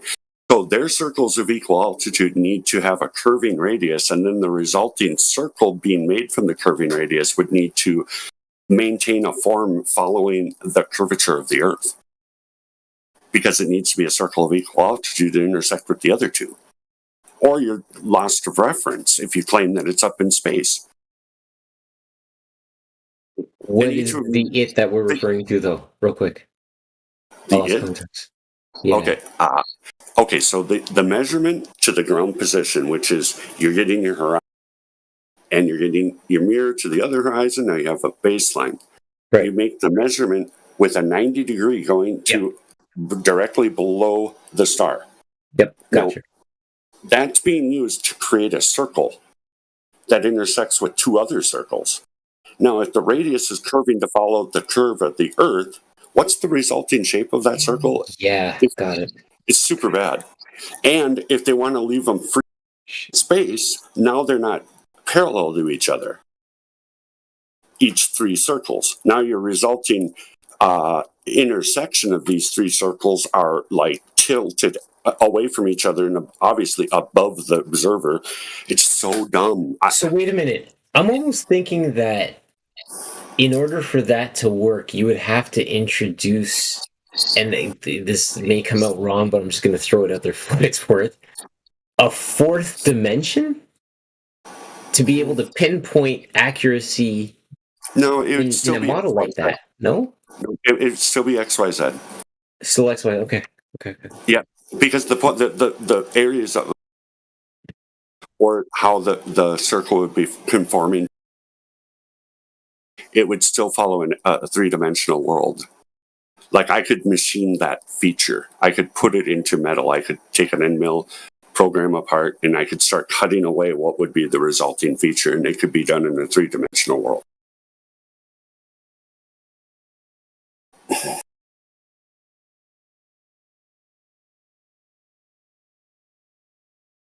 But for the purpose of finding a location, these people, they're way out to lunch.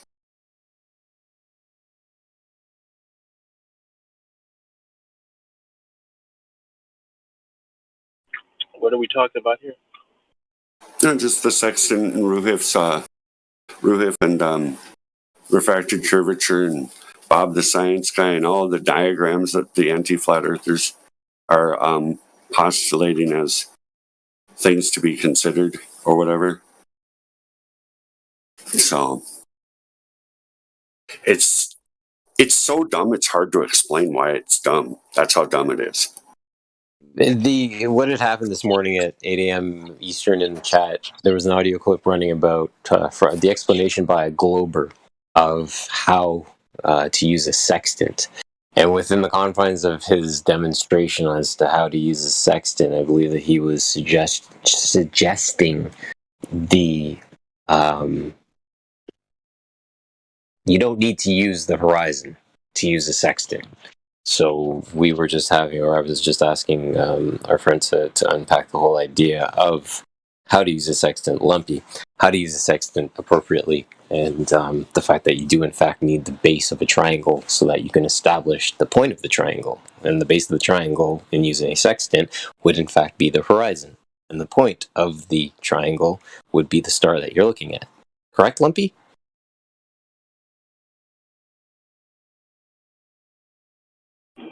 I wonder if they've convoluted what the purpose of that is also. Makes doing the opposite because they're trying to put it at the GP. It's so because they think that it's the correction for Earth curving down, but then they make a resulting feature that it's so stupid. It's hard to explain why it's stupid. It's hard to get to that point. It's hard to put it into words. All you can do is use adjectives, almost. Guys, it's so bad. They're in such trouble with this.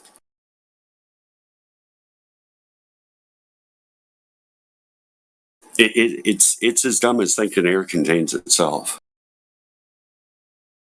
Dumber, maybe. I don't know.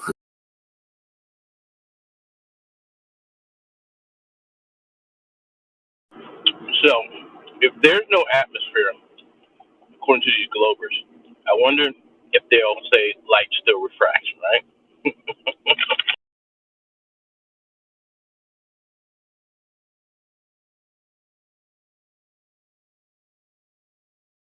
Yeah, and then the refraction as a counter to observations and laser tests and things.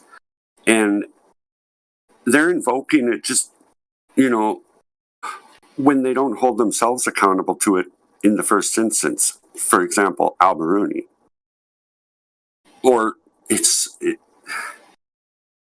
again, it's so stupid and so one-sided and so intellectually dishonest, and so, it's like crazy. It's insanity what they're promoting at this point because of where we've gotten this, because of the measurements been made.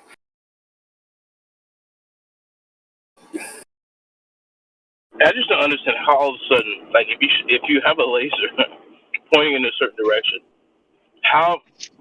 At what distance does it start to bend? Well, but the answers we get is just so that it's not doing the measurement it's doing. It could in other instances targeting, but once we bring it up, it's almost like the point of arguing this with such just bold doublespeak is like they're attempting to wear us down psychologically or something.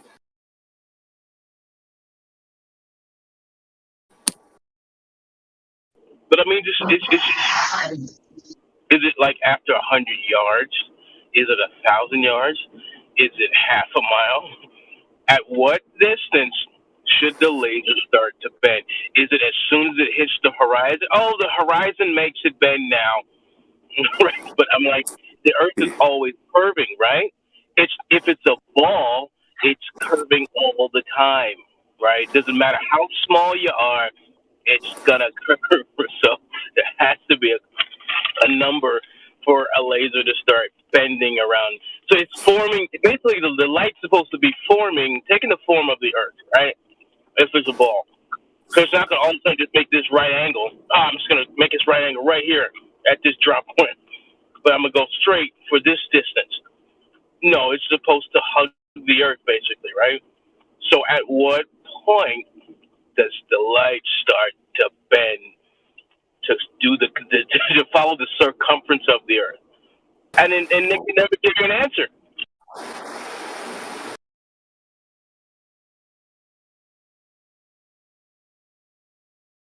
They don't even understand the question, most of them. I don't think they do. I don't know what's going on. I don't know.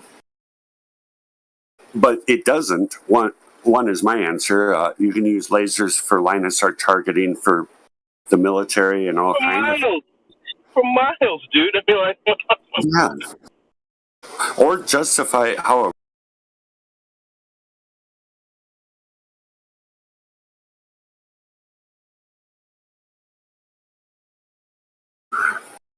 I mean, that's 125 at some ridiculous. I mean, God damn. So then we claim gravity is just pulling it around evenly. Lumpy.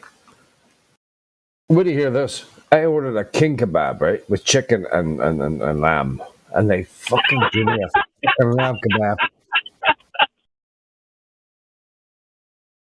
that already sounds funny, T-Mac, even before you finish. Bastards. Education without a whole bunch of hypotheticals.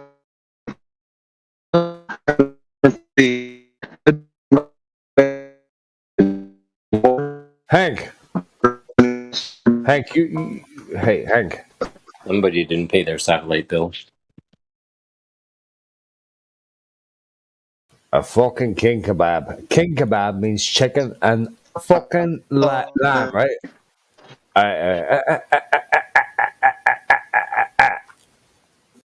So what they give you again?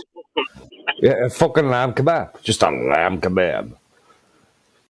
And I tipped the bastard £1.50. So I phoned them. I said to them, listen, 23 shipped, and then they sent me address there. I shouldn't say that, right? I said, whatever my address was. I said, listen, I ordered a king kebab. He said, yeah, thank you very much. Yeah. I said, yeah, I'm looking at lamb. What do you mean? It's no chicken. There's no chicken in the kebab. Yeah, but you order a kebab. Yeah, no, I said king kebab. It cost me fucking $13 or $15. Yeah, if they priced you wrong, fuck that. Yeah, you better give them my shit. Just to let you know, I ordered a king kebab. That means chicken. I'm looking at lamb. There's no fucking chicken, bro. Unless he low-key was calling you some kind of a lamb. Well, I mean, you paid more money, right? Yeah, no, that ain't right. Yeah, the king kebab is like another $2 or $3, like. Yeah, right, exactly. Yeah. Fuck that. Give me my money. Give me my food, man. Get this ship correct. Fucking food, bro.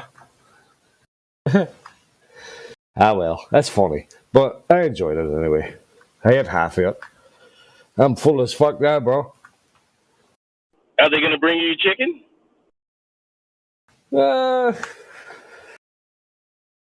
Probably not. Look, as long as they know, you need to. I call these guys up and I'm like, look, I'm not mad. I just need you to put that on the books. So the next time I come back, provide more patronage to your business. I want. Please recognize. Yeah, buddy. That's where I'm talking about. I need to walk in there with $5 in my pocket and walk out with $15 worth of food. You order kebab. You order doner kebab. I ordered a king fucking kebab. I said king. You charged me £12.50 or something for a king kebab. I'm looking at lamb. There's no chicken here. No, but you order.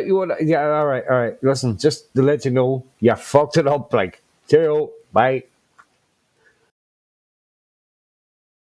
Wasn't that good anyway? It's all right. Like. No, it's not all right. Not when you're fucking hungry, man. Fuck that.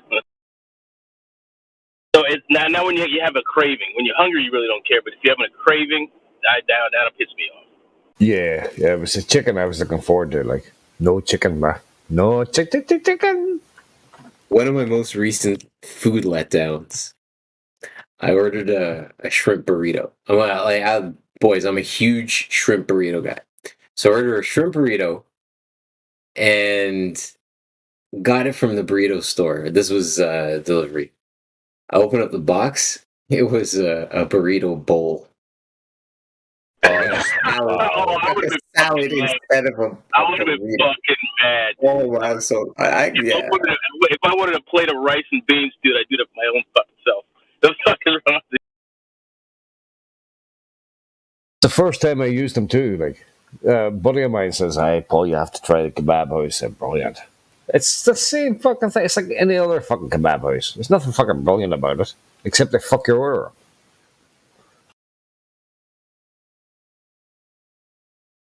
So there was no fish in sight there, Kiwi. Not a fish in sight. Not a shrimp. No, it's not. It's not. I didn't have any issues with it. The fact that there was no shrimp. I had an issue that it wasn't wrapped up in a wrap. They gave me a salad, which you expect a burrito, and you get a salad. You're like, wait, why did the burrito throw up? Where's the fucking bread, bro? The guts. Wrap that shit up in bread, bro. I experienced a little bit of active cognition when I opened the box. A little bit disappointed.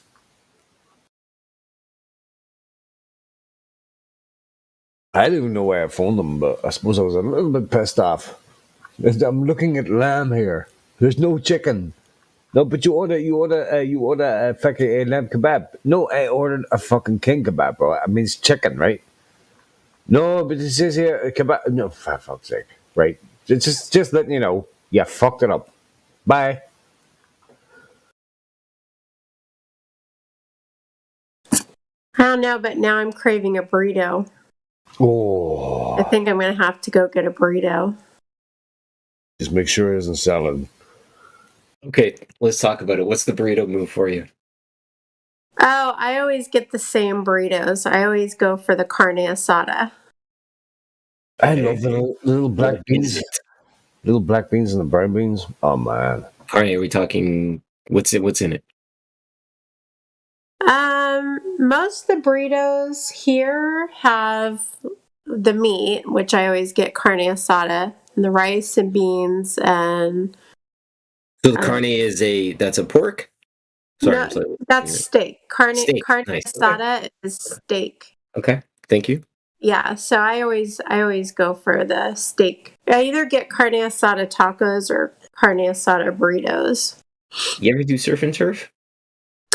You know, I mean, I have gotten fish tacos. I've had, I've gotten the shrimp tacos. I've had, like, shrimp fajitas. But, like, shrimp and steak. I think yeah. Shrimp and steak is so good, dude. I think I've had it in a burrito, though. But that sounds good. It's legit. If you're open, if you sprung the idea of a burrito, try a shrimp and steak burrito. Super good. Ah, I've just never thought about it. They usually give you either shrimp or they give you like steak. I've just never had it combined. Fish in a burrito is weird. Just because it can get really mushy. Fish tacos are amazing. Yeah. I've really got into eating fish tacos recently. But yeah, no, shrimp burritos are my fave. I bought 2 burritos out of the supermarket the other day. It was a plastic, plastic foil thing.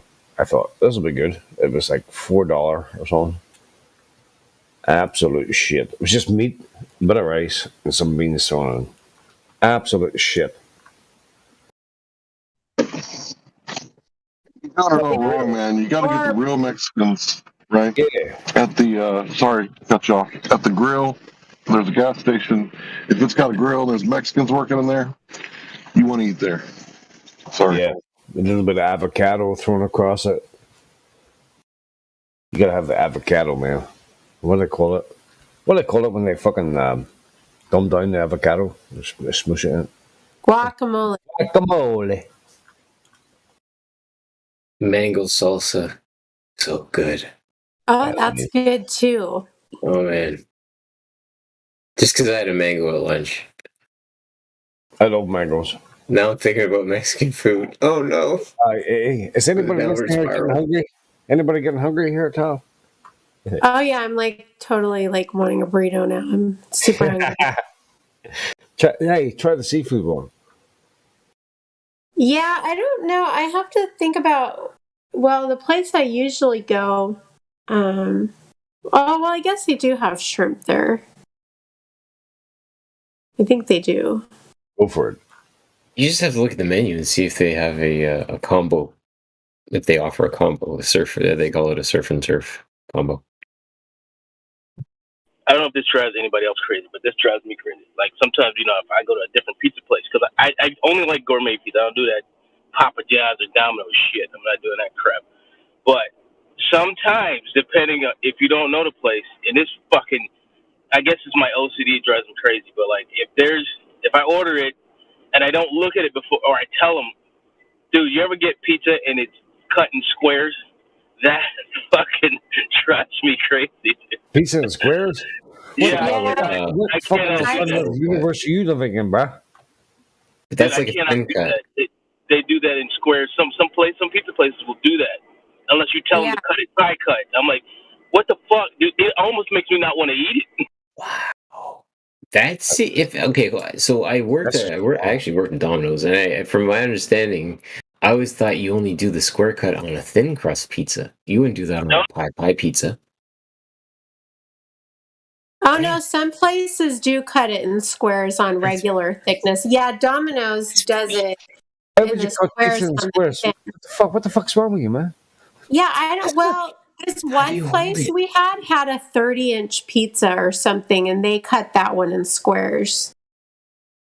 Yeah, it was a big. Oh, 30-inch. That's a big one, right? But still, New York pizza pies are huge, right? And they're cut in pie cut. Yeah. Right. 30-inch. Holy shit. That's nothing, bro. That's nothing. Seriously, there's bigger pizzas than that. They do bigger than that? Oh my god. Yeah, just because of where you go. There's a lot of places in Colorado that have good pizza. There's some huge ones out there, and they do a pie cut, but. 1 mile, 56 pizza. 1 mile, 56-foot pizza. Like a really big pizza. Oh my Hey, god. Fraud, I'm wondering if the square cut might be like a mental knee-jerk reaction to when we were kids and they'd order the party pizza and all the pizza was squares. And you see the parents standing in the corners eating these square pizzas and they're all awkward and stuff. Remember that, man? I just can't do it, man. It's just psychologically it just messes me up. I'm saying. I don't like the square cut either because I like the crust on the one side. Right, so right. I don't like that. Hold on to. Yep.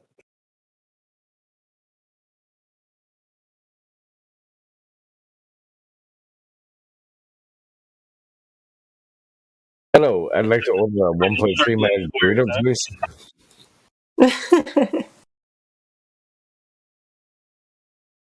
Really big one.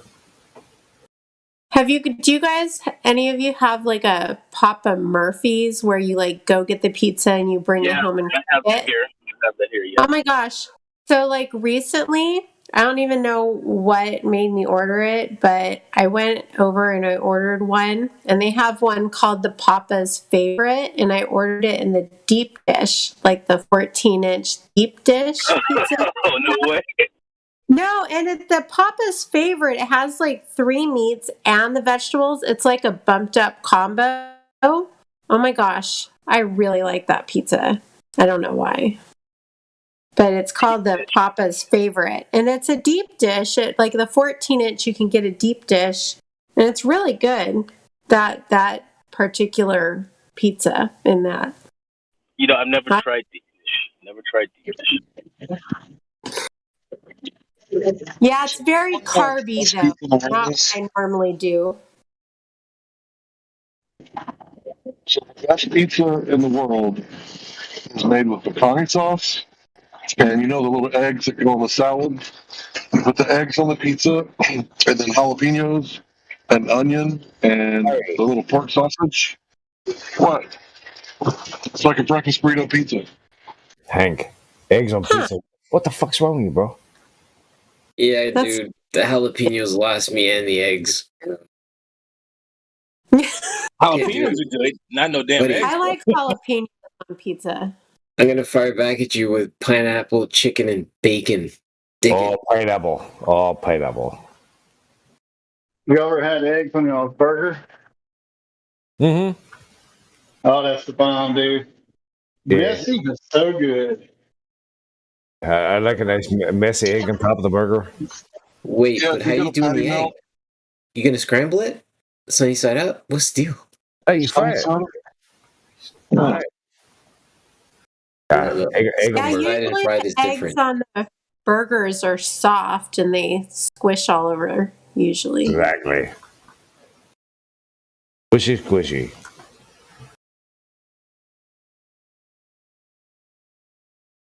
All right, my favorite food in the whole world. You take jalapenos, cut them in half, stuff with cheese, cream cheese, Philadelphia cream cheese, wrap it in bacon.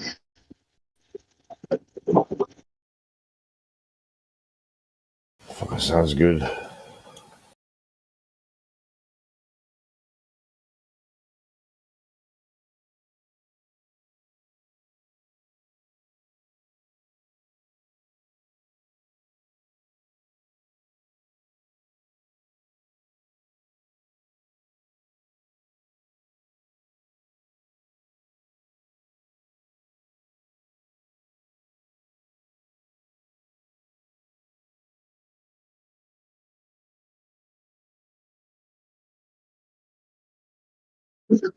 Okay, maybe it's a close tie between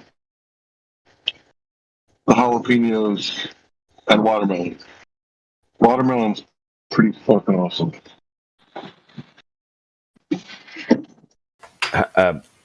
Hank, you're a scary dude, bro. Jalapenos and watermelons. Yeah, be glad you're not a watermelon. Yeah, just be glad you're not a watermelon on a hot sunny day. Do any of you guys eat that tahine on watermelon? What's that? It's like a, well, it's a spice. They use it a lot here. I noticed, like if you go out and you get fruit, like at the fairs or at the stands or whatever, like they'll have this tahine stuff. So I bought it. I actually like it. I think it has chili powder in it. Chili powder and salt or something, maybe. I know what you're talking about. The stuff the Mexicans put on their cucumbers. Yeah, the tahine, they put it on their watermelon too. It's actually pretty good on the watermelon.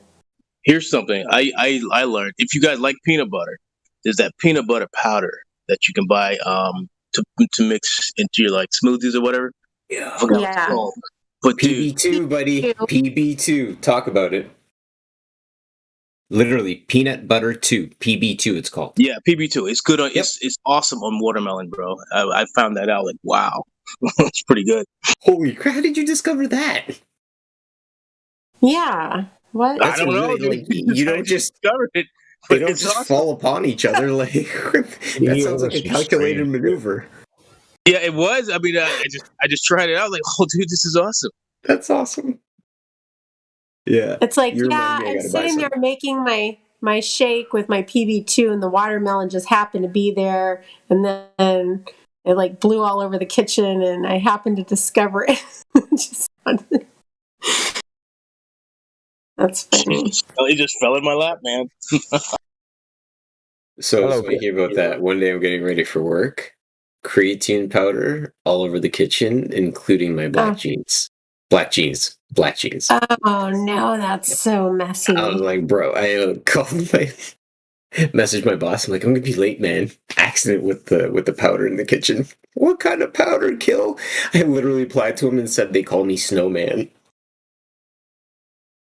Oh, I had that happen in the car once. I was trying to pour shake or electrolyte powder like into a bottle of water with the small lid out of like a baggie, and then I like got it all over my clothes, and I think I was picking my daughter up for school that day, and I'm like trying to like brush it all off. Oh, it's so messy in the car. It's a bad place to Right. Yeah. electrolyte powders or shake mixes, and I feel like there needs to be a better solution for, like, you need a funnel or something if you're going to do them in a water bottle. They have them in those little.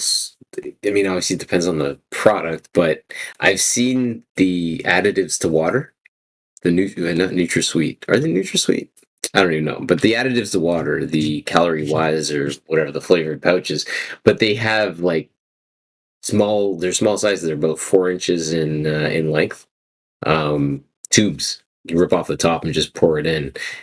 You'd really think that anybody who's packaging a powder that's to be consumed, if they were to offer something like that, they'd probably increase their sales. Portability would be absolutely amazing. Yeah, that's really smart. Generally, they just up the price though when they do it, but like I used like one shake or something I bought both in like the tubs and the to-go packets, so I'd only use the to-go packets if I was on the go. I just wouldn't use them like at home because it's cheaper to get it in the tub.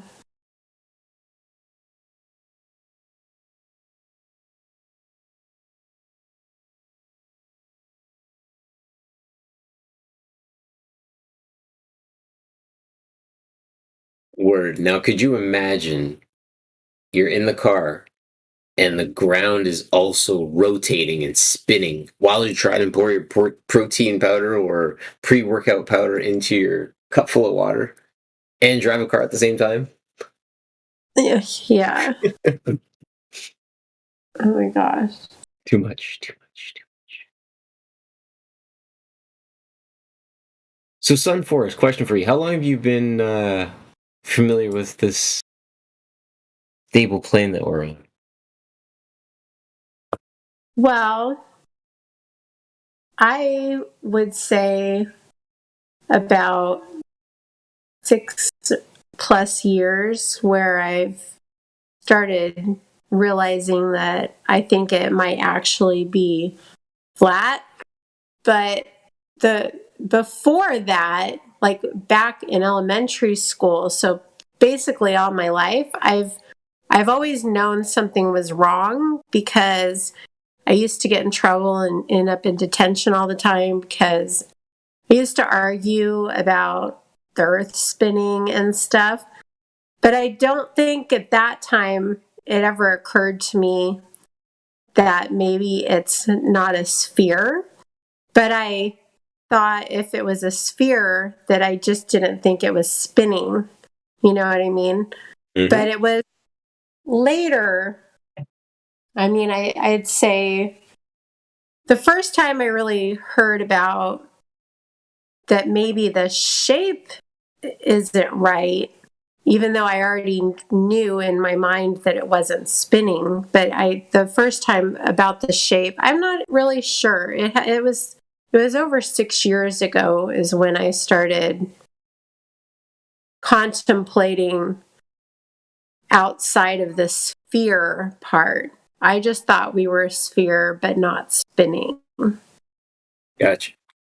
You know, so it's kind of a long journey, you know, but I always knew it wasn't right. I just didn't really understand. And I did think, because I remember even back in 2006 was when I flew from California to New York. And I remember looking at all the sides of the plane, and I was just like, it's so flat, you know, and like I can see so far. And I think so. I've just always known. I think I just hadn't really, I guess, heard other people really talking about it until a little over 6 years ago, where I thought, oh, well, you know, maybe it's not even a sphere that's not spinning. Maybe it's something else. And that's when I kind of started doing more research about it. And then many things started making sense. Once you take the sphere out of the picture, then so many other things started to make more sense, like being able to see so far and all of that. Interesting. So, at this point in time, as a parent, what is your daughter showing interest in within the realm of, well, just interests?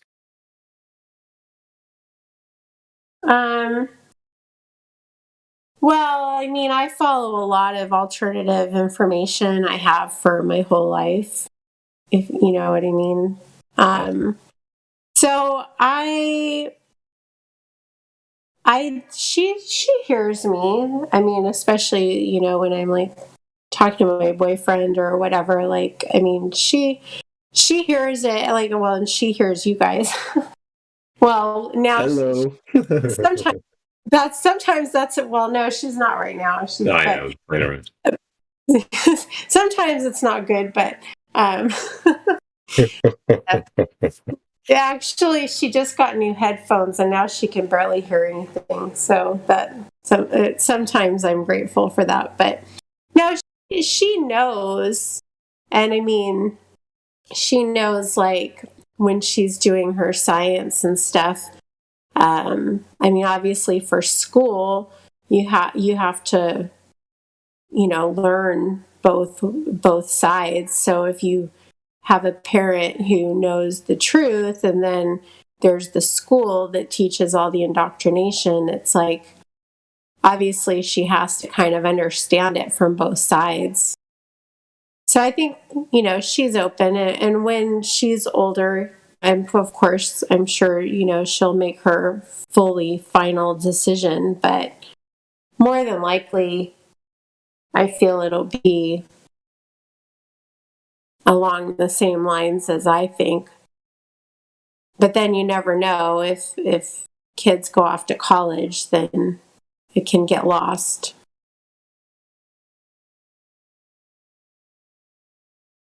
I think you just said, you know, something along the lines of her getting both sides of the story in school or something like that. But I think it's worth pointing out they're not getting, none of us got both sides of the story. There is no flat earth. No.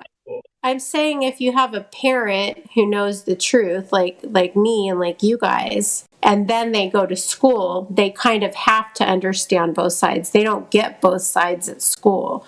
I'm saying they get one side, you know, the truth from the parent side, and then they get the indoctrination side from the school. I'm saying if they're in school, they're obviously, and they have parents that know the truth, then they would have to kind of understand both sides, because they have to be able to regurgitate the school side at school, and then at home they hear, what we talk about.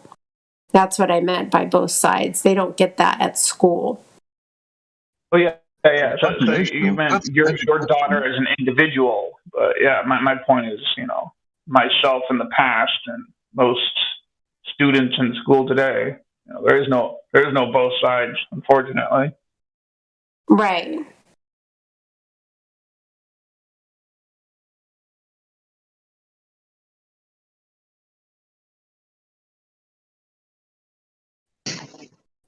I was going to say, indoctrination, that's education without demonstration with a hint of imagination. Right.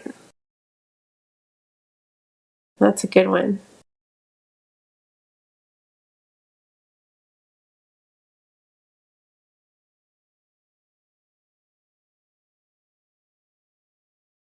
That was kind of good.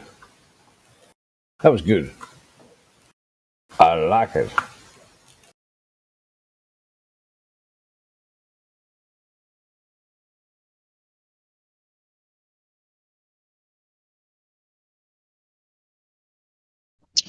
Meanwhile, we're doing the conversation of the nation and Joe Biden's constipation, mental constipation, people better.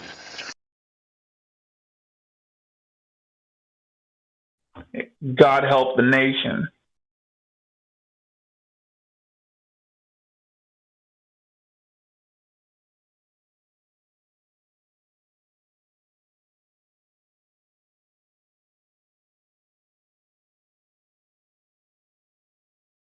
Hey, that's pretty cool. It's like the group songwriting session. Everybody pitch in.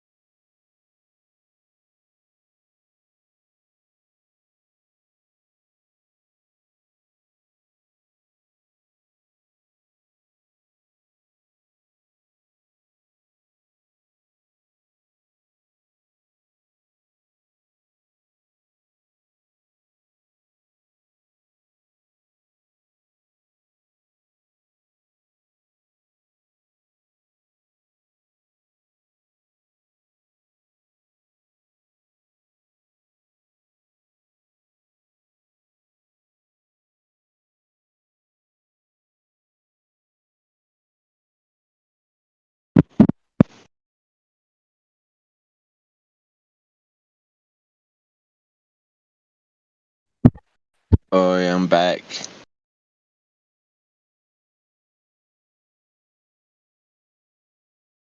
Just got a bag of that shit. Facts. We need Welcome. Welcome back. Y'all, thank you, P-Mac.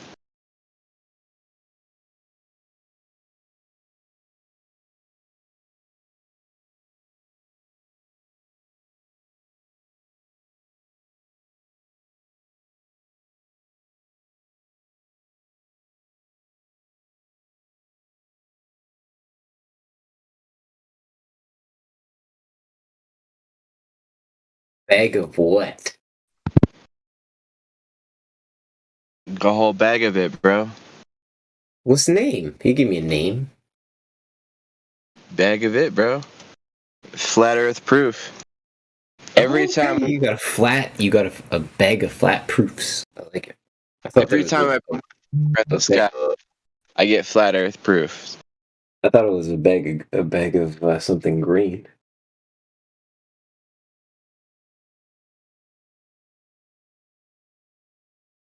Yeah, maybe not now, but definitely flat Earth proof though. It's quite telling when you get a picture of a triangular shaped star. It's hard to ignore that, man.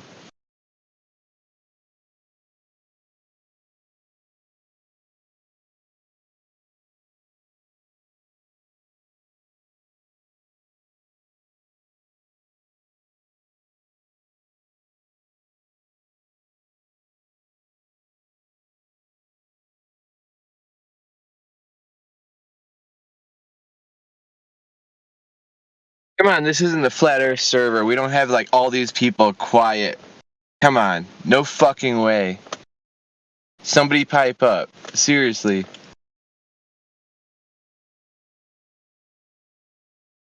Don't tell me y'all scared about talking about truth. Come on, serious.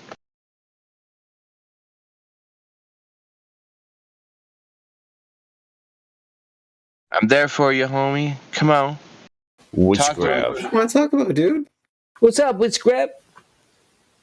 I mean, like I said, like I just took throw some blood in the water. Took some pictures of triangular star. I mean, like, what do you think? What do you think Glober reacts to that? You know what I mean? Like there's no way, right? Obviously, Well, they're gonna. I want to see the picture. Triangular star. Let's probably share what you got. Oh, would you like to see? If you wanted to see them, I do have some other ones, like a lot more pronounced. Not exactly.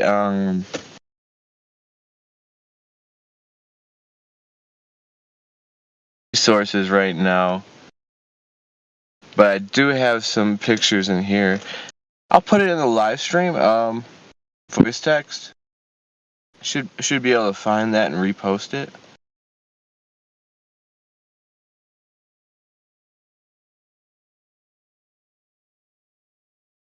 But to me, it's a real visual aid for debunking gravity.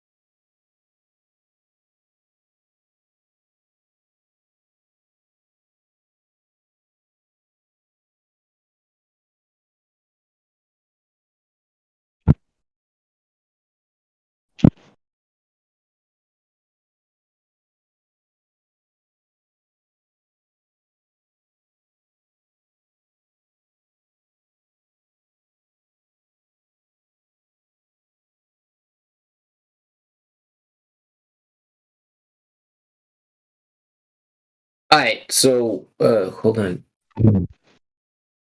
How do you say your name? The dude at the bottom, W something. I know you've been here forever. Witchcraft? Yeah. All right, cool. Witchcraft. I have a question for you, man. What do you think about the sun and the moon being luminaries? I think they're very similar in light composition because I've seen a moonbow before, so it only makes sense that it's very similar light that it gives off like the sun. Just a little, I mean, just more dim. Why wouldn't you say the sun and the moon were complete opposites of one another in terms of what they do? Because I disagree. Why?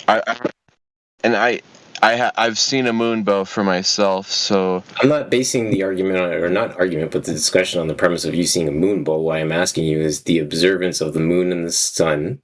Why wouldn't they just be the opposites of one another? Well, I mean, they can't really be opposites if they're both in the sky. Why not? If they were under some kind of, let's say, a prism, let's say that they were under some form of a structure which allowed them to perform as two almost refracted type of light segments. What do you think?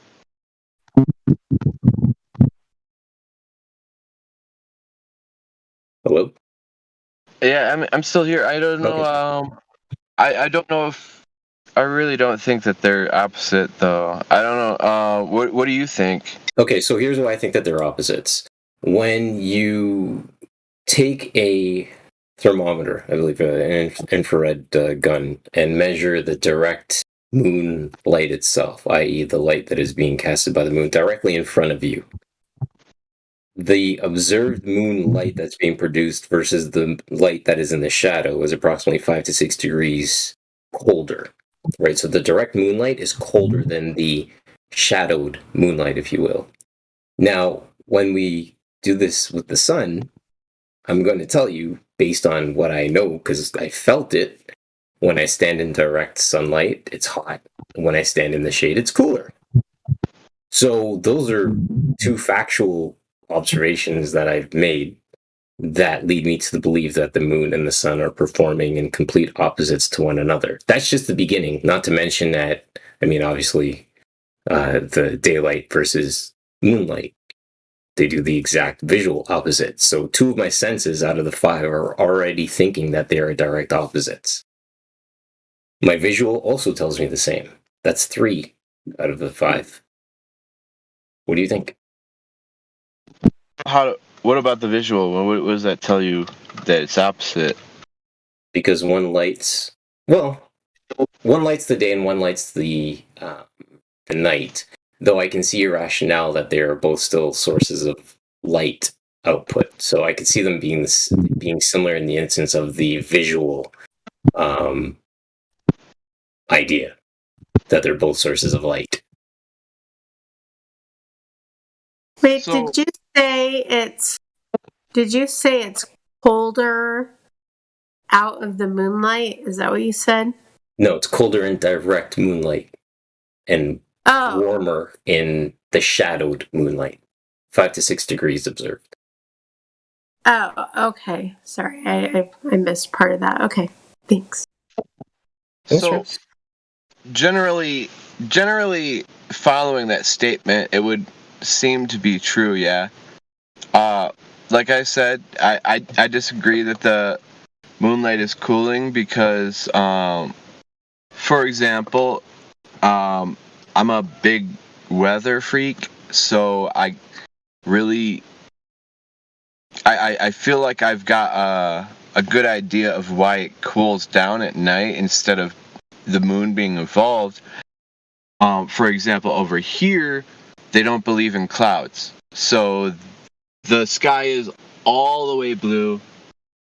I look around left, I look around right. It's still blue all over the place. I can't see a cloud anywhere in sight.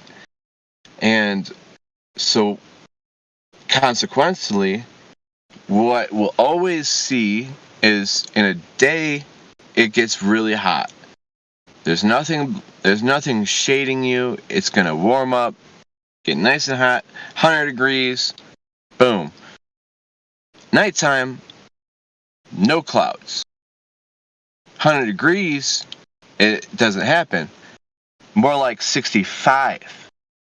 There's like a 35-degree swing, maybe 30 degrees, on average, that pretty much happens here at this time of year. And the reason why you get cold nights is always going to be because of the cloud cover. Every time. Doesn't have to do anything with the moon. And places that are shaded, even a tree. Hold on. Sometimes that's the opposite over here.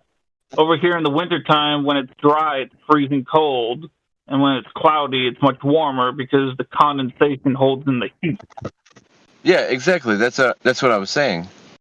That's the opposite of what you were just saying. No, motherfucker. I know what I just said. Whoa. Holy smokes. Guys, not guys, actually. Dude, we're Witchcraft. We're on the same team, my friend. You're the resident dude here. We're just having a conversation, guy. Kidding. But like I was saying though, it gets colder over here real fast because of the lack of cloud cover. Heats up fast, cools off fast. Clouds, they're like an insulator, just like you suggested.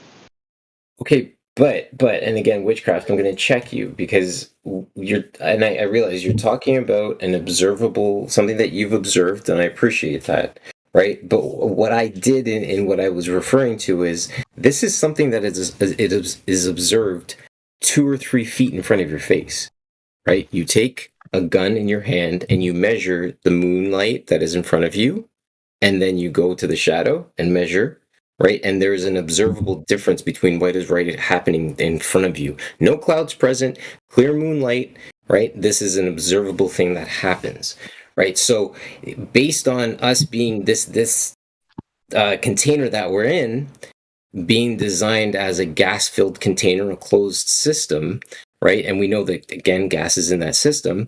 I'm also going to say to you that, yeah, the gas that is above the surface, the floor, right, this earth that we're on, there is going to be ambient heating and cooling that occurs due to the heat of the ground. And that's going to carry over into the night as well, right? But I think that we have to observe what we can observe directly in front of us with as much ease as possible. And last time I checked, being able to observe moonlight directly in front of me with an observable temperature difference of 5 to 6 degrees is something that is definitely worth reporting, especially when it's colder, not warmer, which we would expect from a light source. What kind of a thermometer are you using when you're measuring the moonlight in and out of the moonlight? Let me go get it. Hold up.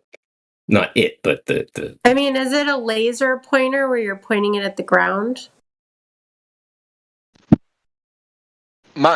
So with even a canopy of a small tree, it will be able to trap heat just by, like I said, it's a canopy.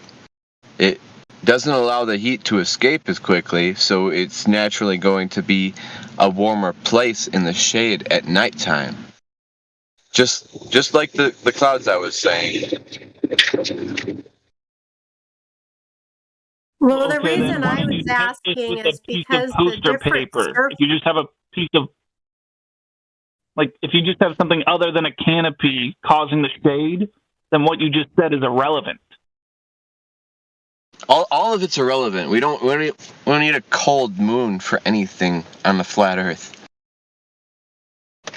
No, I was what just you're saying. Just what you're saying is irrelevant. About how he's testing it, because like if you're holding the thermometer like in your hand and then you're just walking from moonlight to non-moonlight, then you're still getting the air temperature. But if you're actually using a thermal, the laser thermometers, I forget what they're actually called, but if you're using one of those where you're pointing it at a surface, well, then you have to point it at the same type of surface because asphalt traps heat more than concrete does, and grass and all of those things. So if you're having to use a thermal laser pointer, you'd have to measure it concrete to concrete or asphalt to asphalt. You'd have to, do apples to apples with a pointer, because the surfaces are different temperatures. Like concrete, asphalt, grass, rocks. They all are going to be a different temperature.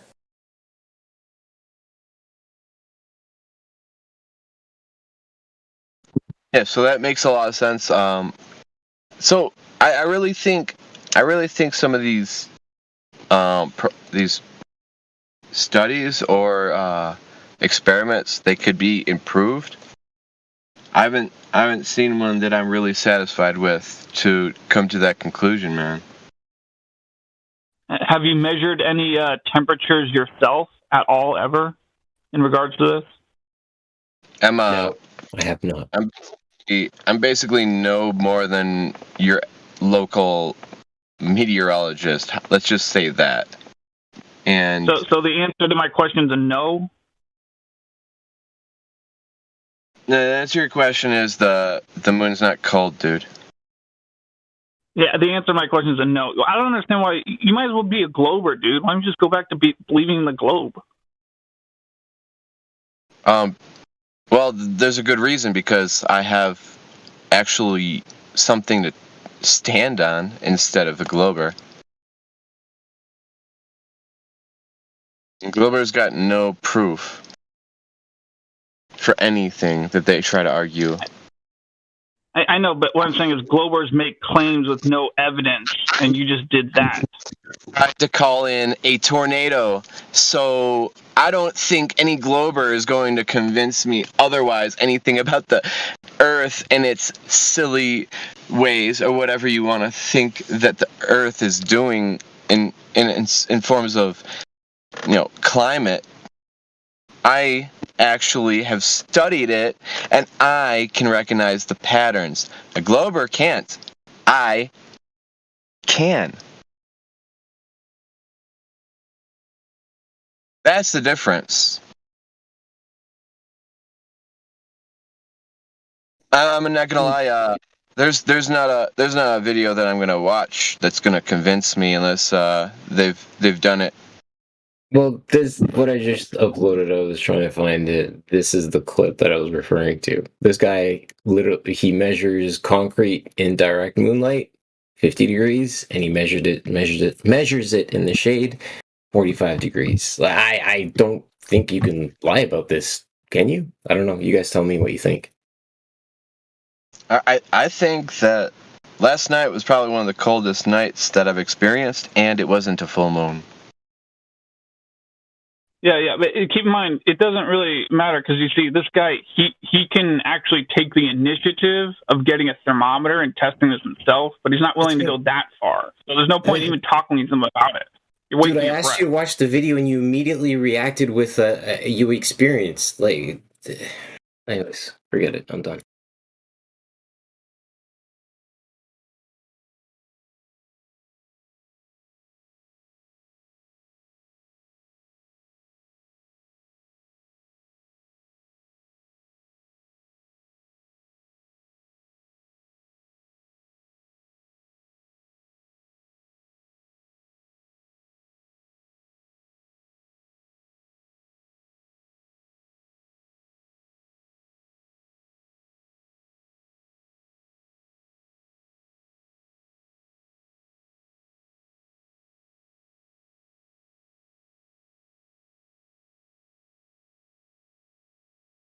Hope everybody's having a good day. Not sweating too hard. Yo, Rect, what's the temperature like your way, my guy? Let's see.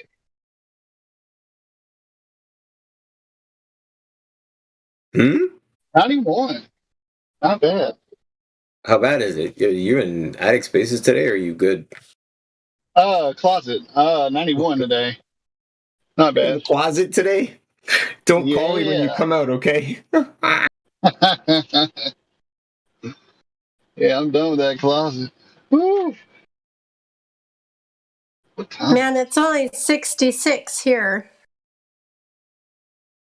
That sounds a lot better. Yeah.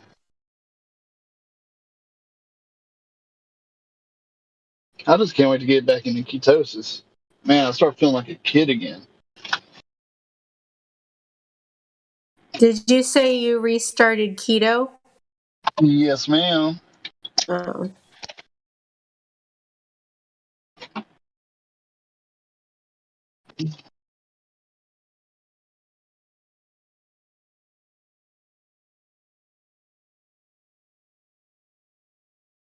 So was that witchcraft saying that he studies stuff? That's pretty cool. Rect, what do you think about that video I just posted? Did you have a chance to look at it, dude? Concrete, temperature, moonlight, and shade. See, I got a temperature gun, but I want to get a infrared where I can see it. I got you. Yeah. Well, no. What's interesting with this is because the temperature, or sorry, the gun was measuring the surface, right? So he was pointing it at concrete and measuring concrete in direct moonlight, and then shaded concrete. And it was like, one could argue, yeah, like the off gassing of concrete and blah blah blah, whatever. But the constant of what's being shown shows it as being 5 degrees difference. Like I said, that's why I want to be able to get an infrared temperature gun. Because I got the same, I got a Klein temperature gun, so I mean I know it'll stay accurate. Because unless you put some money in your temperature gun, they can act like things are colder or warmer than what they really are by you constantly using it. So yeah. But it's interesting, dude. Yeah, I'm down for the moonlight getting colder.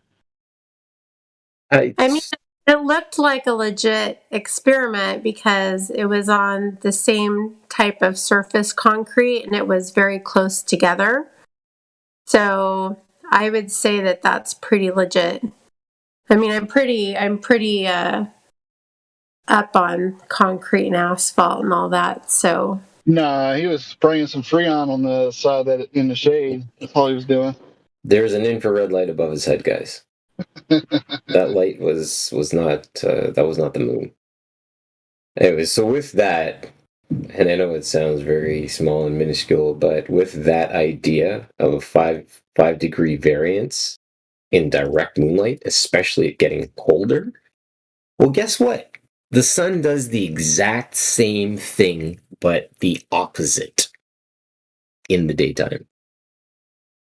So again, like I said, 3 of my senses have been tickled.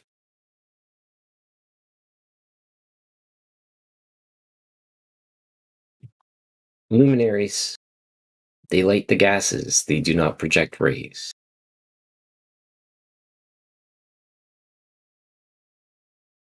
do you think you could feel it though? Because I mean, 5 degrees is pretty significant. Like it makes me want to go out in the moonlight and I know you could feel it in the morning. Yeah, I At feel least like down here. Yeah, I feel like I used to walk a lot at night, and now I feel like I'm going to want to go take another walk. But I wonder how much moonlight you need to be able to really feel that. Maybe like closer to the full moons.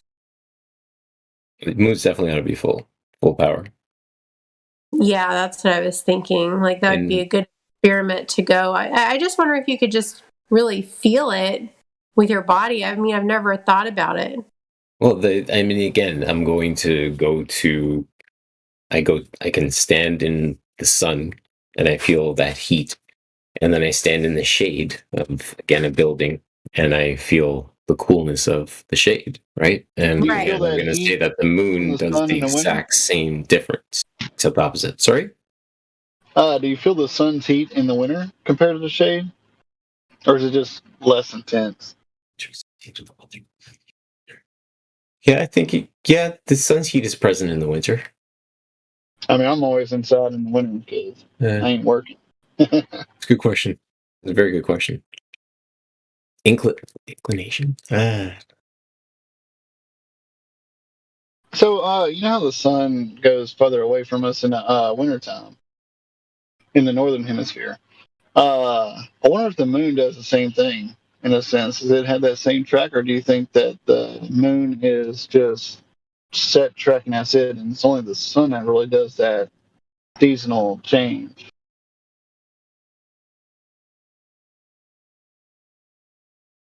I don't know if I'm making sense, but I don't know. Would we know that based off the like sizes of the supermoons when they come about? Like, you know, supermoons like during winter versus summer. I don't know. That's a good question. well, I mean, isn't all supermoon is the humidity? Or am I wrong? Is it? I don't know. I mean, the humidity acts like a magnifying glass. That's what I was kind of thinking every time I ever heard supermoon. They said it's closer. I thought they said it's closer, but maybe I'm wrong. I'm in the world of I don't know, so don't worry. Guy. Huh? I'm in the world of I don't know, so don't worry. Yeah, I'm not. I am not the science guy. Yeah, I thought though the articles I've read, because I follow a lot of moon stuff, I thought it said that it's closer. I thought that's what they said, but I don't know.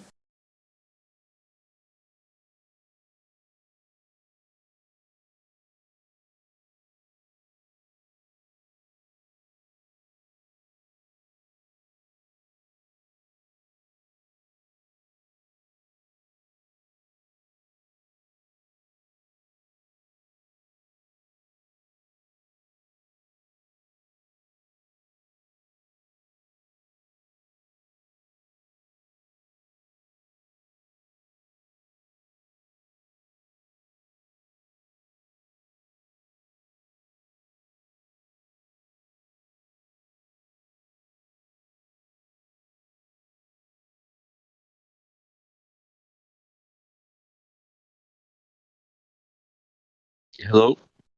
I had to restart my phone. My phone was getting so hot because the moon wasn't out.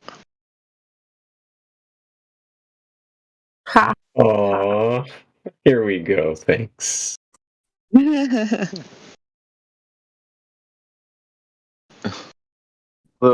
boy wouldn't respond. It's yeah, it was.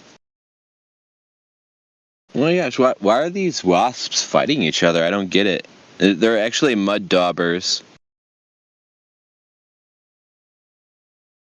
Some friendly fire there.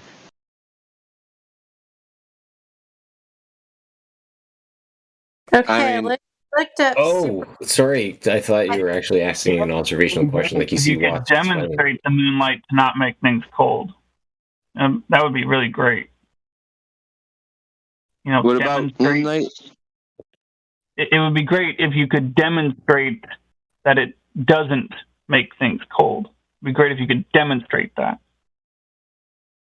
Like I said last night, it's on a. It's like a crescent moon, and it was a lot colder than it was on a full moon. Yeah, I'm not talking about just the way you feel like on your skin. I'm not talking about just that. I'm talking about measuring it, you know, the temperature. We have things we can use to measure temperature, you know.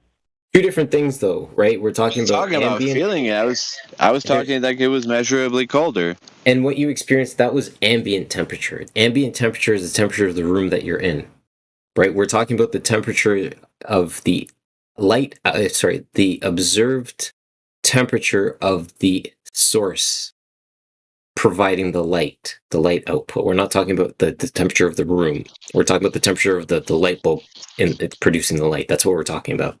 That's all. And again, you're totally right. And my knee-jerk reaction about your question what the wasps were, because wasps are very territorial. They're ego-driven insects. So their egos speak before anything else. Yeah, well, they're actually mud daubers. They're not wasps. They're a whole nother category. I mean, not category, but yeah, they're very different. I'm a flat earther still. I just don't think the moonlight's cold, man. It's that's all there is to it, really. Yeah, but keep in mind, this place is not about, our feelings or subjective reality. It's about demonstrable reality. So, by all means, think this to yourself, but just think it to yourself. If you're going to say it out loud on here, we want a demonstration. If you can't do that, then please do be quiet. Yeah, there's definitely no effect that the moon has on temperature. Demonstrably, a lot of people would agree with me.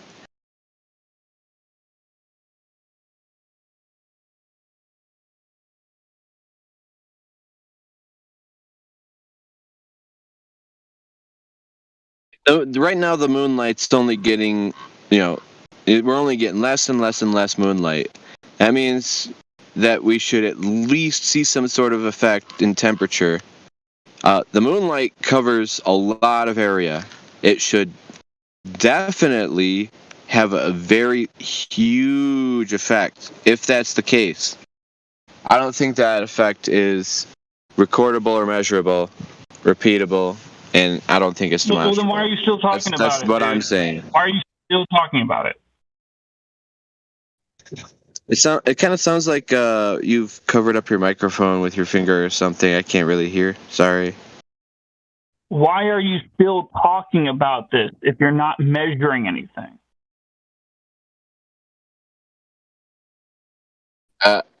What do you think? Like, because it doesn't really make sense to me. That's why. That's what we're here for. Yeah. Okay. It doesn't matter, dude. Those are your feelings. We don't care about your feelings. Keep your feelings to yourself.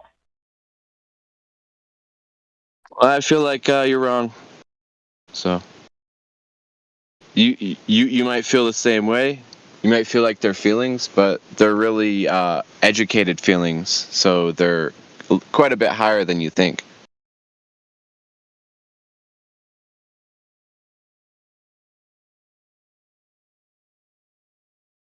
Show me something that's cold. Show me cold light that we've created. Do you have that? No one's claimed that. Now you're straw manning people, dude. Get a grip on yourself. You're right about that. Yeah. I got a good grip on myself, but I don't see what you're talking about though. Don't understand what you're trying to argue, bro. You just asked me if someone can artificially create cold light. You obviously know the answer to that is fucking no. Why would you ask me that stupid Look fucking up question? cold lasers. No, I was hoping that you would claim that so I could definitely debunk you on that. My bad. Cold lasers. Look it up. Yeah. Well, okay, then you want to call them cold lasers because they're not fucking as hot as the other ones, dude. I just fucking debunked you. I've looked that up before. Don't fucking throw that in my face. Yeah, well, guess what? Witchcraft. I'm not making claims. You are making claims, and you're not backing up your claims. I actually wasn't even talking to you, though, bro. So it's all good. It's all good. You don't have to worry about it. What is going on now? I don't know. I just muted his dumb ass. Fuck him. Why? Because he kept making positive claims and refused to back up positive claims with any direct evidence. We don't tolerate that bullshit here. What he said, what he's claimed. He claims he's making the positive claim that moonlight doesn't make things cold. Is it? That's a positive claim. I'm not claiming it either way myself. because I'm not concerned with it either way myself. But if he's going to make a positive claim, he has to back it up with something. If he's not going to back it up with something, he's got to shut the hell up. Well, I understood that he's saying that we cannot prove that moonlight is causing cold. No, I just proved that. Okay, I'm done. I'm done with the idea of moonlight. Moonlight directly in the video that I literally just quoted myself, replied to myself. Watch the video. It's 5 degrees. Listen. Hold on, Sasha. Wait a minute. It's notably 5 degrees Fahrenheit difference. Right? Yeah. I'm done with that argument. Period. Locked up. Okay, great. Can you tell me which conditions was in the atmosphere in that moment when was hitting the light in all atmosphere in that point? I have no idea, but what I can tell you the constants in the observed. Hold on. That means that it. Listen. Only question. Only that means that it could be something in the air what causes that change the temperature. Okay, but there was enough in the air for me to observe a heavily lit viewing area, which he sampled with his gun. And then he went to the shaded spot and did the same. So before you come and try to fill this argument with ignorance, please observe the light output that's in front of you. No, yeah, of course, it's my ignorance. I'm asking. I'm not saying opposite that is not true. I'm only asking. This is why I say you need to observe what you see in front of you in that quick clip and realize that it is a clear night. Okay? He's measuring the temperature of concrete, which is in the direct same light. And then when he goes to the shade, he observes a variance of 5 degrees Fahrenheit. Where is the variable that can come from the sky that can produce those conditions, Sasha? Use your mind, please. How did hostility enter this dialogue about the coldness or hotness of moonlight? I don't understand. It's a question of hostility. Yeah, exactly. Don't start muting people and start being aggressive over some bullshit like this. Who said that? Who said that? Ryan, if you fucking mute me again, dude, I swear to God. You need to back up your claims. Back up your claims or shut the hell up. That's the rules here. Do you not understand that? All right, get the fuck out of my face, dude. Ryan, but nobody likes, especially here from Flat Earthers, if somebody is exaggerating in something, nobody likes. You know that. You don't just mute me because you disagree with me, dude, right? You're not doing that because you just disagree with me. You think that I made a positive claim. So, why don't you tell me if I made a claim? You tell me what my claim was right now in front of everybody. You claim that the moonlight does not make things cold. I'm falsifying your claim with that, so shut the fuck up. What? Say that again? You heard me. You heard me goddamn well. Hold on. It's gibberish. You're speaking gibberish. You're an idiot. Hold on, and let me just provide some clarification. As the person who brought the original point to the table for discussion, I would like to illustrate the fact that Orion has provided me the space to explain this. Witchcraft has explained what he has felt. What I have presented is evidence that this is an observable thing that happens. Now, I can understand Sasha entering into the discussion to provide some questions, i.e. what were the conditions that were taken, and so on and so forth. My criteria that I presented, all I was asking for was some feedback as to the potentiality for this observation that's there, because we're observing it, and there's nothing in the sky that I don't think can change what we're observing right in front of us, right? And coming to me with a adversarial opinion stating that you feel different tells me that you are observing the ambient temperature. Okay, so here's the thing. You brought an argument to the table, right? I classified your argument, and unfortunately I have to put it to the side because I'm dealing with a visual observation versus a feeling, an ambient measurement that you're attempting to explain. This is why Orion is saying you're being demonstrative to what I'm presenting. Thank you. Yeah, I just want to point out he didn't bring an argument. He brought a claim. He brought a claim without an argument, and that's the problem.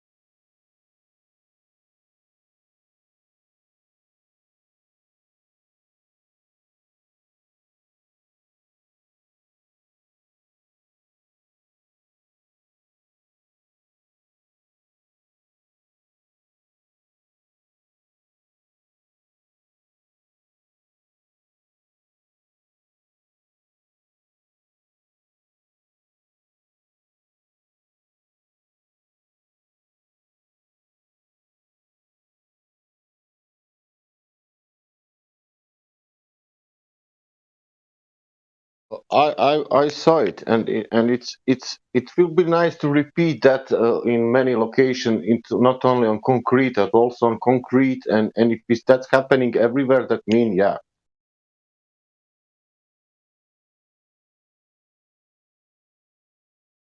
But you need to consider that also concrete could have the different temperature also.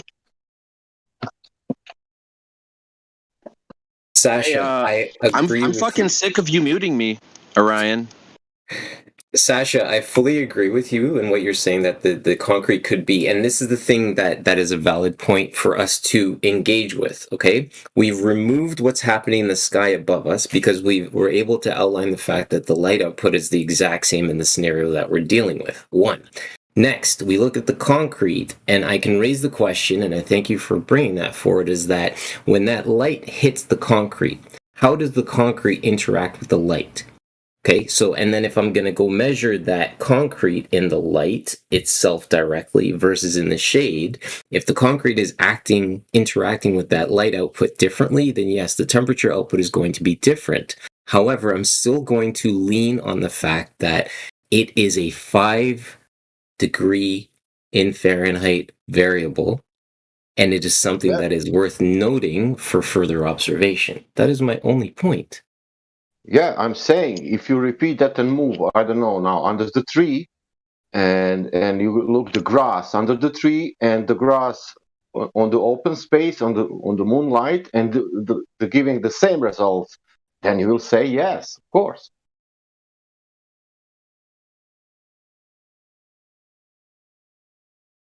I'm going to say that that experiment looked pretty legit. That's why I asked you to begin with what was being used and what kind of a thermometer and if he was switching surfaces.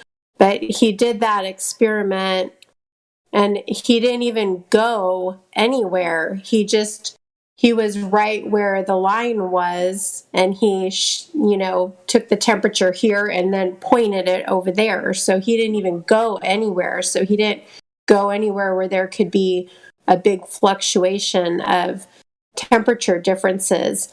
And I was looking at the surface, and there was no reason it should have been a 5-degree difference unless the moonlight is actually affecting it, which now makes me want to go and look for, a shade line on the same. It does have to be the same surface. You can't go asphalt to concrete and grass. Yeah, you can't really even go grass to grass, because when you're pointing the temperature, you could be hitting the dirt, you could be hitting a blade of grass. You can't really do it in the grass. It has to be asphalt to asphalt or concrete to concrete.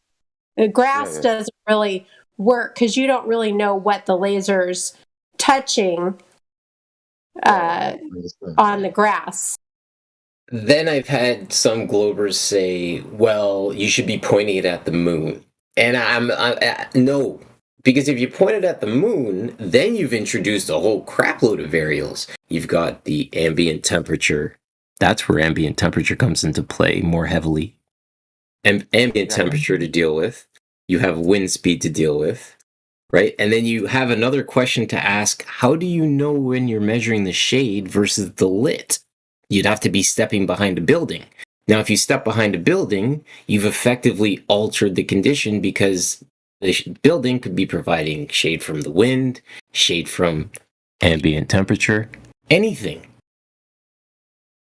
Yeah, you wouldn't be able to point it at the moon with a laser. You'd have to use an actual like thermometer temperature gauge that you hold in your hand that you don't point at anything. You'd have to just move from the light to the shade, and it would have to be again very close, or the temperatures can vary because the what's in the air right there would be like you said, going behind a building, like then you're going somewhere and it's a completely different situation. You can't do that. It has to be like where the shade line is. But yeah, you can't point a pointer like that in the air because it's going to hit something. But it's good things to do. You guys are making a good point that you'd want to measure the wind also, or at least do this measurement of temperature on a night where the wind is very low.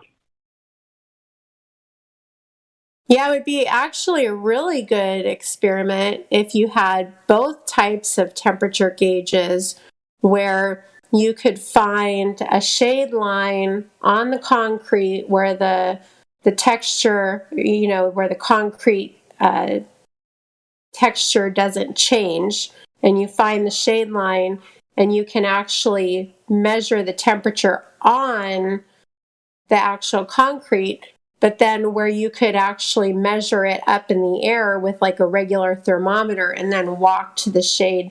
Like it would be interesting to see both of those readings together.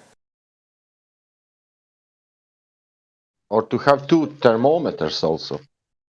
Yeah, that's what I mean. Have one that you hold and it's in the air, and then one that you point at the concrete, to have both kinds. Like that would be really interesting. Yeah.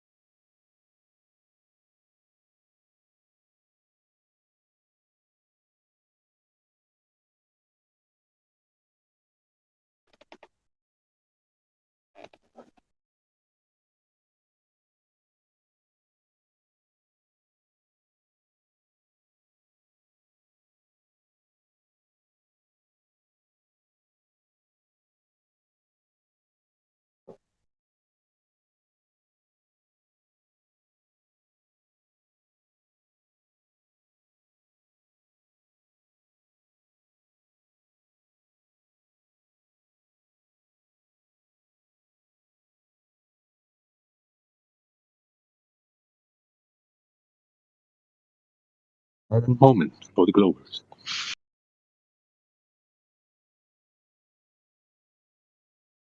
How are you feeling, man? You okay?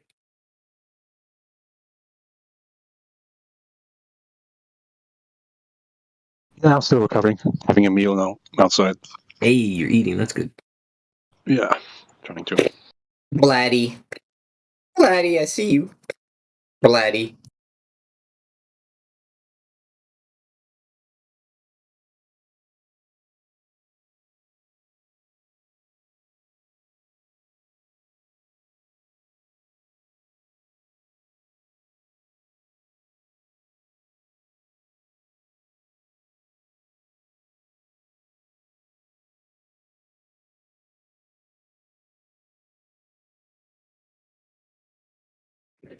That's all right, man.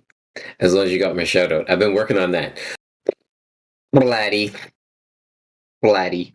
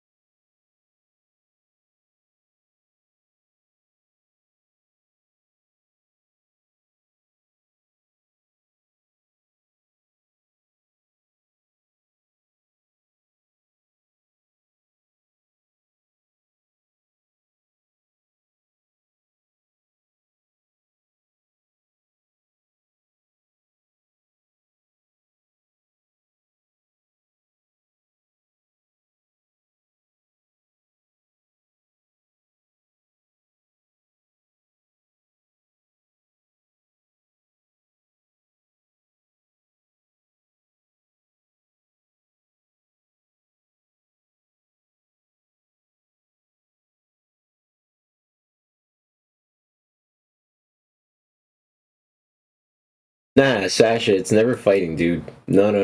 It's never that. And I boys, I feel like I want to express something. When I'm talking about stuff, please don't ever take what I say personally. I will never attack anybody directly, unless you're being extremely disrespectful and ignorant. But the passion that I speak with is the passion from a standpoint of understanding, and I'll be the first person to apologize for stuff. That was in the name of the moon, not in my name. Well, dude, if you bring a sad face around here after the little explosive episode we just had, it's gonna make me want to address it, right? So, like moon is sad and everything. Not I'm okay. I'd be sad too if people kept shooting stuff at me, trying to blow me up. Hey, man, it's all good. I don't mind it. No, I mean Witchcraft. Listen, I don't know if you are you familiar with the Wu-Tang Clan? Oh yeah, actually, I've seen them perform live. They're pretty dope. Awesome. You better start cheering when they get on stage. That's all I'll tell you. You know they're not performing unless you're fucking freaking out. So they're heavy teaching in their wisdom, the W being representation of the wisdom and teaching, mathematics, right, is always keeping your tongue sharp in battle. We engage in battle. The crowd now screams in rage. Okay? So the idea is that you and I can engage on the chessboard in discussion, okay, and you're not going to yield and lie your king down and submit. Come on, man. So you know I'm a chess player? You want to play? Buddy, well, we're not playing too well linguistically, so I don't know if I want to sit down and play with you actually literally. I'm saying that in order for us to actually sit down and facilitate an argument, or not an argument, sorry, a discussion, we have to be able to entertain ourselves with, or not entertain, but have a discussion between ourselves with intelligent debate versus talking about feelings. Chess has no feelings. Yeah, that's true. My son took my queen on the weekend, and I chased his king until I killed him. Literally. We had like 6 pieces left.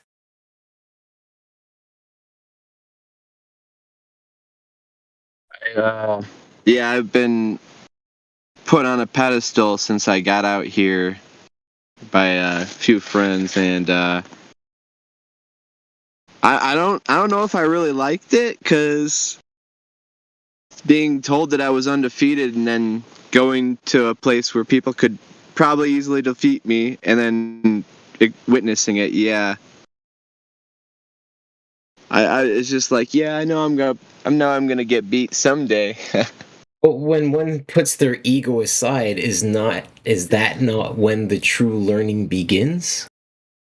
Yeah, I was really hoping to find somebody that could beat me, because it becomes more of a real game instead of me just making moves that I know are going to be devastating to my inexperienced opponent. Yeah. I.e. bringing your pawn 2 spaces out in front of your rook. In front of my rook? I kept trying to explain it to them, like, all right, dude, that's like literally you're breaking the first rule of chess. Don't ever move those pawns. Like, just imagine like they're not there, and you'll start automatically being better. Unless you're playing chicken with a psycho. I mean, it's definitely intimidating. Think about that statement, chicken with a psycho. Do you want to play chicken with a psycho? No. Therein lies the question, my guy.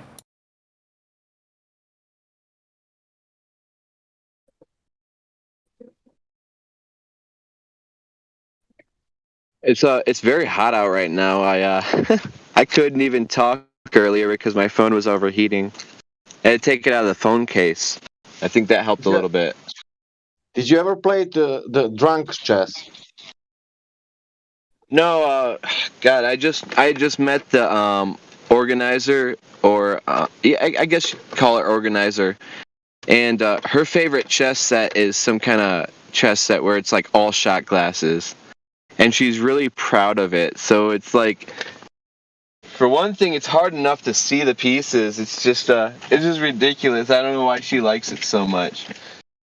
I remember one time my friend came and said, "Do you want to play chess?" I said, "Yes, okay." But he said, I have another rule how we will start." And I said, "Okay." And he said, "We will put the wall between two, how to say, in the middle. We put that LP, you know. And then you put your figures however you want. And I cannot see, and I put my figures however I want. And then when we said ready, we moved in the middle, and then we are started not like a normal chess, like a chaos chess. Do you understand? Yeah, so you couldn't see each other's moves, right? No. In the beginning, you don't put the figures in order like you're putting in normal chess. You put however you want. Queen there on f6, whatever you want. But you put something in the middle. The middle of the board that I cannot see. What he's putting. Then he's putting the figures. He will put the figures. This is like nobody will move nothing. And then from that point we will start. You fortify your king. You fortify your king using your rook, not the rook, the knight, using your knight and your pawns in the middle of the board. Yeah. Something like strategic. You are making first. You're not starting chess like a normal chess. You put all. No, you don't. You don't build a kingdom from the outside in. You build a kingdom from the inside out. Right. That's why you don't move the extremity pieces first. You move the internal pieces first to set the kingdom, and then you move the people on the outside, because those guys are expendable. Yeah, I'm telling you how people played. How I played one time. It was like a joke. I know, we're engaging in conversation. You're painting one side and I'm painting the other, right? Somebody who's listening to this conversation will have the advantage only of your purview, right? I'm introducing the second purview so they can understand the whole picture that you're painting.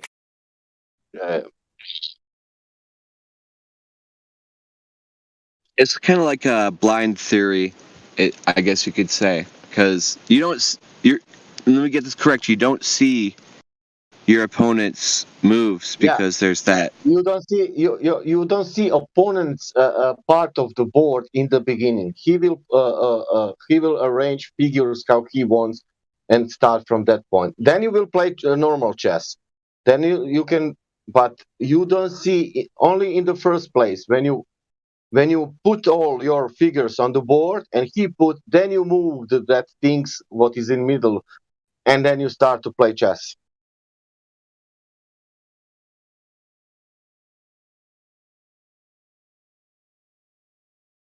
It was pretty interesting. You have 65. You have 64. 64. How to say points? 32 of points is his. You don't see him. You put something in the middle. That you cannot see, and he is putting now 16 figures on 32 fields, however he wants, not like a rule in chess. And I'm putting the same. Then we move that middle wall, and then we're starting to play chess in that chaos what we made it. 8 times 8, 64.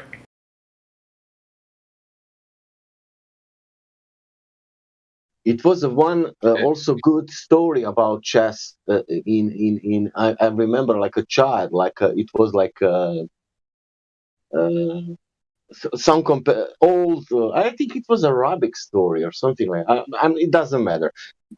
It was like that some guys need to do something, and the king said that he will give, I don't know, whatever they want. And three guys want blah blah blah. Doesn't matter. Well, the first one said, "I want to like a goal. How I'm great." Another one said something similar, and third one said, "I want that you put on the chess board one seed of whatever, of corn, let's say, on the first one, and then you double till the end." And then King said, "Did you give the guy after few hours? Did you give the guy all seats?" And other people said they're still counting. Yeah, I believe that was a grain of rice for every square, and then you multiply that grain of rice. You keep doubling that. So one grain, then another, and then once you now you got 3 grains, and you're about to get another 4 of them. So you got 7, and it just exponentially keeps growing and growing. Yeah. In the beginning, it's small, but when it starts to come to 30, or I don't know, that is a number. And then to 64, it's too big number. I believe that at some point, I guess it was like a few big ass bags of rice, and he had quite a few meals because of that. Yeah, smart man.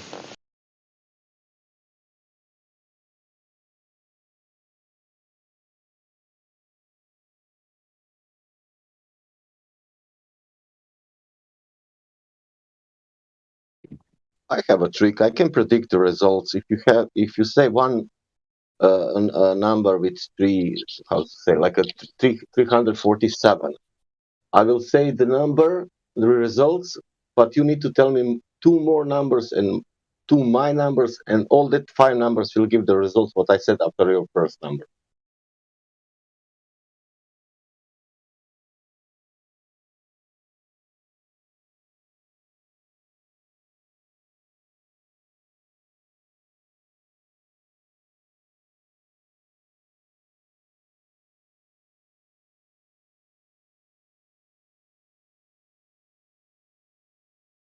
I can give you another math. 3,959. Doesn't match with reality.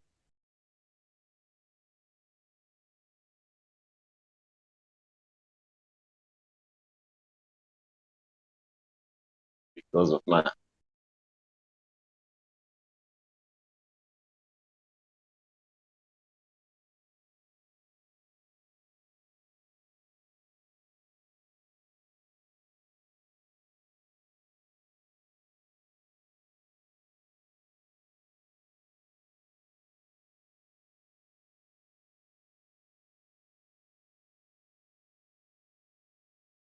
Maybe we need to ask first people when they come here, what is the sphere?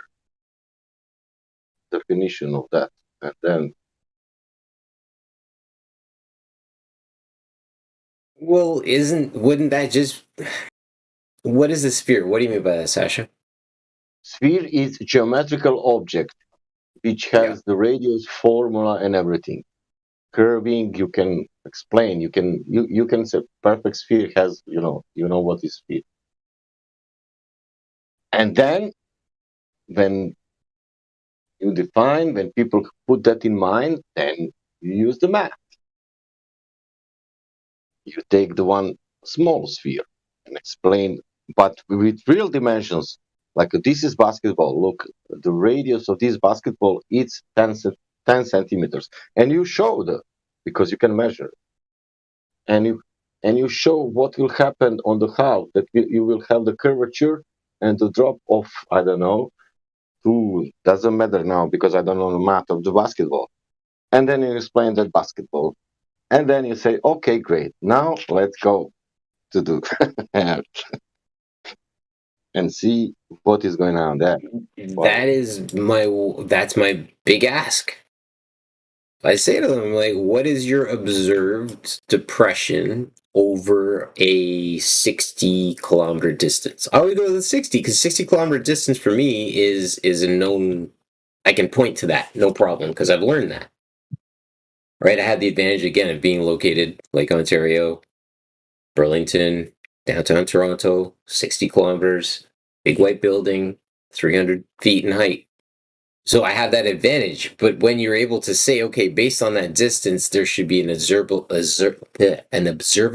depression of X amount of feet, that's ultimately the dimension that you're referring to that would give them an observable depression that is not, in fact, there.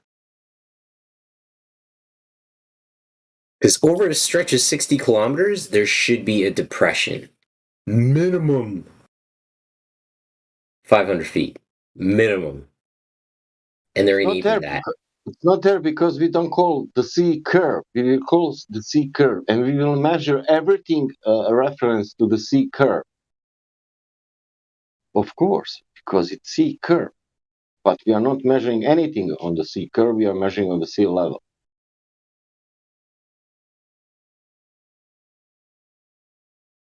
And it cannot be leveled everywhere if it's sphere. That's why I told you we need to define first sphere.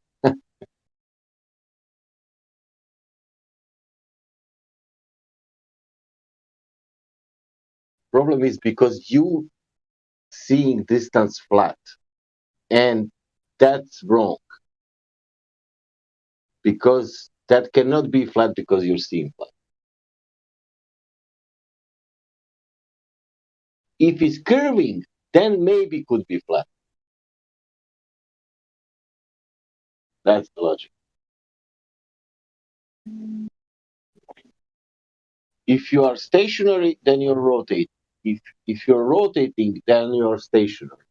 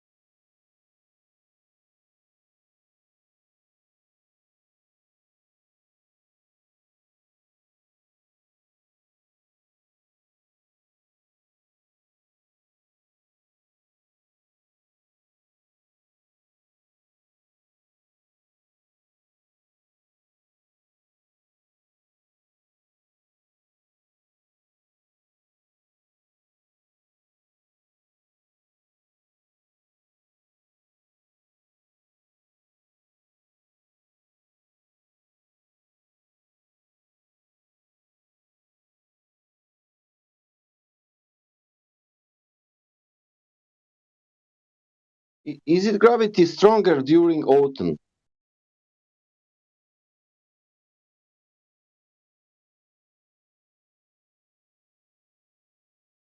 What'd you say? Is gravity stronger during autumn? Yeah. Like a season? So you're saying that Yeah. a season? Yeah. Oh, I see where you're going with that. No, I don't feel fatter in autumn.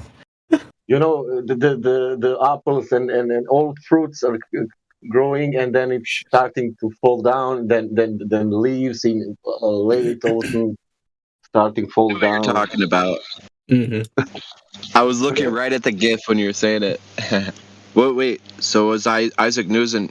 Isaac Newton was really black, and we're just hiding that fact, right? Stop! Holy crap, guy!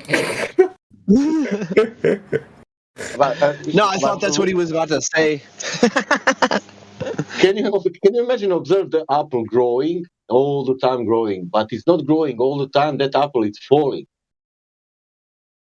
and then one day it's really falling. But meanwhile, that apple never grows. And these leaves, what you know, when you have wind and leaves and going and with the frames like up and down, like playing with the gravity.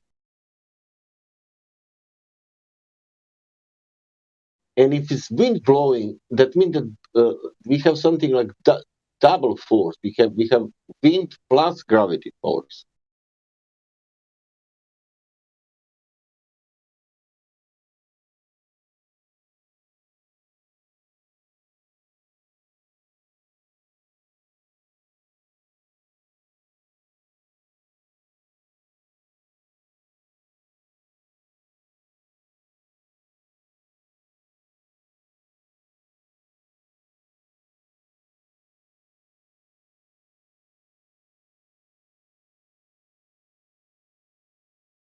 When I was young, people were saying that Jesus was walking on the water, and I thought that it's fucking ridiculous. And I'm still thinking about that. But what I heard here on this server, what people claim, comparing that walking on the water, I could believe now that Jesus walked on the water, but all that claims I cannot even put in my mind. Even I still think that human cannot walk on the water. I see what you did there. I see what you did there. The idea of Jesus being so outlandish walking on water initially was crazy. And then you listen to everybody talk about that we're on a globe, and you're like, no, wait, that's just too crazy. Let's just go back to Jesus walking on water. Yeah. Well said, Properly Sasha. Well like said. that. Yeah. My God, all this changing of definitions in the modern world, all this like a level curve, horizon, the rise of the horizons, I call them, like it's not one, it's more of them. Oh my God, and my eyes the only one, and I'm like, oh, what shall I do? There is more of them, and I know only for one.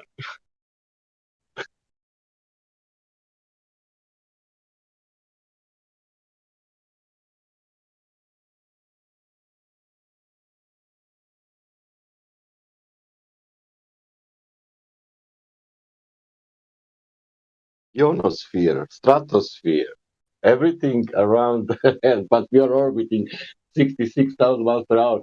And all these layers are coming with us in the same position.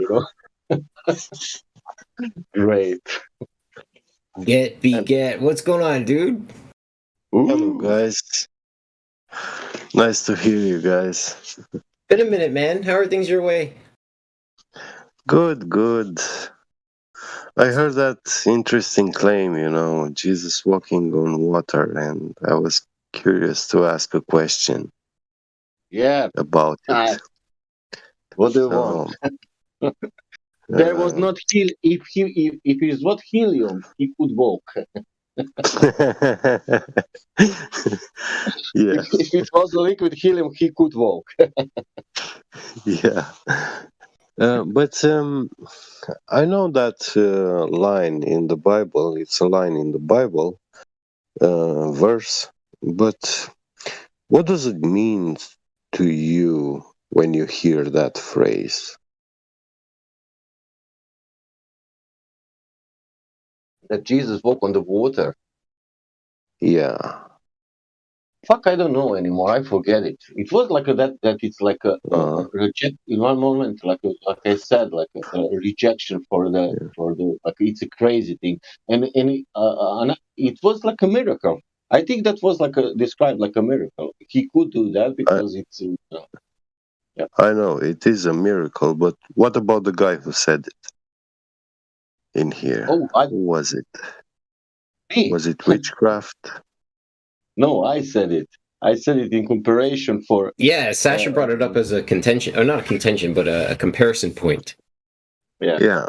So, but you said something about it also. So, what do you think it means? So you're asking me for the input or Sasha for the input? Yeah. You too, everyone. Yes. I don't know.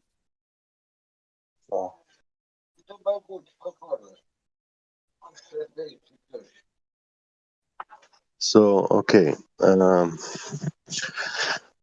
I'll tell you what it means, because this is where vast majority of people they misunderstand it. We are water, and when you see the word sea in the Bible also, that refers to people, masses of people, nations.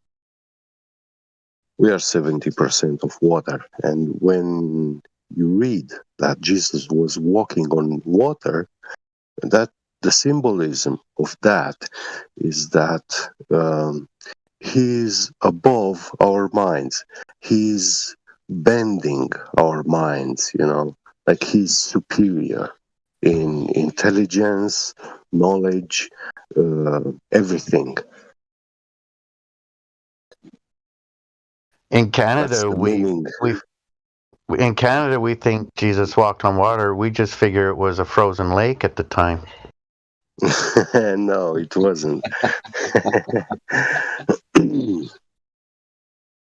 Whatever get, I'm telling you, it could be that it's also misrepresented, but it was like that was a story,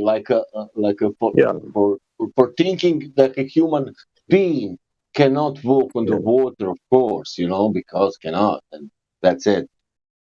Yeah, water is not solid to hold you.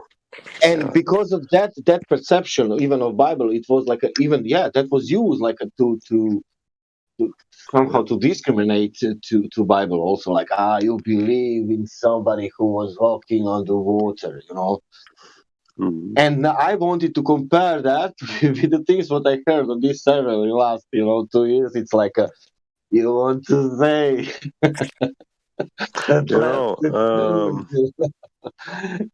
I also see this as a miraculous thing, like walking on water is something miraculous, is not something ordinary that we can do. But scientifically, it's kind of plausible. It could happen. It is stuff that we don't know yet about this world. Okay, let's unpack a couple things about this instance you're referring to, get beget. One, Jesus. He did some amazing stuff, right? He was the only dude, apparently, to walk this matrix 33 years sinless. Okay? Yeah. So if you take a figure like that and tell me that he was able to do this, and again, smile on his face, always engaging with his fellow man with light and love and teaching, right? Yeah. He accomplished this amazing thing. Now, let's unpack the story itself. Did this not happen on, what sea was this where he walked on it?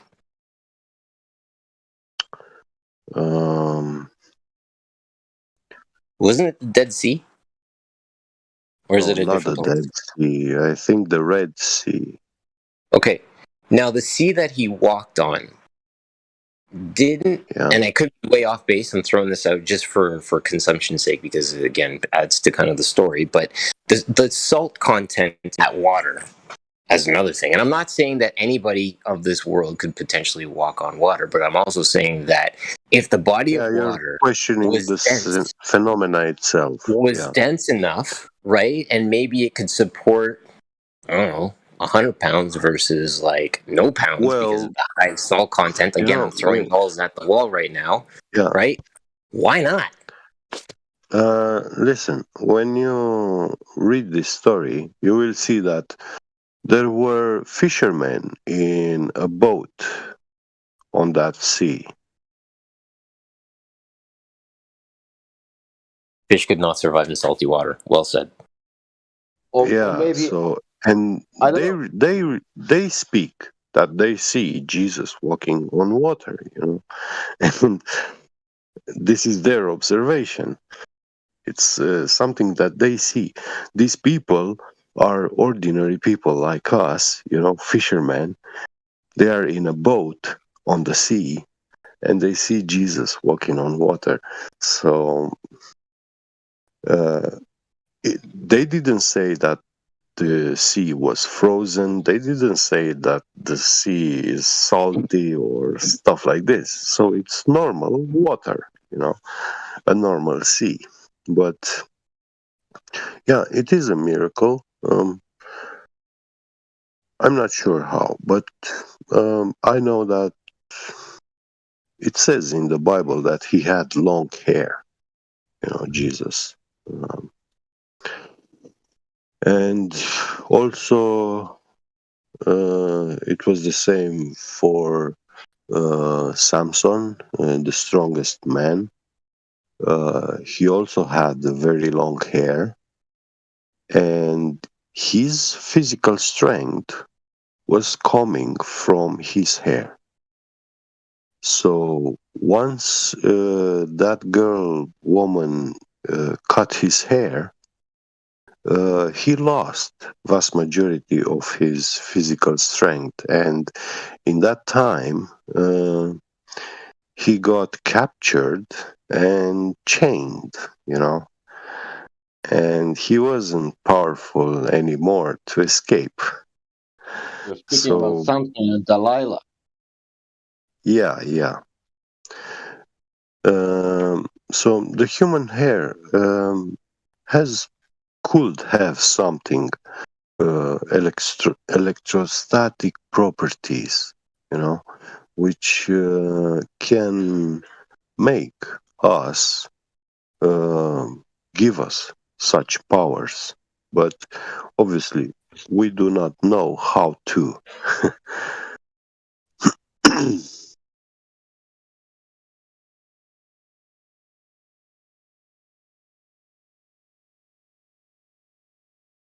I think there it's is cool. a video experiment on YouTube about a helium balloon attached to some Tesla coil, and when you add electrostatic charge to that balloon, you can see that balloon like falling to the floor, or it starts lifting itself, when you put a opposite charge. So I think Now we explain it how they are what they are doing with the helium. Yeah. No, it's not funny. It's really like okay, they are only changing the charge and then they're there up.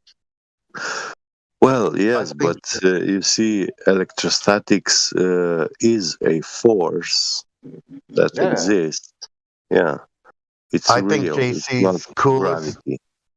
I think JC's coolest trick was when he let his hair down. He turned water into wine, and he pulled out his frankincense and rolled it up. Yeah, and started passing it around.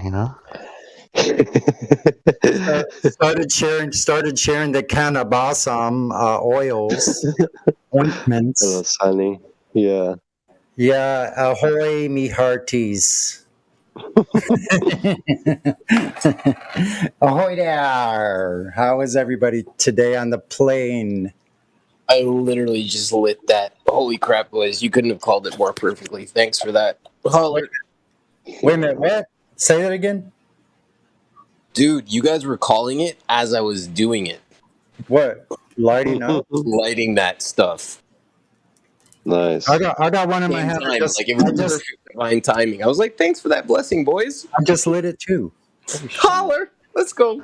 I need one of you to roll one for me. Okay, everybody, just take a nice big long draw and enjoy the breath. I'm gonna roll my frankincense now.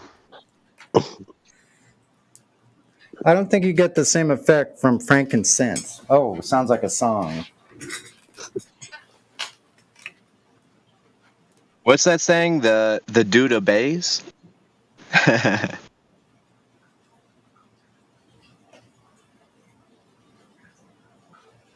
Oh, the dude abides. That's what it is. So cool. So, any new hotness subject? I got this case that Flat Earth Dude gave me, and it even hangs up on the wall. But I can carry my guitar on my back and put all my gear into little pockets. It has even my note like sheet music. Nice.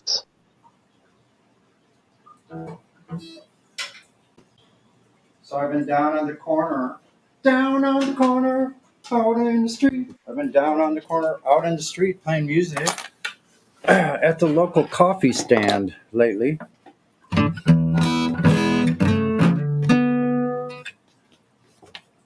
So much fun. My holiday is almost over.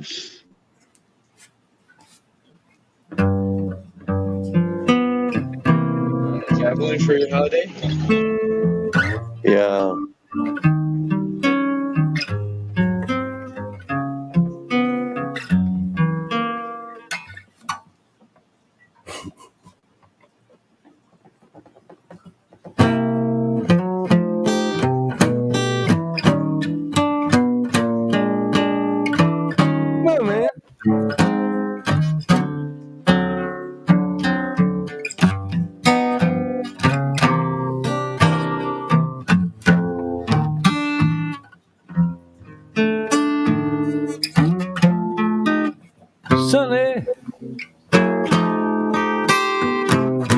my life was filled with rain.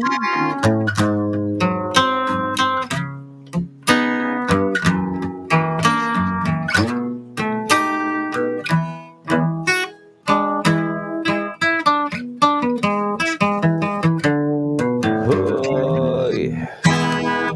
A little out of tune now. All right. Sonny. Thank you for the light that you got my way.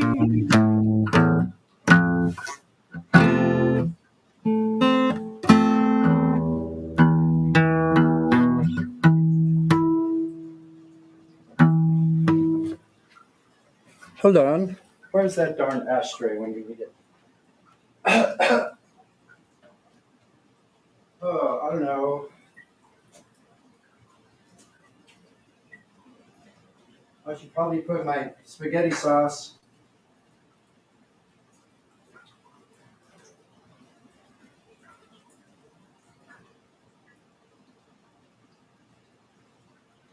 That's funny. I went to get the ashtray. I saw the ashtray, emptied it, and started walking away from it. No way, bro.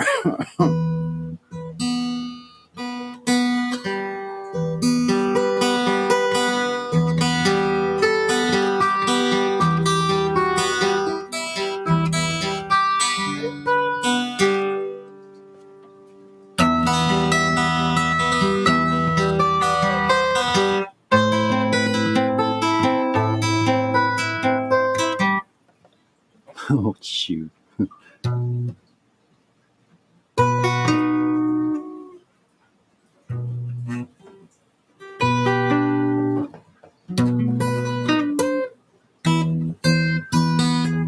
Hold on a second.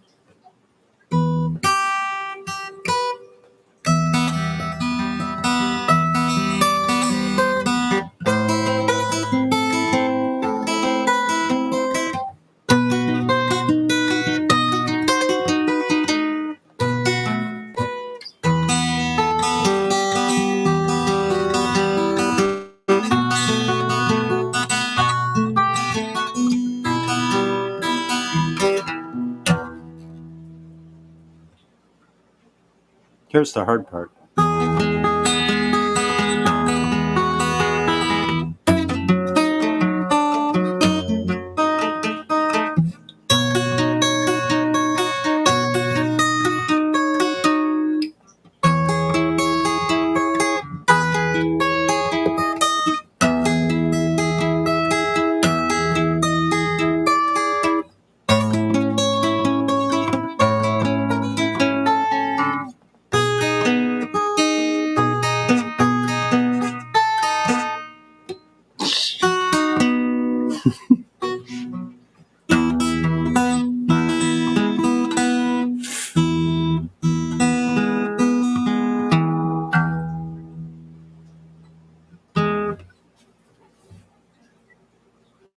Thank you. That's by an anonymous writer. Left that song to humanity as anonymous. It's called Romance. If you didn't know.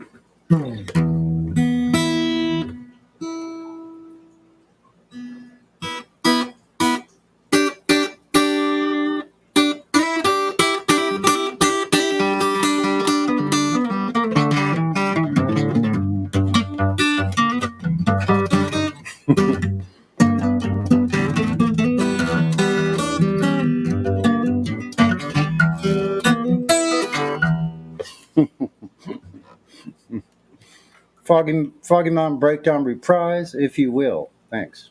So, Sonny, how's Sharon, your transitional child, Chad?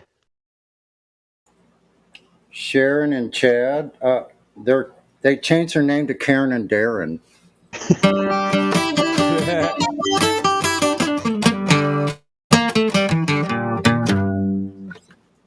Thank you very much. That's a good one.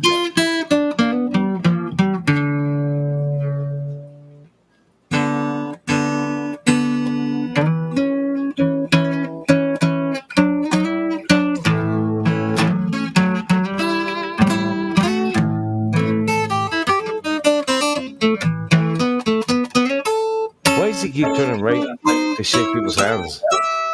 What the hell's wrong with that guy? Hey, Biden, what the fuck's wrong with you, bro?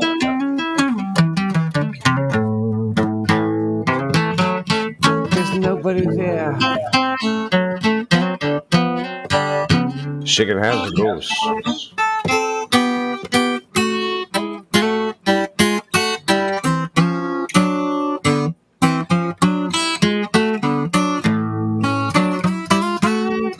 Peter.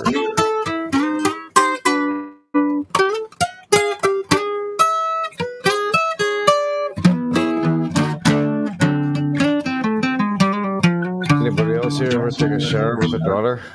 You ever take a shower with your daughter?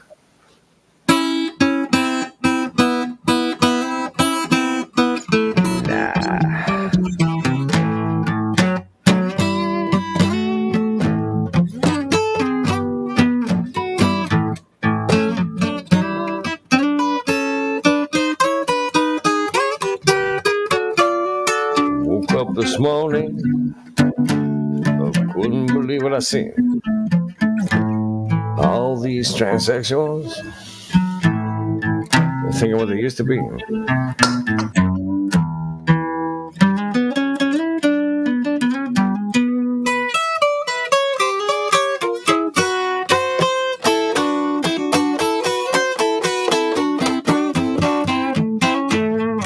It's they, them.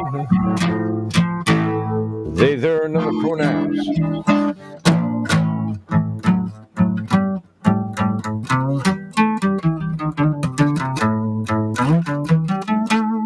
Huh?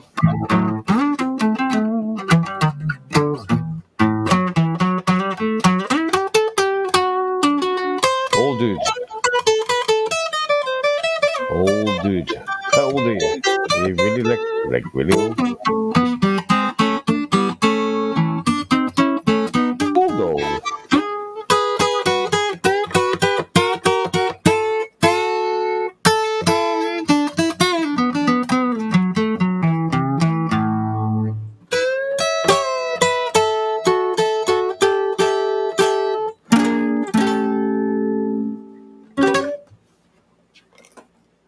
Thank you very much. Pretty good. Pretty. This is the Jazz Hour on 24/7 Flat Earth. Yeah, Please I don't enjoy know. your time here. Thank you. Yeah, I don't know how that music came out of me. I wouldn't even call that jazz. It's just like a conglomeration of. It's like Americana. Yeah, it's something else. That's not jazz. It's like blues. Actually. Yeah, it's more blue. It's more bluesy. That's right. It's like a blues. Yeah, it's like a jazzy kind of blues, actually. I like the little transition zones where you're going like.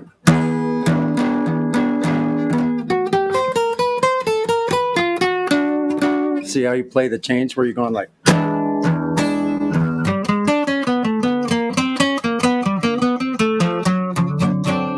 So, like in a short way. Yeah, that's where it gets jazzy.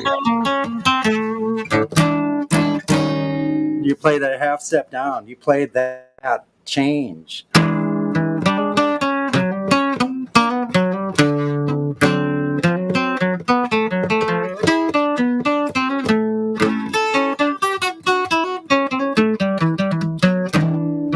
Just you wait till I get my guitar out. I'll fucking blow you away.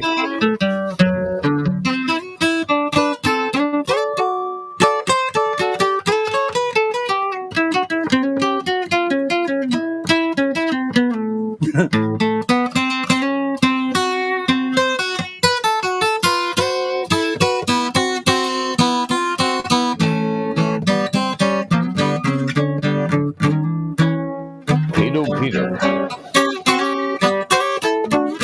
Come on, man.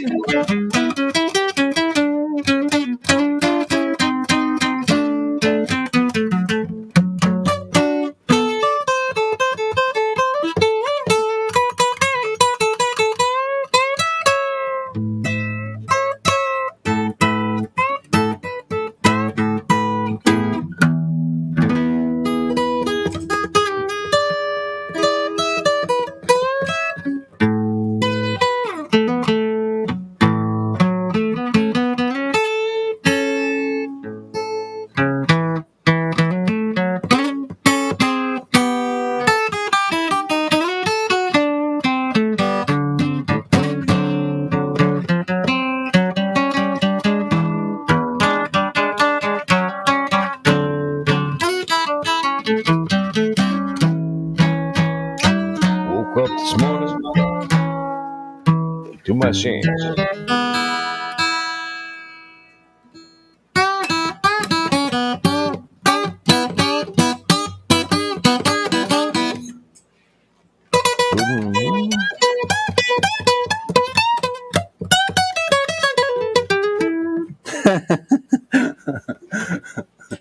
Nobody's brave enough to do that chip at me.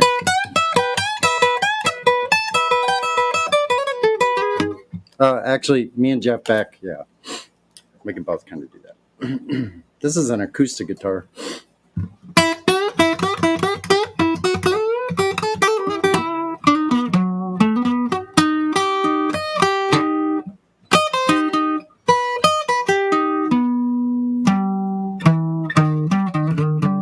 That's a weird look.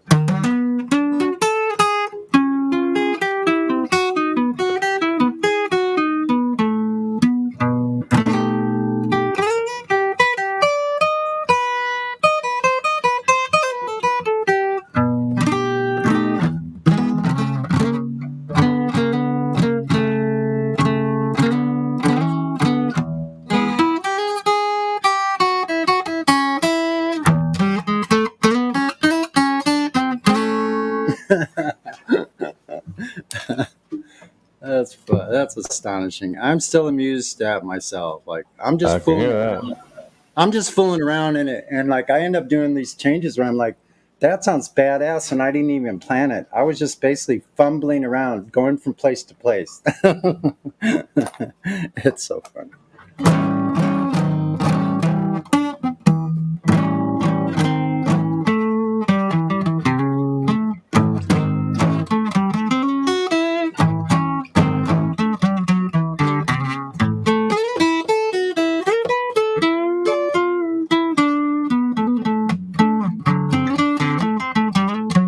It's almost like Bob Wills in the Texas Playboys. It's kind of like that, actually. You ever heard any of that? Y'all should look it up. Bob Wills. He plays sax. A little bit.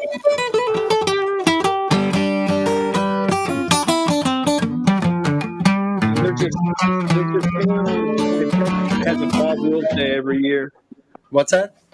There's this town in West Texas that has Bob Wills Day every year. I've been there a few times. It's like that kind of like I don't know how I incorporated that because I didn't really plan on incorporating this.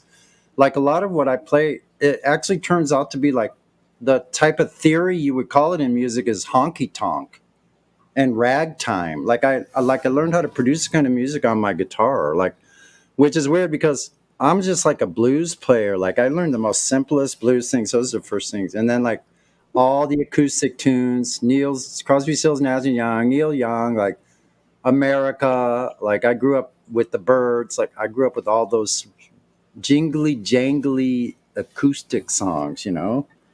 Well, back in the day, Bob Wills, guitarist, is credited as to being the first guitarist to use distortion or something to that effect.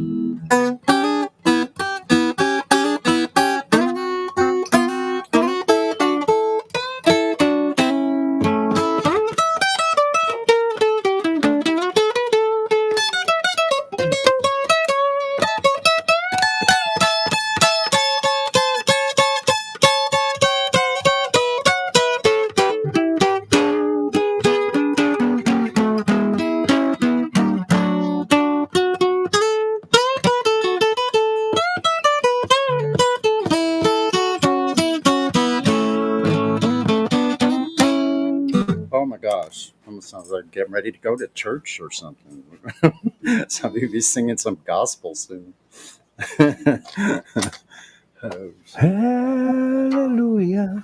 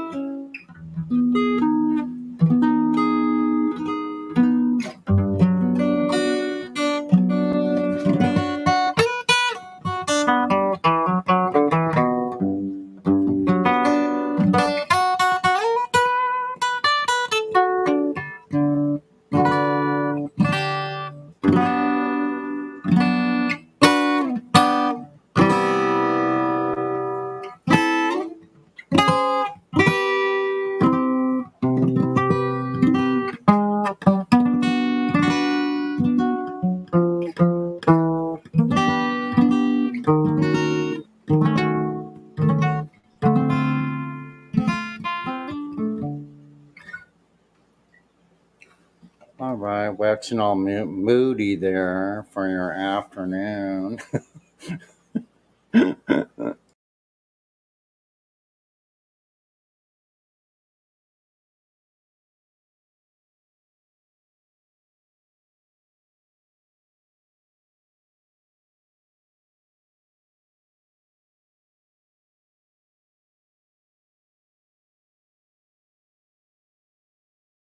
Thank you so much, Sonny. I think I'm in the right mood right now, dude. You definitely made that happen. Well, that's cool. You know what? That's the most rewarding thing I could ever think of being able to do. Not only like be able to help me suspend like whatever kind of like, I don't know, like things going on in my mind that may not necessarily be like real, but nonetheless they are real because I perceive them, and they definitely aren't necessarily real. So the music kind of like helped me put like a I don't even know how to describe it. Like how I can kind of set my intention, my mood out into the air, and like what you're telling me, it actually is reaching you. So that's really cool. Very cool. Yeah, I'm definitely loving it, dude. It was quite the art. I really admire that. I wish I had the talent that you do. I like But doing some really weird stuff. Yeah, I like doing some very strange things that most guitarists won't dare do. You know? Like the hardest songs that I can think of, it's like Steve Howe from Yes. You seen his finger picking before? I learned a lot from him. Like I picked up 2 tunes. They're both like 12 or 14-minute long songs that have like, I shit you not, like 4 to 6 different styles in the same song as instrumentals. These 2 tunes took me like, well, one probably took me about 3 years to even play all the way through. The other one took probably 5 years to play all the way through. For the first time to play it all the way through. Had to do it in pieces. So anyway, I'll try to play it. I played it earlier. My fingers are sore, but oh,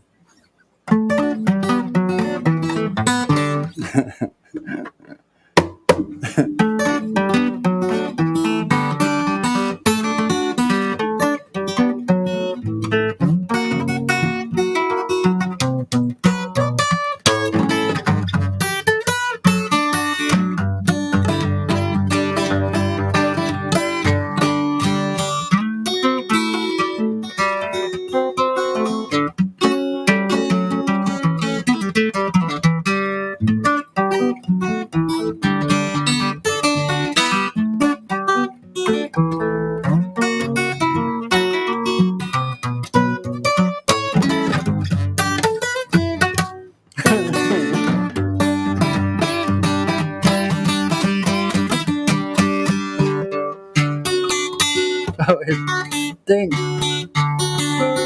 Oh, shit. Sorry about that.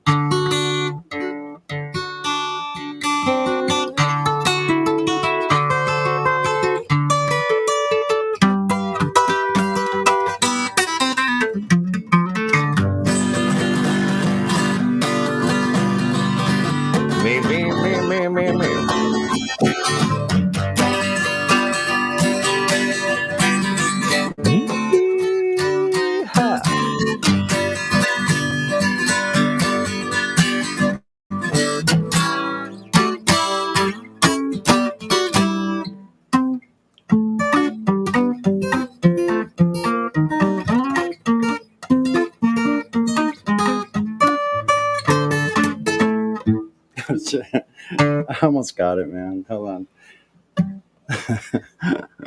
That's so funny. Hold on.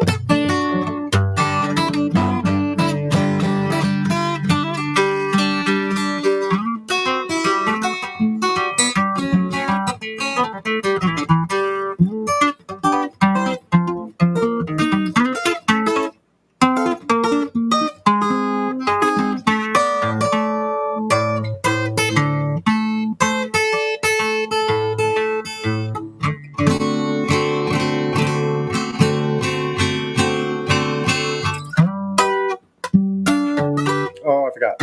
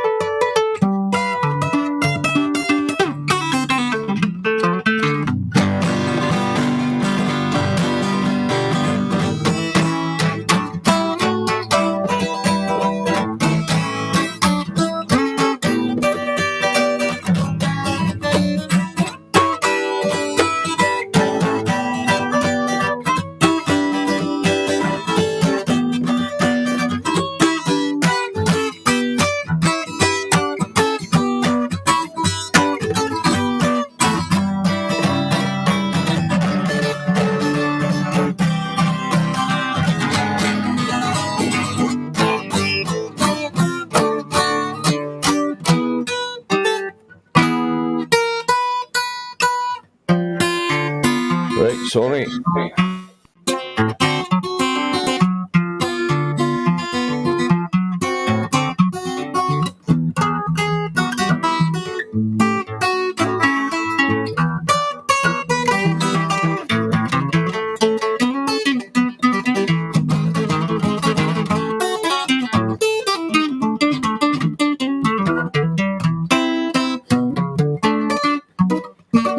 Wait a minute, almost done.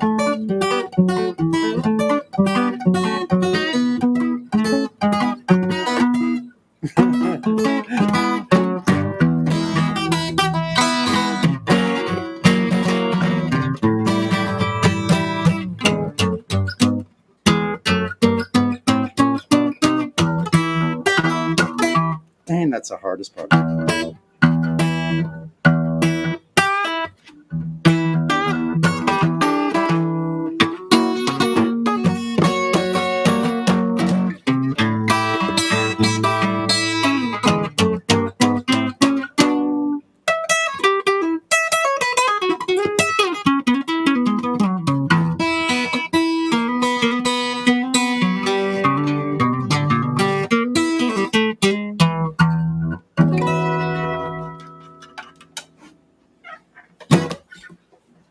Fuck, that's hard. That song is brutal. Okay, thanks for listening.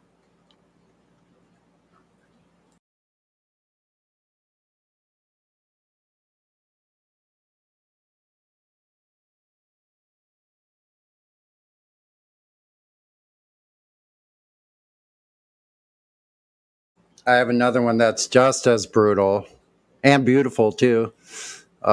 Brutal and beautiful at the same time. Anyway, sounds like the women I pick. No, just kidding. Anyway, the other one is a flamenco impression, but I don't know if I'm ready for it. Maybe in a little while I'll do it.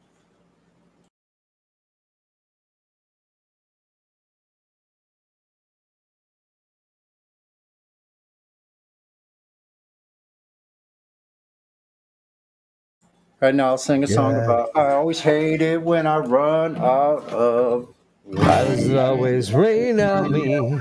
When I run out of weed, I can't stand it when I run out of weed. There's just one thing I can't stand when I'm in need of weed.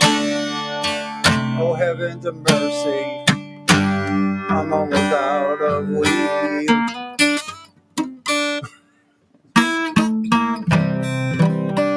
It's gonna last less than a week. I can't stand it. And I'll run out of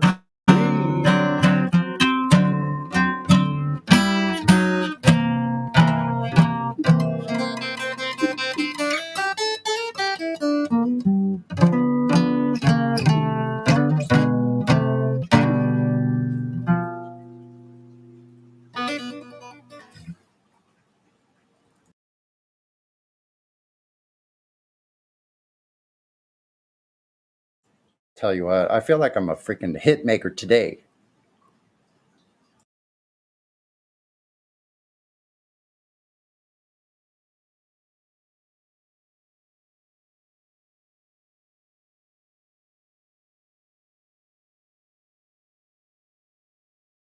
Well, I feel like a hit taker. Okay. Me too. Yeah, I haven't seen you around. I haven't seen you around in a while. You go onto the other server. I know you're hanging out. How are the other guys over there? Say hi to them when you see them. No, I'm on vacation now. I drove like 2,100 something miles Dang. to go to vacation. I did it in a couple days, like 1,000 miles a day.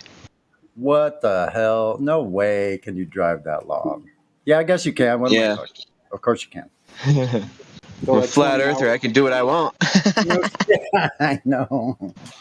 It seems like I'm starting to realize there's very few limits I have.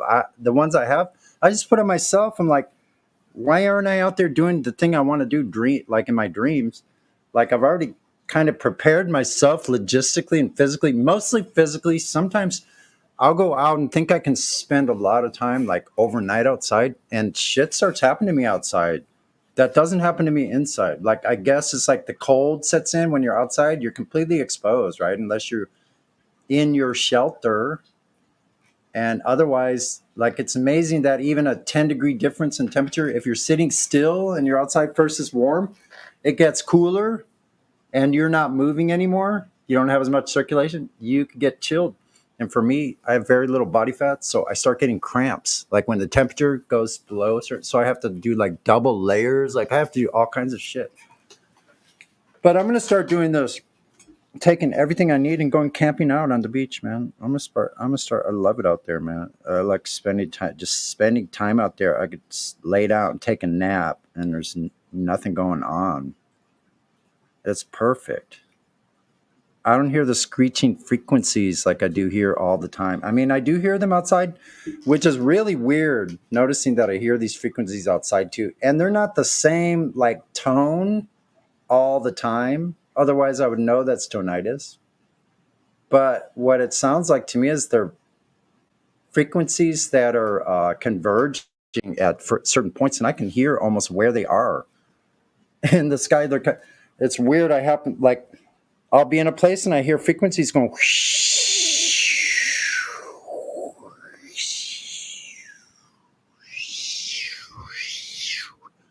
That's what I hear. Hear it all the time. It's going.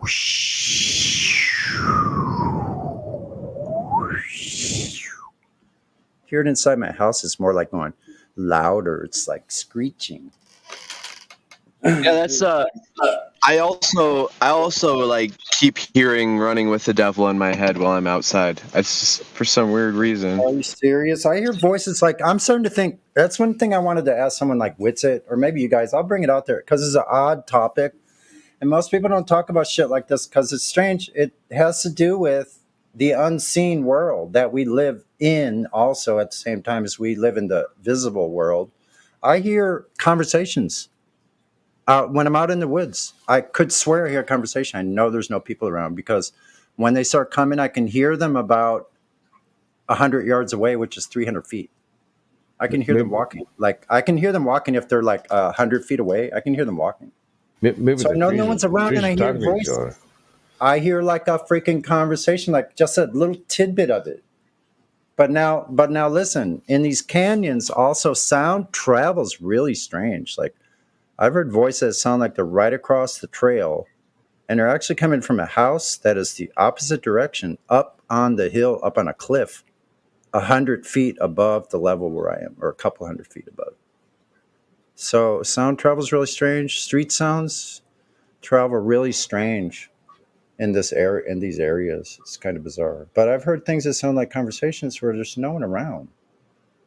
I'm like, so I'm thinking, here's what I want to present, because I'm only telling you the effect. So what are they saying? So I don't know, just like somebody whispering, talking to somebody, just in a normal tone, a more normal tone of voice. Like, what did you think of that? Like something like that. What about that day? Like I don't know, just little bits of. Anyway, so listen, I'm thinking, are we like this ether, this medium that we're in, are the reverberations? Because we know that every time we emit a frequency, it goes outward. So is there lingering frequencies that are still there, resonating in the medium that I'm hearing. I would think so. You don't think so? No, I think so. I think so. You think so? They might be. Yeah. I think it's what do they call it now? It's like there's intelligent spirits, and then there's like what do they call it? There's something's just like kind of playing back. It's literally like almost like this. Like I'm on this place that obviously for probably the last 40 or 50 years, this place looks like it's been used for many years, probably maybe even hundreds of years. This place has been a canyon for hundreds of years. It's pristine. It hasn't been touched other than when they put in sewers up along below the ridge line. They put in sewer system like for the people's houses above, right? So that's separate. But other than that, this place looks like it was pristine with waterfalls. There was probably fish. There was probably shellfish. I see remnants of freshwater mussels, freshwater clams. There was probably fish. It was probably a paradise. Now, this little place, this little pocket, is in this place where there's a little ridge line between the high ridge where the trail exists and the creek bed, which is lower than the level I'm talking about, which is like this little platform wedged into the hill going into this creek bed area, like going to the the higher level of ground. So walking in on the trails far to the left and far to the right, this place is right in the middle where the sun shines in from the west right into this little area. It's covered by trees, fully covered, like it's really great, man. Bunch of pine trees all over the place.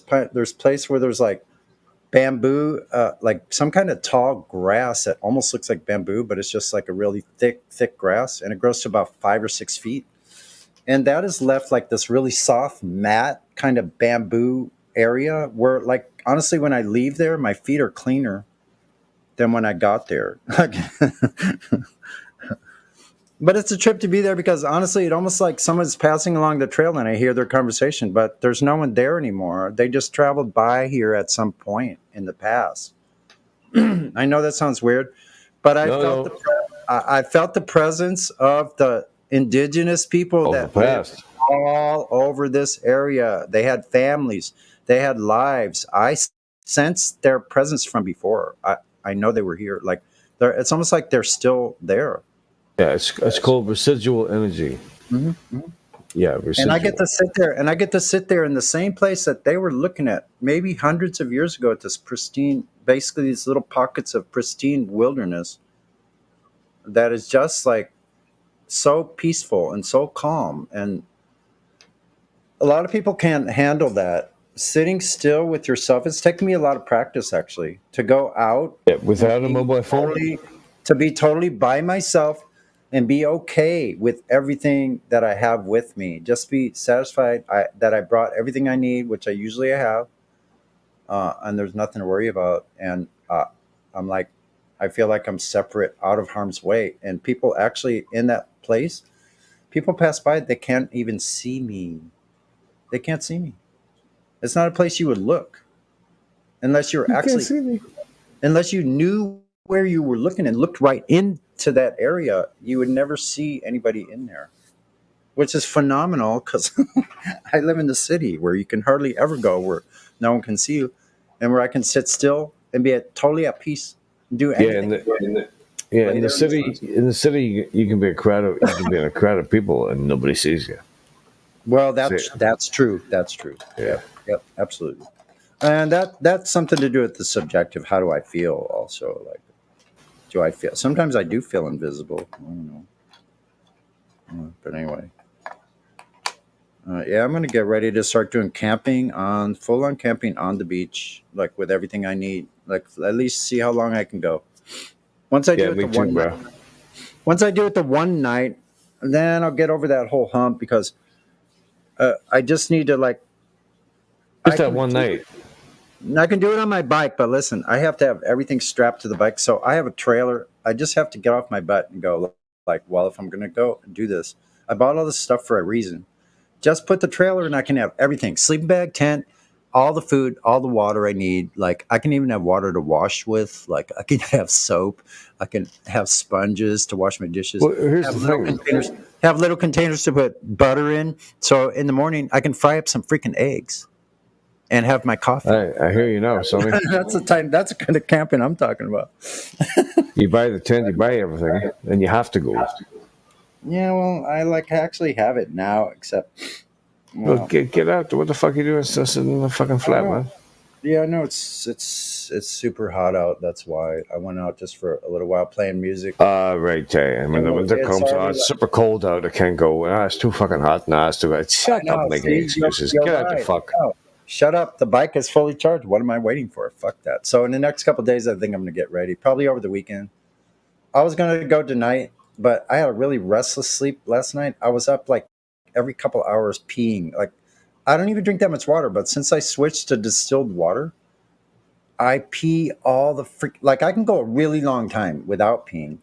But when I'm home and I'm laying down resting, I'm up at night peeing all night, and I haven't even drank. I drank like what, 2 or 3 sips of guava nectar. That's it. Guava. Like before. I like And guava.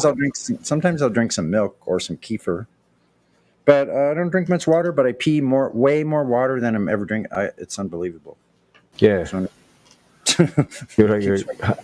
How's this happening? Go to bed at 8, wake up at 10:30. Got to pee. Okay. I drank like half a liter. I'm pressing fucking 2.5 liters. How the fuck Yeah, is this happening? exactly. It's like that. It's almost just like that. But with this hot weather, let me see what the weather is. I think it's over 80 today. It's getting warmer and warmer. Drink more guava. Go to the beach. I need a 77. Yeah, that's pretty warm. That's the high. 77. You're 77 now? Jesus, you're right, boy. 77 degrees. That would be 25 degrees. 25 Celsius. It's pretty nice. 65% humidity. That's pretty high for 78 degrees. Where I go, it'll be like more like 88 degrees in the canyons, at least 85. Where there's no wind. It's scorching. I won't go there today. It's too hot for anybody, man or beast. Is there a river you can go to that you can do a bit of fishing? Or Listen, the beach though. Yeah, no, but the beach is got the river coming in. So right now there's huge waves. At least there was when I was there 2 days ago. 6 to 8 foot waves, huge walls of water, storm waves coming in on the shore. Like on the breakwater, it looks like pipeline, but they're coming in at consistent intervals. So you have a barrel wave coming in every like 10 seconds or 15, maybe 20, maybe, yeah, more like 20 seconds. So you're a surfer dude? I used to be. Not anymore. I can't paddle. My shoulders aren't strong enough. A few years ago I was, but I might try it again on a calm day with a longboard. I don't even own a board anymore. But right now the water's so warm. Let's see what's the water temperature.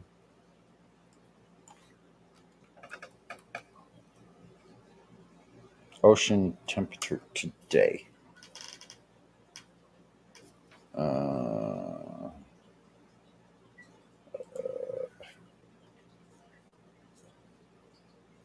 Ocean temperature today is 69 degrees. Hell, it's warm. I remember this in 2017. We had the warmest water in 10 years. In 2017, it was 72.3 degrees Fahrenheit.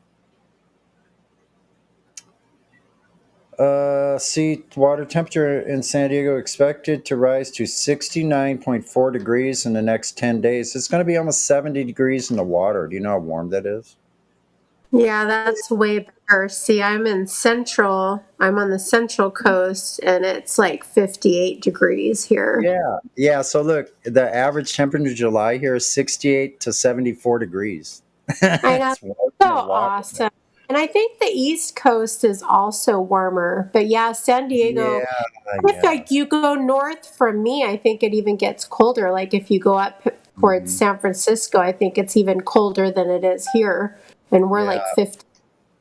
water temperature. Yeah, now the waves are back down to 3 foot 10 inches, 3 foot 11, just below 4 feet. They were 6 to 8 feet the other day, 2 days ago. It calmed down. It was a big storm surge from the south, from Baja. There was some tropical thing, and all the outskirts of those tropical depressions come and hit us. They usually end up going from the south to the east over our mountains and to the east of us over the deserts and into Arizona. And then they get monsoons. Like my son lives in Arizona, Phoenix. He said they got monsoons. That's from all of this tropical stuff that hits us here first, usually. Sometimes it actually goes inland in Mexico, then just travels up, and we don't see much of it.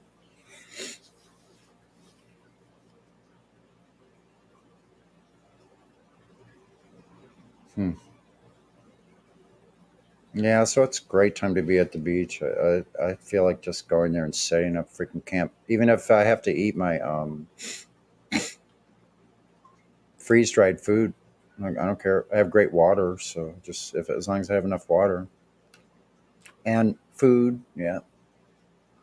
But I'll have shelter, warm clothes. Like with the trailer, I can put everything. I just need to do it. Do it. I'll do it. I might even do a live stream from my campsite on the beach. I have a YouTube channel. I've never done a live stream, but I could do a live stream at the beach. I don't know how the weather be. I don't have a really good camera, so you won't get. Sometimes you might get good observations if it's clear enough. But anyway, we'll see. I'm gonna start getting my shit together. I got projects to do now. I like to stay busy, so I have to fix part of my bike carrying apparatus.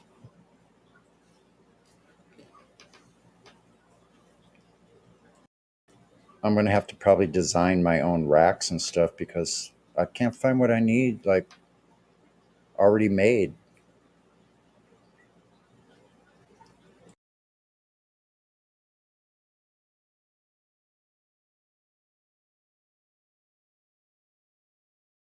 Yeah, so I'm trying to break out of what Gospel Bear around here has talked about, the toolbox fallacy. Anybody know what that is? The toolbox fallacy? When you're looking for a tool and you don't have it in there. No, you're trying, before you start a project, you're waiting until you develop the entire toolbox before you start. I have that in spades. Like, I'm trying to break through that. I'm doing well. I'm actually projected myself forward back into doing projects and getting them done, like actually starting, finishing what I do, and it's going quite well. I fix all kinds of shit.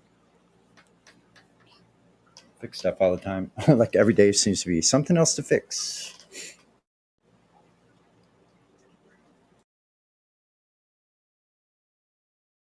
My Stratocaster guitar is the next on the list to get fixed.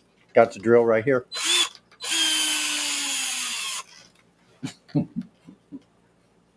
So if Flatty's there, Flatty, are you there? No. Well, it's probably nighttime for Flatty. Running their drill the other day. Somebody else was running a drill the other day. That was me with my guitar. Oh. I had it electrified. Now I'm about to take it apart because I need to change a switch. Oh. Well, now I feel dumb. I got it already. Actually, I figured out if I'm careful, I don't need to be at my workbench which is actually my kitchen table. I don't need to be at my kitchen table workbench. I just can do it right here in my living room while I'm here on Discord, and you guys get to hear all the sounds, which I'm sure all of you just love. Yeah, I love those sounds. Hey, I see Timbo, you're back, bro.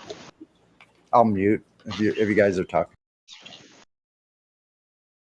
No, it's okay. But yeah, if mute if you want. I'm not gonna force you. Yeah, I'm back, yeah. mate. I'm on my way to work. Oh yeah. 6:30 in the morning in beautiful Australia. I have a cousin out there who's he's a chef in Sydney. Nice. There's a very good restaurant scene, Sydney and Melbourne. Is that Timbo over there down under? G'day, mate. G'day, mate. Got another shrimp on the barbie. Good to see you, man. You too. Another day, another shrimp on the Barbie is what they say, right? Yeah, but we call them prawns. So I don't know where that saying came from. Really? Really? Oh. Great. Well, I mean, I knew they were prawns, and like, I just didn't know that it was really our issue. Okay, so yeah, it makes sense that we would fuck it up instead of you. I think what happened was, you know, Paul Hogan, who did Crocodile Dundee character. Yep. You call that a knife? This is a knife. He did an advertising campaign for Tourism Australia in the US, and I'm pretty sure that he said that line over on your That's TV. where it came from, the programming. Check for that, man. Thank you. So what what's the thing supposed to be? Prawns on the fire? We have so we kind of shorten everything, so it's a Barbie's barbecue, but it's just prawns, but we don't really cook prawns on the barbecue, so I don't know. Like, I don't know. You don't go to a barbecue at someone's house and everyone's cooking prawns. Yeah. It's stupid. Shrimp on the barbecue would just be, it's disastrous. Like, they stick and no, forget it. I totally get you, dude. It would just smash a lot of lamb and. Well, don't they leave it in the shell though? If they were to put it on the Barbie. Yeah, you leave it full. So you leave the head on and everything.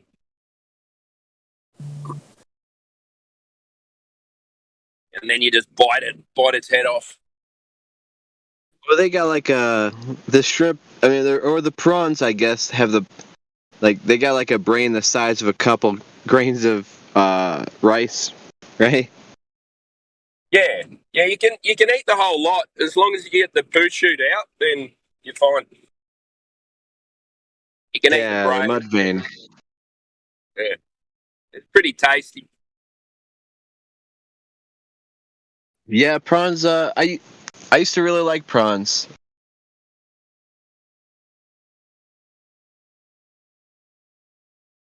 I'm a big seafood fan, but I don't like. I know it sounds weird, but like really fishy fish. That fish that really tastes like fish. Like, I can't stand anchovies and what's the other little ones that sardines and stuff like that. Yeah, I was gonna say my daughter actually really likes sardines, so.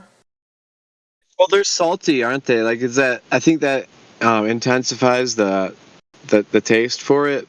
But I guess some people like salty foods. I mean, I kind of do myself, to be honest. You know what's weird though? When I was younger, I could have sworn, because my mom liked sardines, and I could have sworn that the sardines we got out of a can back in the day, like, you could actually like pick it up by the tail, and like it was like a whole fish, and like you could pick it up.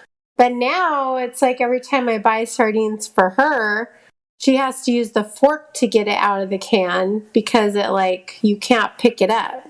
Has anybody else, like, I don't know, maybe it's just me and I'm not remembering correctly.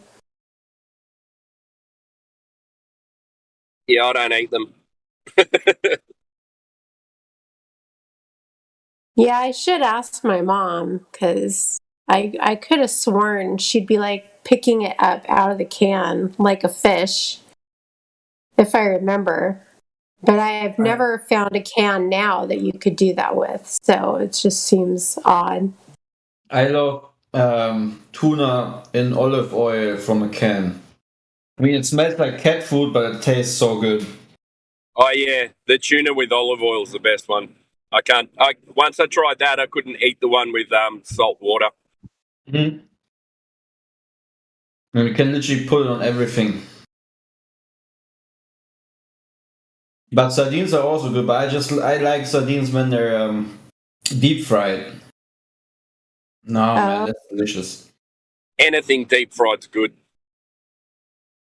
I've never tried the tuna in olive oil. Oh, You gotta should. Get it. It'll change your life. Really? Whoa, Yeah. I'm going to go check that out. Well, because when you have the tuna in salt water, and then you have to kind of, I don't know whether you do, but you have to mix it with something to otherwise it's dry, like maybe some mayonnaise or some vinegar, and you got to add some olive oil in anyway. But you take the olive oil one straight out, whack it in a roll or on a piece of toast or something, and it doesn't need anything else. Oh, that's interesting. I never thought about it. But you got to be careful as well, because some of them say blend of olive oil, and then you look at the back and it's like 10% olive oil and 10% sunflower oil. So you've got to see if you can find one with just olive oil. Yeah, I would always go for a little bit more expensive one, which definitely has the simplest ingredients, which is olive oil and tuna.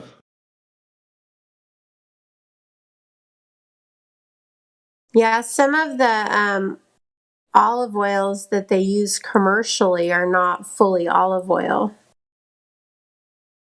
So that it makes sense that it could be iffy.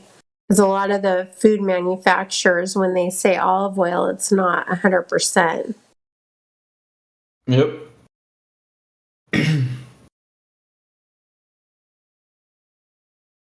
So any Globers in recently, or in the last couple of hours? No. I haven't seen anybody new come in the last, pretty much all morning. Or no, I did see a few people pop in, but they popped out too fast.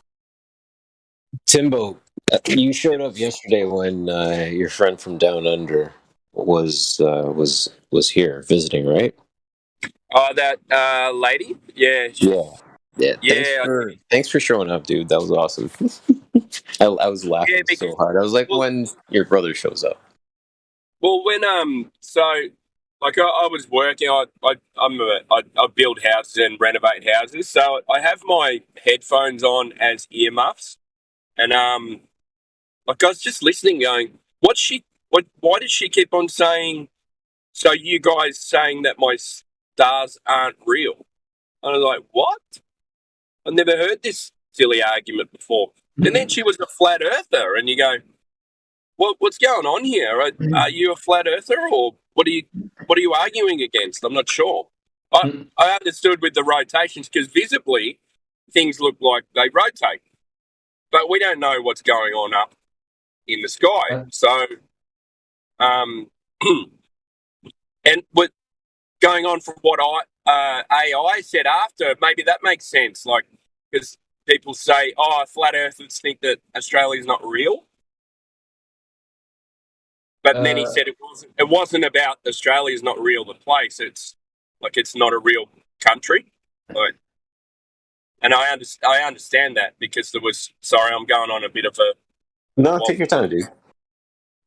So we had a referendum in maybe the mid-90s to leave the Crown, so to become our own country. Yeah, and when you say the Crown, just for people who are listening, the Crown being the British Commonwealth, is that correct? Yeah, correct. Yeah. Okay, thank you. So we most people voted no. So we opted to stay in. But as they were doing that, they changed I don't know what it is, but they changed something and changed the structure of the actual country. And that's when people talk about it being a corporation and have no, and we don't really have those God-given rights and stuff like that. Something actually happened in that time where they changed everything. So by AI saying that, he's actually right what he said about it not people saying it not being a proper country. I don't know if you follow me, but yeah, I've got to look a lot more into it to get my facts straight. But okay, wait a second. Hold on a minute. What year was this? I think it was maybe the late 80s or early 90s. Interesting. Because I mean, the whole idea of the questioning the existence of a country, that would be put forth in that medium, because the thing that you tell that story, and my again knee-jerk reaction is what happened to the United States of America when they declared bankruptcy in and around, I think it was like 1915, and introduced the Federal Reserve and Capital Bank and all that stuff, and then you had the introduction of the United States of America as a corporation versus the United States of America as a country. And just as you said, AI last night was talking about that that thing of the edification of the country versus the actual corporation of the country. Yeah, so imagine what happens when if you declare bankruptcy, then you have people come in called not liquidators, but the one before that is they like come in to run the company to make sure everything's paid. Yeah, similar to like John Wick, the adjudicator, in a way. Yeah, so right? the cherry counters, cherry guys. Yeah, so they come in and take hold of the company. So if the US became bankrupt, then wouldn't that same system happen? And someone else would come in and take over the country and the monetary system? That kind of makes sense. Yeah, I totally get it. Quick question. You said you build houses. What size houses do you do, out of curiosity? I used to build double-story ones and stuff like that, but I'm actually more into renovations now. So okay. So yeah. Interiors or additions? Interiors, nice. Bathrooms, kitchens, and stuff. Very cool, very cool. I mean, I do building permits for my my area, so I totally I'm into the renovation and addition stuff, especially residential. Cool stuff. Yeah. That's what residential. It's a lot better work than less worries, so to speak. Yeah. Yeah. Less worries, I'd say. Less, yeah, because you don't have to deal with much structural work either. So,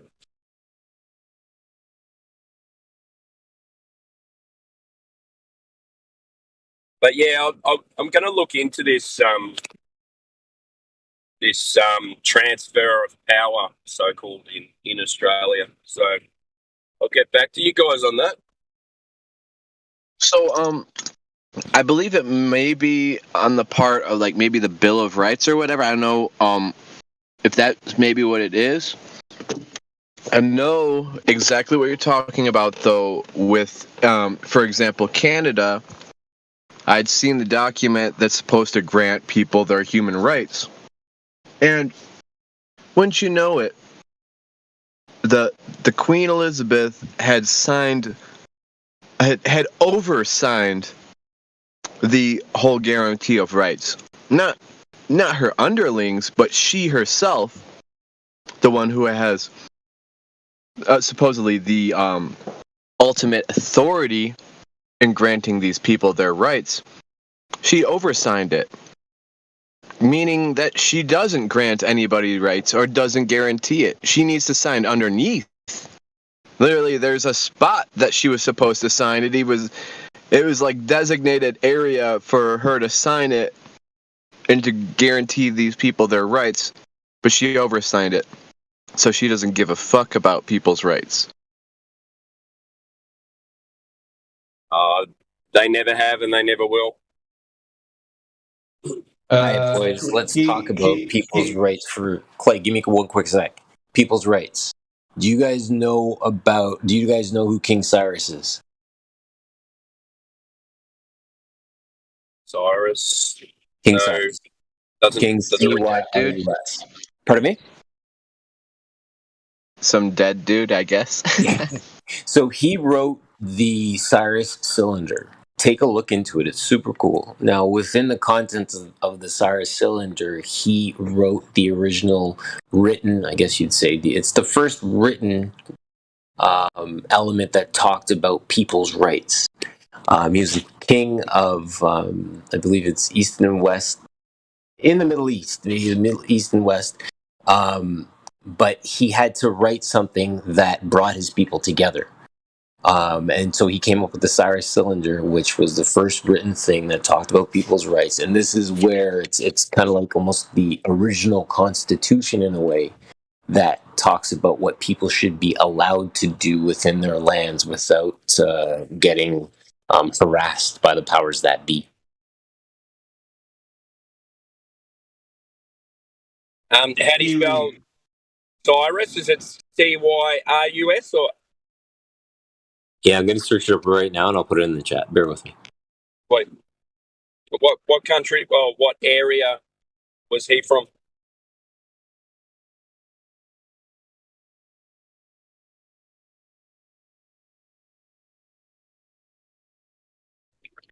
He was from the bush, mate. From the bush.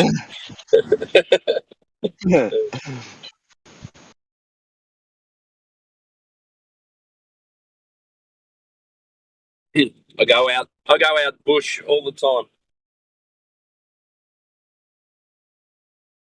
I'll send in a pic of my my 4-wheel drive setup. I got a rooftop tent on the top, a fridge. Damn, Flatty's got me. So the Cyrus Cylinder, the clay cylinder, Babylonian account of the conquest of Babylon by Cyrus in 539 BC, of his restoration to various temples of statues removed by Anyways, boys, that's the link right there. Flatty, thank you so very much for that supply, my guy.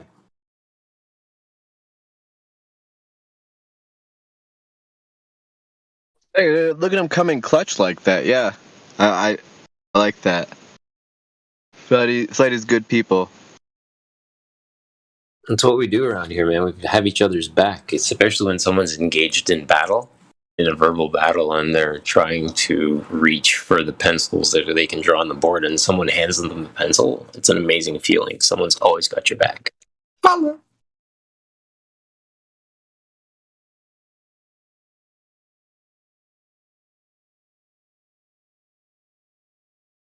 I wish that was the case for everybody. It's not that way for everyone in here, unfortunately. Well, at least they left. My guy, you put out, you get what you put out, right? Speaking of observation, always observation. Speaking of Flatty, I'm about to put the first pick of the open assembly so you can see the electronics. 1 second. Coming right up. Images du jour. Okay. Oh. Alrighty, 1 second. I'll put it in a DM for you, Flatty, and I'll also put it in the live stream so the rest of you can see what I'm doing. I'm so deep in the bush right now, I have to take big steps. What are you doing? Camping? Oh yeah, I'm in the wildy, bro.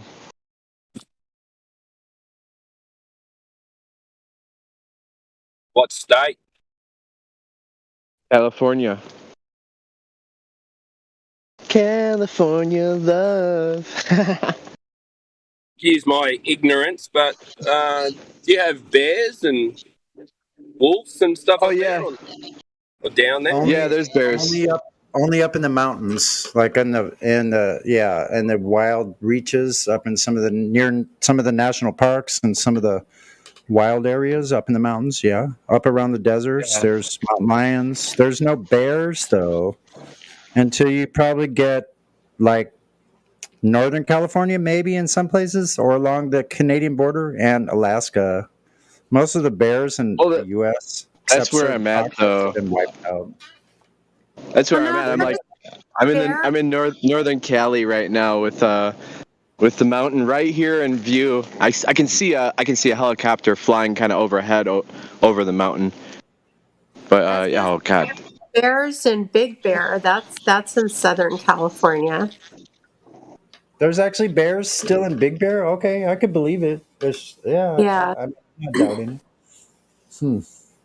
Probably up around Arrowhead too. I don't know about that though. That's maybe more deserty. I'm not sure.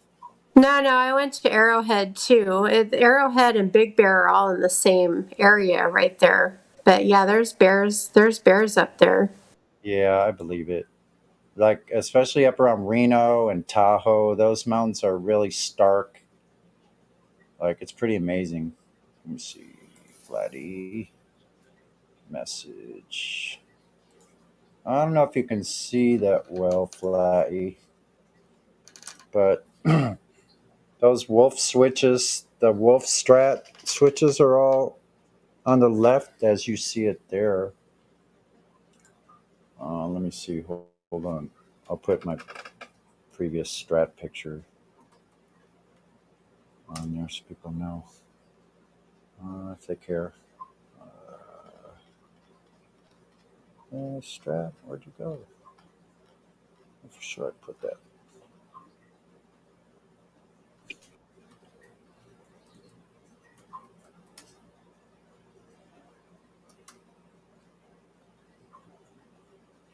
Image.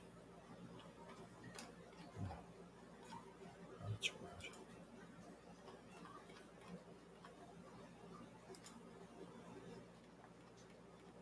Oh, that's right. All my pictures are on the other login that I can't use. Great.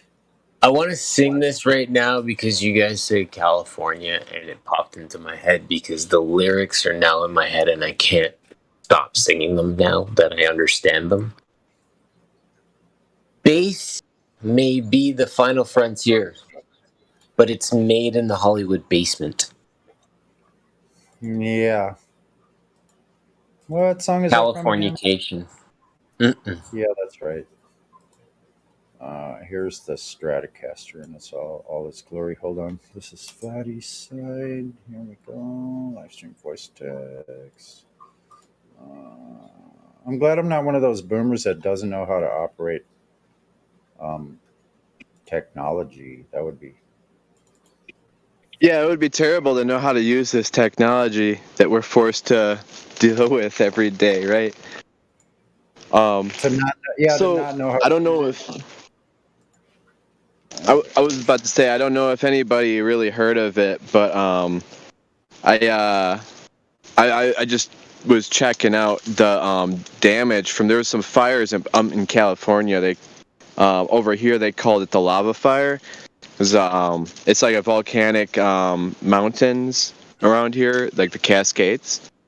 But like that wasn't caused from a volcanic eruption. I think that was kind of like a planned burning, controlled burn.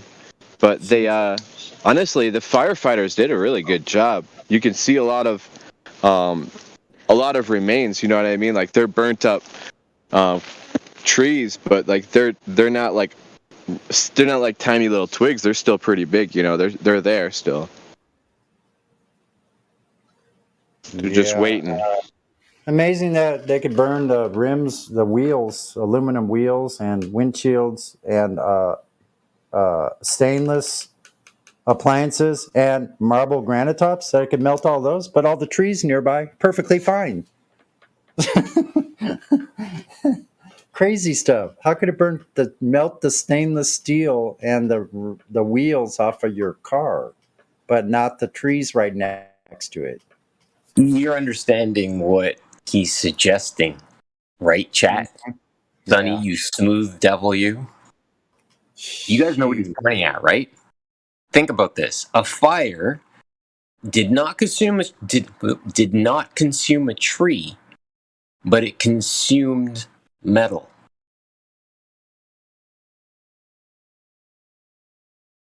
I say to you, Sonny, do you think that that could be an electrical fire versus a gas type of fire? Well, PG&E was being sued for the fires at the time, and yeah, I believe they did lose that lawsuit. Correct me if I'm wrong. They did definitely have some kind of negligence involved with the whole situation, but I don't think that they're solely responsible for the whole beginning of it.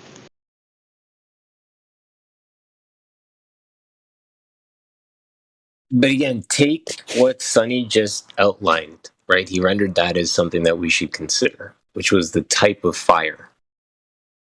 Because the consumables that actually got consumed within the fire itself are questionable. Because, like, when I see a fire burn down a house, it burns down the house. The cars that are parked in the garage when the house goes down are generally okay. They're surface charring, perhaps, things like that. But, I mean, Sonny, where are you at, man? What do you think?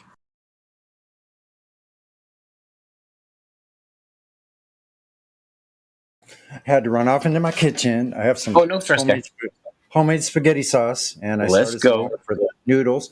Anyway, yeah, about the fires. What was your last point? No, I was sort of listening in the background. I heard you, but it's no stress, man. No, in your what you had said, because you raised an amazing point, is you outlined what was actually consumed in these fires, right? Yes. The fact that trees were okay, so to speak, but the cars were consumed, right? Or cars were greatly affected. And my question is, because I actually talked about this a couple of years ago, just the source of that kind of fire, the difference between an electrical fire, so to speak, spark created electrical, right, versus a flammable, flammable liquid-based gasoline type fire, liquid fire. That's where I'm going with that idea.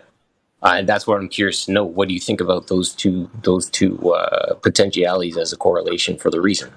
well, you have to take into account, like, yeah, those different things. How is it possible to cause conditions? What could cause conditions that would cause things like marble countertops to disintegrate, or aluminum or metal rims, or metal wheels from cars to actually melt? It takes quite a bit higher temperature and a more focused kind of flame. As you know, you don't just throw an aluminum rim on a campfire and cause it to melt. No, you have to use it like you'd have to use like temperatures used in a foundry or a forge to get those kinds. So you have to take into account those factors, which means that the fire, whatever caused combustion at those levels are something completely different than what you would normally find in a wood-fueled forest fire, for instance. Yeah.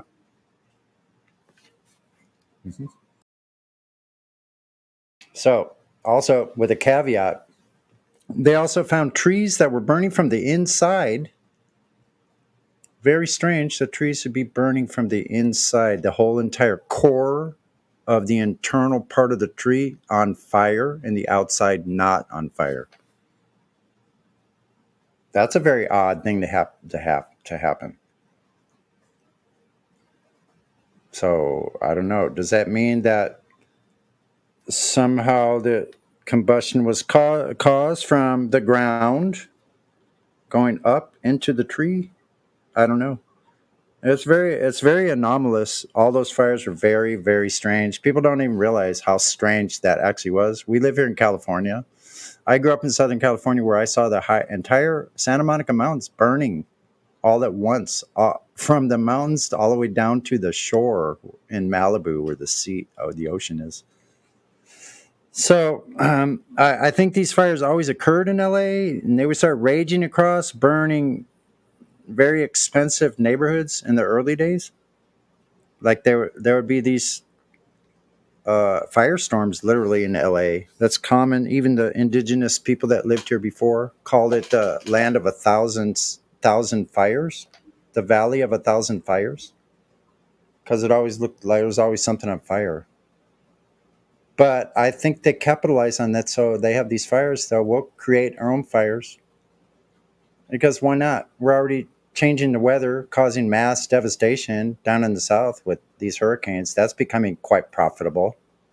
I mean, to rebuild those places that got destroyed by these storms that they are creating, yeah, that's hugely profitable. So that's working so well. Why wouldn't they keep on destroying for profit? And actually, if they want to get some people out, such as pot farmers in a certain county, burn them out. Why not? If you had the ability, wouldn't you do that?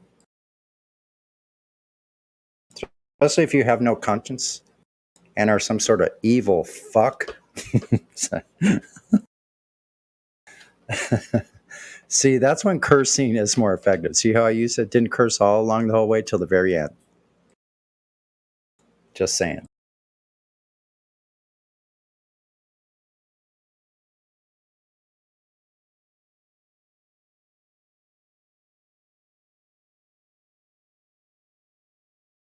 Listening. There's a clip I'm looking for, Sunny, that has it. It was a storm in Japan, and they showed this guy and two types of lightning. I don't know how it happened, freak phenomenon. I don't know. I'm looking for it now. But you can see a blue spark lightning arm, blue being indicative of a higher burn point, and then a red type of flame lightning strike. Both occurred at the exact same time. I'm looking for the video clip now. I'm going to share it as soon as I find it. I'm almost positive I've seen. And it's a red arm, right? So here's where I'm getting into the idea of burn points. And if it's an electrical fire, it would be like a bluish type of a haze, if you will, or light that would be given off.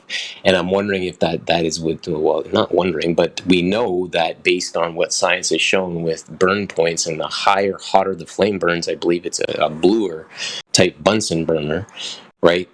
Versus the red being a cooler, slightly less burn. I can't say this for certainty, but I do believe I did see. I had to have seen a video that was very similar to what you would look and observe. Regarding that story and in that area, there definitely were some electrical fires, but like I said earlier, I don't really know for sure exactly what is the cause of getting the whole thing started, the whole raging fire.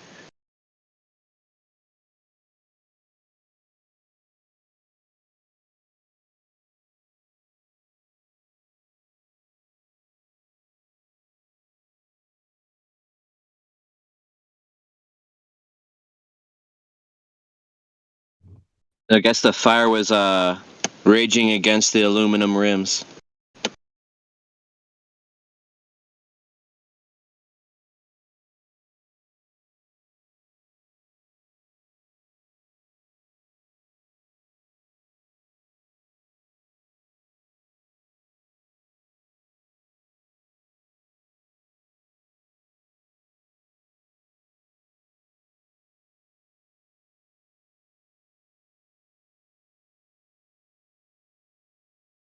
Hey, where is everyone?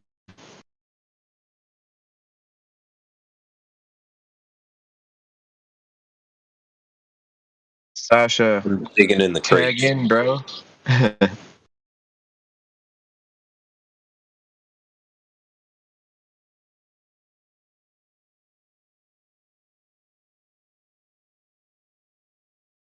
Sorry, I'm running back and forth. The narrative that came out of those fires, that they said happened was that PG&E has their electrical lines running out there, and that they had maintenance, like deferred maintenance, where they weren't checking all their lines and cutting branches away and things. And then during times of high winds, supposedly they would say that like a spark would happen, like let's say the tree, is too close to the line, and then it makes a spark, and then the wind blows it. So that's the narrative that went out, and then PG&E got sued, and so now the outcome of that is that during times of high winds, a lot of times they're shutting off the power out in those places, which can affect a lot of different communities in California now, because some people have had high winds for like over a day, and they've had the power out in those communities. So, but yeah, there was a lot of strange things that didn't really make a lot of sense. And so, it was interesting.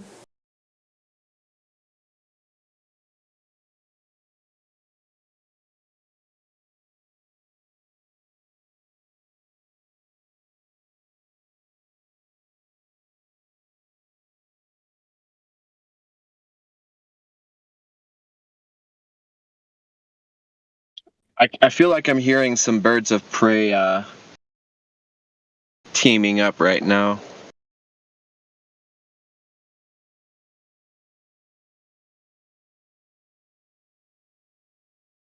Definitely a crow call.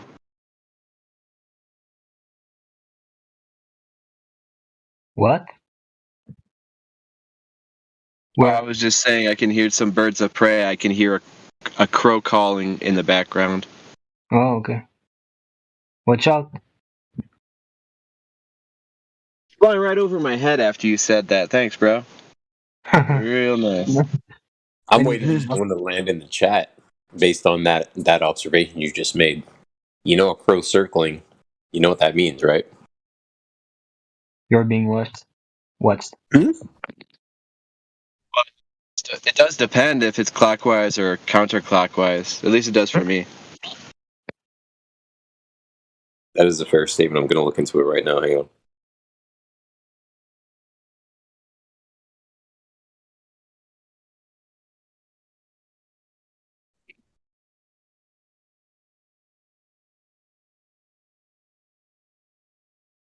Y'all got any bendy space time in here?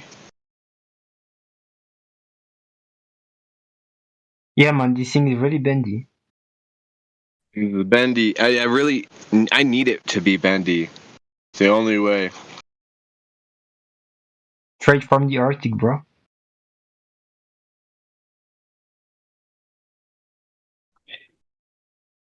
I really wanna debate a Glober. Can we get somebody in here? Like I really want to have this horizontal and level discussion right now. I feel like Bev was missing a good argument when I had heard that. No disrespect to him. He's definitely a solid FE proponent. You're saying you want to debate a sober? I want a Glober. Oh, I thought you said a sober.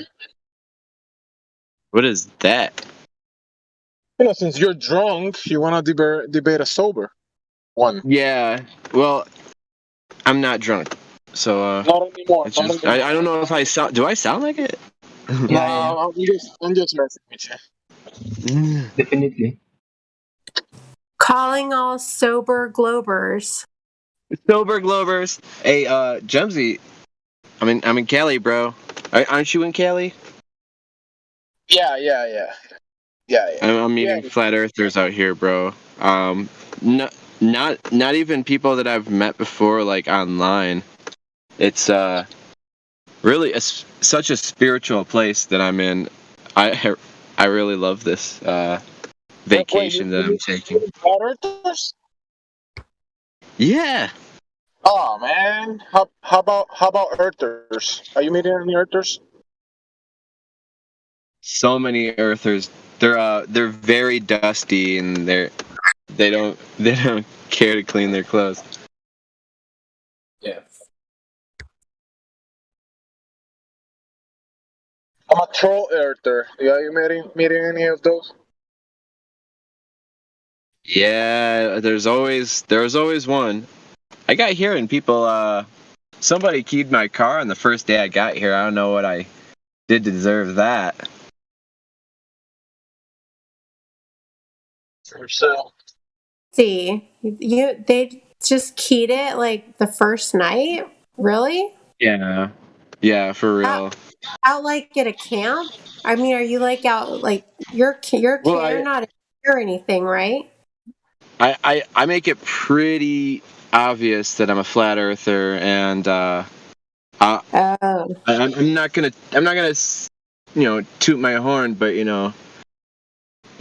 toot toot haha. I still can argue really well, and there's no Glober that can honestly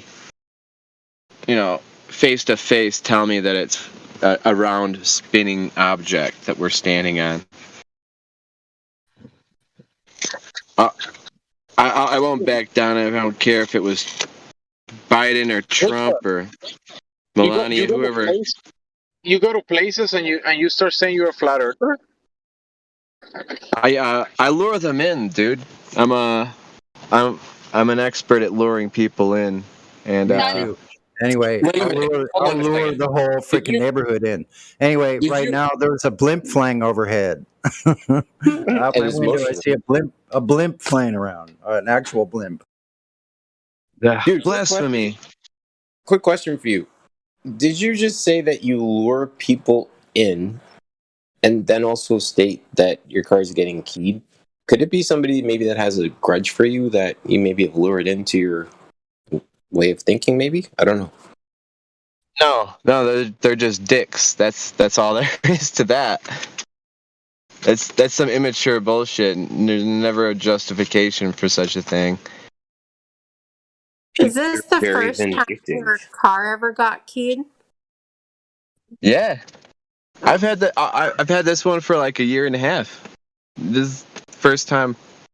It happened on one side one night, and then on the other side like 3 nights later. So yeah, there's there's a spiritual battle going on over here. They're not going to be fighting fair, and I don't think I will be either after this.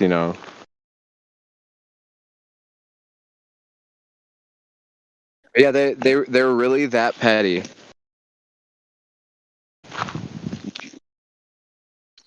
Yeah, bro. Just make sure you take the flat earth hat sometimes and wash it well.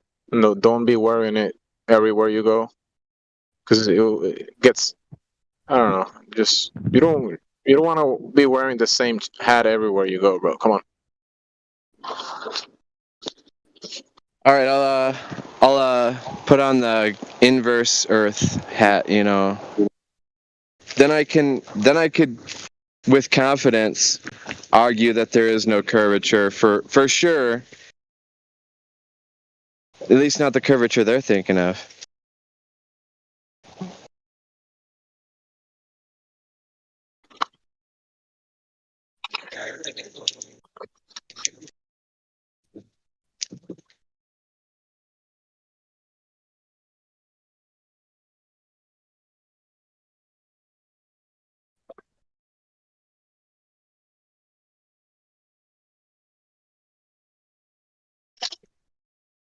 What's popping in here?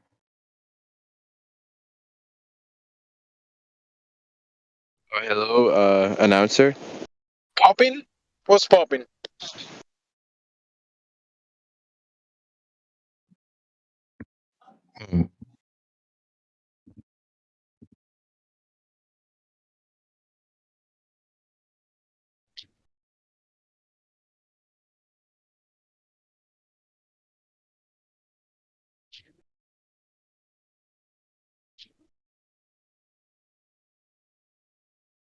Oh, I guess this guy's not even checked in. Should we unmute them? I need to draw some blood, you know. Unmute. If anything goes wrong, you can blame me. Or me. Take your choice. I mean, I'm willing to sacrifice myself to leave Gemsy of a higher rank unscathed during battle. I will go up on the front lines. Okay. Are y'all telling me we got a Globetrotter in here? Do we have someone to unmute? No roles. The announcer is, yeah, the announcer doesn't look like he has any roles. I'm on mobile, right, so I can't be 100% sure. Huge punching bag. Let's unmute let's unmute. Let me unmute the announcer, and we'll find out if he's the pee drinking buddy or not. Hey, how's it going? I definitely do not drink piss, but hey, how's everyone doing? Hey, it sounds like you're another Aussie. Is that correct? Incorrect. I'm English. You're English. I'm that mic. You need to turn down your bass boost, buddy. It's not a bass boost. I can switch over to my Logitech webcam if you want me to prove it's not bass boost. I apologize for being an ignorant American. That's okay. I get literally. I got banned from the accents. I got banned from this other server because they thought I was using a voice changer. I called the admin and said, "I'm literally not. I'll call you on my mobile." Your mic's pretty crazy, bro. Oh shit! It's like resonating my headset. I don't even hear nothing. The announcer, I'm wondering if you can turn your mic up. Can you go to settings, your voice settings? Oh no, literally, it's I've got it set. I'm a streamer on Discord. Hey, announcer, your mic. Announcer, your mic is totally fine. They have to check their speakers, so they might need new speakers. Yeah, that's their problem. They're not even using right speakers. Click me, turn me up a little bit, and then that should be good. Yeah, I got to turn you up a little bit. The regular 33 volume isn't enough, so I had to turn it. Just no wonder you can't. I have it in between 33 and 66, so kind of right in between. Well, welcome to the server. So literally, I got invited to this server because we was having a chat about the old James Webb earlier. James. The one that got hit by that little asteroid. Yeah, $8.4 billion worth of damage on one mirror. It's sad to hear, but I was just having a look at. Have you seen the image it got of the black hole? The new one with the different gases the around it. asteroid that hit the satellite saved humanity because it deflected the trajectory of the asteroid. We will be exactly. Well, that's awesome. If we want to put that investments that we sent up there, we will have been wiped out by that asteroid. It just happened. I would actually wonder how true that would have been. Like what the trajectory of the original meteorite that was size descent. I think it was the size of a nickel that hit it. A nickel. Blew to smithereens. Basically, they uploaded a image of a damage that was done. It was to the bottom right-hand corner of a hexagonal, because there's like 18 hexagonal mirrors on there made out of gold. Oh my gosh! So, what kind of damage would that have done if it would have hit the Earth? It would have made a small pond where the cows could have gone and. It would have tilled the Earth out of. They enabled most of the people to deal with this heat wave by going skinny dipping for a little while. Hey, I have a question. Hey, that asteroid would have tilled the Earth out of the orbit around the sun, and we will be just, going places randomly. Quick question: how was it able to get the picture of a countertop as well? Yeah, I saw that meme. It was a really good meme. Did you see one Elon Musk deleted it as well afterwards? But he posted something similar. It was freaking amazing. He was basically trolling NASA. I love it. You don't need to quote him. I'm just asking. No. But the fact he basically was trolling NASA made me laugh so much. Telescope. Elon's so cool. Of a countertop. I'm so perplexed by that. And there's a picture. I think you could see the flashing of the picture. Yeah, isn't that where they found? I guess. But here's the funny thing as well. Like, I could take a photo. Like, if I had webcam permissions right now, I could put my camera on and make you think I'm a fully fledged female, right? Using a Snapchat camera. Our eyes, can make things. There's confirmation bias as well. For example, you see it. When people that see Jesus Christ's face in a piece of toast, for example. Yeah. You gotta remember, when our mind can't comprehend stuff, it makes shit up.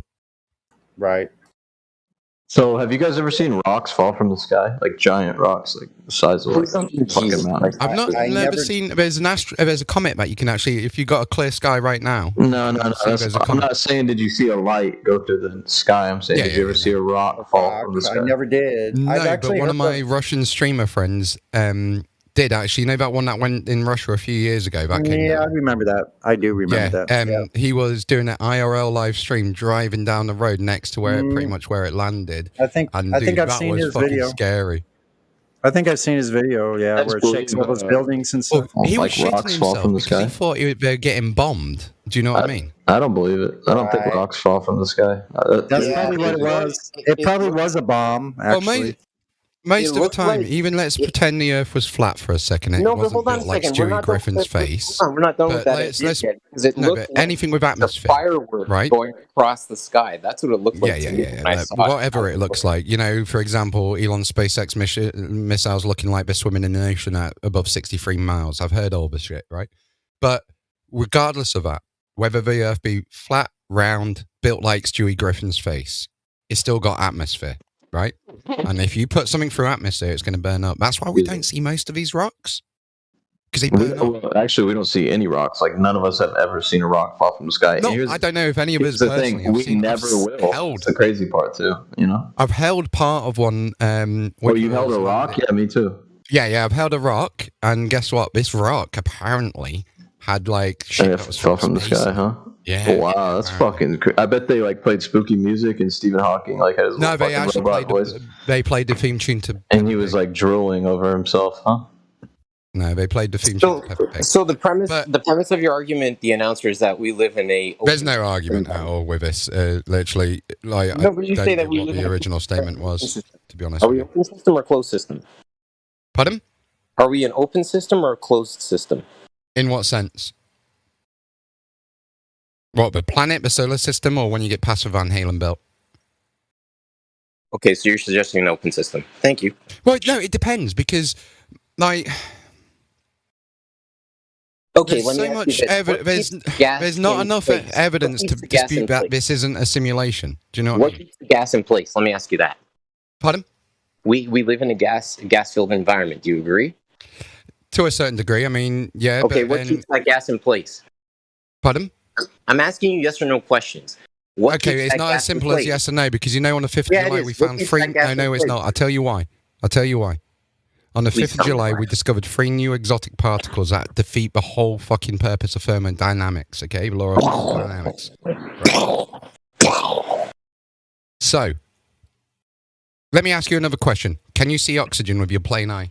I wasn't finished asking you questions. I know, but I'm going to ask you a question quickly. Decide you're what on kind the of home questions turf. you're I'm asking. asking you. No, I appreciate that, but I want to see how much control you are. Environment. So again, you're proposing. Hey, I'm gonna moderate at the moment, and let's try to not jump in each other's middle sentence. Let's reply to Yeah, each we'll keep other. it civil. I'll keep it civil. Don't worry about it. Just have a conversation, guys. Come on. Yeah. So the question I have, based on this how you answer it decides on how I answer the questions you ask me. Can you see oxygen with your own eyes? No, you can't. Does that mean it's not real? Not at all. Okay. So your breathe in answer is space? basically you can have things affect you that you can't see on our visual spectrum, basically. So your question was? Are we in an open or a closed system? I need to know what you mean by that. What keeps the gas in place? We can't breathe in space. Dark matter. Dark matter. Yeah, atmosphere and dark matter. So, for example, another example would be pressure, right? So you can go swimming in the water, but as soon as you go to a certain depth, the pressure's too much for the human body to comprehend, right? Yes or no? Yes, Yeah. of course. So, would you agree that, again, I don't think we're being told the truth about space travel because of the Van Halen belt, and we'll get to that on another time, but when you're going out of atmosphere, we know that we can get out of atmosphere. Let's just pretend we get to 63 miles. Oh, actually, let's go to the Red Bull guy that jumped from the weather balloon. Remember that one?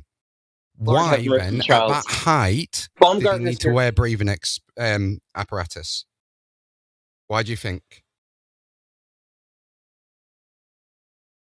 Because the air is too thin to breathe. Okay, so as you go higher, the atmosphere changes. What compromises the atmosphere changes. So at ground level, we can breathe oxygen.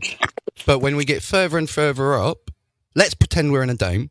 When we get further and further up, the atmospheric conditions mean the amount of X is smaller. Correct? The amount of X is smaller as you go up. Though I can still in terms of this case, X being oxygen. Okay. Yep.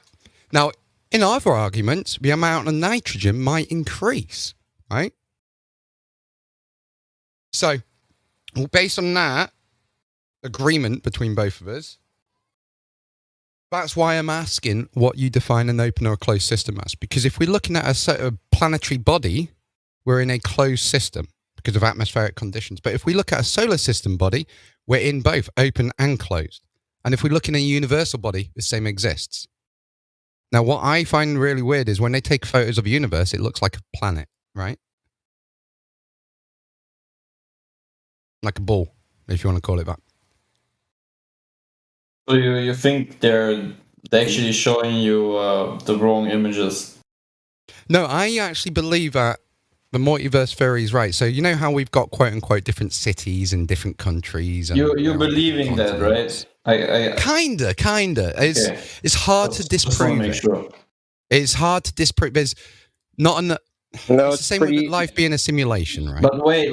If you're believing it, why do you say it's hard to disprove? I mean, believing because I believe like as if you're not 100% right. I mean, if you know it's a fact, you don't need to believe it, right? Okay, I'm glad you mentioned no, it's a fact. So there's a difference between fact and absolute fact. So we know it's a fact that the sky is blue. That's a human fact. But absolute fact is it's not blue. It's just how the human eye's wavelength of color perceives it, right? Dogs see sky different color. I don't know if anyone's colorblind in here, but you probably see it as a different color as well, right? Yes. So there's a difference between a fact and absolute fact. So there's a difference between a theory and a theoretical fact. So like gravity still being a theory, not proven, is a theoretical fact. It's an objective theoretical fact. Well, no, it's not a theory. But you said theoretical. It's not yeah, it's not a theory. It's theoretical. There's a difference between theory and theoretical. Right, but it's not a theory. You said we're being lied to about space travel because of the Van Allen belt, but kind of, and kind of. Okay, how do you have? You can't have thrust in a vacuum, right? Incorrect. You know that? We've proven that wrong. Oh, how do you prove that wrong? Quantum, about like how you can, how like we can literally levitate shit in a vacuum using nothing but sound waves, right? Have you seen it where he moves the polystyrene balls around using tiny little speakers? Okay, so wait. You're saying they use sound waves for space travel? No. So you said that you cannot have propulsion in a vacuum, right? Okay, you can't even hear shit in space, according to them. That makes no sense, dude. There's no. Again, I don't believe that because there's no. Let's be honest. You know what sound is, right? Are we gonna at least be able to come to a? It's compression. Yeah, so there's nothing in a vacuum. There's nothing to compress, so you're wrong. My point was. See, you're going on basic terms. Like that's why I asked the question of if you can't see oxygen, does it mean it exists? You can apply the same laws here on Earth that you can in you're called space. Announcer, right? And I've got to shoot off to my friend, so he's just asked me to come. I'll pop back in when I'm back though, because I'm going to have some smoke as well. I've got to go sort him out with some vitamins and cordial silver because he's got a poorly throat. So I'm also going to pick up some weed from him. So bye, announcer. Thanks for being here. Very good. Nice to hear you. I actually really enjoy the talks. Hey, come back. Yeah, nice to hear you. I'll definitely come back. Nice to hear you. While you're gone, we're going to talk about your multiple fallacies in a row. Let's start with planetary objects. Planetary objects. That's okay. Go on ahead. We'll see you. We'll see you later. Go on. Planetary objects. Go on. Planetary objects have never been seen, measured, or experienced ever in human history. That's good. You're incorrect, jumping but 36. No, not incorrect. It is. I'll disprove you later on. Carry on. So that's the yeah, first you're point. jumping 30. You're jumping. Fuck! Stop talking, or I'll mute your ass. 36 That's fine, steps mute my ass ahead. if you want, bro. It's fine. You, I didn't realize that in a debate. Sonny's correct. Yeah, Sonny's correct. apparently Thank you. Apparently, you don't listen. So you've been running over me since you came in. When I tried to speak, you did not even pay attention, like you have me muted or something. So fuck off. But anyway, so the multiple fallacies that you use, 36 steps ahead from the actual curvature of Earth. You don't have fundamental basis one for your argument or your claim of a ball Earth. Everything after that, including atmosphere, which is a misnomer, it's a misuse of words. You can't have spherical gases unless they're contained. Period. Proving you know nothing about the laws of thermodynamics. I would suggest you probably don't have but about less than a 5th grade level of science knowledge, and I could test you on that with about 3 questions. I guarantee you fail. I'd pay money. I'd put money on it, real money, that you would fail 5th grade science. Dude, he left. I know he left. That's why I'm still talking. I'm talking about him. I'm making comment because he can just sit there and you guys say nothing. Don't stop him on all this bullshit. So no, well, hey, that was good. That was good. We let him talk. So now I'm just commenting for a short while. Give me just a couple minutes. I'll be done. So let's see. Where should we start out with his fallacies? There were many of them. Open closed system. That was the beginning of the open closed system. Yes, please go. Exactly. Does he know what an open closed system is? I doubt it. Especially if he's using a fallacious argument like gravity, which has never been proven his idea was that experimentally. the air holds the air in place. He doesn't know what a theory. He doesn't know what a theory is. He's using a colloquial term. He doesn't know what an experiment is or what a hypothesis is. Okay, so explain how a cloud would work in an open system. No, that's not my job. I just was commenting briefly. No, I'm painting the picture, right? If you have this open dome, like there's no roof to the dome we're in. That's a lot of resources you got to go through to keep that dome operating. Versus close the dome, introduce an HVAC system, heat, ventilation, air conditioning system, recycling system, so that you can keep the air in the dome fresh. Yeah. So I guarantee you. I mean, I wouldn't guarantee this part, but if pressed for any information, this guy's going to bring up Eratosthenes and the other 2 parlor tricks. What is the dude's name with the balls and torsion rods? Not an experiment. Yeah. Anyway, that one and the focal fuck off, not fucking rotating underneath a pendulum.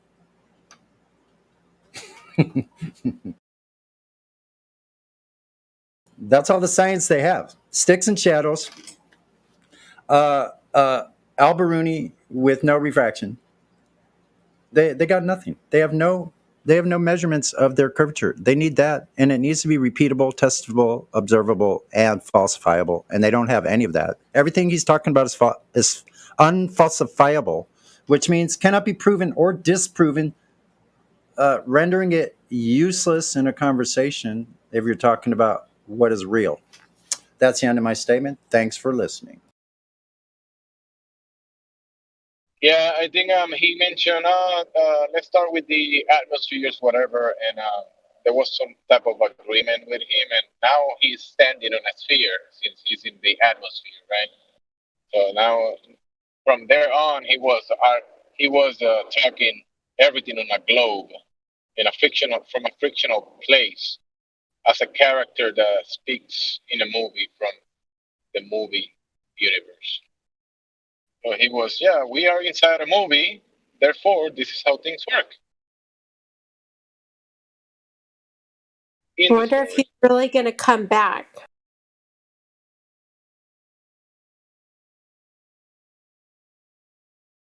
So I have a question, Kiwi. Homie, what up?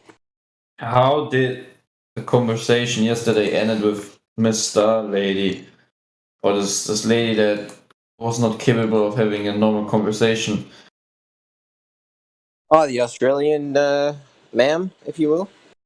Yeah, the Troubleshoot. Timbo had Learning his with hammer troubleshoot. and he showed up and he's like, "Yo, sister, I'm sitting on the same platelet as you, and this is what's going on." He took her directly under his wing and he handled it, man, like a boss.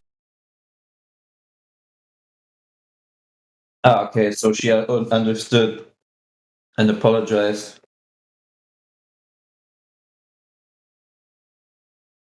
Huh? Yeah, man, I called her on her shit directly and said, like, you walked into a room full of people located on the northern hemisphere, you're in the southern hemisphere, and you're calling us all liars because we see something different to you. Right, right. You can't do that. Right. No. We don't do that here.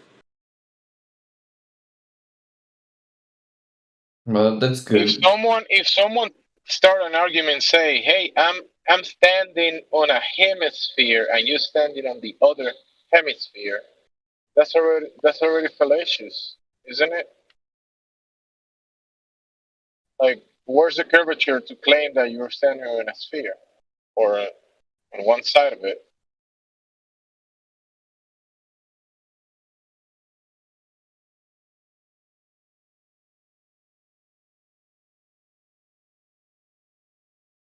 Hemisphere.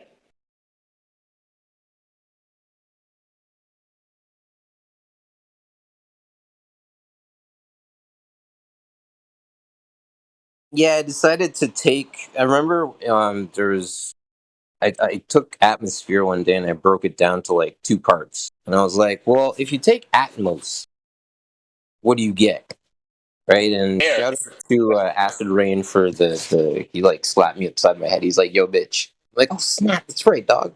Because if you take the definition of Atmos, which is the gaseous envelope surrounding the Earth or any other celestial body, see also troposphere, stratosphere, mesosphere, ionosphere. The air or climate are particular place. This is their definition of the enclosure, though I remember hearing something where you have the introduction of sphere. So I looked at the next part of being sphere and got a round solid figure or its surface with every point on its surface equal distant from its center. So I'm thinking, how do you potentially say that the Atmos is a gaseous envelope surrounding the Earth, and in the same word say that it's a solid figure? The actual word is a contradictory word. I have to ask Gospel about this. What he thinks.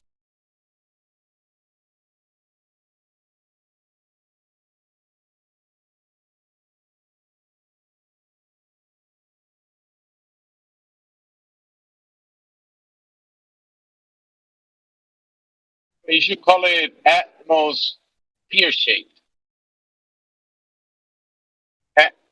Or you could be literal and say air structure.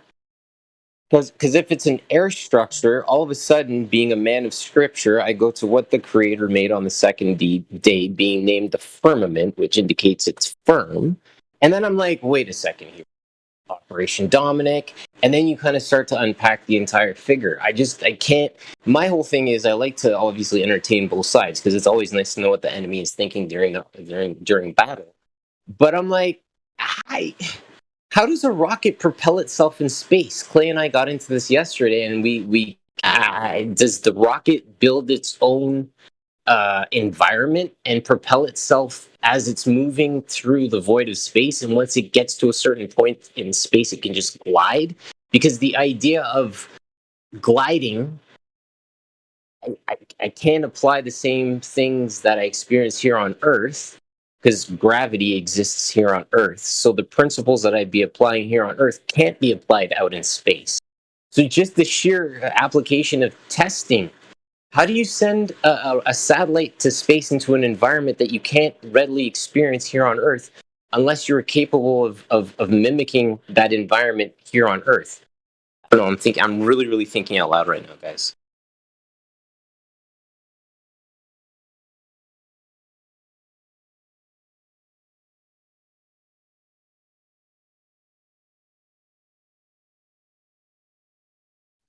You said gravity exists here on Earth. You're funny, dude.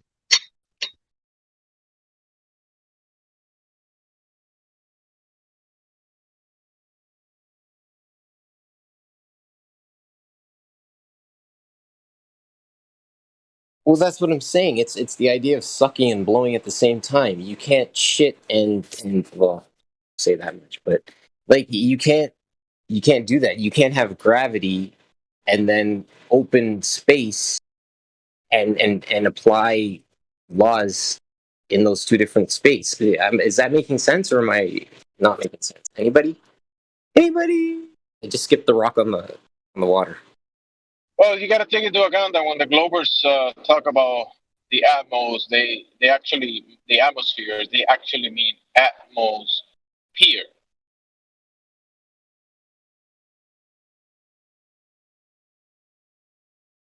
Because it's pear shaped.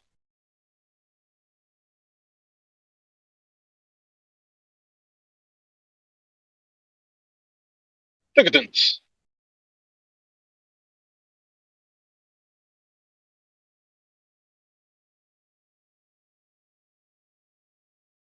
And then you can just say air. You're adding something to the air. You're saying air what?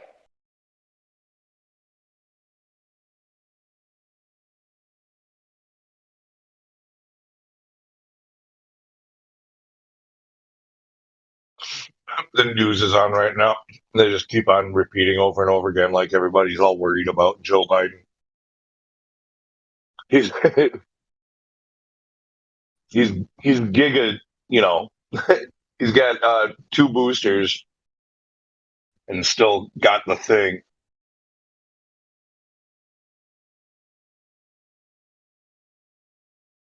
Poor Joe. Well, that's like a lower version of the CEO of Pfizer that wasn't allowed in a country that shall not be named because he wasn't fully. Because he won't take his own product. Yeah, he wasn't fully juiced up, so he can't travel to a certain country. As far as I know, he hasn't taken any at all. Not just fully, like he hasn't taken it at all. Yeah.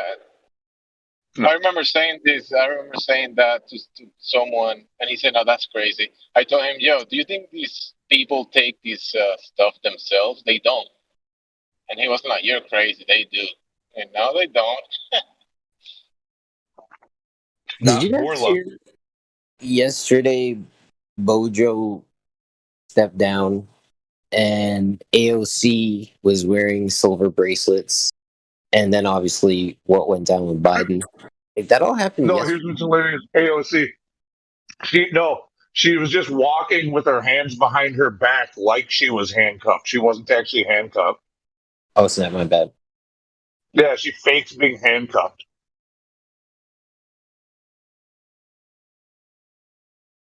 Yeah, that's really bizarre.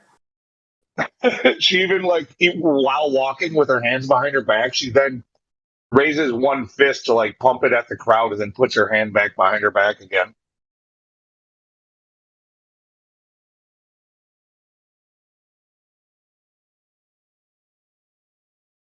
AOC for president.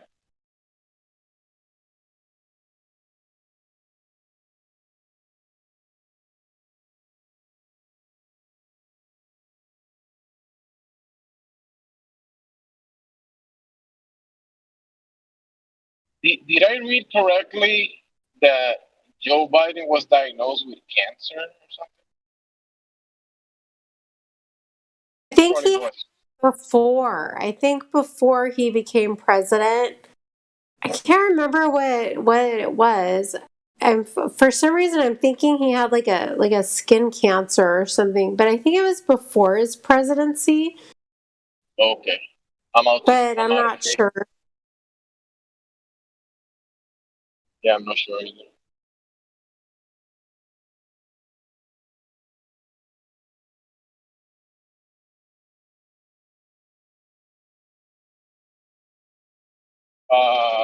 Lush, he's almost like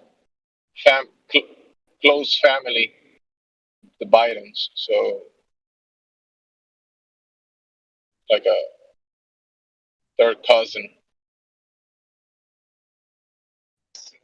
Yeah. Who's family? Lunatic. He runs in the family. being lunatics. Kind of like we don't invite him to the family reunions anymore. He's always creeping out the kids. And they'll never get out of it. Hanging out by the pool, stroking his leg hairs. Ew. He does Wait, it what? test your filters.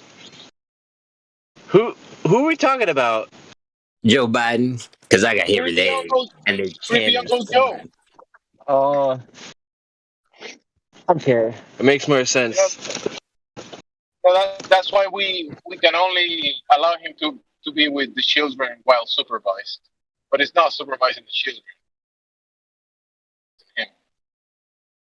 There's reasons. I mean, to get this, let's just get this straight. He's not actually Uncle Joe Biden to you, is he?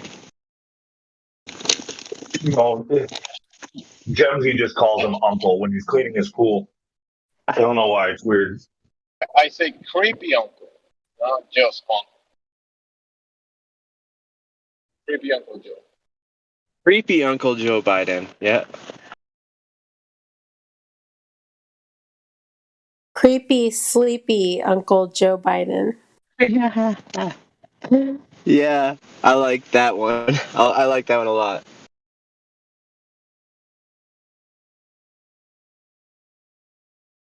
Hey, at least he got better. Now he's president. He used to, mess with children. Now he's doing better.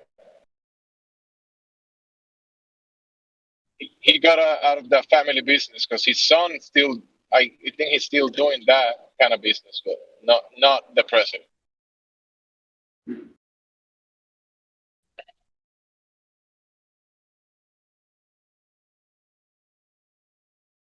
That's the sad thing is now that he's president, he can get away with it even more.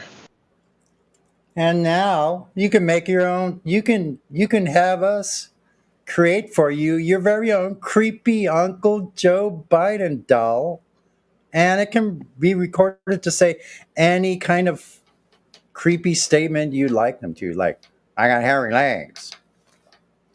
I hear that. And many other greats that we've heard from your idiot president. It's got to be one of those dolls where just the chin moves. It's made out of wood, right? And his teeth are exposed, and just the chin moves. Joe Biden. Sonny, I know you voted for him, bro. That's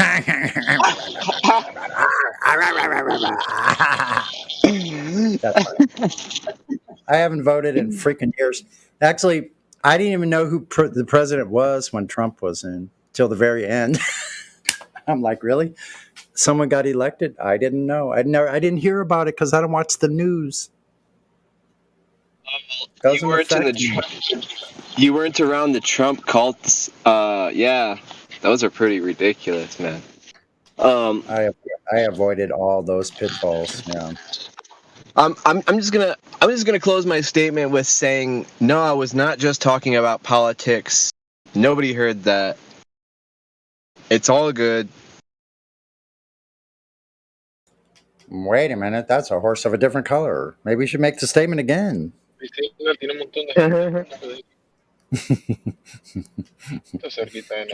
Could you reiterate, please? I'm sorry, wait a minute. Who's talking? I could barely hear you. Jamsy, what's up with your mic, man? Oh, I'm allowed. I'm allowed to hot mic, guys. So, Okay, good. Don't mind it. Yeah, what the fuck kind of mic is that? Like a drive-through mic? Sounds It is. like It is. Yeah, it is. I checked in a McDonald's dumpster and I found it.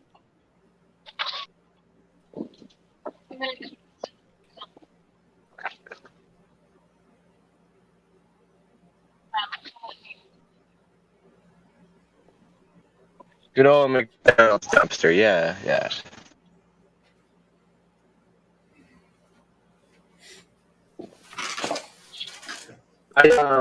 So when we were talking earlier, I had a nice picture of a butterfly that I had taken Hmm.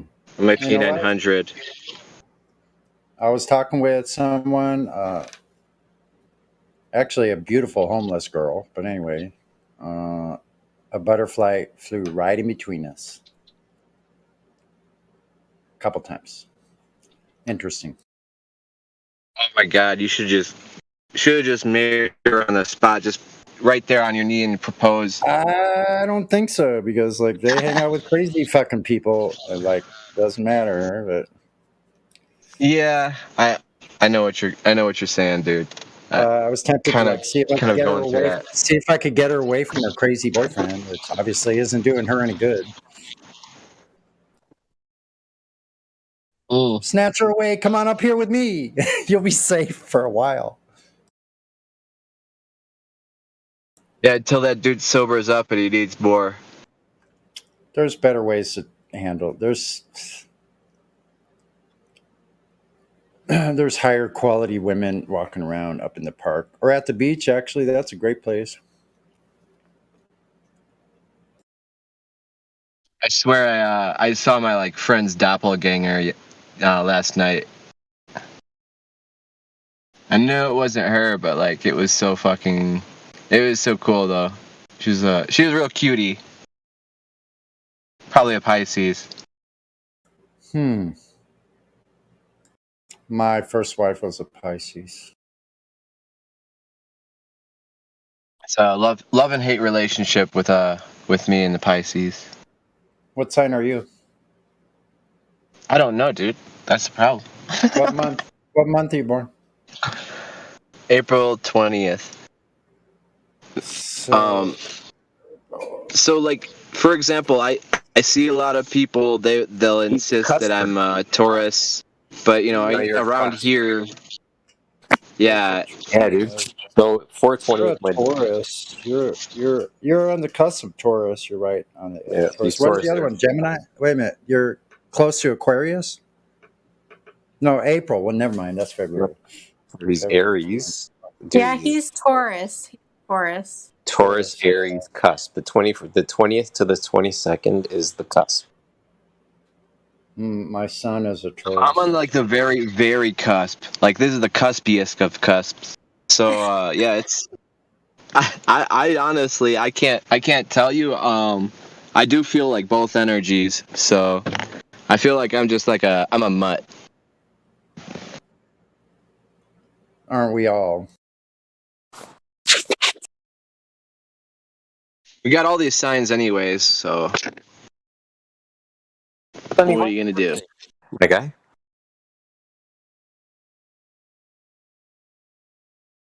Sonny. Sonny. Wait, what happened? What did I lose? When's your birthday? Really nice. Wait a minute. What happened? Sonny, when is your birthday? Oh, July 10th. Tesla's birthday. Cancer? Oh well, if we're comparing whose birthdays we share with, mine would be Hitler. Whoa! My daughter. Born 99 years later, you know. My daughter as well. Go ahead. Yeah, mine's Nikola Tesla. It's like 108 years difference or something like that.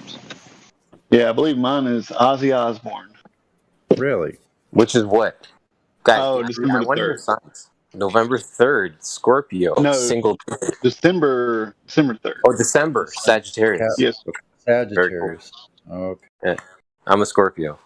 November 16th. Everybody has an experience with it. October what? October what? No, November 16th. No, November. Oh, really? Yeah, my brother's a Scorpio also. What are your thoughts on your brother? And you share the same element, what's water. You share the same element, which is water. How do you get along with him? I love my brother, but when we were younger, we used to fight. Like we used to fight really like at times, but we're really buddies, man. We've always been closer than anyone else in the family, basically. Yeah. So they're Cancer. Cancer is a water element, and Scorpio is a water element as well. So you guys, out of the four elements, share the same 25% of the battle, if you will, is already won in that basis. Interesting. Yeah, I could believe that. I got George W. Bush and Jordan Peterson. When's your birthday, Jonesy? June 12th. George Cancer Bush and too. Are Jordan. you serious, guy? Wow, what a trip. Wow. How do we have all these water? Bro, we have a lot of water people here, man. Any August folk Leos walking around in here? Pretty sure I'm a water too, Capricorn. Bro. Well, you are an alcohol one. You're not a water one. Oh shit. That's funny, Luke. I'm having Water. a beer myself, but there's lots of water and beer. So. Oh yeah, Okay. primary ingredient. The water in beer is pure because it's been put through a process, so it's pure water. Yeah, water was here before alcohol. Yes.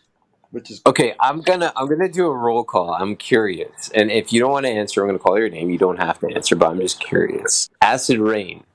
If you don't want to share, that's cool. Do you know your sign? Share up, people. I'm curious, man. Love this. No, stuff. I don't know, man. No, I'm you don't. 23 June. 23 of June. That's Yeah. another, bro. 23 of June, because the Cancer season goes from June 22nd to the cusp being the 20th to the 22nd. He's over a Cancer. July 20th to 22nd. So everybody here so far is coming up Cancer. Oh, crazy! Wow. Damn. No, Bro, as I said, like I'm a Capricorn. Wait, So what? whenever Wait. another water sign, yeah. Wait, what do you mean by Cancer? No, that's just the one in July. That's just the zodiac sign in July. So he means we're all coming up mostly water sign. No, What?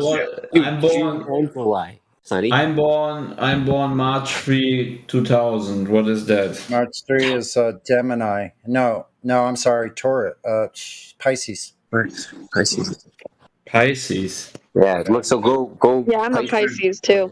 And then isn't first Pisces a fish? Is that another water sign? Yes, another water sign. Fish. Wow. I am a Gemini and a twin.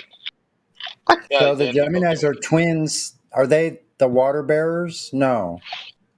Yeah, I think they Gemini- are. Yeah, I think they are. Oh shit, Gemini's the water bearer, isn't it? Bro. Aquarius is the water bearer. Oh, Aquarius is my bad. Okay, so Gemini is an earth sign, right? I do carry water around, so possibly. Gemini's an earth sign, right? I was in the water today. I was at the beach all day, so yeah. Is Gemini a earth sign? Gemsy, do you know? It's an air sign. Oh, it's an air sign. Okay. Air sign. Okay. I'm pure Virgo. You're not a Virgo. Virgo is the virgin ruled by Mars. Pure Virgo, not only Virgo, pure. Pure. My Virgo? mother Virgo, father Virgo, and plus Whoa. I'm married with Virgo. Oh, bunch of Virgos. Wow. I think you would probably murder me if I came close to you. Sasha, he used to shut down airplanes, so he'll definitely take you out, no problem. Like I had a Virgo, like we had children together, but we fought, like we didn't get along except in bed. We got along real well there. That makes a lot of But sense. not in conversation though, or getting But along. listen the birthdays. Father 26th of August, mother 28th of August, me 30th of August. Wow. And do you know another thing? Do you know how much my father was older than my mother? No. 2 days. 2 days. No way. Wow. That's crazy. That's outrageous. Yeah, so apparently Virgo males and Cancer males and Virgo females is not a good. And you guys were saying Scorpio is a water sign. Word. It's a land sign. Right? My mom and my sister are both Cancers. I'm a Capricorn. My dad and my daughter are both Scorpios. What? They're all water signs? Wait. Who was it that was just saying that? I missed the voice. That was Lunatic. That was me, yeah. So I'm a Capricorn. My mom and my sister are both Cancer. My dad and my daughter are both Scorpio. That's so sick. That's amazing. How do you feel having that energy around you? How does everybody get along? Pretty well. I mean, my dad's a douchebag, but get along decent, whatever. Yeah. So what's interesting? Yeah. What's interesting with? Sorry, I heard somebody say cancers. I'm sorry. I was going to just chime in about cancers. Yeah, cancers can be assholes. Like, we have a hard shell. Like, sometimes that shell is so hard, you could never get inside to find out what the real person's like. Well, like I said, he's my dad's a Scorpio. But I thought Scorpio. I thought you said Cancer. Oh, your mom and sister. Oh, okay. So he's a Scorpio. Yeah, Scorpios can be assholes too. Yes, we can. Oh, we love to get assholes. Actually, every sign can. Every sign has their asshole element. We like to do devil's advocate. Sometimes to the point of antagonist. Sorry. Now, my sister is an extreme Gemini. She's totally split. Oh my God. It's really bizarre. You can't even deal with her on a logical level. She doesn't listen to anybody, only herself. She's the right word, and she's the last word in any word, and anyone else speaking is wrong if it's not her. She's just like a total narcissist, complete narcissist. I think that's typical, though, for some Geminis, though. Yeah, it's extreme. And she has Marilyn Monroe's birthday. Is it 29th of February in horoscope? We had somebody call out. That was a different voice I heard. What is that? Somebody said something about their sister, I think. Sasha. No, it wasn't Sasha. I asked, is it 29th February in horoscope? Oh, 29th of February. That's Capricorn, isn't it? I don't know the earlier months. From January. No, February was Capricorn. Capricorn. I've gotten along with Aquarius before, but Aquarius is water. Yeah, they're the water bearers, aren't they? February 29th is Pisces. Pisces, yeah. So if you guys want to ever geek out, I'm gonna throw a resource at you that you can check out. If you know your birth city and you know your birth time, otherwise you can just use 12 p.m. as your assumed birth time. You can go to this site called Astro, ASTRO-charts.com. You put in your information. I mean, you put in a fake name, whatever, but you put your birth information in, and what a lot of people don't know is your birth chart has 14 assignments to it. So everybody has like their sun, their moon, their ascending, all these different things. But I'm not talking about the pinwheel, but it'll give you a description below the pinwheel about what your different placements are. So what your sun is, obviously when you were born, everybody knows, we were discussing it, your element-based sign, like that's an example, your sun sign, that is your birth sign that you know. But there are things like your moon is how you love, your north node is where you're heading to in life, as an example. Anyways, there's 14 placements. And all these different placements obviously make up the personalities as such. So it's not just the sun sign that's important. These other contributing factors also help to make us up. So if you guys want to check that out, check out the site. I have a quick question, Kiwi. Do you think there's something about it regarding the birth dates of people, and like if so, why do you think there's like this specific common thing with people having the same kind of That's a really good question. Okay, so here's the thing with water element based signs. Always want to get to the bottom of things, just like water. Water exists. We want to know what's at the bottom of the pool, and we will come back up to the top when we need air, right? But otherwise, like if our friends want to find us, we'll be at the bottom of the pool digging for the answer, right? And this is why we've all found ourselves on the absolute base plane, being on this base plateau that we exist on, which is ultimately the quote bottom of this basin that we are on. Hence the water element sign drawing us all in as commonality. So I was born on Johnny Appleseed's birthday, and my sign is a Libra. I was born on the 26th of September. Libra justice. I was waiting. Yeah, you walk with that scale in your hand, right? And you're always looking on. Yeah, I weigh probably every decision I've ever made. Oh, fuck. I couldn't have it because the next day's promotion. Yeah, Libra is air sign. But it's like most people in here are water signs. Am I the only fire sign here? I look down there. I can't see any lakes for them. And Andy, Mike is trying to say something. That's right. Yeah, I can't find them.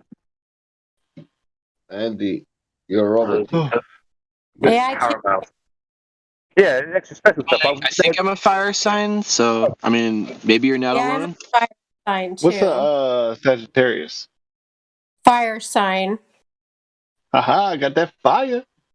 Yeah, I actually have 4 Leos, 2 Sagittarius, and my rising is a Sagittarius. So I have like 6 fire signs in my chart. So, Question for you, Rect. Hold up, homie.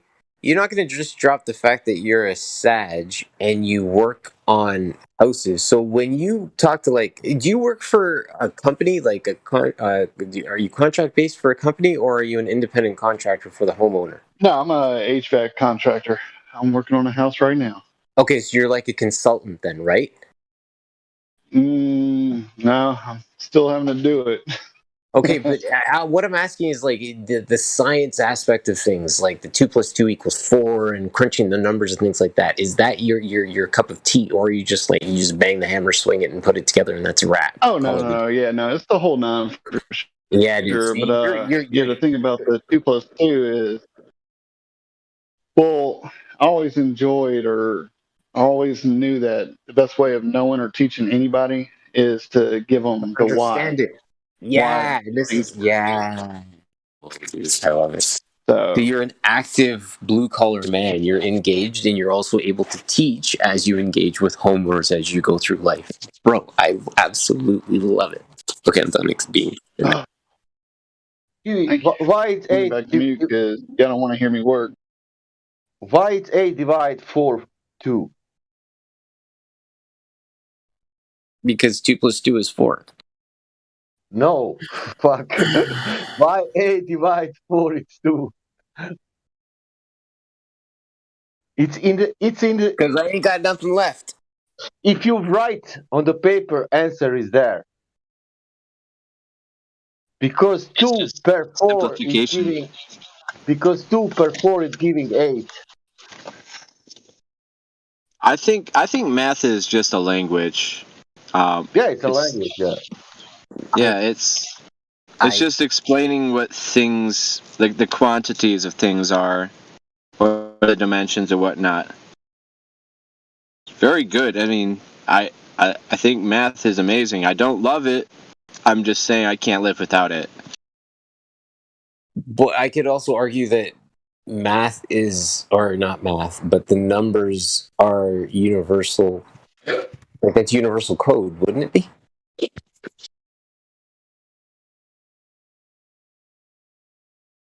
Yeah, I guess it would be like a universal language or something like that, right? Because it's recognizable worldwide. And I'm saying that's why we have to slow ourselves on discounting it, though. Because if we lose that, how do we communicate on the most basic level? I need a service, and I'm willing to pay X number for that service or for that product. And if I'm not able to illustrate that to you in written form, i.e. words, then how am I supposed to engage with you to exchange or barter if I can't illustrate a quantity? I just have to push stuff in front of you and hope that you get it. Yeah. If we lose numbers, we lose a lot more than just we lose a lot of stuff if we lose numbers. Even the scientific calculator, I would actually throw on the table for discussion. But we can change value if all of us agree to change the value, and then we will have the new language. For example, number 1 we will call number 2, and that value we will call number 2. But only in the case if we all agree on that, then that will become our language, our math. It cannot be too big. Do you understand me what I want to say? Yeah. But I like the fact that you're putting on the table that there has to be an agreement in place, right? So we have to associate language with that agreement so that that number system can be replaced with something else. Like I asked for Matthew, can you tell me what is evidence and what is proof? That I want one, I don't want two explanations. I didn't want to even explanations. I want one thing. What we will call for something. What is proof or evidence, whatever.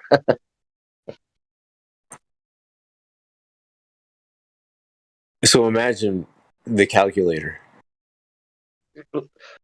Imagine. Hold on, Sasha. This actually is going to be a question. Let me. No. Let me give you the space. So you have a calculator, normal calculator, nowadays calculator. I have really had even basic. A basic Casio calculator. We all remember them from school, right? Yeah. Now that read to what, like 9 digits, 11 digits? What do you guys think? I can't remember. Now, the introduction of the scientific calculator, we could go to exponents. Oh, dude, we confused the matter, did we not? Introducing science to numbers? In the math, when you're halfway of the wall, and if you go, in the math, if you are one distance to the wall, what the fuck is going on? You're roboting badly. This is just texting to say this.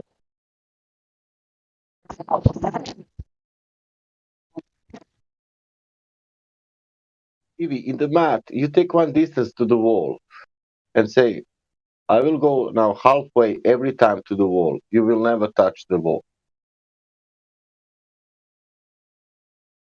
In the math. That's right, because 8 divided by 4, and if you constantly half something and you believe in decimals, you will always be on a mission of halving what you have in front of you.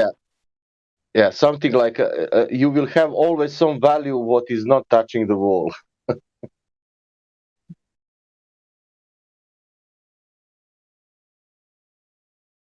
0.00.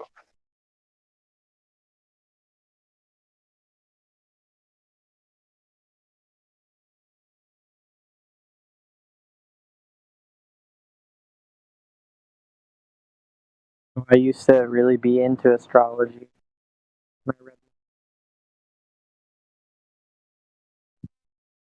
Sorry, I missed that. Was that to me? I'm so sorry. I heard astrology, into astrology. So I was really.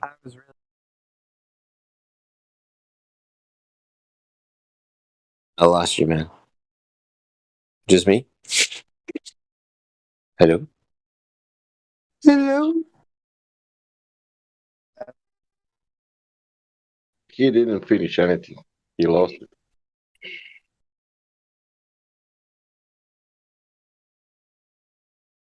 Let's assume what he wanted to say.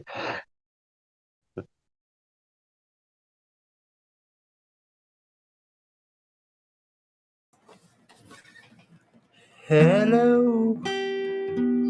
Is there anybody in there? Just not if you can hear me. Is there anyone at home?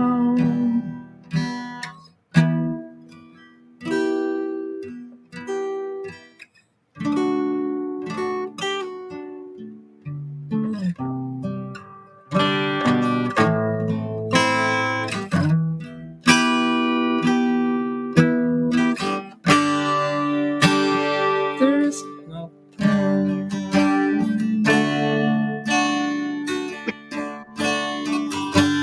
Distant ships move out on the horizon.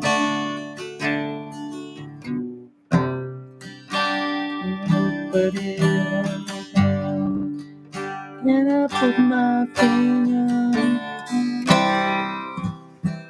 The child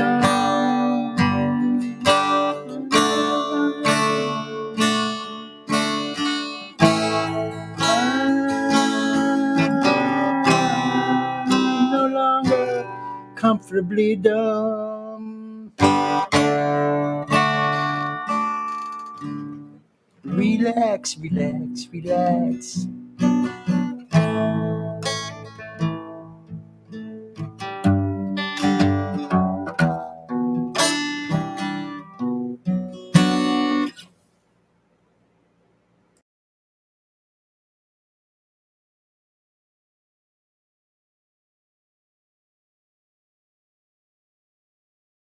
Little Pink Floyd reprise. Can I try now? Somewhere over horizon, when sky meets the ground, there is no curve to be found.